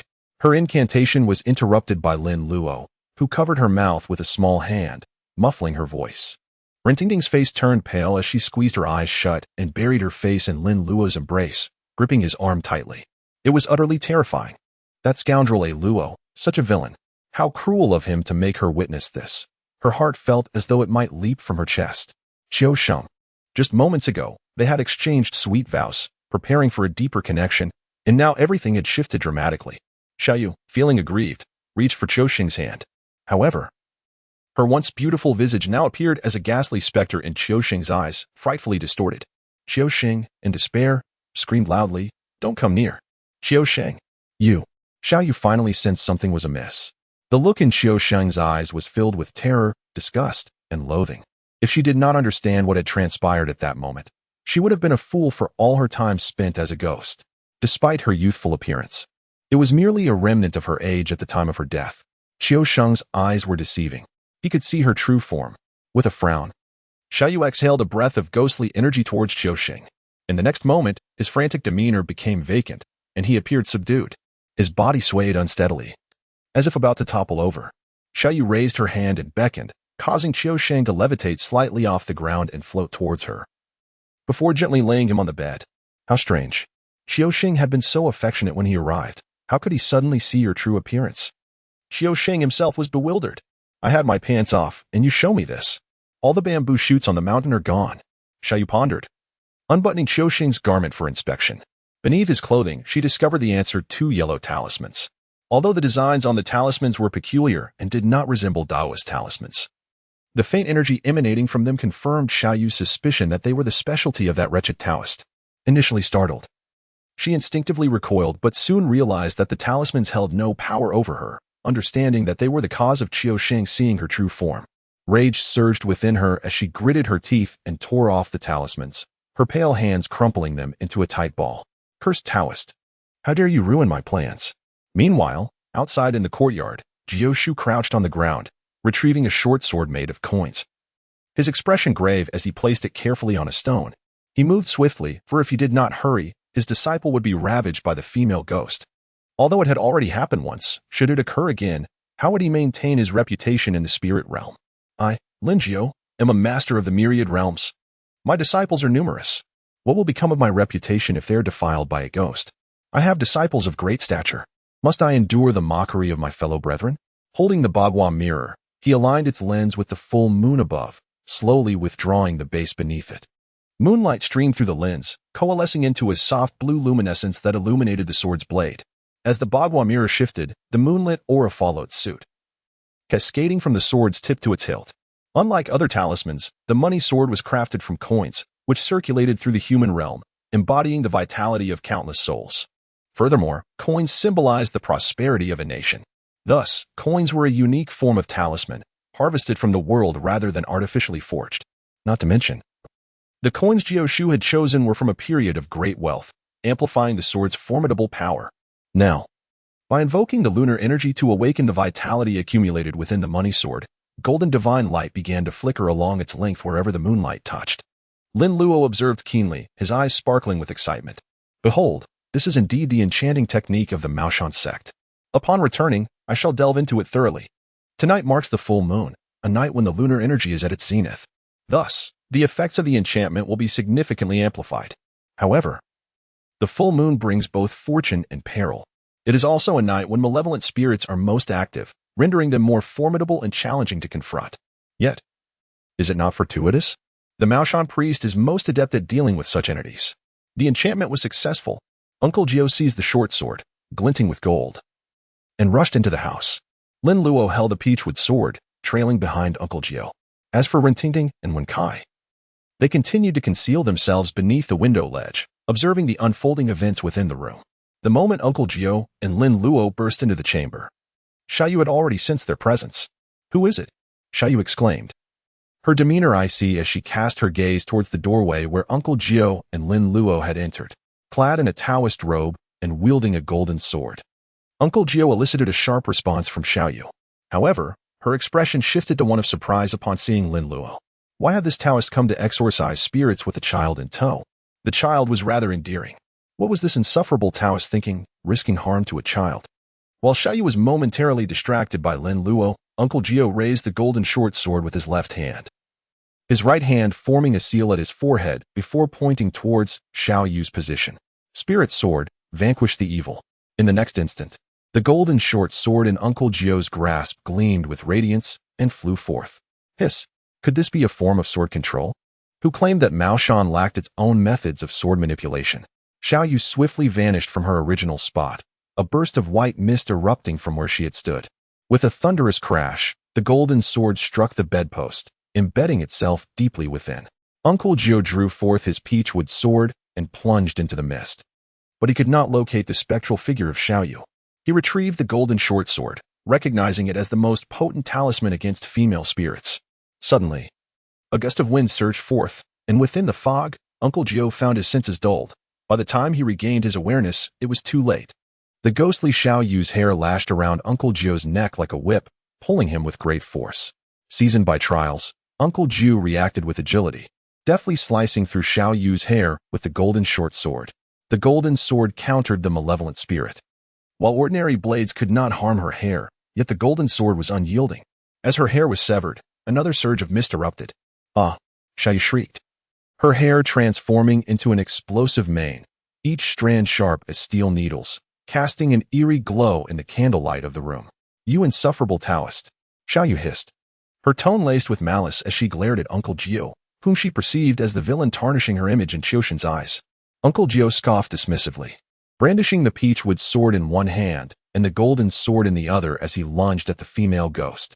With a swift horizontal swipe, the golden sword aimed for Xiaoyu's neck. However, to Uncle Jiu's astonishment, Xiaoyu's head suddenly detached from her body, hurtling towards him with ferocity. The tips of her hair were dangerously sharp. Should they pierce him, it would not bode well. Uncle Jiu quickly twisted his waist, evading the onslaught. The ghost's head hovered in midair, turning back with an ugly, grotesque visage that was horrifying beyond measure. Its remaining eye filled with hatred as it fixed its gaze on Uncle Jiu. Uncle Jiu remained vigilant, watching the disembodied head, poised for its next move. Unbeknownst to both the man and the spirit, there was yet another small figure present in the room, apart from the prone Qiushing on the bed. At this moment, Lin Luo affixed the final talisman to the last window in the room. With these talismans in place, even if the female ghost sprouted wings, she would find it exceedingly difficult to escape. Lin Luo possesses a clear understanding of his own capabilities. At the initial stage of channeling energy, he is akin to a fledgling who has just begun to grasp extraordinary power. His foremost priority is to accumulate simplified points and enhance his strength. Engaging in direct confrontation is not his current course of action. Moreover, with Uncle Jiu present, who would dare to overshadow their master? The prudent approach is to follow his master and seize opportunities. "Master, beware of what lies behind you." Lin Luo's voice suddenly resonated. Uncle Jiu instinctively swung his sword backward, only to be astonished to find that the headless female ghost could still move and was lunging towards him. If this female ghost were to seize control, the arrival of her head would indeed pose quite a dilemma. The peachwood sword struck the ghost's chest, and in a flash of golden light, it sent her body flying away. "Ah, you shall pay for this." The ghost, Xiaoyu, cried out in pain, as her piercing head madly charged toward Lin Luo. "It is all because of this little brat. Seeing your adorable face, I couldn't bear to strike you. Yet you have chosen to aid that foul Taoist against me." Lin Luo wore a smile that was neither here nor there, leisurely observing the approaching head of the female ghost, with his hands casually clasped behind his back. "Hello. Be careful," Uncle Jiu urgently warned. "This wretched child, has he been petrified with fear? Why isn't he moving?" All those praises were for naught. He must act swiftly. Uncle Jiu silently implored as he rushed forward to rescue Lin Luo, only to witness Lin Luo extend his hands from behind him, each grasping 3 Qiling bells. Uncle Jiu was momentarily taken aback, his body frozen in place. The expression of the ghostly maiden, Xiaoyu, also became one of astonishment, yet she could not halt her advance. The sound of the Qiling bells exploded right in Xiaoyu's face. What was once a melodious and enchanting chime had transformed into an unbearable cacophony. Yet, to Lin Luo, it resonated like celestial music. "Please address me as Taoist Lingling, the bell master." "Ah, simplify it further. Add 5, add 5, add 5. Do not flee, Sister Hedgehog. Let us engage and play for a while. Do not approach me." The bells chimed incessantly. Within the room, Lin Luo danced energetically, wielding 6 Qingling bells, chasing after a disembodied head that darted about. Uncle Jiu watched this spectacle, his brows twitching in disbelief. Outside the window, when Kai and Rintingting peered in, their expressions equally enthralling. "Is this how we can play?" Xiaoyu was on the verge of madness. "Little brat, could you cease ringing those bells? 1 is not enough. You must shake 6. You are truly a rascal." The Qingling bells are essential talismans employed by Taoists during their rituals. Also known as the Emperor's Bell or the Law Bell, they can summon the saints and banish malevolent spirits. The Ta Ching Jade Register records that wielding the Emperor's Bell can cast flames across vast distances and conjure resonant sounds that reverberate. The vibration of the ritual bell commands respect from both deities and demons alike. Thus, the Qingling bells not only subdue zombies, but are also remarkably effective against ghosts. When one's Taoist prowess is insufficient, one compensates with numbers. Is there a problem with my use of 6 Qingling bells? Absolutely not. The bells chimed. Xiaoyu shrieked in agony, feeling as though her very pores were bleeding. Her head darted towards her body, yearning for reassembly, desperately seeking escape. This place was no longer tenable. However, just as her head approached, Uncle Jiu struck with his peachwood sword. "Away with you." The sword gleamed with golden light, followed by a resounding bang, unleashing a cloud of ominous mist from Xiaoyu's head. With another shrill cry, Xiaoyu propelled herself away, using her head to flee. A splendid opportunity. Lin Luo rushed forward, fervently shaking the bell and even breaking into song. Her gaze sparkled like the stars. Suddenly, she felt an unsettling presence. Ah, the devil. He is a devil. Little Yu lunged forward, brandishing her claws and seizing her own head, forcefully pressing it back with a resounding crack. As Little Yu reattached her head, she darted towards the doorway. The room was small, allowing her to reach the door with just a few swift movements. However, just as her hand grazed the door, the talisman glimmered with golden light, unleashing a tremendous force that sent Little Yu screaming in agony as she was hurled backwards by the impact of the talisman. The bell continued to ring. She thought she could escape, but I was already prepared for you. Lin Luo chuckled coldly, shaking the bell as he kicked the flying Xiao Yu away. The wooden sword in Uncle Jiu's hand swung out, sending Xiao Yu soaring once more. The duo's coordination was remarkably seamless. A fresh wave of mist emanated, and Xiao Yu's form appeared less substantial than before, crashing heavily against the edge of the bed. Disheveled and bleeding from her 7 orifices, Xiao Yu's eyes reflected fear and despair. She had assumed that her years of ghostly training had endowed her with considerable strength, believing that an old Taoist and a mere child posed no threat. Little did she anticipate the ferocity of this old priest, nor the extraordinary prowess of the child. The 6 Qingshan bells, ringing incessantly by her ear, were unbearable. Qiusheng, save me. Qiusheng. Gritting her teeth, Xiao Yu dashed onto the bed, and upon hearing her call, the unconscious Qiusheng immediately sat up. Xiao Yu's sleeve brushed past him, and he groggily opened his eyes, appearing as though he had just awakened. Qiusheng, save me. Xiao Yu wept, nestled in his embrace. Xiao Yu, Qiusheng, holding her close, felt a surge of rage upon witnessing Xiao Yu's plight. Who dares to bully my girlfriend? He turned to face Uncle Jiu and Lin Luo, but to his eyes, it was unmistakably that scoundrel away and his lackey standing within the room. Ah, it's you again, causing trouble in my girlfriend's home. Qiusheng, filled with righteous indignation, rolled up his sleeves and charged at away. Uncle Jiu, you four-eyed fiend, I'm going to give you a proper beating today. Qiusheng, have you lost your mind?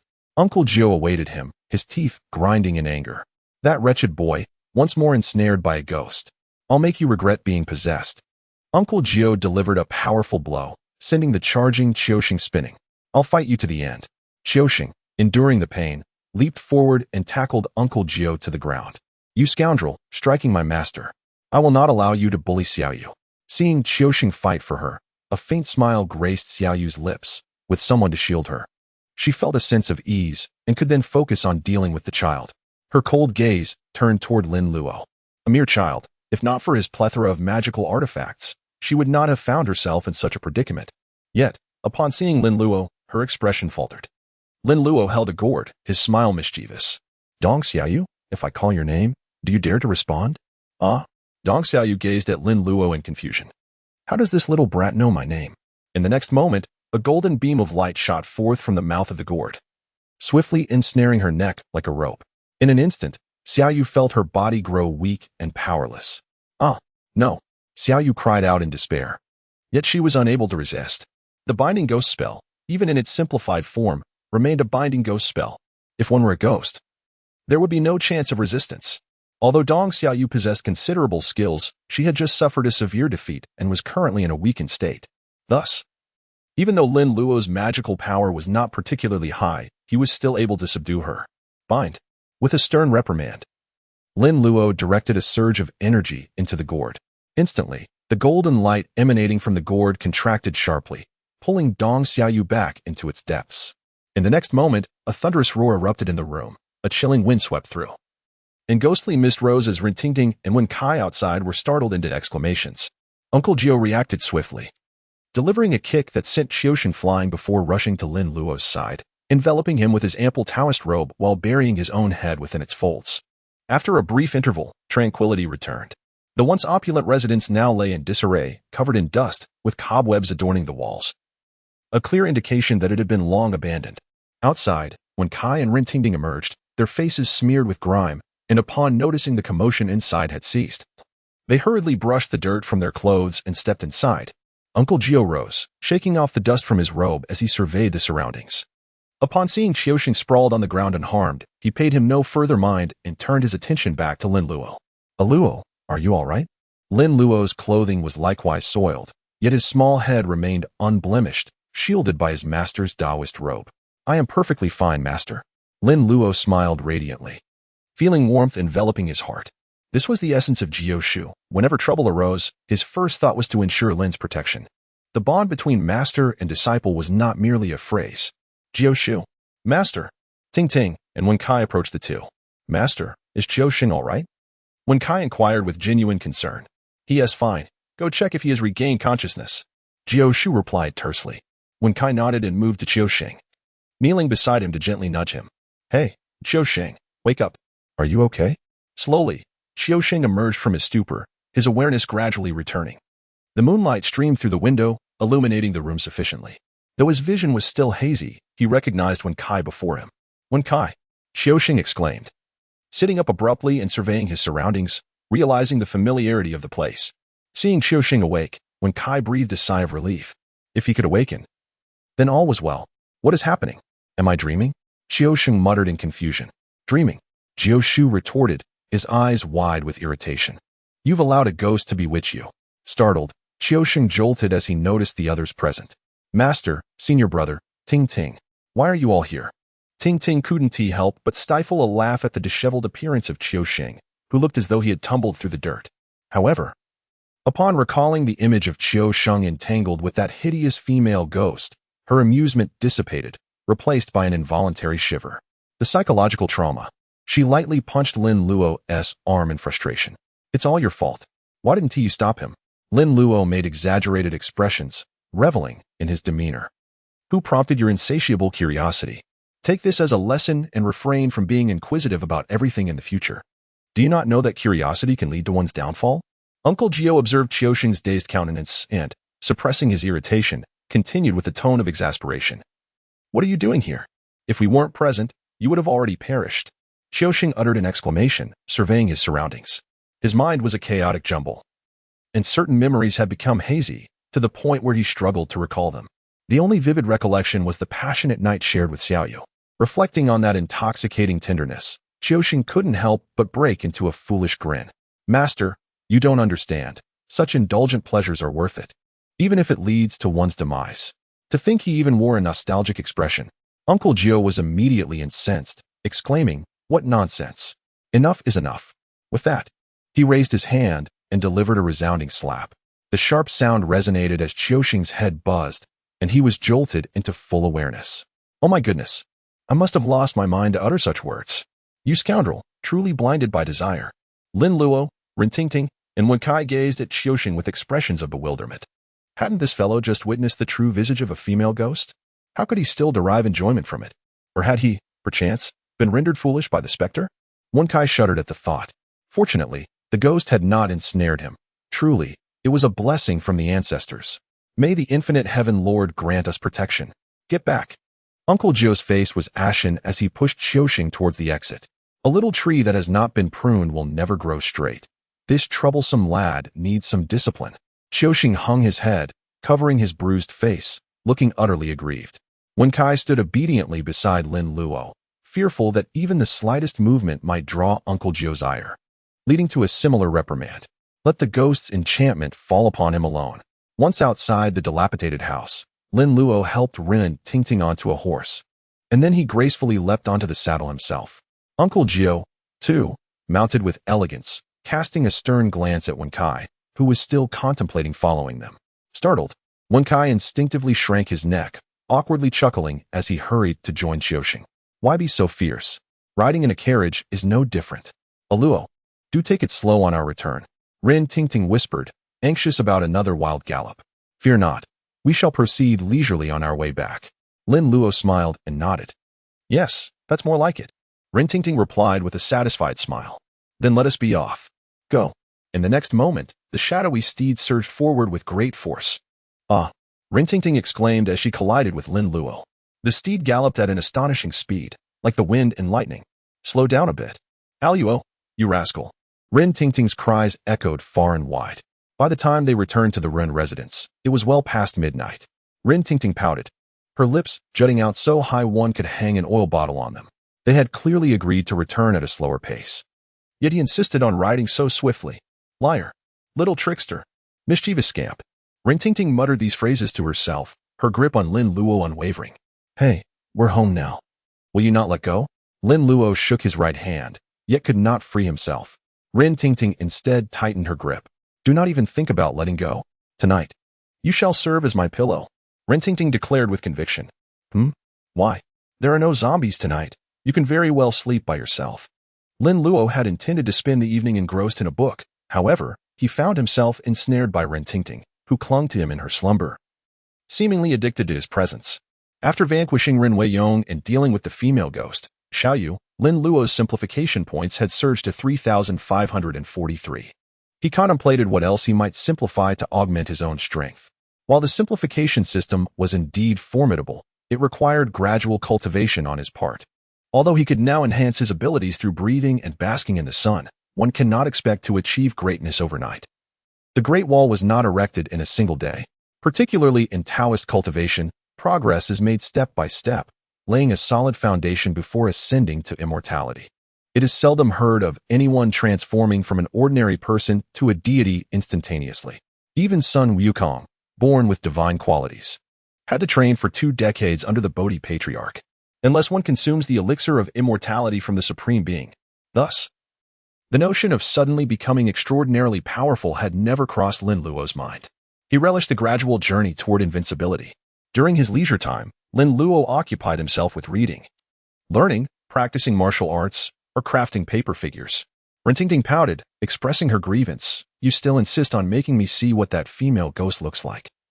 How can I possibly sleep alone now? With her eyes closed, images of the ghost Xiaoyu flooded her mind. It was utterly terrifying. Upon hearing this, Lin Luo laughed heartily. He was certainly not foolish enough to gaze upon Dong Xiaoyu's face. The visage of Dong Xiaoyu in the film was already quite disconcerting. Being acutely aware that reality can be far more terrifying than fiction, Lin Luo felt no curiosity about what Xiaoyu truly looked like. In retrospect, it seems his choice was indeed the right one.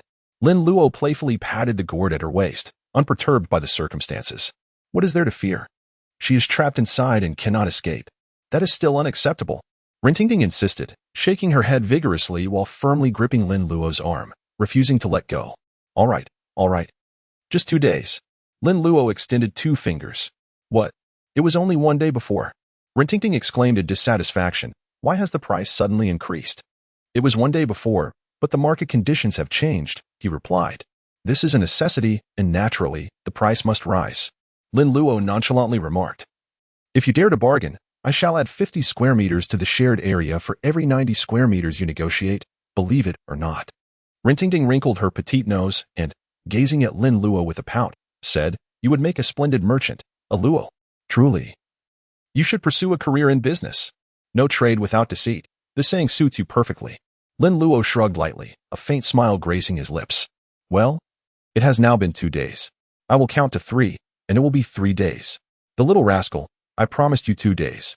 Rin Tingting hurriedly interjected, her small face scrunching up in distress. Initially, she was curious about the appearance of the female ghost and insisted on dragging Lin Luo along to follow Qiuxing, paying the price of 3 days as a maid. However, she was so frightened by the ghost's visage that she could not bear to sleep alone at night. Now she must add another 2 days, insisting that Lin Luo sleep beside her. Truly, it exemplifies the adage that curiosity breeds misfortune, and one reaps what they sow. At that moment, Ren Fa happened to descend from the study on the 2nd floor.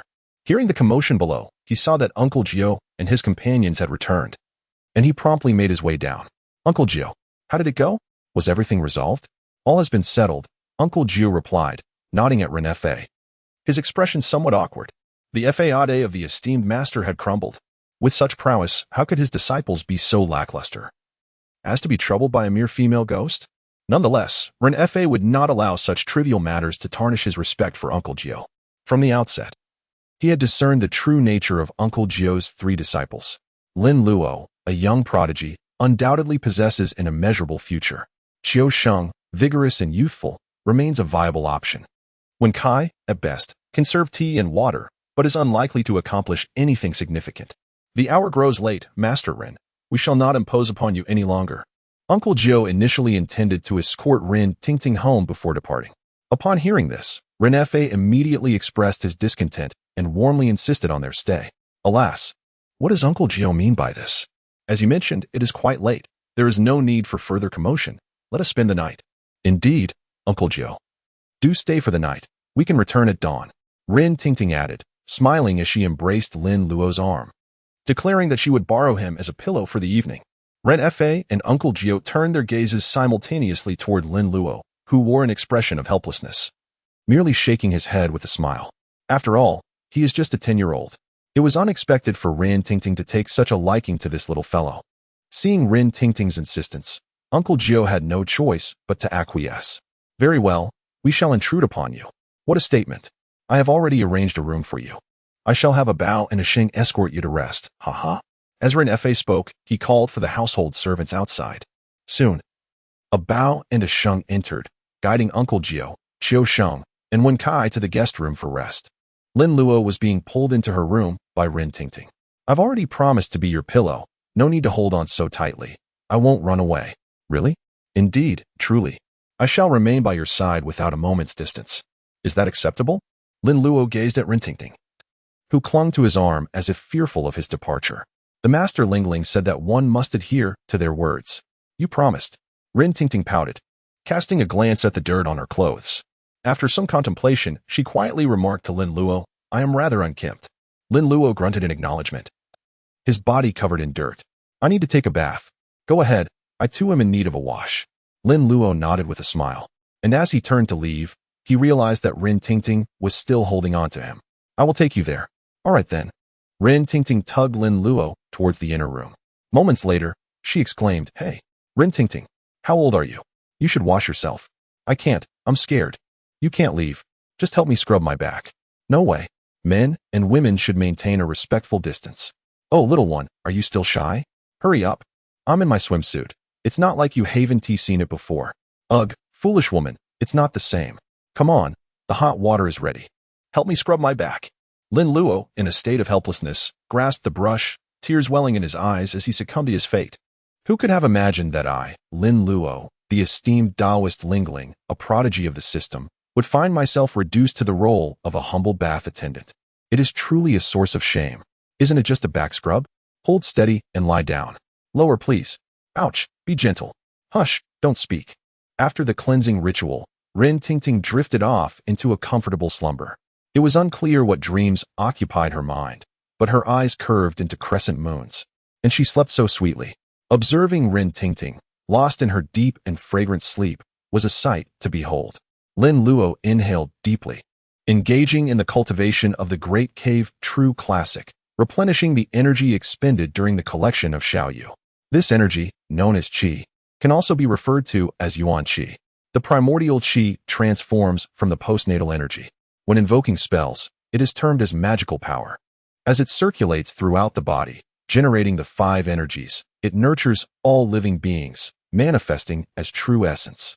Taoism emphasizes the dual cultivation of both essence and life, meaning a holistic refinement of body and mind to attain the highest realm of perfection. Essence pertains to the inner path, encompassing character, thought, spirit, and consciousness. Life, on the other hand, relates to the external path, embodying the physical form, vitality, energy, and matter. This illustrates that a single entity can have various appellations, and a single term may encompass a multitude of distinct concepts. There is no need to become entangled in the terminology surrounding qi and magical power. Ultimately, they are all forms of energy, differentiated only by their intensity and the methods of application. Despite the severity of Dong Xiaoyu's injuries and her weakened state, Lin Luo's use of the Binding Ghost spell to capture her still demanded considerable effort. This exemplifies Lin Luo's commendable prowess, as he utilized a simplified version of the Binding Ghost spell. Were it to be attempted by others who had only recently accessed qi, they might find themselves incapable of even employing the Binding Ghost spell. In fact, had he employed a magical artifact, such as a soul-collecting banner or a ghost-catching gourd, even an ordinary person could easily capture a ghost. However, Lin Luo's gourd was merely a random find, relying predominantly on the efficacy of the Binding Ghost spell. With celestial commands, he bound spirits and captured souls. The term de Luo Tian refers collectively to the 3 pure ones, thus indicating through the talisman that the Binding Ghost spell possesses a considerable level of power, making its significant energy consumption quite normal. Lin Luo should take the opportunity to rest well. In the dead of night, Ren Tingting turned over and continued to sleep soundly. Lin Luo draped a light blanket over her and then sat up. At last, she felt liberated. Has this sister practiced yoga? She truly knows how to entangle others. Lin Luo ceased his heavy panting and retrieved a thick stack of ancient tomes from his dimensional storage. His night vision eyes scanned the titles before finally settling upon the handwritten 8 Divine Mantras manuscript by Uncle Nine. With a swift motion, the other books vanished back into storage as Lin Luo opened the volume to locate the mind-cleansing mantra. The incident with Qiu Xing's ghostly possession had profoundly unsettled Lin Luo. Logically, with protective talismans affixed to both Qiu Xing and Wen Kai, such spiritual interference should have been impossible. Upon their return, Wen Kai recounted how after breaking through the ghostly barrier, they'd witnessed the female specter Xiao Yu being harassed in the streets. Just as they prepared to intervene, a sudden gust had stripped them of their talismans unnoticed. Uncle Nine concluded this wind was the ghost's doing, specifically designed to remove their spiritual protections. This revelation exposed significant limitations in talismanic defenses. A single misstep could leave one vulnerable to ghostly manipulation, potentially drained to a lifeless husk. Herein lay the paramount importance of the mind-cleansing mantra, foremost among Taoism's 8 divine mantras. Practitioners employ this sacred incantation during morning-evening rituals and talismanic studies to purify body and mind, eliminate distractions, and stabilize consciousness. The mantra transported mortal thoughts into profound stillness, allowing the Taoist heart to emerge within crystalline clarity, simultaneously safeguarding the Hun and souls. Whether for routine cultivation, resisting supernatural illusions, or warding off inner demons, this mantra proved indispensable. Previously, Lin Luo had treated it merely as a psychological aid, like counting sheep for insomnia, with negligible effect. Before activating his system, achieving true mental tranquility had been impossible. Now, he resolved to properly comprehend this mantra's true application. System, simplify the mind-cleansing mantra. Detected, mind-cleansing mantra, the great Tai star above. Responding without cease. Expelling evil, binding demons. Protecting life, shielding the body. Wisdom luminous, heart-mind serene. 3 eternal souls, 7 unbroken spirits. Simplification requires 20,000 points. Insufficient simplification points. 543 available. Damn. Miscalculation. Lin Luo's eyes closed in frustration as he fell backward dramatically. The bitter truth struck him, like preparing for lavish spending only to find mere pennies in one's purse. In this world, better to lack anything but health. Want for anything but wealth. Lin Luo once again felt the stark reality of his poverty. However, it was not too dire. It was merely 20,000 points. After all, he already possessed 3,500 points. He could return to his small abode and gather with those dear friends. This would suffice. They were still quite generous. Alas, it was time to sleep. The sounds of roosters crowing in the town grew increasingly absurd. One rooster crows, and soon every household follows suit, creating a cacophony. Thus commenced the grand competition of the loudest rooster in Rinjia town. Lin Luo awoke from a deep slumber, still somewhat disoriented. Something was amiss. This is not my room. Lin Luo suddenly came to a realization. Indeed, he had spent the entire night acting as a guardian for Ren Tingting. He had been meditating cross-legged yesterday and, unbeknownst to him, had eventually fallen asleep. Casting a glance at the still slumbering Ren Tingting, Lin Luo couldn't help but shake his head. She sleeps so soundly. You are indeed well suited for the role of a watchman at a funeral home. Lin Luo glanced out of the window. Though daylight had broken, it was still early. After tucking the blanket around Ren Tingting a little more snugly, he quietly tiptoed towards the door. In the grand living room of the Ren residence, Uncle Jiu was seated with Ren Fa, both indulging in tea. It appeared they were engaged in pleasant conversation, sharing laughter early in the morning. Upon seeing Ren Fa, Lin Luo felt a twinge of awkwardness in his heart. Good morning, Master and Uncle Ren. Lin Luo greeted the two with a charming demeanor. Upon hearing her voice, they turned to look, and upon realizing it was Lin Luo who had risen, they were filled with joy at her adorable greeting. What a delightful child. Who wouldn't be fond of her? Ren chuckled and inquired, Allo, why are you up so early? Don't you want to sleep a little longer? Young people often relish the luxury of sleeping in, or so he presumed. After all, his own daughter always ensured she had enough rest before rising. Qiu Xing and Wen Kai were no different. They were still soundly asleep in their room. Lin Luo adjusted his sleeves and stepped out into the courtyard. Speaking as he did so, I can't sleep anymore. I shall take a stroll. Please continue enjoying your tea. Do not mind me. Observing Lin Luo's hurried steps and his eagerness for exercise, Ren Fa felt an even greater admiration for him. A young prodigy, yet devoid of any arrogance or complacency. He diligently practices, not squandering his innate talents. If nurtured well, his future will undoubtedly be boundless. Ah, Uncle Jiu is truly fortunate to have such an intelligent and eager disciple like a Luo, who rises at the crack of dawn to pursue his studies. Surely, he will enjoy a prosperous future. Ren Fa gave a thumbs up to Uncle Jiu, sincerely praising him. Uncle Jiu chuckled modestly, responding, "You flatter me, old Master Ren. A Luo still has many shortcomings. This is the nature of the people of the Central Plains, humble and courteous. By the way, Uncle Jiu, what are your thoughts on my earlier suggestion?" Ren Fa cheerfully changed the topic. Uncle Jiu pondered earnestly for a moment before shaking his head. "Old Master Ren, I worry about Qiuxing's capabilities. He has never held an official position before, and handling cases is no trivial matter. I believe you should reconsider." Ren Fa shook his head in response. "No need, Uncle Jiu. I have thought it through clearly. Among the youth in Renjia town, aside from a Luo, Qiuxing is the only one who stands out." As he spoke, Ren Fa wore a look of regret, shaking his head in lament. What a pity that a Luo is still a bit too young. Observing his expression and tone, Uncle Jiu sensed that Ren Fa was not simply lamenting Lin Luo's youth and inability to serve officially. Could it be that Ren Fa has taken a liking to my precious disciple? Uncle Jiu astutely perceived the underlying truth of the matter. Though Lin Luo is merely 10 years old, he possesses an unusual maturity, often seeming wise beyond his years. His potential is evident. And should he continue on a righteous path, he is destined for greatness. It is noteworthy that Ren Tingting, at just 16, is only 6 years his senior. Yet she harbors a deep affection for him. Ren Fa surely contemplates this with optimism. After all, in a few years, Ren Tingting will reach adulthood. And the age difference will be trivial. In time, these two children may indeed unite in matrimony. Uncle Jiu, displaying an air of calmness, remarked with a smile. Although a Luo is still young, his age should not be a hindrance. Since you, Ren, are so confident in Qiuxing, I shall take it upon myself to endorse Qiuxing as the captain of the security team. Haha. Ren Fa, being astute, discerned the double entendre in Uncle Jiu's words and chuckled. Youth does not impede growth. He will mature. Rest assured, I will arrange for someone to support Qiuxing. Uncle Jiu nodded, feeling a surge of emotion. He never anticipated that this little rascal, at only 10 years old, would already attract attention. It left him with a peculiar sensation, as if he had nurtured a pig for a decade only to have it lured away with a cabbage. After all, gold will inevitably shine. However, Ren Fa, if you wish to sneak a glance at my household, perhaps you should wait a few more years. Uncle Jiu's resolve was firmly set. Lin Luo is still quite young. It is impossible for him to be released. In this era, the town lacks tall buildings, predominantly featuring structures of 1 or 2 stories.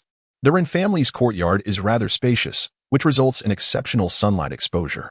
Early in the morning, the radiant sun shines down, creating a warm and inviting atmosphere.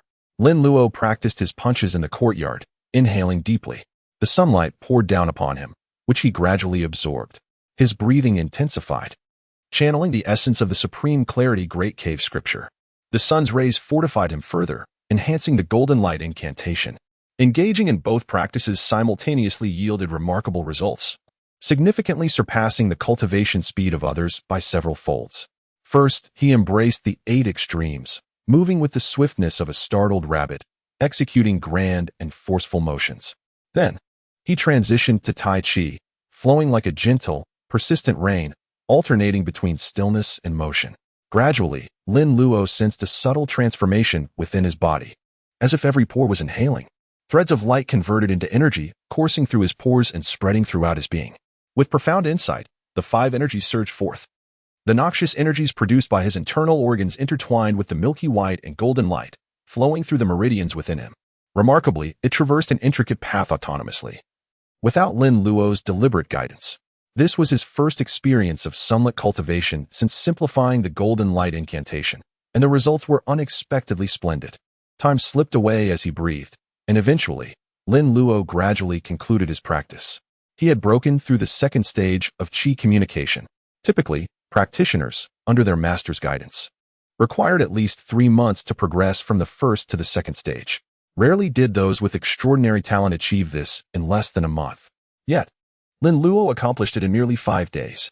If this cultivation speed were to become known, the esteemed elder masters of Longhu Mountain might very well come to claim him as their disciple. Huh. Lin Luo exhaled a breath of turbid air, slowly raised his hand. And with a flicker of thought, his right hand was enveloped in a radiant golden glow. This was the golden light divine incantation. The body is suffused with golden light. Reflecting upon oneself. A cultivator possesses golden light within. It must be abundant internally to manifest externally. When a cultivator's heart aligns with the Tao, the path is not far. Thus, the body is the Tao, and the Tao is the body. At this moment, Lin Luo had truly entered the realm of the golden light divine incantation. And from henceforth, he could manipulate the golden light within him at will. As for the effects of the golden light divine incantation, they were quite satisfactory. It could eliminate all chronic ailments, temper the heart's fire, elevate the kidney's essence, clear the mind, brighten the eyes, cool the 5 organs, harmonize the 6 bowels, and render the entire body at ease, invigorated. After all, this was merely the true art of harmonizing water and fire, harnessing the righteous energy of heaven and earth, and refining the essence of the sun and moon through the golden light divine incantation. Hey, Luo, don't be lost in thought. It's time to wash your hands and eat, came the sweet and melodious voice of Rintingting. Lin Luo turned his head and beheld Rintingting. Clad in an elegant white qipao, resembling a pristine camellia blossom, she stood sweetly at the entrance of the restaurant, beckoning to him. After a night of therapeutic sleep enveloped in soft pillows, Rintingting seemed to have banished the haunting visage of Xiaoyu from her mind, now radiating with brilliance. Perhaps due to her restful slumber, her complexion had improved significantly, glimmering under the sunlight, appearing more fair and delicate, despite being merely a youthful maiden in her prime. With a hint of naivete, there was a delightful charm in her sweet and tangy demeanor. Lin Luo smiled lightly, dissipating the golden glow of the spell from her hands. "Here I come, little fairy sister," she exclaimed. He, at least you can speak." Rintingting's eyes sparkled with joy, resembling crescent moons. Regardless of the moment, girls have always cherished the sweet words of others. Indeed, Rintingting was overjoyed. A triumphant smile graced Lin Luo's face. Having a fairy serve as her maid, pouring tea and offering massages, along with the delightful warmth of her lap, was indeed quite exhilarating to contemplate. Imagine if she were a goddess, a saint, or an empress. That would only enhance the allure. However, for the treacherous Chow, there remains but one factor that truly matters. Lin Luo was led to the pool by Rintingting. After freshening up and drying off, the two made their way to the dining table and took their seats. At this moment, Jiu Shu, Ren Fa, Qiu Sheng, and Wen Kai were already present. Upon noticing the arrival of Rintingting and Lin Luo, they all turned their attention towards them. Curiously, Qiu Sheng inquired, "Master brother, what were you doing outside just now? You stood there in a daze for quite a while and ignored everyone calling you." "Indeed, Master did not allow us to disturb you," Wen Kai added, equally intrigued. Jiu Shu remained silent, yet his eyes sparkled with excitement as they fixated on Lin Luo. He struggled to contain his exhilaration, his brows and beard quivering with the effort. It was evident that Jiu Shu was experiencing a tumult of emotions, tinged with a sense of humor. This mischievous lad has truly made a breakthrough. His aura is profound, and the energy within him has become even more potent and substantial. Indeed, he has passed the second stage of Qi mastery. Lin Luo smiled and was about to speak when Uncle Jiu suddenly interjected, interrupting him. "Ahem, let us eat first. We shouldn't delay others' meals." After speaking, Uncle Jiu shot a glare at Qiusheng and Wen Kai. The two disciples immediately fell silent, obediently bowing their heads in preparation for the meal. "Ah, Ren Lao Yi, I apologize for delaying your meal," Ren Fa said with a warm smile. "Not at all. Uncle Jiu, please don't stand on ceremony. It's just like being at home. Come, everyone, let's eat. Dig in." With Ren Fa's invitation, Uncle Jiu picked up his chopsticks and began to eat. Only then did Qiusheng and Wen Kai dare to start their meal. Fearing Uncle Jiu's wrath, they behaved like well-behaved children. The breakfast at the Ren household was far more exquisite than that at the mortuary. Although the ingredients were common, the variety of dishes was greater, and the flavors were more delightful. Rintingting occasionally served Lin Luo, sometimes even feeding him directly. It was as if she regarded him as a treasure, providing attentive care. The enthusiastic service made Qiusheng and Wen Kai envious. "Master brother, you truly are extraordinary. One word, splendid." Even Ren Fa was somewhat envious, pondering why his daughter was so fond of Lin Luo. Had he ever received such treatment? Or was it that Tingting had longed for a younger brother and was now treating Lin Luo as one? Should he consider giving Tingting another brother? He wondered how he would react if he knew his daughter intended to serve Lin Luo as a maid for 5 days. The meal left Lin Luo feeling rather awkward. While it was pleasant to be treated like a useless young master, with food being automatically served to him by a beautiful girl. The watchful eyes of his master and the father of the lovely girl made him oblivious to the taste of the food. Clearly, he needed to be more mindful of the occasion next time. After the meal, Uncle Jiu expressed his intention to take his leave. Their business at the Ren household had concluded, and it was time for them to return to the mortuary. Ren Fa did not insist on their stay. Smiling as he escorted Uncle Jiu and his disciples to the door. Luo, your sister Tingting likes you so much, you should come to visit often. Ren Fa invited Lin Luo with a smile. Initially reluctant, Ren Tingting's face blossomed into a bright smile upon hearing her father's words, joyfully exclaiming, "That's right, little guy. You must come to find me often." Lin Luo waved his hand at the two, acknowledging, "I understand, Uncle Ren. Even without your invitation, I shall frequently drop by for a meal." Lin Luo then turned to Ren Tingting and said, "Sister Tingting, let us not forget our promise." Lin Luo raised her right hand, forming a 5. "Unforgettable. You should leave at once." Ren Tingting's delicate face flushed with embarrassment as she playfully stamped her foot. It's merely a matter of serving as a maid for 5 days, pouring tea and fetching water. Does she truly fear that this young lady would renege on her word? Such a narrow-minded perspective. Though young in age, her heart is equally small. Ren Fa and Uncle Jiu, however, gazed in astonishment at Lin Luo's small hand. 5. What could that signify? Could it possibly imply 5 years? This girl, Tingting, is so bashful. Could it be that the two have secretly pledged their lives to one another, intending to marry after 5 years? Ren Fa cast a suspicious glance at Lin Luo, then shifted his gaze to Ren Tingting. These two children, they harbor secrets. Uncle Jiu similarly pondered these thoughts, internally proclaiming, "What a remarkable young man. A remarkable young man. The student has surpassed the master. In the pursuit of a spouse, the master concedes that you have outshone him." Qiuxing and Wakai, with their heads drooping even lower, were expressions of utter dejection. Is there no justice in the world? The eldest disciple, despite his tender age, has already captured the affections of a girl. Yet, poor Qiuxing has finally found a girlfriend. And she turns out to be a ghost. Wakai felt a deep sense of despair. At least Qiuxing has a ghostly admirer. What about him? Not a single specter has taken notice of him. Truly a failure. A failure among failures. The creaking doors of the mortuary swung open, the sound shattering the deathly silence within.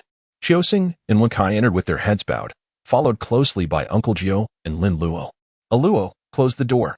Uncle Jiu's voice was ominous, causing Qiuxing and Wakai to feel a chill run down their spines. It's over. The master is about to erupt with anger. Oh.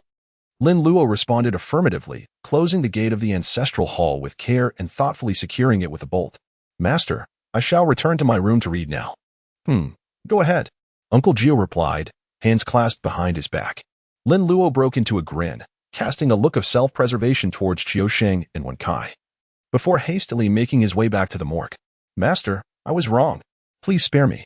"Stop right there, you two scoundrels. Do not attempt to flee." Who wouldn't run in such a situation?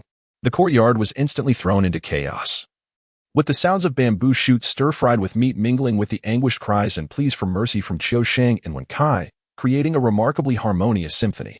The bond between master and disciple is truly profound. Lin Luo entered the small room with a cheerful smile. Seizing the opportunity while Jiu was outside tending to the troublesome Autumn Shang and Wakai, Lin Luo yearned to reunite with his dear friends. "Haha, my friends. I have missed you all dearly." Suddenly, a little demon returned.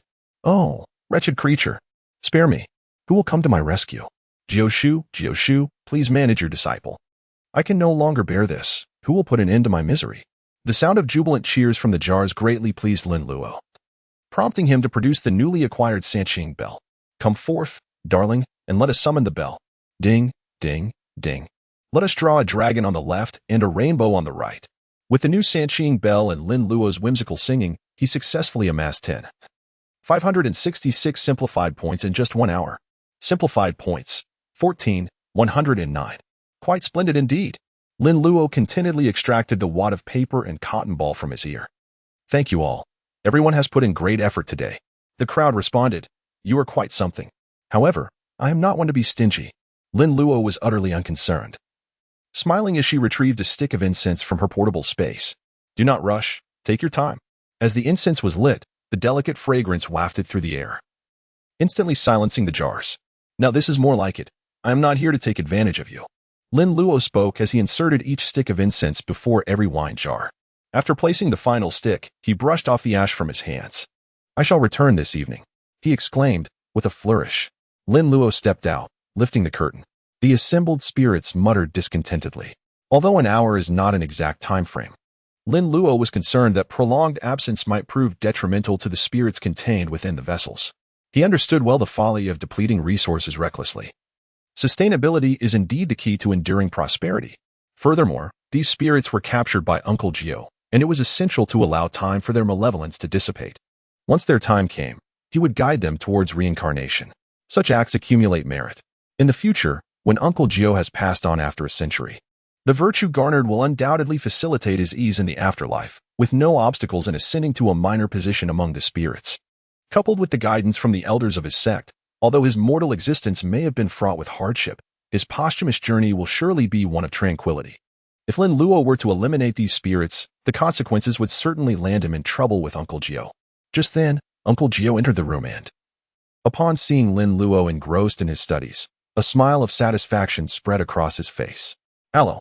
After completing his collection, Lin Luo was perusing the talismans of Maoshan. He had mastered the art of drawing talismans on yellow paper, akin to igniting a paper effigy. Whatever he envisioned in his mind manifested upon the paper. However, he needed to familiarize himself with the various talismans available, such as the corpse suppression talisman, the evil transformation talisman, the exorcism talisman, the protective talisman, the consecration talisman, among others, as well as the incantations of Maoshan, including the demon subjugation spell, the spirit restraining spell, the wind control spell, and the evil breaking spell. To name a few, only by knowing of their existence could he hope to draw them in the future. Otherwise, he would face insurmountable obstacles, lacking the knowledge to wield them effectively. Upon hearing Uncle Jiu call his name, Lin Luo lifted his head and flashed a sweet smile. Master, that mischievous boy. What book could he possibly be reading? Ah, it is indeed the talismans of our Maoshan. Lin Luo casually set the book aside and poured a cup of tea for Uncle Jiu. Master, have some tea. Uncle Jiu took a seat opposite Lin Luo, nodded, and raised the teacup to take a sip. After such a long period of activity, he was indeed feeling somewhat parched. Luo, where is your gourd? It's in the treasure pouch. Lin Luo pretended to search for the treasure pouch, from which he retrieved a gourd. In reality, the gourd had always resided within his personal space. Uncle Jiu accepted the gourd from Lin Luo, furrowing his brow as he examined it. Wasn't this the very gourd he typically used for drinking? It was not a magical artifact for capturing ghosts. Then, last night, when a Luo captured the ghost, did he not employ a spell? What incantation did you use to subdue that female ghost? The binding ghost spell. Lin Luo did not conceal anything and spoke straightforwardly. Hiss. Uncle Jiu involuntarily gasped in astonishment. Although he was aware of his disciple's exceptional talent, akin to being nurtured by the ancestral master, it became evident that he had underestimated him. If Lin Luo could wield the Luo Tian incantation, then surely he could also master the 3 Pure One spells. It appeared that his preparations had not been in vain. The moment had arrived. Well done, my boy. Uncle Jiu praised with delight, patting Lin Luo on the shoulder. Indeed. However, do not let pride cloud your judgment. Remain humble and eager to learn, and never hesitate to ask when in doubt. As he spoke, Uncle Jiu produced a small booklet from his bosom. Here, this is your reward from your master. Lin Luo's eyes sparkled as he took the booklet in his hands.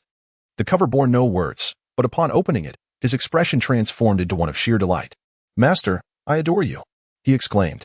Haha, don't emulate your 4th uncle. It sounds rather cheesy. Although 9th uncle said this, he couldn't help but smiled joyfully. Master, I will study diligently and live up to your high expectations. Ah. With your promise, I feel reassured, Master replied. Now, I will teach you each spell one by one. Given your current level of cultivation, mastering these incantations may prove challenging. However, if you dedicate yourself to your studies, you will undoubtedly achieve success within 3 to 5 years. 9th uncle earnestly instructed Lin Luo. I understand, Master. Well then, let us begin with the first one, the Tai exorcism and protection spell. Lin Luo's gaze was intense as he listened attentively.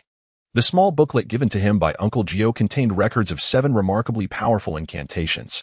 Among them were spells from Maoshan, Longhushan, Gazation, and even the Chuanjin sect.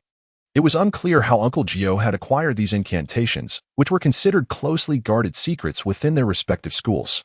They included the Tai exorcism and protection charm, the Jingjin sword spell, the Lingjian spell, the Fire Bell radiance charm, the ghost slaying spell, the Tiangang correct chi charm, and the Weitian divine charm. The name of the Tai exorcism and protection charm might sound unfamiliar, but the incantation itself was quite recognizable. The cosmos is boundless, and the universe lends its power. In the film A Chinese Ghost Story, Yin Qixia relied on this chant to sustain much of the story. In the sequel, he even harnessed its power to unleash a palm lightning strike that obliterated a mountain, wielding it like an RPG rocket launcher, truly a mobile artillery unit. This spell allows one to borrow power from the heavens and the earth, alleviating concerns about insufficient magical energy. After explaining, Uncle Jiu remarked nonchalantly. He had observed his precious disciple's exhausted state while collecting spirits last night. It was no wonder he had prepared this booklet overnight. Lin Luo's eyes sparkled with excitement, his heart brimming with joy. Truly, the master is remarkable, and Uncle Jiu is indeed exceptional, a timely aid. This spell is incredibly beneficial in times of need. Thank you. Master. Thank for what? You are my disciple. If I do not teach you, who else could I instruct? Uncle Jiu lifted his chin, displaying a touch of pride. The system assessed the Tai Bazwegian demon repelling spell. It detected the Tai Bazwegian demon repelling spell, commanding the heavenly path, transforming the dualities, giving rise to yin and yang, rotating the universe, and responding to the decree of pardon. Simplification requires 40,000 simplification points. Insufficient points. Hiss. How exorbitant. Lin Luo felt a sense of helplessness. Although this spell was divided into 4 smaller incantations, it seemed rather exorbitant. Nevertheless, it could be worthwhile to experiment with them separately, setting other matters aside. Acquiring the borrowing the power of heaven and earth spell was of utmost priority. Seeing Lin Luo lost in thought, Jiu Shu mistakenly believed he had not grasped the concepts. Now that I've explained the Tai exorcism and protective spell in its entirety, is there anything you do not comprehend, Luo? Please, do not hesitate to inquire. Having lost my master, I have understood everything. Let us proceed. Lin Luo eagerly turned to the next page. Jingjin sword incantation. Summon thunder and lightning. Channel the celestial stars. Crush malevolence, uphold righteousness. The heavens descend with essence, the earth responds with spirit. The sun and moon symbolize, the mountains and rivers take shape. Uncle Jiu felt a sense of helplessness. How could this disciple be so astute? It rendered him devoid of any sense of achievement in teaching. With a sigh, Uncle Jiu gazed at the Jingjin sword incantation and began to narrate. This incantation was conceived by our Maoshan patriarch, Sima Qingzhen. Originally, it was accompanied by the Jingjun divine sword, but alas, the sword has been lost, leaving only this incantation. Lin Luo had some recollection of the illustrious Maoshan ancestors. Sima Qingzhen, the national master during the Tang dynasty and a leader of the Taoist sect, was of imperial master caliber. He crafted 2 Taoist artifacts for Emperor Xuanzong of Tang, namely the Huanxiang mirror and the Jingjin sword.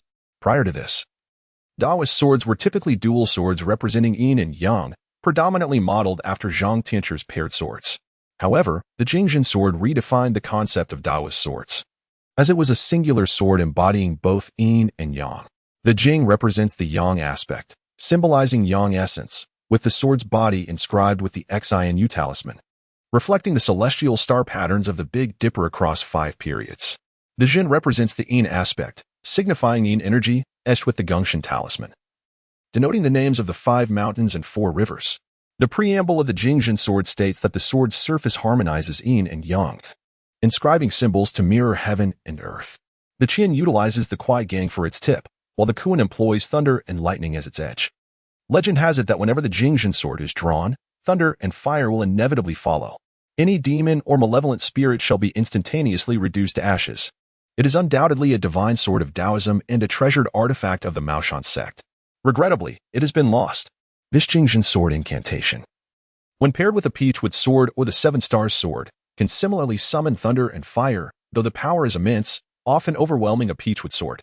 Hence, one must exercise caution when invoking this incantation. Uncle Jiu earnestly advised Lin Luo. Lin Luo nodded. System, initiate detection of the Jingjin sword charm. Detected. The might of the Tian Gang is unyielding. What can withstand it? The wrath of thunder, what can it not obliterate? A simplification of 10,000 points is required. Should it be simplified? Wait a moment. Lin Luo felt a sudden jolt in his heart. not expecting to encounter yet another spell worth 10,000 points. Alas, his master had brought forth so many incantations that he was utterly impoverished. Initially, with over 10,000 simplified points, Lin Luo believed he could manage his expenditures prudently. But he realized he had been too narrow-minded. Although the Spirit Sword spell lacked the potency of the Jingjin Sword spell, as you witnessed last night. When combined with magical artifacts, it allowed for sword control. Hiss. Lin Luo's eyes instantly sparkled with realization. So, the spell used by Uncle Jiu last night was indeed the Spirit Sword spell. The Maoshan Sword technique is, in fact, the Spirit Sword spell. System. Initiate detection of the Spirit Sword spell. Detection complete. Qianjiang Jingkuan. Yingling Ryu. Crush mountains and calm seas. Command authority in all directions. Simplification requires 10,000 simplification points. Is simplification necessary? Not for now, let's wait a bit longer. 10,000 points is not overly expensive. This Firebell Radiant spell was specially prepared for you by my master. Uncle Jiu flipped to the next page, smiling warmly as he spoke. Lin Luo's eyes sparkled with delight, and a smile crept upon his lips. The Firebell, a Taoist artifact, could also be regarded as a Sanqing bell.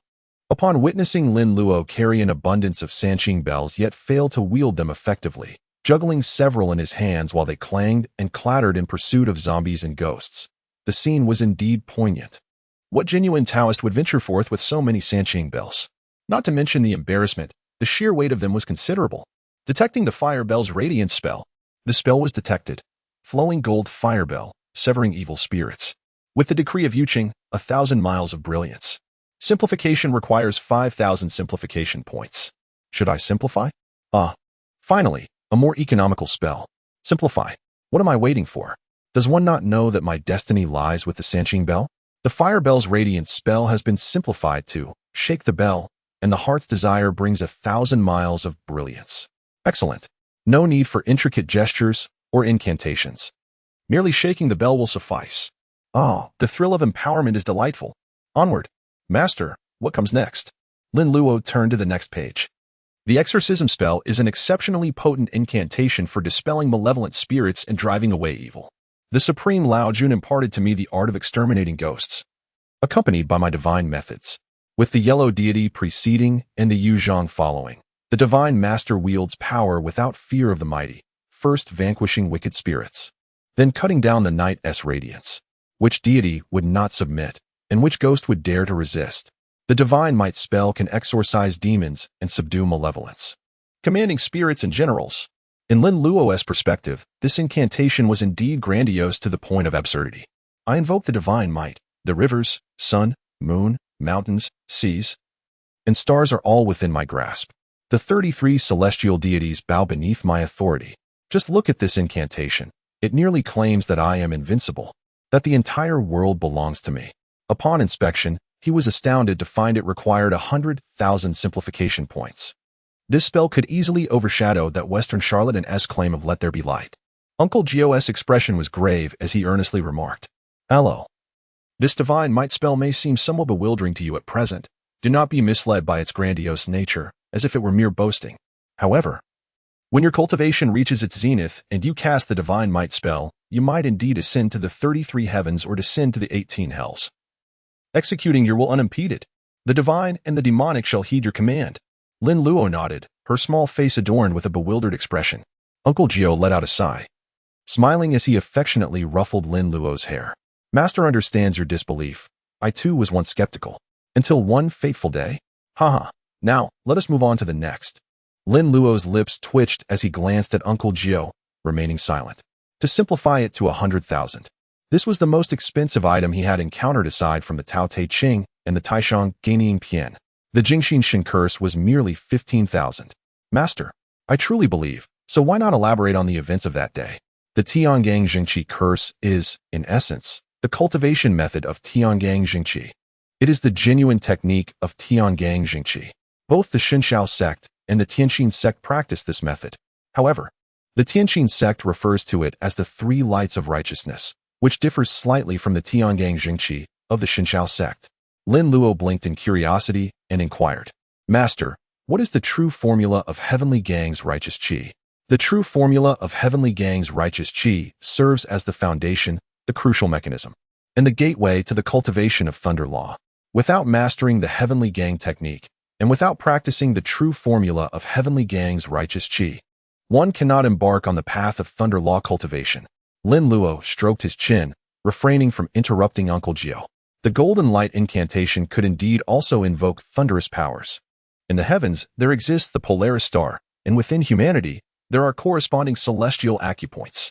By harmonizing the practitioner's internal acupoints with the Polaris, one merges the essence of the cosmos within their bloodline, achieving a protective barrier of vitality to ward off malevolence, unlocking pathways and filling with spiritual energy. Thus aligning with the Tao and attaining truth. Is this not akin to the golden light incantation?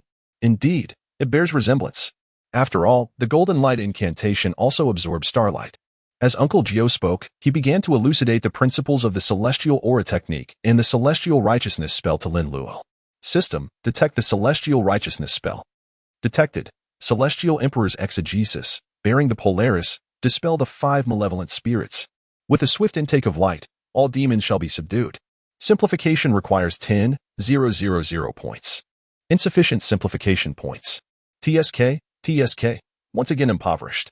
Having completed his explanation, Uncle Jiu inquired, "So, what do you think? Is there anything unclear?" "Your master is here to guide you." Lin Luo replied, "Thank you for your efforts, master. Hiki, I believe I have grasped the essence of it. I shall delve into my studies now. You may take a rest." "Oh, is it truly sufficient? At such a tender age, one must not become boastful." Uncle Jiu replied with a serious demeanor, continuing, "In that case, I shall assign you some homework. Your Uncle Si Mu should be arriving shortly. If you cannot master the fire bell incantation, you shall not accompany him." Lin Luo chuckled, thinking it was something quite amusing. "Shall I ring the bell for you to see now?" "All right, master," he responded with unreserved enthusiasm.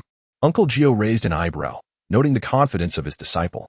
"You cheeky lad, if you fail to deliver, do not blame your master for being unsympathetic." "How could that be? Master is the best in the world. I adore you the most." Sweet words cost nothing, yet Uncle Jiu maintained a stoic expression while his heart soared with delight. This mischievous boy knows how to flatter and bring joy. No wonder he is so popular with the girls. "Very well, focus on your studies. I shall not disturb you any further," Uncle Jiu said as he patted Lin Luo's shoulder, then quietly rose and tiptoed to the door to peek outside. "Lin Luo, master. What on earth is happening? It feels as though we are akin to thieves." Suddenly, with a loud bang, the door burst open as Uncle Jiu strode out with great determination. "Oh ho!" Lin Luo's eyes sparkled with excitement as he hurried to the doorway to observe. A delightful spectacle was unfolding. In the courtyard of the ancestral hall, Qiu Sheng and Wen Kai were awkwardly squatting, clearly indulging in idleness. Little did they anticipate the sudden appearance of Uncle Jiu, which startled them into immediately adjusting their postures. Alas, it was too late. "You two scoundrels, slacking off. Add another incense stick. Please, master. We won't do it again. Have mercy on us." The courtyard echoed with the lamentations of Qiu Sheng and Wen Kai. Not only could they not endure an additional incense stick, but even an extra cup of tea would be beyond their capacity. "Humph. If you don't learn your lesson, you won't even know what you're here for." Uncle Jiu, with his hands clasped behind his back, turned and walked toward the lounge chair in the courtyard. Qiu Sheng and Wen Kai stood rigidly in a horse stance, their faces contorted in agony, straining to maintain their posture while their legs trembled involuntarily. Beads of sweat dripped down, yet they dared not relax. To slack off beneath their master's watchful gaze was sheer folly. No slacking off. Hold it steady. After reclining, Uncle Jiu took out his pipe, leisurely scooping tobacco into it. With a swift strike of a match, he ignited the tobacco and inhaled deeply, exhaling clouds of smoke. Wen Kai sprang back to attention. "Master, I was slacking off." "Humph, hold it steady. If you slack off again, I'll prepare a French-style funeral for you." Wen Kai's expression twisted into greater anguish. Clearly, their master had not forgotten their previous transgressions. Had he known he would be punished, he would have kept his mouth shut. "Qiu Sheng." Uncle Jiu exhaled a puff of smoke, directing his gaze at Qiu Sheng. Qiu Sheng's legs trembled even more violently. Usually, he could endure 2 incense sticks while maintaining his stance, but after being drained the night before, he felt utterly depleted. 2 nights of rest would not suffice for recovery. "Master, I was slacking off either. Stop shaking your legs." "Master, I can't control them." Qiu Sheng was on the verge of tears. His legs had a mind of their own. "Oh, didn't you revel in merriment?" "I'm not enjoying myself." "Master, I promise I won't revel anymore." Qiu Sheng shouted. "Silence." Your senior brother is studying inside. If you disturb him, you'll each add 3 incense sticks. Gasp. Both Qiu Sheng and Wen Kai held their breath, terrified that even the sound of their breathing might disrupt Lin Luo's reading. Seeing his 2 disciples' lack of resolve, Uncle Jiu could not help but feel exasperated. The disappointment was palpable. Look at you two, one utterly unlearned, bringing shame upon yourselves, and the other bewitched by a ghost. Reveling in frivolity. Taking you both as disciples has been a calamity.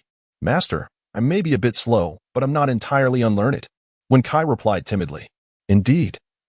I was merely enchanted by the ghost. It was not intentional. Qiu Sheng chimed in, defending himself. Do you think that's enough? You're making me lose face. It's bad enough to embarrass yourselves at home. Do you need to humiliate me outside too? I should find something to keep you busy, lest you accompany me and further disgrace me. Qiu Sheng and Wen Kai froze in disbelief. What did their master mean? Master, please don't scare me. What do you mean by that? Qiu Sheng asked nervously. Uncle Jiu glared at Qiu Sheng, his irritation evident. What do you think it means? You've been depleted of your essence due to the ghost. There is no future for your cultivation. What should I do? Although Qiu Sheng was aware of his lack of talent for cultivation, Uncle Jiu's words struck him hard, making it feel as if he were being told to await his demise.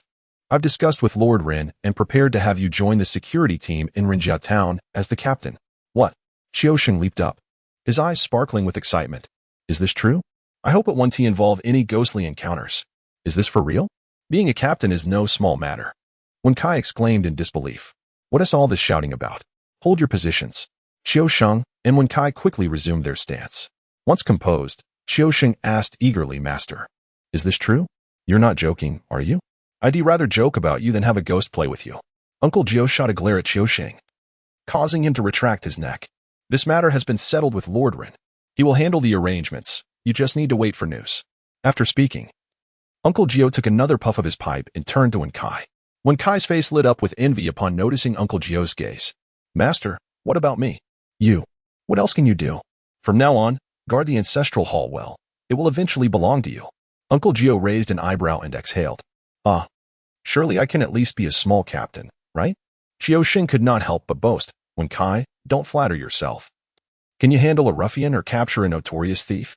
You wouldn't even dare to kill a chicken, so what are you doing in the security team? Wen Kai quickly retorted, who says I can't? Have you ever tasted my chicken? Even if you dare to kill a chicken, it doesn't mean you can catch thieves. Your skills are better suited to being caught by a thief. Nonsense. You scoundrel. Master, Qiu Sheng is slandering me. He is slandering me. Uncle Jiu's face darkened as he glared at his 2 undisciplined disciples, slowly rising to his feet. Qiu Sheng and Wen Kai instantly became obedient, gazing at Uncle Jiu with wide eyes. Unrepentant. Add another incense stick to each of you. Please, Master. I realize my mistake. Nightfall arrived as expected. Qiu Sheng and Wen Kai felt as limp as 2 dried fish, utterly exhausted. Holding their stance initially seemed manageable, but as time dragged on, it became increasingly torturous, each moment stretching into eternity. Previously, when Uncle Jiu had them practice stances without supervision, they could afford to slack off. Today, however, they were watched closely, with any signs of idleness resulting in an additional incense stick. Who could withstand such torment? Had it not been for the encroaching darkness signaling dinner time, Qiu Sheng and Wen Kai would still be out there squatting. Tonight's dinner was particularly lavish, featuring chicken, fish, and 2 plates of vegetables. Qiu Sheng and Wen Kai devoured their meals ravenously, fortunate that Uncle Jiu and Lin Luo had smaller appetites. Otherwise, they surely would not have had their fill. After the meal, Wen Kai and Qiu Sheng washed the dishes while Uncle Jiu guided Lin Luo in reviewing his homework. Seeing that Lin Luo had memorized the key points of the 7 incantations he had taught, Uncle Jiu nodded in approval. This disciple indeed possesses talent. He grasped it after only one explanation. Now, he must practice diligently and deepen his understanding to master it as soon as possible. Once Qiu Sheng and Wen Kai finished their chores, they entered the room. Hey, Master, would you like some tea? Master, let me massage your shoulders. The 2 transformed into eager attendants, ready to serve Uncle Jiu. Uncle Jiu shot them a disapproving glance and scoffed. No need. Just sit down. The 2 individuals settled down, embodying the demeanor of diligent students. It was time to address the pressing matter at hand. The situation concerning the Ren family was rather complicated, prompting old Master Ren to be quite generous. As Uncle Nine spoke, he produced a small pouch, untied it, and poured out its contents. A clattering sound revealed a total of 50 silver dollars. The public treasury would claim half of it. Uncle Nine swept aside $25, leaving the remainder for me to take the lion's share. Once again, Uncle Nine pushed aside $10. Logically, the three of you should divide the funds equally, each receiving $5. Qiuxing and Wentai's eyes sparkled with excitement. $5 could afford a lavish time in Rinjia Town for quite a while. However, both of you are well aware of your own misdeeds. Now, I consider myself a fair person.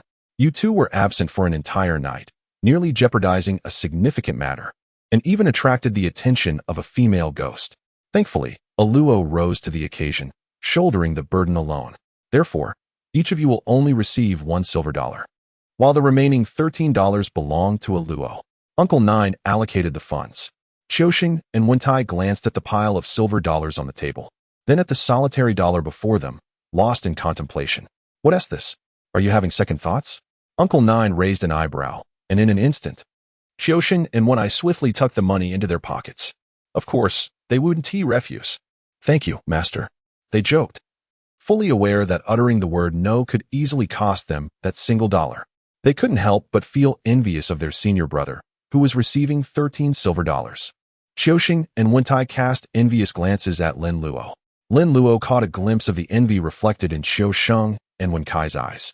He chuckled softly. You were envying far too soon. Lin Luo smiled sweetly at Uncle Jiu, obediently pushing the money in front of him. Master, my money is your money. Besides, what use does a child like me have for such a large sum?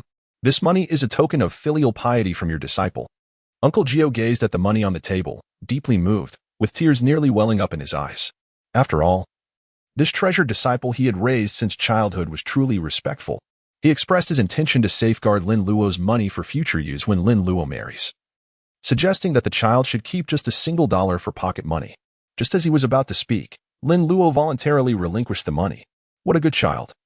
Truly a good child. Unlike those two rascals, who never take the initiative. Luo, I will keep this money for you, to use when you marry. These $2 are for you to keep as pocket money. Spend it on whatever you desire. Lin Luo tucked away 2 silver coins and obediently said, Thank you, Master. What are you thanking for? You should express your gratitude through diligent practice in the future. I understand, Master. He chuckled, as if money could escape once it reaches Uncle Jiu's hands. Have I not seen the films? A mere handful of coins, and I'll keep only a single one for myself. Now, with a simple gesture of submission, I utter a few flattering words, and behold, I have acquired these 2 coins. This is quite the triumph. My dear junior brothers, you have much to learn. At that moment, the atmosphere in the room became significantly more pleasant. Qiuxing and Wenkai, having received their shares, wore smiles that lit up their faces, feeling invigorated as if their aches had vanished. Although their portions were modest, even the eldest brother received only 2 silver coins. Truly, Master is remarkably fair. Uncle Jiu felt quite pleased by Lin Luo's filial piety, and even found the 2 mischievous boys, Qiuxing and Wenkai, less bothersome. Master, perhaps the ghost in this gourd should be placed back into the jar. Lin Luo retrieved the gourd containing the spirit of the female ghost, Xiaoyu, and addressed Jiushu. Jiushu nodded in agreement. Indeed, while the gourd could capture spirits, it could not be fashioned into a proper talisman, rendering it less robust than a wine jar. Over time, there was a considerable likelihood that the ghost would escape. Qiuxing, save me, echoed Xiaoyu's voice from within the gourd, her lament resonating with sorrowful elegance, evoking a softening in Qiuxing's heart. After all, she was his first love, and despite being a ghost, he found it difficult to harden his heart against her. One could only wonder how Qiuxing would react upon recalling Xiaoyu's true visage. Jiushu glared sharply, admonishing, Silence. Should you make another sound, I shall ensure your spirit is shattered, condemned to wander in torment for eternity. Instantly, Xiaoyu within the gourd fell silent. Qiuxing felt a pang of grief, unable to restrain himself as he pleaded with Jiushu, Master, please. Although she is a female ghost, she has never harmed anyone. Hey, Qiuxing, have you lost your mind? Wenkai exclaimed, eyes wide with disbelief as he regarded Qiuxing. Had this lad not been punished enough today? Alas, may the ancestors protect me, Master, punish this insufferable brat without involving me. Lin Luo gazed at Qiuxing in astonishment. Could it be that this fellow had developed feelings? Although it is often said that men harbor a certain sentimentality towards their first love, she was a ghost. Master Jiu cast a stern glance at Qiuxing. What's the matter, boy? Are you feeling a bit too tense and in need of relaxation? No, Master. Qiuxing recoiled slightly. timidly explaining. I merely think it is quite tragic that she passed away at such a young age. If we were to condemn her to eternal suffering, it would be utterly inhumane. Instead, we should perform a rite to aid her in reincarnation. It would be a noble deed. Humph. It better be so. Master Jiu replied coldly, turning his gaze towards the gourd, frowning as he addressed the spirit within. Humans and ghosts cannot coexist. Clinging to him will only bring harm to you both. If you truly are destined to be together, once you are reincarnated, you shall meet again. A soft sob emerged from within the gourd. Taoist priest, I understand. Thank you. That is all I need to hear. Master Jiu said, then turned to Lin Luo. Aloe. Go fetch a jar of wine. Oh. Lin Luo retrieved the wine jar and the talisman. Uncle Jiu opened the gourd, drawing forth the spirit of the young girl within, and sealed her into the wine jar. Do not be deceived by Uncle Jiu's seemingly simple actions. Merely controlling the female ghost within the gourd is not a feat for the average person. After placing it carefully in the room, he awaited the next time the gates of the underworld would open, at which point he would send her off to reincarnate. As Uncle Jiu spoke, he handed the wine jar to Lin Luo. Xiaoxing breathed a sigh of relief, knowing that the young girl could be reborn. After all, being human is far preferable to being a ghost. Lin Luo felt a heaviness in his heart upon hearing the words of his master. With the 15th day of July just passed, the gates of the underworld had closed, and the next opening would not occur until the 8th day of the Lunar New Year. Master, will the spirits contained in those jars in the small room be sent for reincarnation? They are dear friends of mine if they all reincarnate. How will I earn a living? Or rather, how will we share and joy together? His master, Uncle Jiu, shook his head in resignation and replied, of course not. Some spirits have yet to fulfill their earthly lifespan and thus cannot be reincarnated. They must remain here. He too wished to send these spirits for reincarnation in one go, as they represented accumulated virtue. The teachings of Buddhism proclaim that saving a single life surpasses the merit of constructing 7 pagodas. To guide a solitary wandering spirit towards peace is equally a noble deed, not to mention an entire room filled with spirits. Upon hearing Uncle Jiu's words, Lin Luo felt reassured and merrily proceeded to open the wine jars. The sound of the bell, clear and melodious, resonated through the stillness of the night, traveling far across the desolate wilderness. Lin Luo had just emerged from the cottage when he heard the ringing sound, initially suspecting it to be a figment of his imagination. How could there be a bell ringing? Could it be a consequence of his earlier revelry? With the recent addition of a new member to his circle of friends, Lin Luo had once again surpassed a remarkable income of over 10,000 in just 1 hour. Xiaoyu, allow me to express my gratitude. A simplified total of 10,975 points. In total, with the previous amount, it summed up to 20,084 simplified points. Lin Luo was on the verge of simplifying the heart purification spell when the sound of the 3 pure bells grew ever closer. Lin Luo also came to a realization. It must be that Master Simu has returned. In the film Mr. Vampire, Master Simu plays a significant supporting role alongside his clients. Bang! Lin Luo unlatched the door and beheld a faint glimmer of light amidst the distant darkness outside the ancestral hall. The sound of the chimes resonated with each swing of the 3 purities bell, producing a series of crisp, melodious tones as a line of shadowy figures moved in unison. The leader adorned a resplendent yellow Taoist robe, bearing a command flag from which an oil lamp dangled, obscuring their visage in the dim light. However, such an appearance would surely terrify any unsuspecting passerby they encountered along the way. Aloe, is that you? Yes, it's me, Master Uncle. I have returned. Lin Luo stood at the entrance of the mortuary, laughing loudly. Upon seeing that petite figure, I instantly recognized you. Master Simu chuckled heartily, shaking the Sanxing bell, and quickened his pace. Lin Luo pouted. At merely 10 years of age, standing at 1.60 meters was hardly short. Over the past few days, Lin Luo had experienced a notable growth spurt, and fortunately, he had previously opted for larger-sized clothing, or else he would have faced the predicament of ill-fitting garments once again. Hearing Lin Luo's call, Uncle Jiu emerged from the inner room, draping a garment over himself. Upon seeing Simu arrive, he promptly approached him. Senior brother, junior brother, come inside. Luo, please take them in. Uncle Jiu instructed Lin Luo. Simu had initially intended to hold his ground during his last visit. He had already expressed his sentiments. Lin Luo was still quite young, making it difficult to control the walking dead. However, upon closer inspection, Simu was genuinely taken aback by the aura emanating from Lin Luo. Goodness, he was at the 2nd stage of Qi cultivation. The energy in his first acupoint must be nearly saturated. Such a pace of advancement, Had he been consuming some miraculous elixir? Even with such supplements? One would T progress this swiftly. Senior brother, Luo has reached the second stage of Qi. Simu exclaimed in astonishment, turning to Jiu. Jiu, with his hands clasped behind his back, nodded nonchalantly, confirming, indeed, he just broke through today. Hiss. How short a time had it been to achieve such a breakthrough to the second stage? Simu Daoist handed the Sanqing bell to Lin Luo, his gaze incessantly scrutinizing Lin Luo. Given Lin Luo's current level of cultivation, controlling the walking dead was now child's play. Yet, senior brother, what kind of reaction is this? Is it too much to feign a little surprise? Your disciple is so extraordinary, and yet you remain unperturbed. Simu Daoist felt a pang of envy within. Lin Luo chuckled, shaking the Sanqing bell, as he guided the clients of his master, Simu, into the morgue. At that moment, when Kai was sound asleep, oblivious to the world, this fellow was utterly carefree, effortlessly moving on from past troubles, and as long as his belly was full, he could slumber peacefully. Lin Luo settled these clients and performed the incense ritual. Despite the commotion, when Kai remained sound asleep. Indeed, Uncle Jiu's assessment was quite accurate. He slept like a log, making him the perfect candidate to oversee the mortuary. Brother, you are fortunate. Luo has shown remarkable determination, swiftly advancing to the second level of the Tongqi.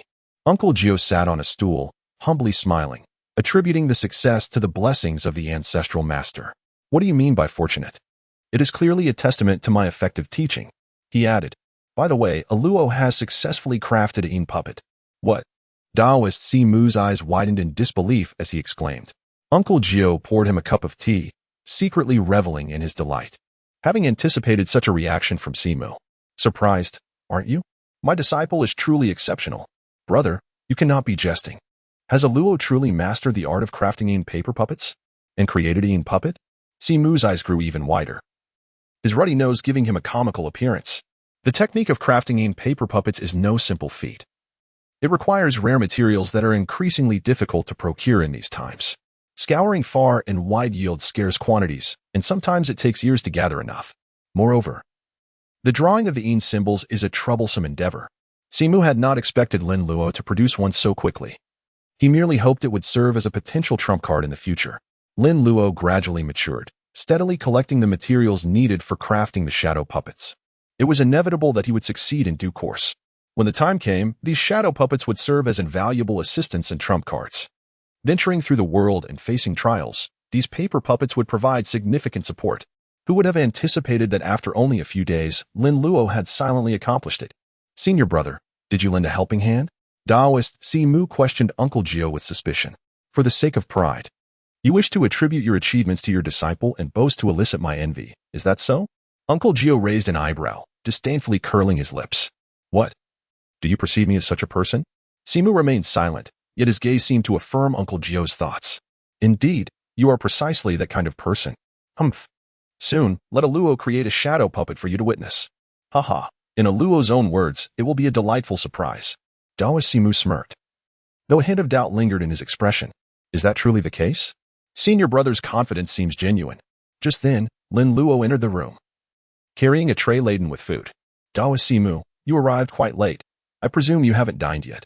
The corpse transporter led such a lifestyle, resting by day and emerging at night, with irregular meals, often enduring sleepless nights.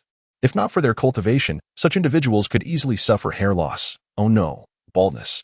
If it worsened, it could lead to sudden demise. When young, one could endure. However, as age creeps in, deterioration hastens, and physical constitution declines. Hence, one must maintain a routine of early rising and stable meals, treat oneself kindly. Daoist Simu wielded cultivation, so his hair remained intact, yet it bore signs of graying. Despite his relatively youthful age. Luo, you arrived just in time. Your master mentioned you can now create shadow puppets. Is it true? Daoist Simu inquired directly upon Lin Luo's arrival. Indeed, not only have I created shadow puppets, but also shadow steeds. Wow, so many. Luo, how did you manage that? Daoist Simu's eyes widened in astonishment, incredulous at the feat. Is the material truly that exceptional? You didn't use all the materials your senior brother has accumulated over the years, did you? Your senior brother is quite generous with you. These materials are quite valuable on the spiritual market. It was quite simple. Even though Uncle Jiu had previously heard Lin Luo claim such, he still found it somewhat exasperating upon hearing it again. Not to mention Taoist Simu, who was utterly flabbergasted. This brat, he can outshine his master. The student surpasses the teacher. Taoist Simu glanced between Lin Luo and Uncle Jiu, then back to Lin Luo once more, finally returning his gaze to Uncle Jiu, who felt somewhat uneasy under the scrutiny. Simu, what are you staring at? Simu's lips twitched slightly as he grinned. I find it curious how a Luo bears no resemblance to you yet has mastered the art of irritable conversation to perfection. Uncle Jiu's eyes widened in disbelief. What nonsense is this? A Luo is my disciple. If he bears no resemblance to his master, should he resemble you, his granduncle? Besides, when have I ever spoken irritably? What do you mean, Simu? A Luo is merely speaking the truth. How can that be irritable? Speaking the truth. The art of crafting shadow puppets is exceedingly simple. Conscience in hand. Speak honestly, it is simple. Uncle Jiu's eyes widened further as he nodded. Indeed, it is simple. So what? I do not believe it. You don't believe it? Very well. A Luo, demonstrate it for him. Let him see just how simple it truly is. Watching his master and granduncle bicker like children, Lin Luo felt a wave of helplessness. The combined age of these two was nearly 70 or 80, yet they were still squabbling. Let us do it. I wish to see just how simple the art of crafting shadow puppets truly is. Taoist Simu declared defiantly, seizing a sword nearby. A Luo, if you can create a shadow puppet, see this sword? It will belong to you. Uncle Jiu's eyes brightened at the mention. His brother's sword had significant heritage. Simu. You said it. My disciple happens to lack a proper magical artifact. Humph. Unlike you, as a master, you failed to prepare even a few magical artifacts for your disciple. Taoist Simu raised his chin, eager to outshine Uncle Jiu. Indeed, I am a rather unsuccessful master. My disciple has only just reached the second stage of chi manipulation. Humph. You are shameless. Taoist Simu's nostrils flared, nearly bursting with indignation. Lin Luo enthusiastically poured a glass of wine for Fourth Eye's Taoist master, swiftly attempting to placate him. There are benefits. Then let's not waste any time getting friendly. Uncle, the journey must have been exhausting. Have a drink first while I fetch the materials. Humph. For the sake of my dear nephew Luo, I won't stoop to your level. Fourth Eye's Taoist master picked up the wine cup and downed it in one gulp. A sip of rice wine later, the weariness in his body slightly receded, and his temper cooled considerably. Master Ninth calmly poured himself a drink. Though the faint smirk at the corner of his lips made Fourth Eye's Taoist master feel a twinge of unease. Hiss. That smile of his senior brother's, that looked like he was plotting something. Having been brothers in the craft for so many years, Fourth Eyes knew Master Ninth all too well. Every time he wore that sly, cunning grin, someone was about to be swindled. But right now, the only one here was him. Was his senior brother planning to trick him? Wait a minute. I only said that Luo could make it, but what if he can't? What then? Fourth Eye's Taoist master eyed Master Ninth warily. If he can't, I'll give you my coin sword. Either way, you won't lose out. How about that? Master Ninth replied with a leisurely smile. That coin sword of his was no ordinary artifact. It was painstakingly assembled from coins he had collected during his travels, each one in pristine condition, brimming with young energy. Minted during prosperous eras. Woven together, its power was formidable. In the realm of the supernatural, it was an exceedingly rare and superior magical treasure, a true masterpiece among enchanted weapons. Huh?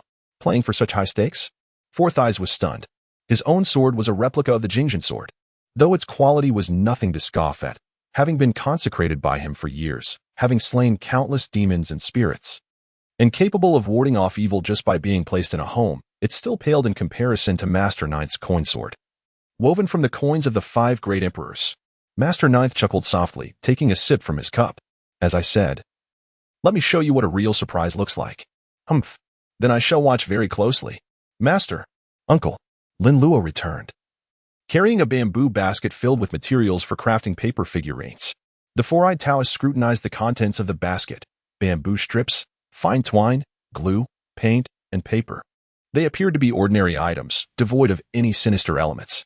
The four-eyed Taoist cast a skeptical glance at Lin Luo. Are you truly intending to create ghost puppets with just these? He questioned, incredulously. Do you and your master take me for a fool? Indeed. Lin Luo nodded, pulled over a small bamboo stool, and began to busily engage in his tasks. The four-eyed Taoist frowned. If these items could indeed be fashioned into a puppet of the deceased, he would willingly reverse the spelling of his name. Uncle Jiu, with his keen ears, caught the murmurs of the four-eyed Taoist with a slight twitch. He chuckled. Ah, four-eyed, your name is certainly set. Lin Luo's movements were swift. Having effortlessly constructed the framework of the paper figure, he commenced the delicate task of pasting the paper. The four-eyed Taoist observed intently, fearful of missing even the slightest action. Jiu Shu, on the other hand, held a pair of chopsticks, occasionally popping a peanut into his mouth, savoring it with a sip of wine, utterly relaxed. Come, junior brother. Don't just watch. Have something to eat. Drink some wine. Jiu Shu urged with a cheerful grin. He was concerned that if Simu did not eat now, he might find himself unable to eat later. Simu waved his hand dismissively, frowning. You eat. Do not disturb me. Haha. You, my friend, are utterly ungrateful. Simu shot a glare at Jiu Shu, retorting, what good intentions do you possess? Comparing yourself to Elzu and me to go yell. Have you no shame? All right. It's nearly done. Lin Luo stood up and said with a cheerful smile, it's done. Taoist Simu abruptly rose, scrutinizing the paper figure that Lin Luo had crafted. Its quality was rather rudimentary. If it were taken to a papier-mâché workshop, even the apprentices would frown upon it. Is this it? Not yet. Lin Luo chuckled as he pricked his middle finger, allowing a drop of blood to fall onto the eyes of the paper effigy. Paper effigy, heed my will. Manifest yourself at once. With a dramatic incantation, a soft, ethereal white glow enveloped Lin Luo, flowing from his fingertips into the paper figure. The eyes of the Taoist. For eyes widened in astonishment as the crude paper effigy began to transform into a wrinkled, green-haired zombie. In an instant, the wine that Nine Uncle had been sipping erupted from his mouth, splattering Four Eyes. How on earth did that scoundrel summon Ren Weiyong? Four Eyes stood there, dumbfounded. As the reality of the situation sank in, it was truly happening. He wiped the wine from his face, gazing incredulously at the zombie before him. This is a zombie. The grotesque visage of the undead puppet, adorned with green hair and devoid of life in its eyes, displayed menacing fangs. It was unmistakably a fearsome zombie. No, this is the undead puppet I have created. Lin Luo spoke to the figure before him, Ren Weiyong, urging him not to be shy and to perform a dance for everyone. The paper zombie immediately began to move with fluid grace. This fellow must be a lead dancer within the Axe Gang. Uncle Jiu's expression was rather peculiar, and upon glancing at the perplexed demeanor of the four-eyed Taoist, he nearly burst into laughter. Four-eyed, quickly, write your name backwards. Ren Fa exclaimed, I truly appreciate this. I had no idea my father could dance. This is indeed a remarkable puppet. The four-eyed Taoist stood up, questioning his existence as he took large strides towards the paper zombie to inspect it. This was all happening right before his eyes. With its sharp fangs and claws, it was undoubtedly a zombie, if not for the absence of decaying aura. Replaced by a faint ghostly essence, Four-Eyed would genuinely be unable to distinguish whether this was a zombie or a ghostly puppet. Master Uncle, this is something you witnessed me create. You can't back out now. Lin Luo raised an eyebrow and spoke. Simu's lips twitched. What kind of talk was this? I am your Master uncle, and I can be quite unreasonable. You little rascal, this sword is now yours. With that, Simu Daozhong unsheathed his sword and handed it to Lin Luo. He appeared nonchalant and carefree, but inside, he was on the verge of tears. My Jingzhen sword. Lin Luo grasped the sword with both hands, weighing it, and found it quite fitting. He then examined it closely. The sword was remarkably substantial, with its sheath and hilt crafted from a metal that seemed to be brass mixed with other alloys. Brass, being a young metal, is associated with the sun and possesses the ability to ward off malevolent spirits. It is commonly used in the creation of Taoist talismans, compasses, and the reflective surfaces of yin-yang mirrors. The sheath was intricately engraved with the patterns of the Southern Dipper's 6 stars and the Northern Dipper's 7 stars. Due to Simu's continuous carrying of the sword, it was exceedingly smooth to the touch. It was evident that Simu, the master uncle, often handled it. Lin Luo eagerly unsheathed his sword, only to discover intricate inscriptions adorning the blade. The symbols grew increasingly familiar. One side of the sword bore the name Jing'an, while the other was inscribed with Jinin. The inscriptions on the Jing side were rendered in seal script, featuring the characters Xinyo, sun, moon, spring, summer, autumn, and winter, alongside the Big Dipper. In the midst of the characters were 6 circles, each symbolizing the 5 planets, wood represented by the Wood star, fire by the Mars star, earth by the Saturn star, metal by the Venus star, and water by the Mercury star. The planets corresponded to the 5 seasons, with Mercury representing winter, depicted by 2 circles below the Big Dipper. The Zhun side of the blade was inscribed in seal script with Gengxin, Wuji, Dai, Huai, Heng, Jiang, Song, He, Hua, Ji, and Heng, along with wind, cloud, thunder, and lightning, with Wuji representing earth.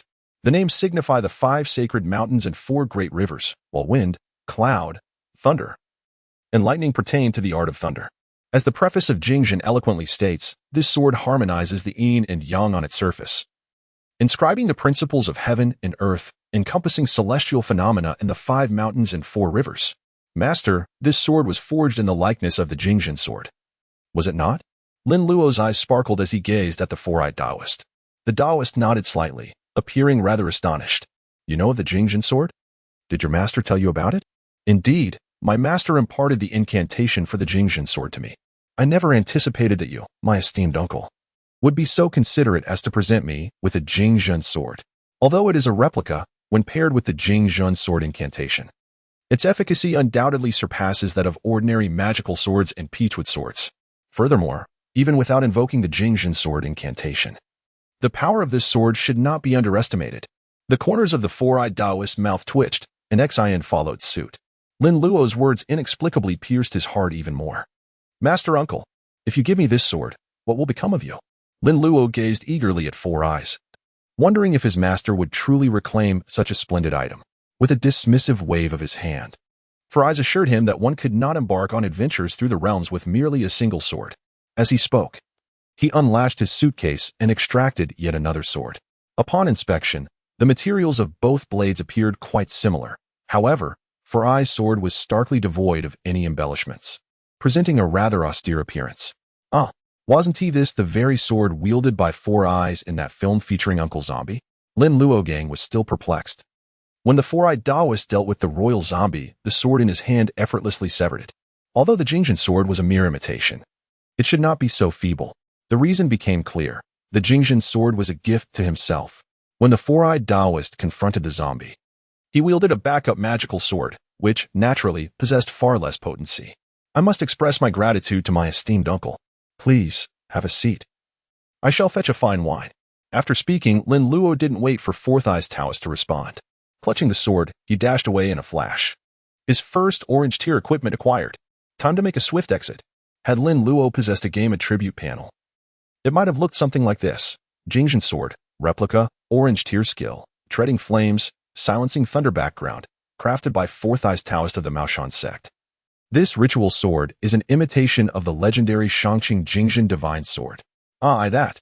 4th Eye's Taoist stared at Lin Luo's retreating figure, then down at the ordinary ritual sword in his hand, his expression growing increasingly conflicted.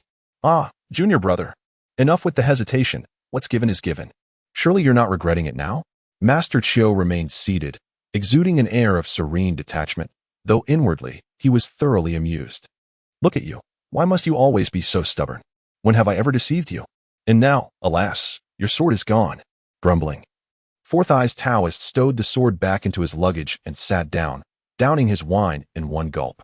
He couldn't shake the suspicion that Master Jiu had set him up, though he lacked proof. Enough. I won't let you suffer a loss. With a chuckle, Master Jiu retrieved a string of ancient coins from his sleeve. These 5 Emperor's coins were originally meant for Luo, but since you, as his uncle, were so generous as to gift him a top-tier ritual sword, these coins would be redundant for him. You may keep them. 4th Eye's Taoist nearly choked in indignation. 5 Emperor's coins? What good are those? Where's your 5 Emperor's golden coin sword? Seeing his disdain, Master Jiu arched an eyebrow and replied coolly, These are the great 5 Emperor's coins. Whoosh. 4th Eye's Taoist snatched them up so fast his hand left an afterimage. Why didn't you say so earlier, senior brother? Were you deliberately teasing me? That's too cruel. Beaming, he admired the coins with undisguised glee. The set comprised Qin Dynasty's Banliang coin, Han Dynasty's Wuzhou coin, Tang Dynasty's Kai Yuan Tongbao, Song Dynasty's Yuan Tongbao, Ming Dynasty's Yongla Tongbao. Each was minted during the zenith of their respective dynasties, the 5 most powerful empires in history. The 5 emperors referred to the celestial sovereigns of the 5 directions, east, south, west, north, and center, each governing one of the 5 elements, metal, wood, water, fire, earth, and their corresponding colors, white, azure, black, crimson, yellow. Not only did these coins channel the elemental energies of the 5 directions, but having passed through countless hands, they also accumulated human vitality and remnants of imperial fortune from their dynasties. Their potency far surpassed that of the lesser 5 Emperor's coins. Moreover, due to their antiquity, assembling a complete set was an exceedingly rare feat. Master Jiu watched 4th Eye's delighted antics with a wry smile. Had it not been for the Jingjin sword, he would have bestowed these coins upon Lin Luo. What kind of master would he be if he didn't dote on his disciple? But Fourth Eyes only had one decent ritual artifact, the Jingxin sword. If he gave it to Lin Luo, what would his own disciple, Jiala, wield? Rather than strain their brotherhood over a sword, gifting the Great Five Emperor's coins was the wisest compromise. Well, still mourning your sword? What nonsense! I chose to give it to Al Luo. Why would I regret it? Senior brother, you really underestimate me. Fourth Eyes huffed, though he made sure to tuck the coins securely into his robe. Come, let us share a drink, brother. Master Jiu chuckled dryly, glancing pointedly at his empty cup. With a sheepish grin, Fourth Eyes lifted the wine jar and refilled it. Allow me to pour for you, senior brother. Not bad. You've learned some manners, Musi. Musi? My name is Simu, Fourth Eyes. Didn't you say that if Al Luo could craft a puppet, you'd reverse your name? You misheard. I said I'd write it vertically, which still reads Simu. Fourth Eyes delivered this without a hint of shame. Huh. After all these years, you haven't changed a bit. Of course. And neither have you, senior brother. We're two of a kind. The two exchanged knowing smiles, raised their cups, and clinked them together. Inside the house, Master Jiu and Fourth Eyes drank leisurely, reminiscing about old times, the atmosphere warm and lively. Lin Luo returned with a small jar of wine and 2 plates of stir-fried dishes. Master Uncle, I prepared a couple of dishes for you. Do indulge. The Taoist priest, with a jovial smile, gazed at the stir-fried cured pork and eggs on the table, nodding in approval. To his surprise, young Luo possessed such culinary skills at such a tender age. Today, Master Uncle shall be in for a treat. Ninth Uncle chuckled, casting a teasing glance at Lin Luo. You mischievous lad, I seldom see you cooking for Master. I learned to cook by observing Wen Kai, and I'm unsure if it's any good. Today, since Master and Master Uncle are having wine, I thought it necessary to prepare some hot dishes. So I decided to give it a try. Lin Luo chuckled softly as he poured a cup of wine for his master, Ninth Uncle, leaning against the wine jar. Master, allow me to serve you a drink. Ninth Uncle raised an eyebrow and smiled. Luo, you are quite thoughtful. Of course, I hold my master in the highest regard. Upon concluding his words, Lin Luo commanded the paper figure zombie that stood in the empty corner of the room. Come here, from this moment forth. Attend to my master and uncle in their drinking. You must heed their every word. The paper figure zombie approached, standing vacantly beside Master Jiu and Taoist Simu. Master, Uncle, allow this fellow to serve you drinks. He is more than capable of pouring tea and serving wine. Lin Luo smiled as he relinquished control of the paper effigy. Uncle Jiu and Simu exchanged glances at the grotesque visage of the puppet, then turned their attention to the innocent and bewildered expression of Lin Luo. The thought of having such a creature serving at their gathering was truly befitting of a disciple of Mao Shan. All right, enough of this. It's getting late. You should return to rest. Uncle Jiu gestured to Lin Luo. Then I shall retire for the night. Master and Uncle, do take your time with the drinks. Lin Luo walked away with a cheerful smile. Uncle Jiu and Simu exchanged a glance, both shaking their heads with a smile. You, go face the wall. Uncle Jiu pointed towards the wall and addressed Ren Weiyong. The paper figure zombie promptly turned and faced the wall. With such an unsightly appearance, even a disciple of Mao Shan would find it unappetizing. Lin Luo returned to the morgue, where Wen Kai was sleeping soundly in his compartment. Lin Luo, still wide awake, gathered a heap of materials to craft paper figurines once more, following his battle against old Master Ren. Both the paper warrior away and the paper elder brother had been rendered useless. The imposing figure of Galen remained in the Ren family's warehouse, destined to be taken away by Lin Luo, while the paper figurine Zhong Kuei had been earnestly requested by Ren Fa to be kept at home, where it was enshrined. The Taoist priest, Simu, would not stay for more than 2 days and was likely to depart by tomorrow evening. Lin Luo was determined to accompany Four Eyes on their journey. As he embarked on this path, he was uncertain of its duration. It could stretch from 10 days to half a month, or even extend to 2 or 3 months, to alleviate Ren Tingting's solitude during his absence. Lin Luo resolved to craft a small paper figure as a gift for her. This paper figure was exquisitely made, its petite form crafted with meticulous care. The paper smooth and the colors vivid and orderly. Once completed, Lin Luo pricked his finger and touched the eyes of the paper figure. Awaken! In the next moment, he felt a slight depletion of qi within him, and the small paper figure began to shimmer with a soft golden light. After a brief interval, it transformed into an adorable little girl, with white hair adorned by a peculiar crown, a cherubic round face, and sparkling large eyes. She wore a uniquely styled little white dress complemented by white silk stockings and dainty white boots. The little girl tilted her head curiously, gazing at Lin Luo with eager eyes. "Hello there, Paimon." Lin Luo's eyes sparkled with excitement. It was his inaugural endeavor in crafting characters from the realm of the second dimension. Previously, he had devoted himself to the three-dimensional instructors. But he had never anticipated that his beloved characters from the two-dimensional world could be manifested as well. If that is the case, could he not also bring to life Nurse Nanase, the Akizuki sisters, and the devoted housewife Misako? Lin Luo chuckled strangely to himself, while the paper figure Paimon continued to tilt its head, gazing at Lin Luo with an adorable expression.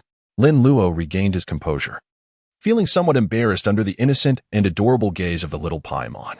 It was indeed a bit shameful to entertain such thoughts in front of such a charming little figure. Ahem, what a pity that you cannot speak. Lin Luo gently patted Paimon's head before tucking her away into his personal space.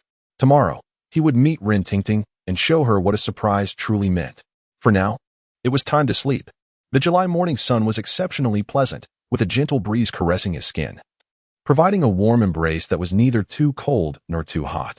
In the courtyard, Lin Luo practiced his punches, his movements swift and fluid, for an entire hour, resulting in a sheen of perspiration. After taking a refreshing shower, Wakai had prepared breakfast. "Master, uncle," he greeted. "Good morning, Wakai."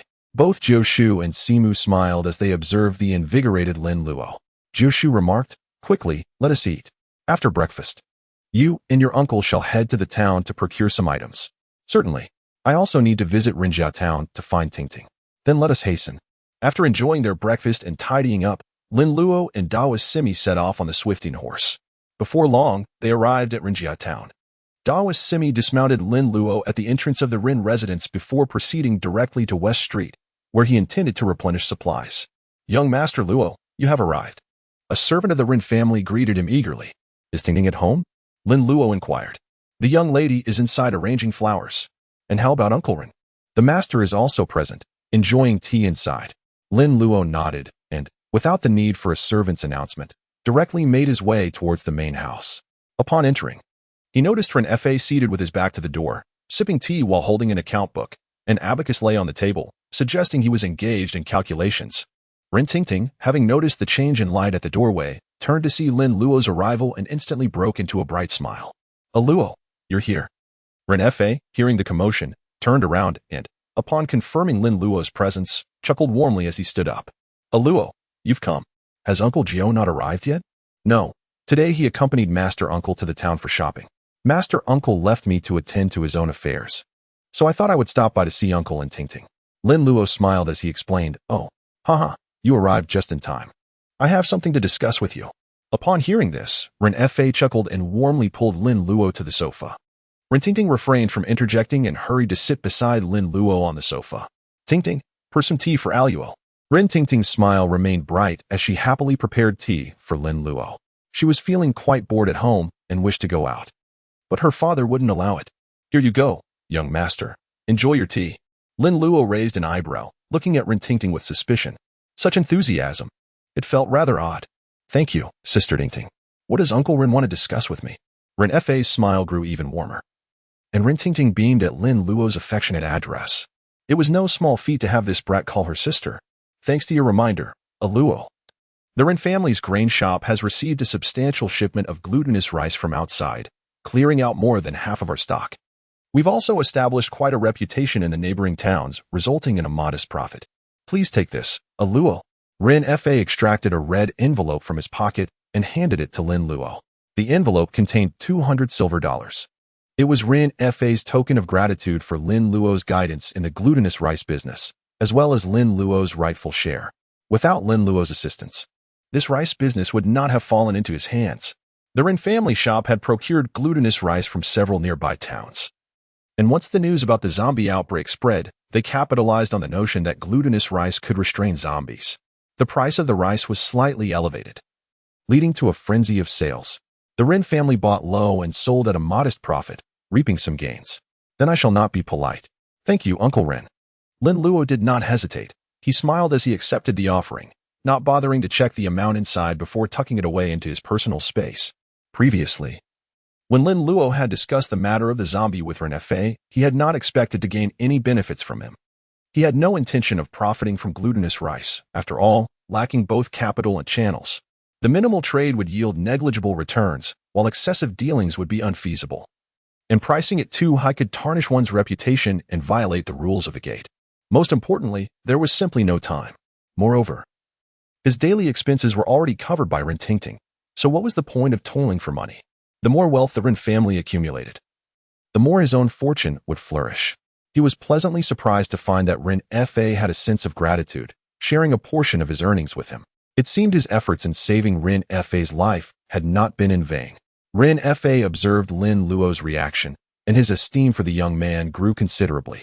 Talented, visionary, unmaterialistic, and loyal, such a fine youth is destined to become a dragon among men. Perhaps the future prosperity of the Rin family hinges upon this young lad. Uncle Rin. Sister Tingting, the reason I have come this time is to bid you farewell. Bidding farewell? Where are you going? Rintingting was taken aback, her reaction intense as she grasped Lin Luo's hand firmly. Rin Fa raised an eyebrow, speculating, are you planning to accompany Uncle Jiu on his journey? Uncle Jiu was a highly esteemed Taoist in the vicinity, known for his reasonable fees, often attracting visitors from afar seeking his guidance. Rin Fa was familiar with Uncle Jiu's reputation, so upon hearing Lin Luo's intention to say goodbye, he made this deduction. Lin Luo smiled and shook his head, saying, it's not my master, but my master's uncle who wishes to take me out to broaden my horizons and experience the world. I may be away for a month or two. Oh, I see. Rin Fa chuckled and nodded in understanding. This is indeed a good opportunity.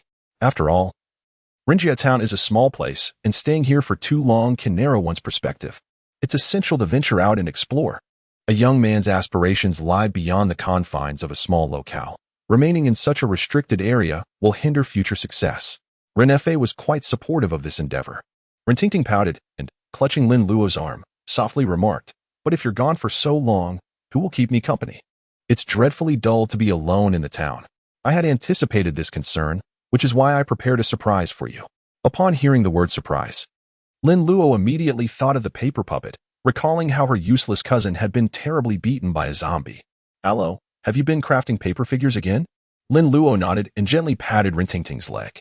In the next moment, a small girl with white hair appeared on her lap, none other than the adorable Paimon.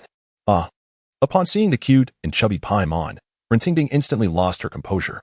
She released Lin Luo and swiftly embraced Paimon, utterly captivated by such a delightful little girl. Her eyes sparkled with excitement, and she held Paimon tightly, fearing she might vanish at any moment. The once charming and delicate Lin Luo now seemed utterly overshadowed. Rin Fa watched his daughter's reaction and couldn't help but burst into laughter. He had only witnessed such enthusiasm from Rintingting during her childhood. Yet, this little girl was indeed exceptionally endearing, evoking a deep fondness from the heart. Her name is Paimon. I brought her to cheer you up. Just remember, keep her away from fire. If she gets dirty, simply wipe her down with a towel. Lin Luo advised Rintingting. Rintingting nodded her head eagerly.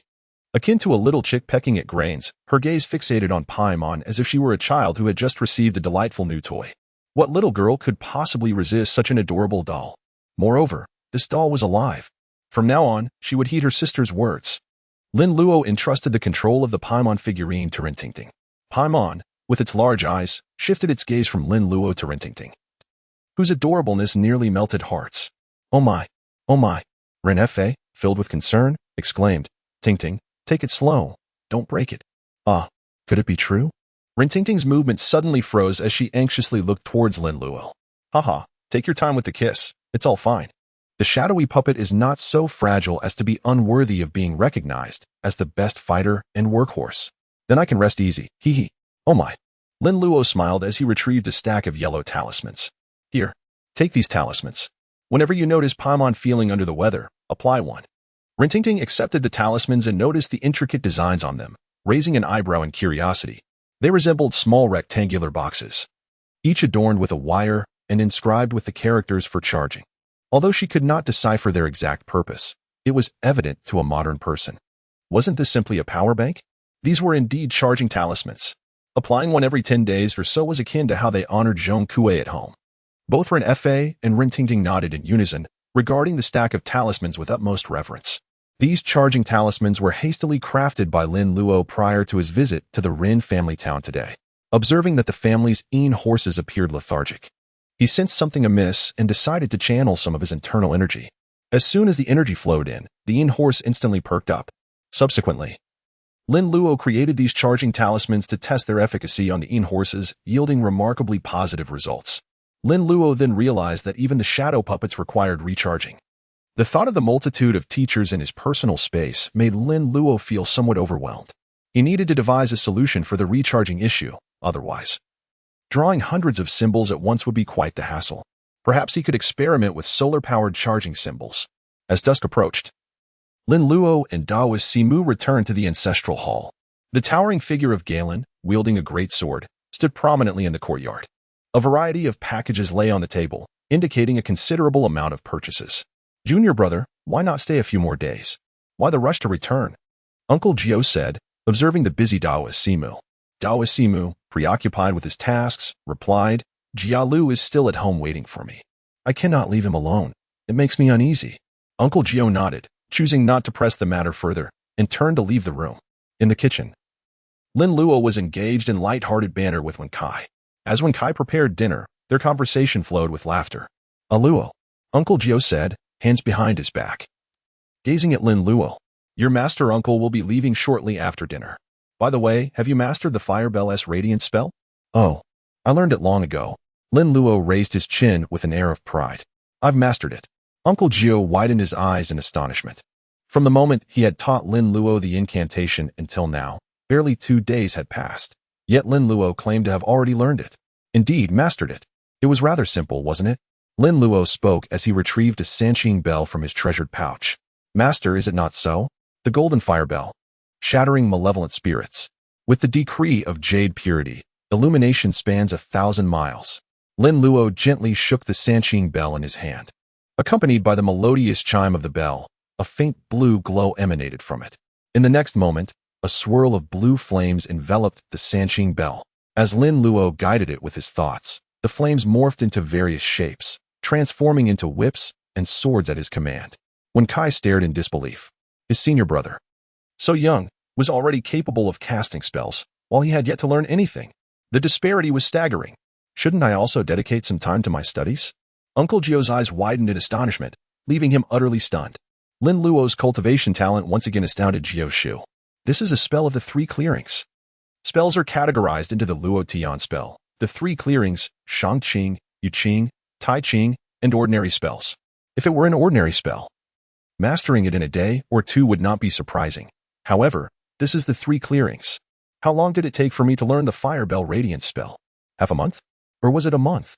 The process of hand gestures and incantations is quite intricate, requiring specific finger positions and breath control, which is why the practice of these techniques is so arduous.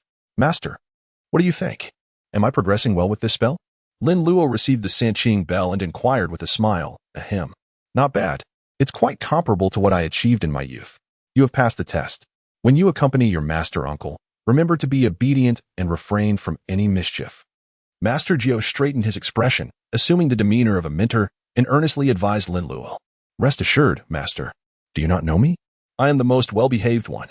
Indeed, Master Jiu is unparalleled. It is only through extraordinary means that I can match his pace in cultivation. Truly remarkable. Lin Luo failed to notice that Jiu Shu's expression was somewhat off as he confidently patted his chest and assured, you all may continue with the cooking. Jiu Shu waved his hand, exited the kitchen, and happened upon the imposing figure of the paperman, Galen, in the courtyard, standing over 2 meters tall. Wielding a sword as heavy as a man, and clad in thick armor, venturing forth with such a formidable puppet surely posed no threat. With this thought, Jiu Shu set aside his final concerns. Though there was a sense of reluctance, it did not weigh heavily on him. The young eagle must eventually spread its wings and explore the world. Allowing Lin Luo to gain experience and broaden his horizons would only serve to benefit him. Moreover, he would return in due time. What was there to lament? After dinner, Daoist Simu donned his robes and proceeded to the mortuary. Jiu Shu rummaged through his belongings and found a brand new outfit, seeking out Lin Luo. Luo, as you embark on this journey, heed your master uncle's advice. Observe more, speak less. He presented the attire, saying, this garment has been prepared for you by your master. It is the robe worn by disciples of Maoshan. Lin Luo donned the garment, which closely resembled the Taoist robe of his master, Jiu Shu, yet lacked sleeves. It was a bright yellow, short-sleeved Taoist attire. Lin Luo donned the garment, its size fitting him perfectly. Thank you, Master. Lin Luo smiled brightly and expressed her gratitude, adjusting her clothes, appearing quite pleased. Thank you for what? Just be careful when you go out. Don't get carried away. Remember to diligently cultivate and read more. Uncle Jiu admonished Lin Luo, resembling a doting mother. Lin Luo chuckled softly, nodding incessantly, occasionally murmuring in agreement. The sound of the Sanqing bell resonated through the courtyard. Daoist Simu had already escorted his clients outside. Allo, it's time to set off. Coming. Lin Luo dashed out of the room, his luggage already prepared and hanging on the back of the shadowy horse. Uncle Jiu and Wen Kai also arrived in the courtyard, watching as Master Simu escorted the client out of the righteous abode. Disciple, please exercise caution on the journey, and remember to bring a Luo back early. Uncle Jiu once again urged Master Simu, although he reassured himself that he felt no reluctance. His thoughts were already occupied with the hope that his junior would return with his apprentice swiftly. Rest assured, brother, there will be no issues. Please return and take some rest, Master Simu replied, waving his hand dismissively to Uncle Jiu. Lin Luo raised his small hand and waved to Uncle Jiu. Master, take care of yourself. I will return in due time. Uncle Jiu similarly waved back at Lin Luo, his heart swelling with an overwhelming sense of longing at that moment. You mischievous boy, take good care of yourself. Elder brother, come back soon. Wen Kai gazed at the departing Lin Luo, feeling a pang of sorrow. Once, he had a companion to converse and share moments with. Now that Lin Luo was gone, he was left all alone. Wen Kai, look after Master. The voice of Lin Luo gradually faded into the distance. I understand, senior brother. In the dim forest, numerous birds were startled into flight by Wen Kai's cacophonous voice, creating a flurry of chirps and caws. Jiu Shu and Wen Kai stood before the ancestral hall, observing as Simo and Lin Luo slowly vanished into the darkness. Before they turned and returned inside, the departed wander the path of shadows, while the living take heed. Daoist Simo shook the Sanqing bell in his hand, scattering a handful of paper money and chanting incantations. Master Uncle, are you weary? Lin Luofu sat atop his steed, resting his chin on one hand, gazing at the four-eyed Daoist as he led his client onward, feeling rather bored. Not tired, the four-eyed Daoist replied, leaping forward as he spoke. Lin Luo could not fathom how, upon entering the forest, the four-eyed Taoist had transformed in such a manner. He took the lead, casually draping his arms around the shoulders of the clients behind him. With a sudden leap from the four-eyed Taoist, the clients mirrored his movements, leaving Lin Luo momentarily bewildered. Was it not the case that previously, the animated corpses had danced to the chime of the Sanqing bell? Master Uncle, do you need my assistance? Lin Luo inquired, observing the four-eyed Taoist's arduous task of herding the corpses. The Taoist paused, casting a glance at Lin Luo, and shook his head. No, it won't do. You are far too diminutive. The zombies behind you cannot reach your shoulders. I am 1.60 meters. That's hardly short. Lin Luo's heart raced with indignation. As a determined young boy, he firmly believed that his height of 1.57 meters was, in fact, 1.60. Rounding it up, he considered himself to be 1.80. And what about that? Lin Luo pointed to Ren Wei Yong beside Garen. Indeed, upon their departure, Lin Luo had not only brought Garen along but also Ren Wei Yong. With such an unattractive appearance, he was despised at home. So it was better to take him along. The four-eyed Taoist's eyes immediately lit up upon seeing Ren Wei Yong. What a clever idea. Luo, your mind is truly sharp. How could I not have thought of this? Come, stand here. The four-eyed Taoist beckoned Ren Wei Yong to take his place, replacing the locomotive's role. He then removed a small talisman from the oil lamp and affixed it to Ren Wei Yong's head. With a stomp of his foot, he soared into the air, ultimately perching himself upon the arm of the walking corpse. The clients, linking arms, resembled children playing a train game, their arms forming a makeshift palanquin just spacious enough for one person to sit. Speaking of these clients' poses, there was a famous advertisement in Xiangdao featuring a group of children playing a train game. In the final cut, 8 children appeared instead of 7, causing quite a stir at the time, leading to the advertisement being pulled. Hence, it is advisable not to engage in such antics at night, and if possible, to refrain from playing during the day as well. How comfortable. The four-eyed Taoist stretched lazily, feeling as if he had unlocked the door to a new world. Who knew one could entertain guests in such a manner? Jump forward. Ren Wei Yong promptly began to leap ahead, with the clients synchronously bouncing along behind him. Haha. Luo, this truly works. The four-eyed Taoist exclaimed to Lin Luo with the exuberance of a child. Lin Luo curled his lips and urged the shadow steed to keep pace. The speed finally picked up, at the rate observed earlier. Who could fathom how far they might leap in a single night? A howl echoed through the distant mountains and forests. Lin Luo let out a yawn and then pulled a handful of sunflower seeds from his pocket, beginning to crack them open. Master Uncle, when you escort the corpses at night, have you ever encountered any trouble from those who are blind to their own fate? Daoist Simu removed the bamboo tube from his lips and took a sip of water. Indeed, I have encountered such miscreants. But they were all vanquished by my Jingzhen sword. As the words left his lips, Daoist Simu suddenly remembered that the Jingzhen sword was no longer in his possession. Casting a glance at Lin Luo, who was carrying the very sword on his back, he couldn't help but pout. You little rascal, with something to eat. You don't even think to share a bit with your master, uncle. How selfish. Lin Luo, smiling, urged his horse to the side of Simu and shared with him a pouch of sunflower seeds and peanuts. Simu hung the pouch in front of him and reached in for a handful, just as he was about to indulge. He suddenly let out a soft exclamation upon noticing the road ahead. Before him lay an unexpected sight. A large tree had fallen, completely obstructing the path. While ordinary people could easily crawl beneath it, Simu and his companions, being mere zombies, could only hop along. Lin Luo glanced over and directed his gaze towards Garen. Garen, pave the way. With a commanding voice, Lin Luo directed Garen, who hefted his great sword and strode forward, the heavy thuds of his footsteps resonating with a thump. With a powerful strike akin to a legendary cleave, a resounding crash echoed as the towering tree obstructing their path splintered instantaneously. Zhang, the four-eyed Taoist, opened his mouth in astonishment, ultimately swallowing hard. The sheer might of this shadowy puppet was truly formidable. It was no wonder that practitioners of the left-hand path were so enamored with puppet techniques and paper mantras. The combat prowess exhibited was utterly terrifying. Techniques are comparable to skills, while methods denote pathways for advancement.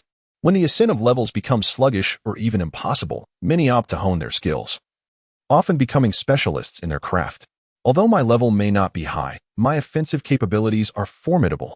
The more powerful the skills that do not require elevated levels, the more sinister they tend to be. Techniques such as corpse refining, ghost manipulation, energy harvesting, curses, and witchcraft, among others, can even animate the remains of the deceased, utilizing them to forge corpses or vengeful spirits. Such inhumane practices. Hence, they are labeled as evil entities. These malevolent practitioners will not overlook any method that could amplify their strength. When the pursuit of power is at stake, what value do human lives hold? Consequently, these wicked beings gradually become neither human nor ghost, existing in a state worse than that of the underworld, unable to reincarnate, destined to linger as vengeful spirits, ultimately extinguished by righteous cultivators. Luo, your prodigious talent is remarkable. Henceforth, be wary not to become overly distracted by the path of heresy. The four-eyed Taoist admonished earnestly. It is rare to find a disciple of such extraordinary aptitude within the sect. Should he pursue the study of heretical arts, the Taoist feared he would have to atone with his life. This shadowy paper crafting technique was a gift he had bestowed upon Lin Luo. Lin Luo chuckled, understanding the concerns of Master Simu. Rest assured, Uncle Master, I diligently study the Tao Te Ching and the Dedong Zhen Jing every day. Hearing Lin Luo's words, Master Simu nodded and replied, that is indeed the best approach. The Tao Te Ching deserves thorough contemplation. In these times, cultivation is arduous, and the road ahead is long, but that applies to others. Lin Luo now cultivates effortlessly with each deep breath, basking in the sun, moon, and even the stars. Growing stronger with each moment, one must pay heed to the state of the mind. Speaking of which, Lin Luo recalls his Pure Heart Mantra. System. Simplify the Pure Heart Mantra. Detected the Pure Heart Mantra, supreme star of the highest order, ever adaptive. Exorcising evil and binding spirits, safeguarding life and body. Clarity of wisdom. Tranquility of the mind. The three souls eternal, the spirit unblemished. Simplification requires 20,000 points. Simplification successful. Lin Luo's simplified points were instantly reduced to a meager 84. The Pure Heart incantation was simplified to silence. Silence is golden. As long as one remains quiet, the Pure Heart incantation will automatically activate, driving away malevolent spirits and safeguarding one's life, ensuring the eternal preservation of the three souls and the integrity of the spirit. Hiss. Truly, it is worthy of being a spell that consumes 20,000 simplified points with remarkable efficacy. However, this sensation feels oddly familiar. Silence, tranquility. It bears a striking resemblance to the sage's time. This concept is quite familiar to me from my past life. A night swiftly passed, and the horizon gradually brightened. Thanks to Ren Weiyong assisting in the endeavor, they made considerable progress that night. Daoist Simu remarked that had he traversed this path alone in the past, it would have taken him 5 days. As dawn approached, Daoist Simu expertly led Lin Luo to the entrance of a charitable cemetery. Here we are, 10-mile town. When Fuxiang Cemetery, this is the place. Daoist Simu gestured towards the sign of the cemetery, addressing Lin Luo. Every time I travel this route, I always rest here. Lin Luo had scarcely slept through the night, yet his eyes remained bright and spirited. Having basked in the embrace of the moon and stars all night, he felt immensely rejuvenated by the soothing glow of the moonlight and starlight, rendering any sense of fatigue utterly unfathomable. Wanfui is Wang. Lin Luo gazed at the sign of the ancestral hall, murmuring to himself, feeling an uncanny familiarity with the name. I am quite well acquainted with Shirley Slope. Yet this Shirley town resonates with me just as profoundly. Luo, it is thanks to your assistance with the shadow puppet that our pace has significantly quickened. At this rate, if we continue through the night, we shall soon arrive home. The prospect of an early return lifted the spirits of Master Simu, who patted Lin Luo's shoulder and continued, upon waking, my dear disciple, I shall treat you. There is a quaint tea house nearby that offers delightful and affordable meals, and their steamed rice dishes are particularly delectable. Lin Luo nodded. He was unfussy about food and would eat anything. This indifference to culinary preferences was honed during his years of wandering the martial world in the embrace of his uncle Jiu. Having endured hardships that led him to eat whatever was available, he could hardly afford to be particular. The pangs of hunger were a discomfort he had no desire to revisit. Well then, if his master uncle deemed it delicious, it must indeed be delectable. With a cheerful demeanor, he approached the door to knock. It is often said that the night before dawn is the darkest. Lin Luo has truly witnessed the scene. The starlight in the sky is concealed, and the sunlight has yet to rise. The only illumination here emanates from the 2 white lanterns hanging at the Wanfu charity house and the oil lamp held by the 4-eyed Taoist. Knock, knock, knock. The sound of knocking is somewhat muffled. Who is it? At the same time, a deep voice resonates from within the charity house. It is I, the 4-eyed one. Coming. Upon hearing the 4-eyed Taoist, a voice from inside responds and hastily approaches to open the door. The large door of the charity house creaks open. The one who opens the door is a thin man with a sparse mustache. He appears to be relatively young, in his 30s, holding a water pipe in hand, dressed in a disheveled blue Taoist robe, with visible patches and holes in some places. The man looks at the 4-eyed Taoist with some surprise. Senior brother, how come you arrived so soon this time? I thought it would take you a while longer. Haha, this time I owe it to my disciple. We made good time. The 4-eyed Taoist patted Lin Luo's small shoulder, chuckling with pride. The man's gaze then shifted to Lin Luo, their eyes meeting perfectly. Lin Luo finally discerned the visage of the other party. Astonishingly, it bore a striking resemblance to that of Daoist Qianhe, nearly 70 to 80% alike. Junior brother. You might not recognize him. This young lad is my esteemed senior brother Lin's eldest disciple, Lin Luo. Senior brother Lin, is that you? Ninth uncle? Haha, indeed.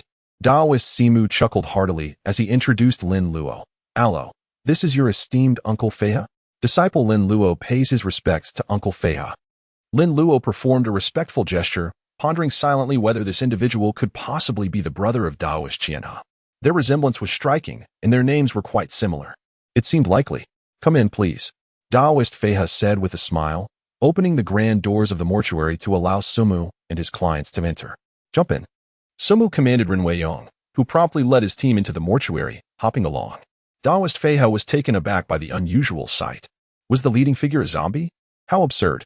Who would think to employ an actual zombie to lead a procession of corpses? Wasn't there a risk of contagion? Turning a mere cadaver into a zombie as well? However, upon closer inspection, Daoist Feihe realized something was amiss. This zombie bore no traces of corpse energy or malevolent aura. Only a hint of Yin energy. Senior brother, what is this? He inquired hesitantly, pointing at Ren Weiyong. This is a Yin puppet crafted by a Luo. Quite lifelike. Isn't it? Sumu Daoist chuckled, reveling in his own cleverness. Galen, lead the horse inside. The paper figure Galen entered, guiding the Yin horse into the mortuary. The grand doors slowly closed behind them as Feihe led the way to the mortuary room. This Wanfu mortuary was slightly smaller than the one in Rinjiao town, featuring only a single mortuary room without any partitions. Even Daoist Feihe had to rest beside a coffin, making the surroundings appear rather rudimentary. Nevertheless, Sumu Daoist did not mind. At least there was a roof overhead and walls to shield them from the wind and rain. For a corpse handler, having shelter was already a considerable blessing. Feiha continued to scrutinize Galen and Ren Weiyong, realizing that both were Yin puppets. Was it truly so easy to procure Yin materials nowadays? To craft two Yin puppets so effortlessly?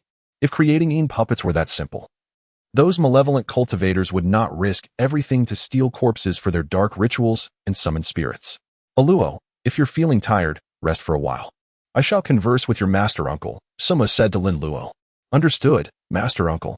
Lin Luo replied. Lin Luo responded with a soft acknowledgement, casually selecting a wooden plank to serve as a pillow for his bundle before reclining upon it. Having traveled extensively with his uncle Jiu since childhood, and later residing in the ancestral hall for many years, he found no discomfort in resting on a coffin board. The four-eyed Daoist and the flying crane Daoist settled together, smoking their pipes as they engaged in conversation. Lin Luo listened for a while and learned that Fei He actually belonged to the lineage of the Miao Mountain-s tattered robes, though from different branches. They shared the same ancestry, thus establishing a brotherly bond with Jiu Shu and Simu. However, Lin Luo held no interest in the Daoist arts possessed by Daoist Fei He. The tattered robes were associated with the practice of summoning spirits, a path that forbade marriage and progeny, leading to the extinction of one's lineage. He was still hoping to expand the Lin family tree. After 3 to 5 years of cultivation, upon reaching adulthood, he would undoubtedly become a renowned young gentleman in the surrounding villages. Beautiful ladies wishing to marry him would surely queue from Rinjiao Town to Shirley Town. His bright future lay ahead. There was no need to dwell on despair. After conversing with Fei He for a while, Simu, hearing Lin Luo's snoring, sought a place to rest as well. Having spent the entire night awake, he too needed to recuperate. Lin Luo awoke to find the sky brilliantly illuminated, the sun already perched high above. When Lin Luo arose, he found Simu still fast asleep, snoring thunderously, while the Taoist priest Feiha had vanished without a trace, presumably having departed on some errand. Lin Luo refrained from disturbing Simu and stepped out of the ancestral hall. In the open space outside, he practiced his punches a few times, stretching his muscles and bones. The sun shone brightly, and after absorbing some of its warmth, Lin Luo felt a delightful warmth enveloping his body, an indescribable comfort. He was unsure how long he had been practicing when he noticed someone approaching from a distance. Lin Luo possessed exceptional eyesight and recognized it was Daoist Feiha. Daoist Feiha also spotted Lin Luo from a distance and called out to him, hastening his steps. Hello, where have you been, Master Feiha? You seem to have hurried back through the dust and wind.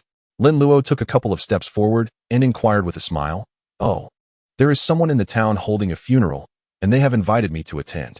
I noticed you all were sleeping soundly, so I didn't want to disturb you. Fei He approached Lin Luo, observing that he was drenched in sweat from his training, which only enhanced Fei He's admiration for his disciple. It is indeed rare in this era to find a student who possesses both talent and a strong work ethic. Fei chuckled and asked, How are you feeling? Are you hungry? Lin Luo gently rubbed his abdomen, feeling a pang of hunger, and nodded in acknowledgement. Indeed, he was a bit hungry. By the way, Master Simu mentioned treating him to claypot rice, although he was still fast asleep at the moment. Daoist Fei He's eyes lit up at the thought. Master Simu was actually offering to treat. This old miser was finally generous. What are we waiting for? Let us go wake him up. It's outrageous that the junior disciple is already up while he remains in slumber. Without waiting for Lin Luo's response, Fei He eagerly dashed into the Wanfu Charity Hall. Before long, Master Simu was dragged out by Daoist Fei He, yawning profusely. Hey, I only said I'd treat Luo, not you. Why are you so eager, Fei He? Master Simu protested. Fei He held on to him tenaciously, refusing to relent. And yet, you've passed by here countless times without ever treating me to a meal. I've treated you to claypot rice several times. So if you're treating Luo today, you must also treat me. All right, I yield. Who told me I'm the senior brother? Master Simu conceded. Let us go. I'm hungry. He casually wiped the sleep from his eyes, indifferent to his appearance. If he could return home a few days early, he would earn a substantial amount from this trip as clients, and he could also enjoy a few more days of rest. Treating his junior brother to a meal was a small price to pay. Now that's the spirit. Luo, let us be off. Remember to eat plenty. Sure. The three of them chatted and laughed as they made their way to a tea house not far from Shirley Town. The establishment was quite simple, consisting of a few thatched huts adorned with the sign, Shirley Tea House. Lin Luo's expression was exceptionally vivid.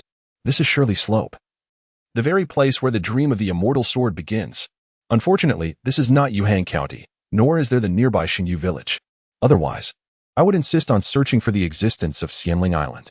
As the group entered the tea pavilion, someone approached to inquire. Gentlemen, what tea would you like?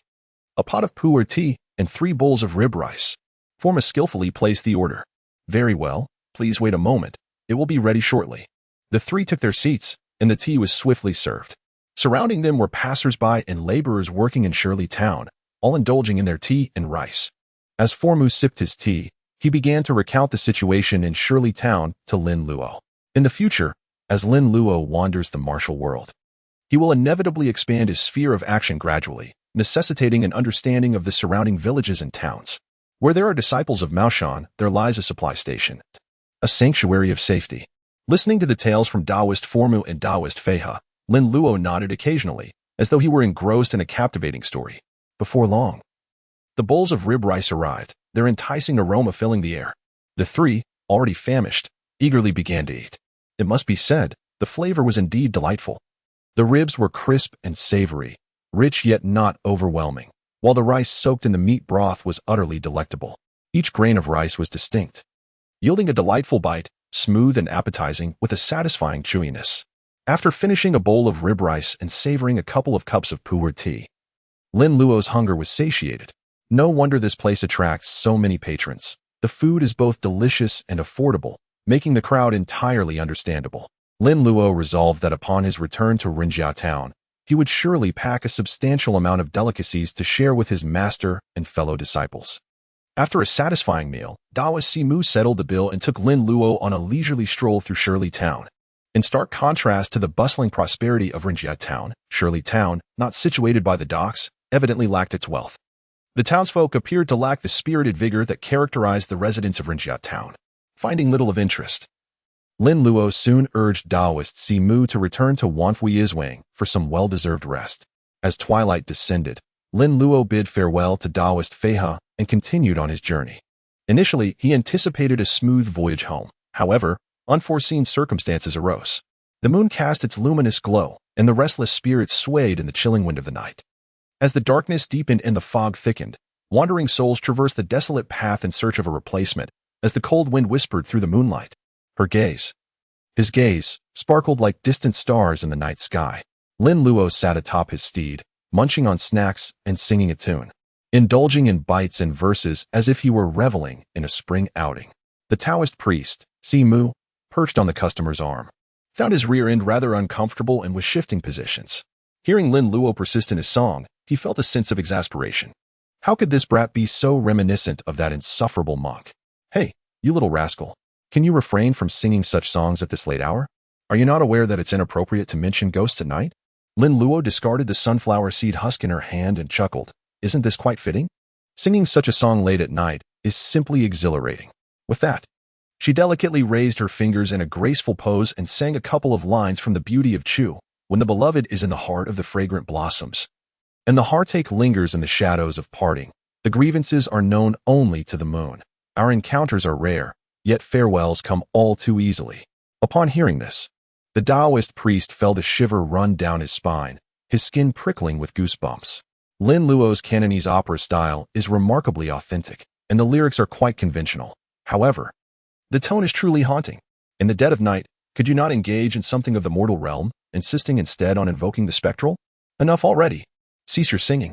If you continue, I shall be spirited away by you. The Taoist priest, with a sense of resignation, exclaimed loudly, earnestly imploring Lin Luo to refrain from his otherworldly incantations. He resolved firmly in his heart never to accompany Lin Luo on such ventures again. Lin Luo, that rascal, is undoubtedly a sinister streamer. Lin Luo chuckled heartily as he took out his water pouch, opened it, and took a sip to moisten his throat. Master Uncle, I have other songs to sing. If this one doesn't suit you, we can switch to another. The four-eyed Taoist's eyes were nearly popping out in exasperation. You rascal! Cease this nonsense. Ah, the night deepens, the bright moon shines, illuminating the journey far from home. You truly are relentless, the four-eyed Taoist exclaimed, desperation creeping into his voice. Quiet down, quiet down. Though the melody was pleasing to the ears, it stirred a peculiar unease within him. as if something was amiss with such a tune. Ha!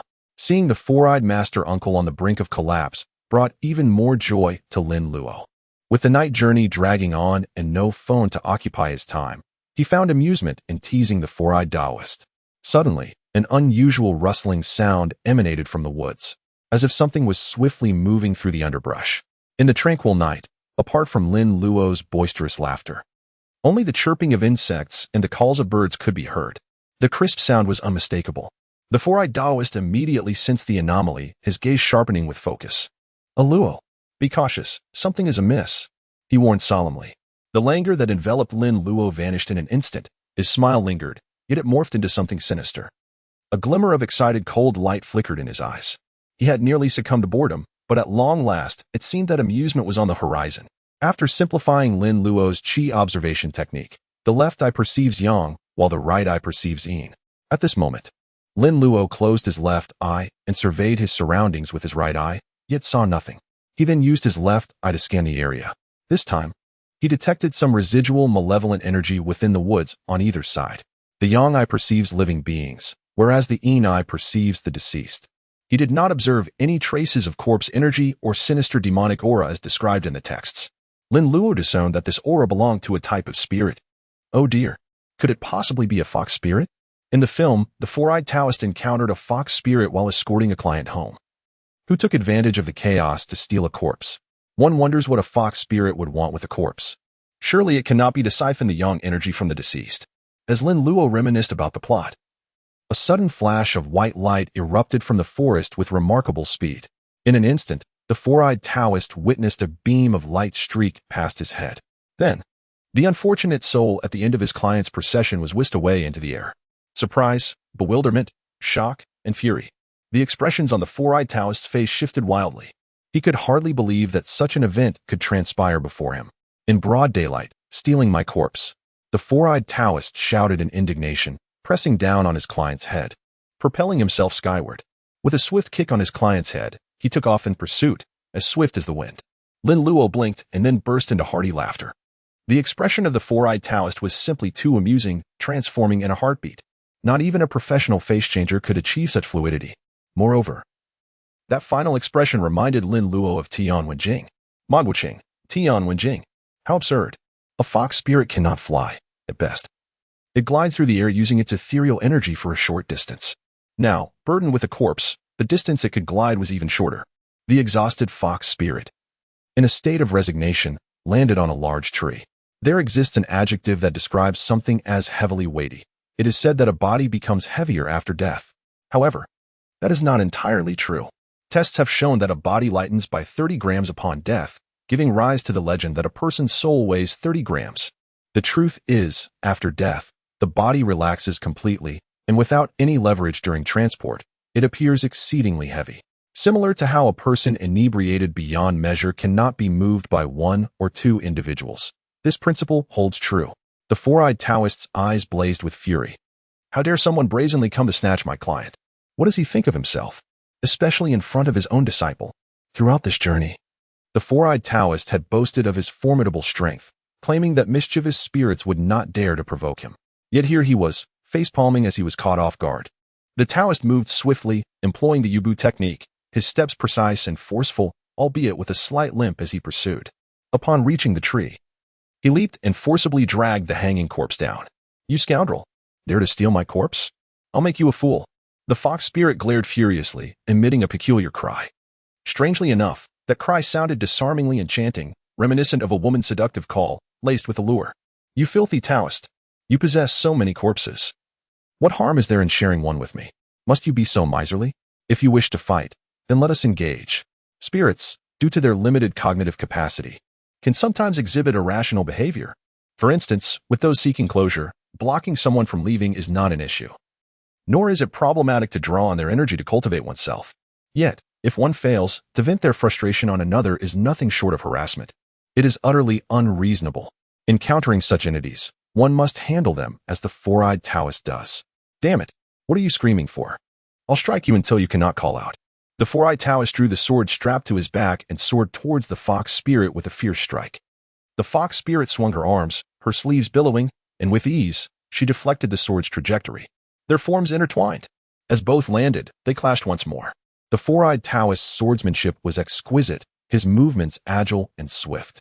The sword was imbued with spiritual energy, radiating righteousness, adept at vanquishing malevolent beings, easily forcing the fox spirit into a defensive position with no opportunity to counterattack. The four-eyed Taoist thrust his sword, missing momentarily. But a glint of cold light flashed in his eyes as he pivoted, unleashing a rapid succession of strikes. The blade sliced through the air with a chilling shimmer, emitting sharp sounds that rattled the fox spirit, causing her to falter and pale, desperately attempting to retreat. Thinking of escaping? The four-eyed Taoist shouted coldly, launching a fierce kick. The impact sent the fox spirit flying. Ah, well done, Uncle Master. What remarkable skill. Lin Luo clapped his small hands and exuberantly exclaimed. What a splendid show to behold on this fine evening. It is truly worthwhile to have stayed up all night alongside Master Jiu. After such a lengthy wait, we finally witnessed this vixen receiving her due punishment. Yesterday, upon encountering the obstructive tree, Lin Luo had anticipated the arrival of the fox spirit, only to be met with disappointment. However, today, she has finally made her entrance. With a piercing scream, the fox spirit fell to the ground, her flustered, beguiling eyes darting toward Lin Luo, who was perched upon his horse, reveling in the spectacle. Humph, you wish to slay me? I shall take care of you, little Taoist. With a swift flicker of her delicate visage, the fox spirit transformed into a flash of white light, almost instantaneously closing the distance to Lin Luo. Master Jiu was taken aback by the fox spirit's sudden movement. You mischievous little sprite, you dare to target my disciple. No way. If you possess any skill, come for me instead. What kind of prowess is it to target my disciple? Be cautious, Luo. The fragrant breeze enveloped Lin Luo as he absorbed Master Jiu's warning, only to feel his face being gently struck by a soft, plump force the very next moment. He was then sent soaring into the air. Oh, it's even softer than Ting-Ting. Lin Luo exclaimed in astonishment. Scoundrel, release my disciple. The Taoist priest, Jiu, rushed over and, upon witnessing Lin Luo being abducted, was instantly filled with rage and a tinge of panic. Master Uncle, please save me. I can scarcely breathe.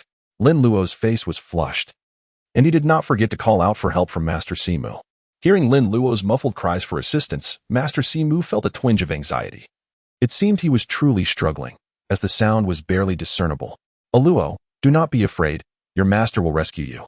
The vixen, one arm wrapped around Lin Luo and the other pressing down on his head, cast a fierce glance at Jiu with her cunning eyes. After a prolonged moment, she finally managed to utter a peculiar sound.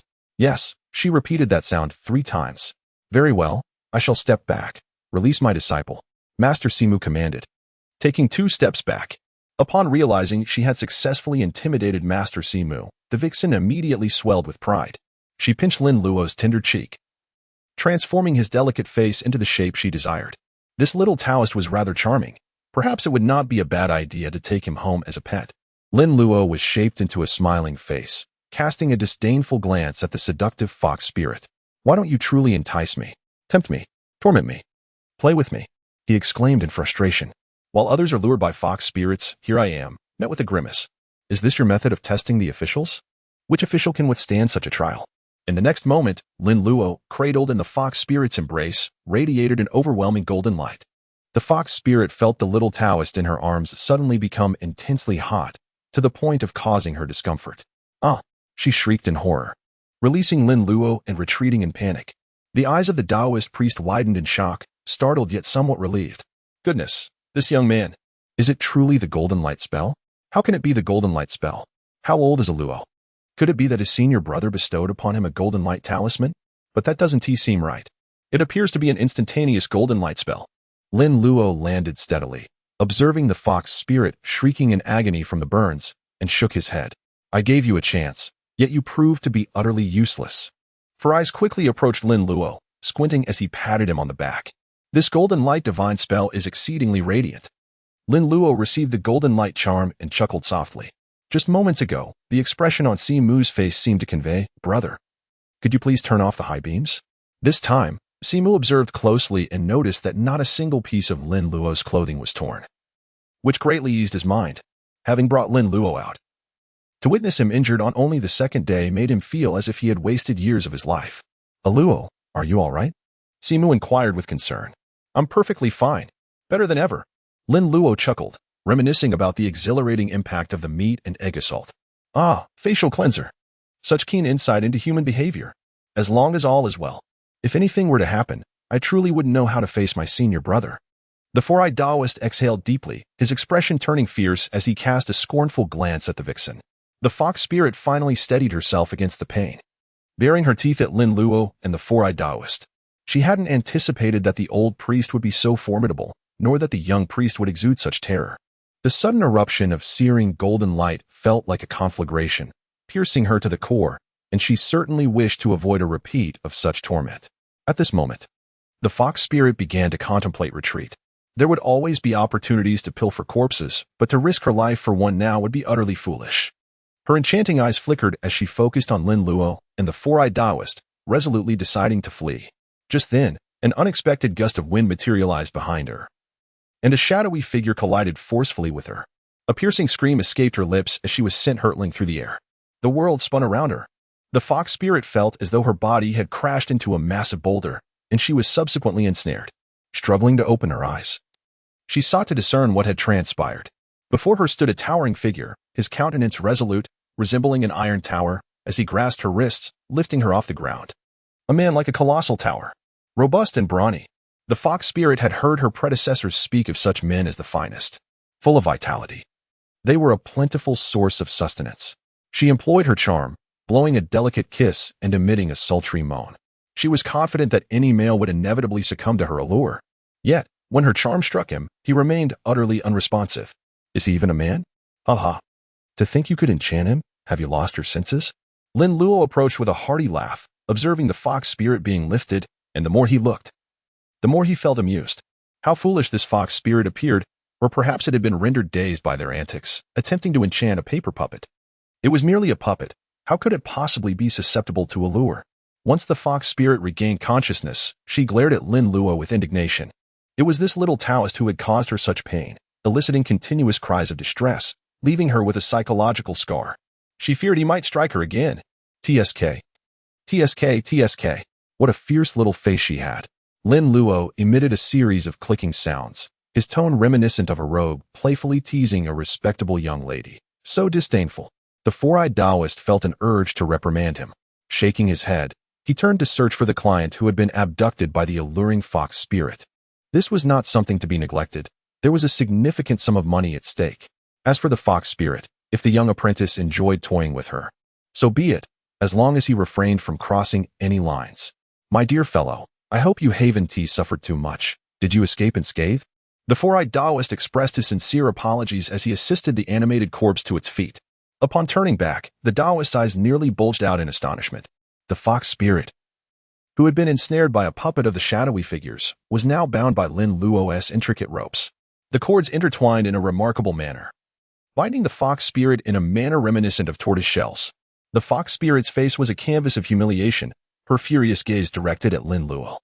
Her hands and feet were secured behind her, leaving her entirely suspended from a tree, devoid of any means to resist. Sucking in a breath, the four-eyed Taoist wiped his mouth with his sleeve. Where on earth did this mischievous lad learn such unorthodox methods? It was astonishing how one could be bound in such a manner. Truly a remarkable talent. Excellent. Now, we move on to the experimental phase. Lin Luo embraced her shoulders, gazing with satisfaction at the alluring vixen suspended before her. The struggling glimmer in those small eyes, the expression of humiliation, how perfectly they suited the present scene. Maintain this, if you please. Lin Luo was determined to conduct some research. This was a genuine enchantress. Throughout his life, across 2 incarnations, he had only encountered such beings in films. It was imperative to delve deeper into this phenomenon. The four-eyed Taoist placed the hands of the corpse upon his shoulders and hopped over. Allo. Ahem. What exactly are you planning to do? The four-eyed Taoist's expression was peculiar, sensing that his disciple was veering onto a perilous path. At this critical juncture, it was essential for him to intervene. Oh, this is my first encounter with a spirit. I intend to study it. Master, what kind of spirit do you believe this to be? Lin Luo smiled as he inquired of the four-eyed Taoist. He was well aware that this was a fox spirit, though his knowledge stemmed from watching films. Without that context, he would not have discerned the true nature of the fox. The art of divination could only perceive demonic energy, not distinguish whether it was a fox or a weasel. The four-eyed Taoist raised an eyebrow and chuckled. This is quite simple. Just bring me a bronze mirror, and you shall see for yourself." Lin Luo's eyes sparkled with excitement as he retrieved the magical mirror, directing its surface toward the fox spirit. In the next moment, the mirror revealed a gray-furred fox. "Astonishing!" Lin Luo exclaimed in surprise. He was aware of the existence of demon-revealing mirrors, but he had not anticipated that an ordinary magical mirror could perform such a feat. Daoist Simu chuckled, seizing the opportunity to impart knowledge. "Indeed, as time passes, certain ancient plants and animals absorb the essence of heaven and earth, transforming into spirits and taking on human forms to wreak havoc in the mortal realm. It is challenging for ordinary people to discern them. In the past, our sect's ancestors would venture into the mountains to gather herbs, carrying a mirror on their backs. As soon as an ancient spirit approached, the mirror would unveil its true form. So that is how it works. It seems I have much more to learn from my readings." Lin Luo sighed as he stowed away the magical mirror, simultaneously voicing his perplexity. "Master Uncle, why would this fox spirit seek to steal your corpse? I have heard tales of fox spirits enticing the living to absorb their vital essence for cultivation, and of those who marry scholars and aspire to be devoted homemakers. Yet, a spirit that resorts to corpse theft is something I have only encountered here with Daoist Simu." Daoist Simu huffed in irritation. Casting a glance at the bound and helpless fox spirit, an inexplicable sense of bravado swelling within him. "Isn't this binding a bit too tight?" "Ahem, well, I believe it must be in pursuit of transcending its tribulation." Lin Luo blinked and turned to Simu. "Master Uncle, please elaborate." Simu, with a furrowed brow, began to explain. "Wolves and foxes can transform into human forms after 500 years of cultivation, but this is merely the beginning. Once they assume human shape, they will inevitably encounter the 3 calamities and 5 tribulations that humans face in their spiritual pursuits. To navigate these challenges successfully, there are 2 approaches. One is to endure steadfastly. Life and death are fated, and fortune is in the hands of destiny. If one perseveres, they become an immortal. If not, they are reborn to start anew. So, it is a matter of beginning again. The second approach is to seek a substitute. A substitute can be used to withstand the heavenly tribulations. Freshly deceased bodies serve as the most effective substitutes for these magical beings to endure the tribulations. Is that so?" Lin Luo suddenly realized. No wonder a fox spirit does not obstruct the path to deceive men into seeking pleasure. Instead, it resorts to stealing corpses. With the words of Master Simu, everything made sense. "Alo, since this is indeed a fox spirit, I suggest you eliminate it directly. Such a creature is exceedingly sinister." Master Simu proclaimed. "Do not be hasty, Uncle Master. Let us study it further." "What is there to study?" Master Simu felt that his disciple's notion of research was rather frivolous. Garen approached, crouching down, hefting his heavy sword. Lin Luo beckoned the paper figure of Garen to his side, effortlessly supporting his heavy sword, which instantaneously transformed into a long table. Under the watchful gaze of Master Jian, Lin Luo retrieved the spiritual talismans and ink from her treasured pouch. "I wonder if I might be able to wield the talismans to exert control over her." Lin Luo spoke as he took up his brush and drew a collar on the talisman, accompanied by a rope beside it. Below, he inscribed the words "Beast Taming." Daoist Simu gazed at the symbol Lin Luo had created, his expression slowly turning perplexed, and 3 large black question marks gradually appeared above his head. "What is this? Is this truly a talisman?" Both those skilled in drawing talismans and those untrained fell into silence. At last, it was finished. Lin Luo set down his pen, smiling as he picked up the talisman. "Disciple, do not be foolish. Is this truly what you call a talisman? If our esteemed master were to see this, he would surely come down and give you a sound thrashing." Sighed Daoist Simu. "The act of drawing talismans is a sacred and solemn endeavor. Yet you treat it with such levity. It is fortunate that you are still young. Had I done the same, I would undoubtedly face the master's reprimand." However, in the next moment, Lin Luo affixed the talisman to the fox spirit's forehead. Lin Luo's beast-controlling talisman emitted a faint red glow. "Oh my goodness! Could it be that this is indeed a talisman?" The 4-eyed Daoist exclaimed internally, overwhelmed with excitement. His Dao heart was on the verge of shattering. It was not that the 4-eyed Daoist was being overly dramatic. The situation was simply too contrary to the principles of metaphysics.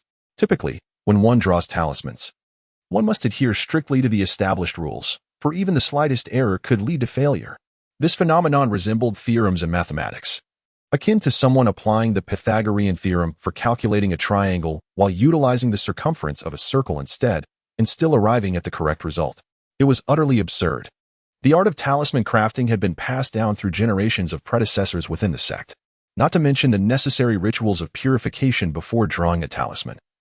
There were also the 10 Commandments and 8 taboo practices to observe. Each talisman must adhere to strict standards. It must possess a talismanic head, a presiding deity or Buddha, a talismanic body, a talismanic core, and a talismanic foot. Lin Luo, this talisman has a flaw. Not a single hair. No, wait, there is indeed a hair. A single loop. Just one hair. Is this what constitutes a beast-controlling talisman? I am truly astounded. Suddenly, Simon Daoist's lips twitched as he recalled a dog leash.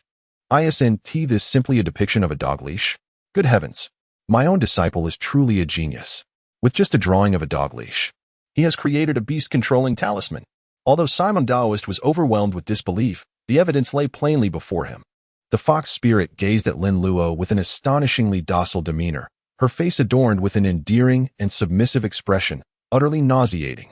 The most striking aspect was that her ample posterior began to sway, reminiscent of a puppy joyfully wagging its tail upon seeing its beloved master, suspended in midair. The fox spirit's body swayed, causing a ripple of profound wisdom that left onlookers dizzy. Master, a sultry voice sent a shiver down Simon Daoist's spine. This voice could slay. Lin Luo chuckled triumphantly, casting a smug glance at Master Simu. What do you think, Master? How does my talisman look? Master Simu opened his mouth, yet no sound escaped. How should I know? I cannot comprehend this talisman at all, he exclaimed in dismay. Oh, Grandmaster, do you understand this? After a prolonged silence, Master Simu finally regained his composure and, looking somewhat bewildered, inquired of Lin Luo, Luo, how did you create this talisman? Did your master teach you? He found it hard to believe. If Jiu could craft such a talisman, Master Simu would be willing to perform handstands for clients from then on. Who else could have possibly taught him, if not Jiu? Surely, it couldn't be that the Grandmaster had revealed secrets in Lin Luo's dreams. At that moment, Master Simu felt utterly disoriented, as though decades of his worldview had crumbled in an instant, an unbearable sensation. No, I came up with it on my own. Lin Luo shrugged and remarked. Lin Luo had no intention of concealing himself. On the contrary, he was prepared to unveil his abilities without reservation. Aside from the system, which must remain undisclosed, everything else was of little consequence. Did you conceive this on your own? What were your thoughts? These matters are far too intricate. I merely wished for simplicity, and thus it came to fruition. Lin Luo blinked her sincere eyes as she gazed at Simu, exclaiming, You insist on probing for the truth. This is the truth. Simu, taken aback by Lin Luo's nonchalant expression and earnest little eyes, found himself at a loss for words. Is it truly that simple? Master, please open your eyes and see. What sort of anomaly is your disciple? Simu's heart cried out, and he turned his attention to the talisman and brush upon the paper figure Galen's greatsword. Perhaps I should give it a try as well? This thought surfaced, and Simu found it impossible to suppress. He picked up the brush and, mimicking Lin Luo, drew a circle on the talisman paper, attaching a rope and inscribing the words Beast Tamer beneath it. It appeared identical to Lin Luo's Beast Tamer talisman. Yet, this lifeless Beast Tamer talisman seemed nothing more than scrap paper to Simu. Years of dedication to his craft began to unravel. This is absurd. My junior succeeded effortlessly. Yet my creation is merely worthless paper. Simu, somewhat defiant, tore the Beast Tamer talisman from the head of the fox spirit and affixed his own. The fox spirit's expression shifted instantly, baring its teeth in hatred as it hissed and glared at Simu. The venomous gaze and bared fangs shattered Simu's resolve. Uncle Master, do not lose heart. Your talisman lacks conviction. Perhaps you should fortify your determination. If you do not believe this is a Beast Tamer talisman, how can it possibly succeed? Lin Luo chuckled, as if there were indeed some truth to it. The four-eyed Taoist turned to glance at Lin Luo, raising an eyebrow. Is that so? Give it a try? The four-eyed Taoist regained his confidence, encouraging himself. What Luo said is not wrong. I shall attempt it once more. With determination. The four-eyed Taoist grasped his brush and began to draw again, mentally repeating to himself, This is a beast-taming charm. This is a beast-taming charm.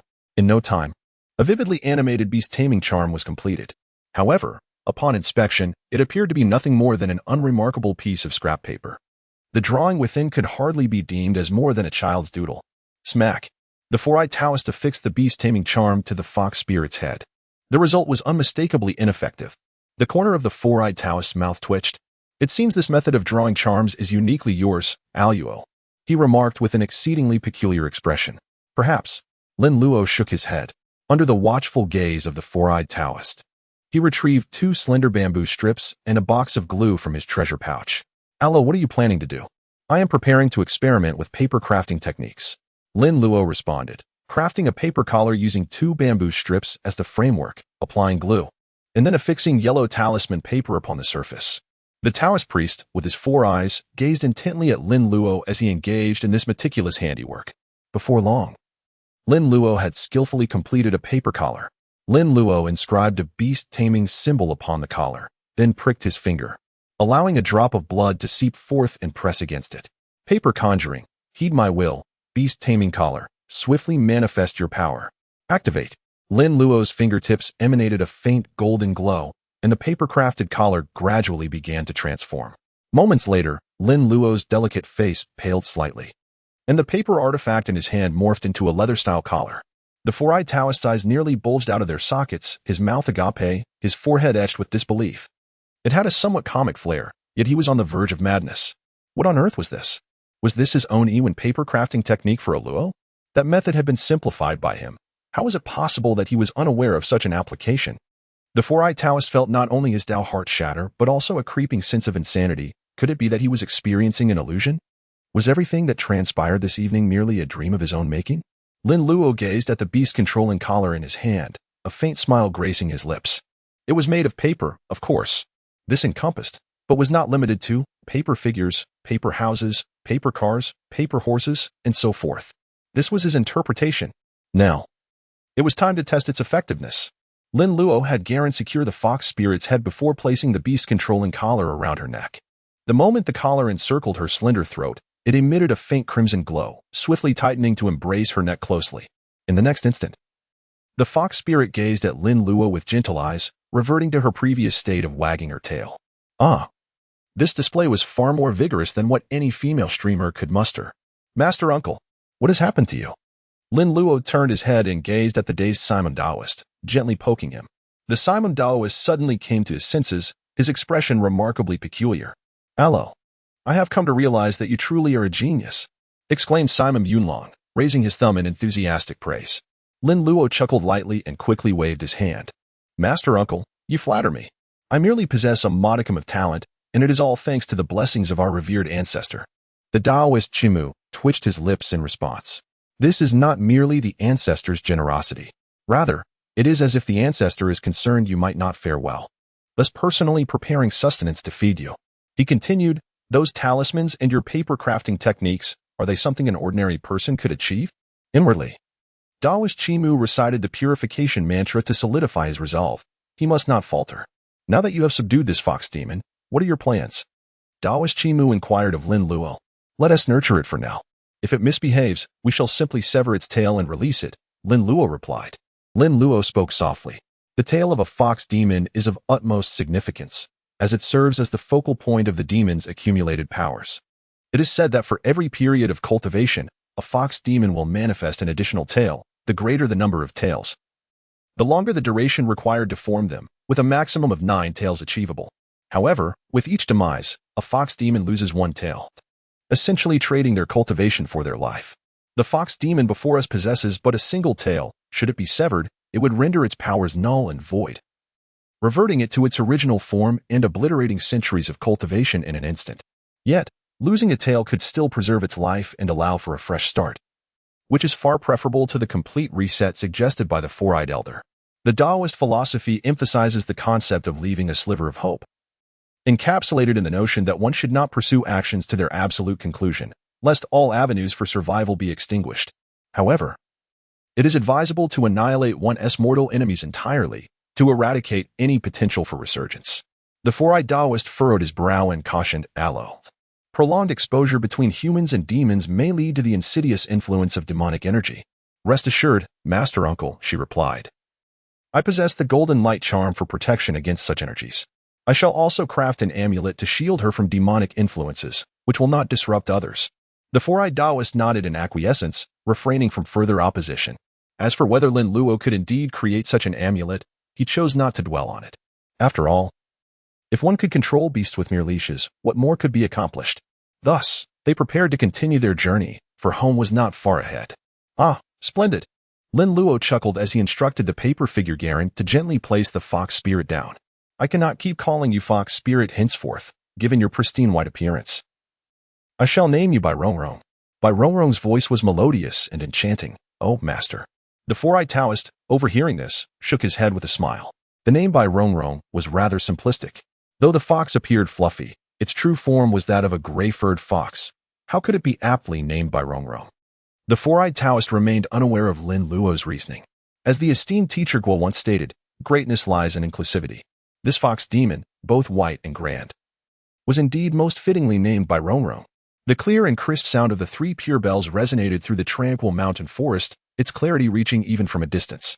Ren Weiyong, diligent and tireless, bounded forward at the helm, with the accompanying zombies mimicking his energetic leaps.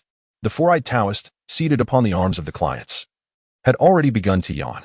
After taking a sip from his bamboo cup to refresh himself, he turned to gaze at Lin Luo. Allo, we are almost home. Slumber shall soon be ours, he began, but his words trailed off, unable to continue.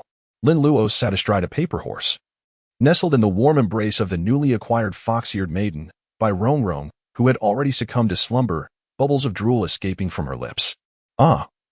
The Bai Rongrong brand fox demon cushion, soft, supple, and delightfully warm. It even boasted a built-in safety belt feature, although the horse jolted occasionally. It did not hinder Lin Luo's peaceful rest. The four-eyed Taoist pursed his lips, turning away from his envious gaze with a resigned sigh. After living so many years, he had yet to witness a child who could relish life. What a waste. After a journey of over half an hour, they finally arrived at their destination. The moon still hung high in the sky, casting a dim light, while the myriad stars shone with remarkable clarity amidst the mountains, presenting a breathtaking beauty. However, even the most exquisite scenery could lead to aesthetic fatigue if gazed upon for too long. The four-eyed Taoist, in no mood to admire the stars, commanded Ren Weiyong to halt before dismounting the undead steed. At last, they had arrived. This journey was made considerably shorter thanks to Aluo's shadow puppet. Previously, it would have taken at least half a month, yet this time they had arrived in merely 2 nights. The four-eyed Taoist mused, casting a glance at Lin Luo, who was still deep in slumber atop the horse, and shook his head in disbelief. Such a gift could not be envied. He silently resolved to delve deeper into the art of shadow paper crafting upon his return. He had not anticipated that this seemingly unremarkable craft would possess such wondrous applications. Lin Luo was nearly turning it into a spectacle. Pushing open the courtyard gate, the four-eyed Taoist stepped inside. The small courtyard was enclosed by a fence, filled with chrysanthemums and home to chickens, ducks, geese, and even a few piglets and lambs. Gathering chrysanthemums by the eastern fence, I leisurely gaze upon the southern mountains. The mountain air is delightful at dusk, with birds flitting about. It possessed a certain rustic charm. Jiala, Jiala. The four-eyed Taoist knocked on the door. Before long, the door swung open with a force. A somewhat simple-minded young man with a watermelon-shaped head rushed out from within. Master, why have you returned so soon? Jiala exclaimed, brimming with excitement. He had anticipated that his master would be away for several more days, yet here he was, back ahead of schedule. He was finally free from the solitude of being home alone. Such lonely days were unbearable. Your master returned early to prevent you from being lazy at home, of course. So, have you been slacking? Upon seeing his disciple Jiala, the four-eyed Taoist felt a surge of joy and inquired with a beaming smile.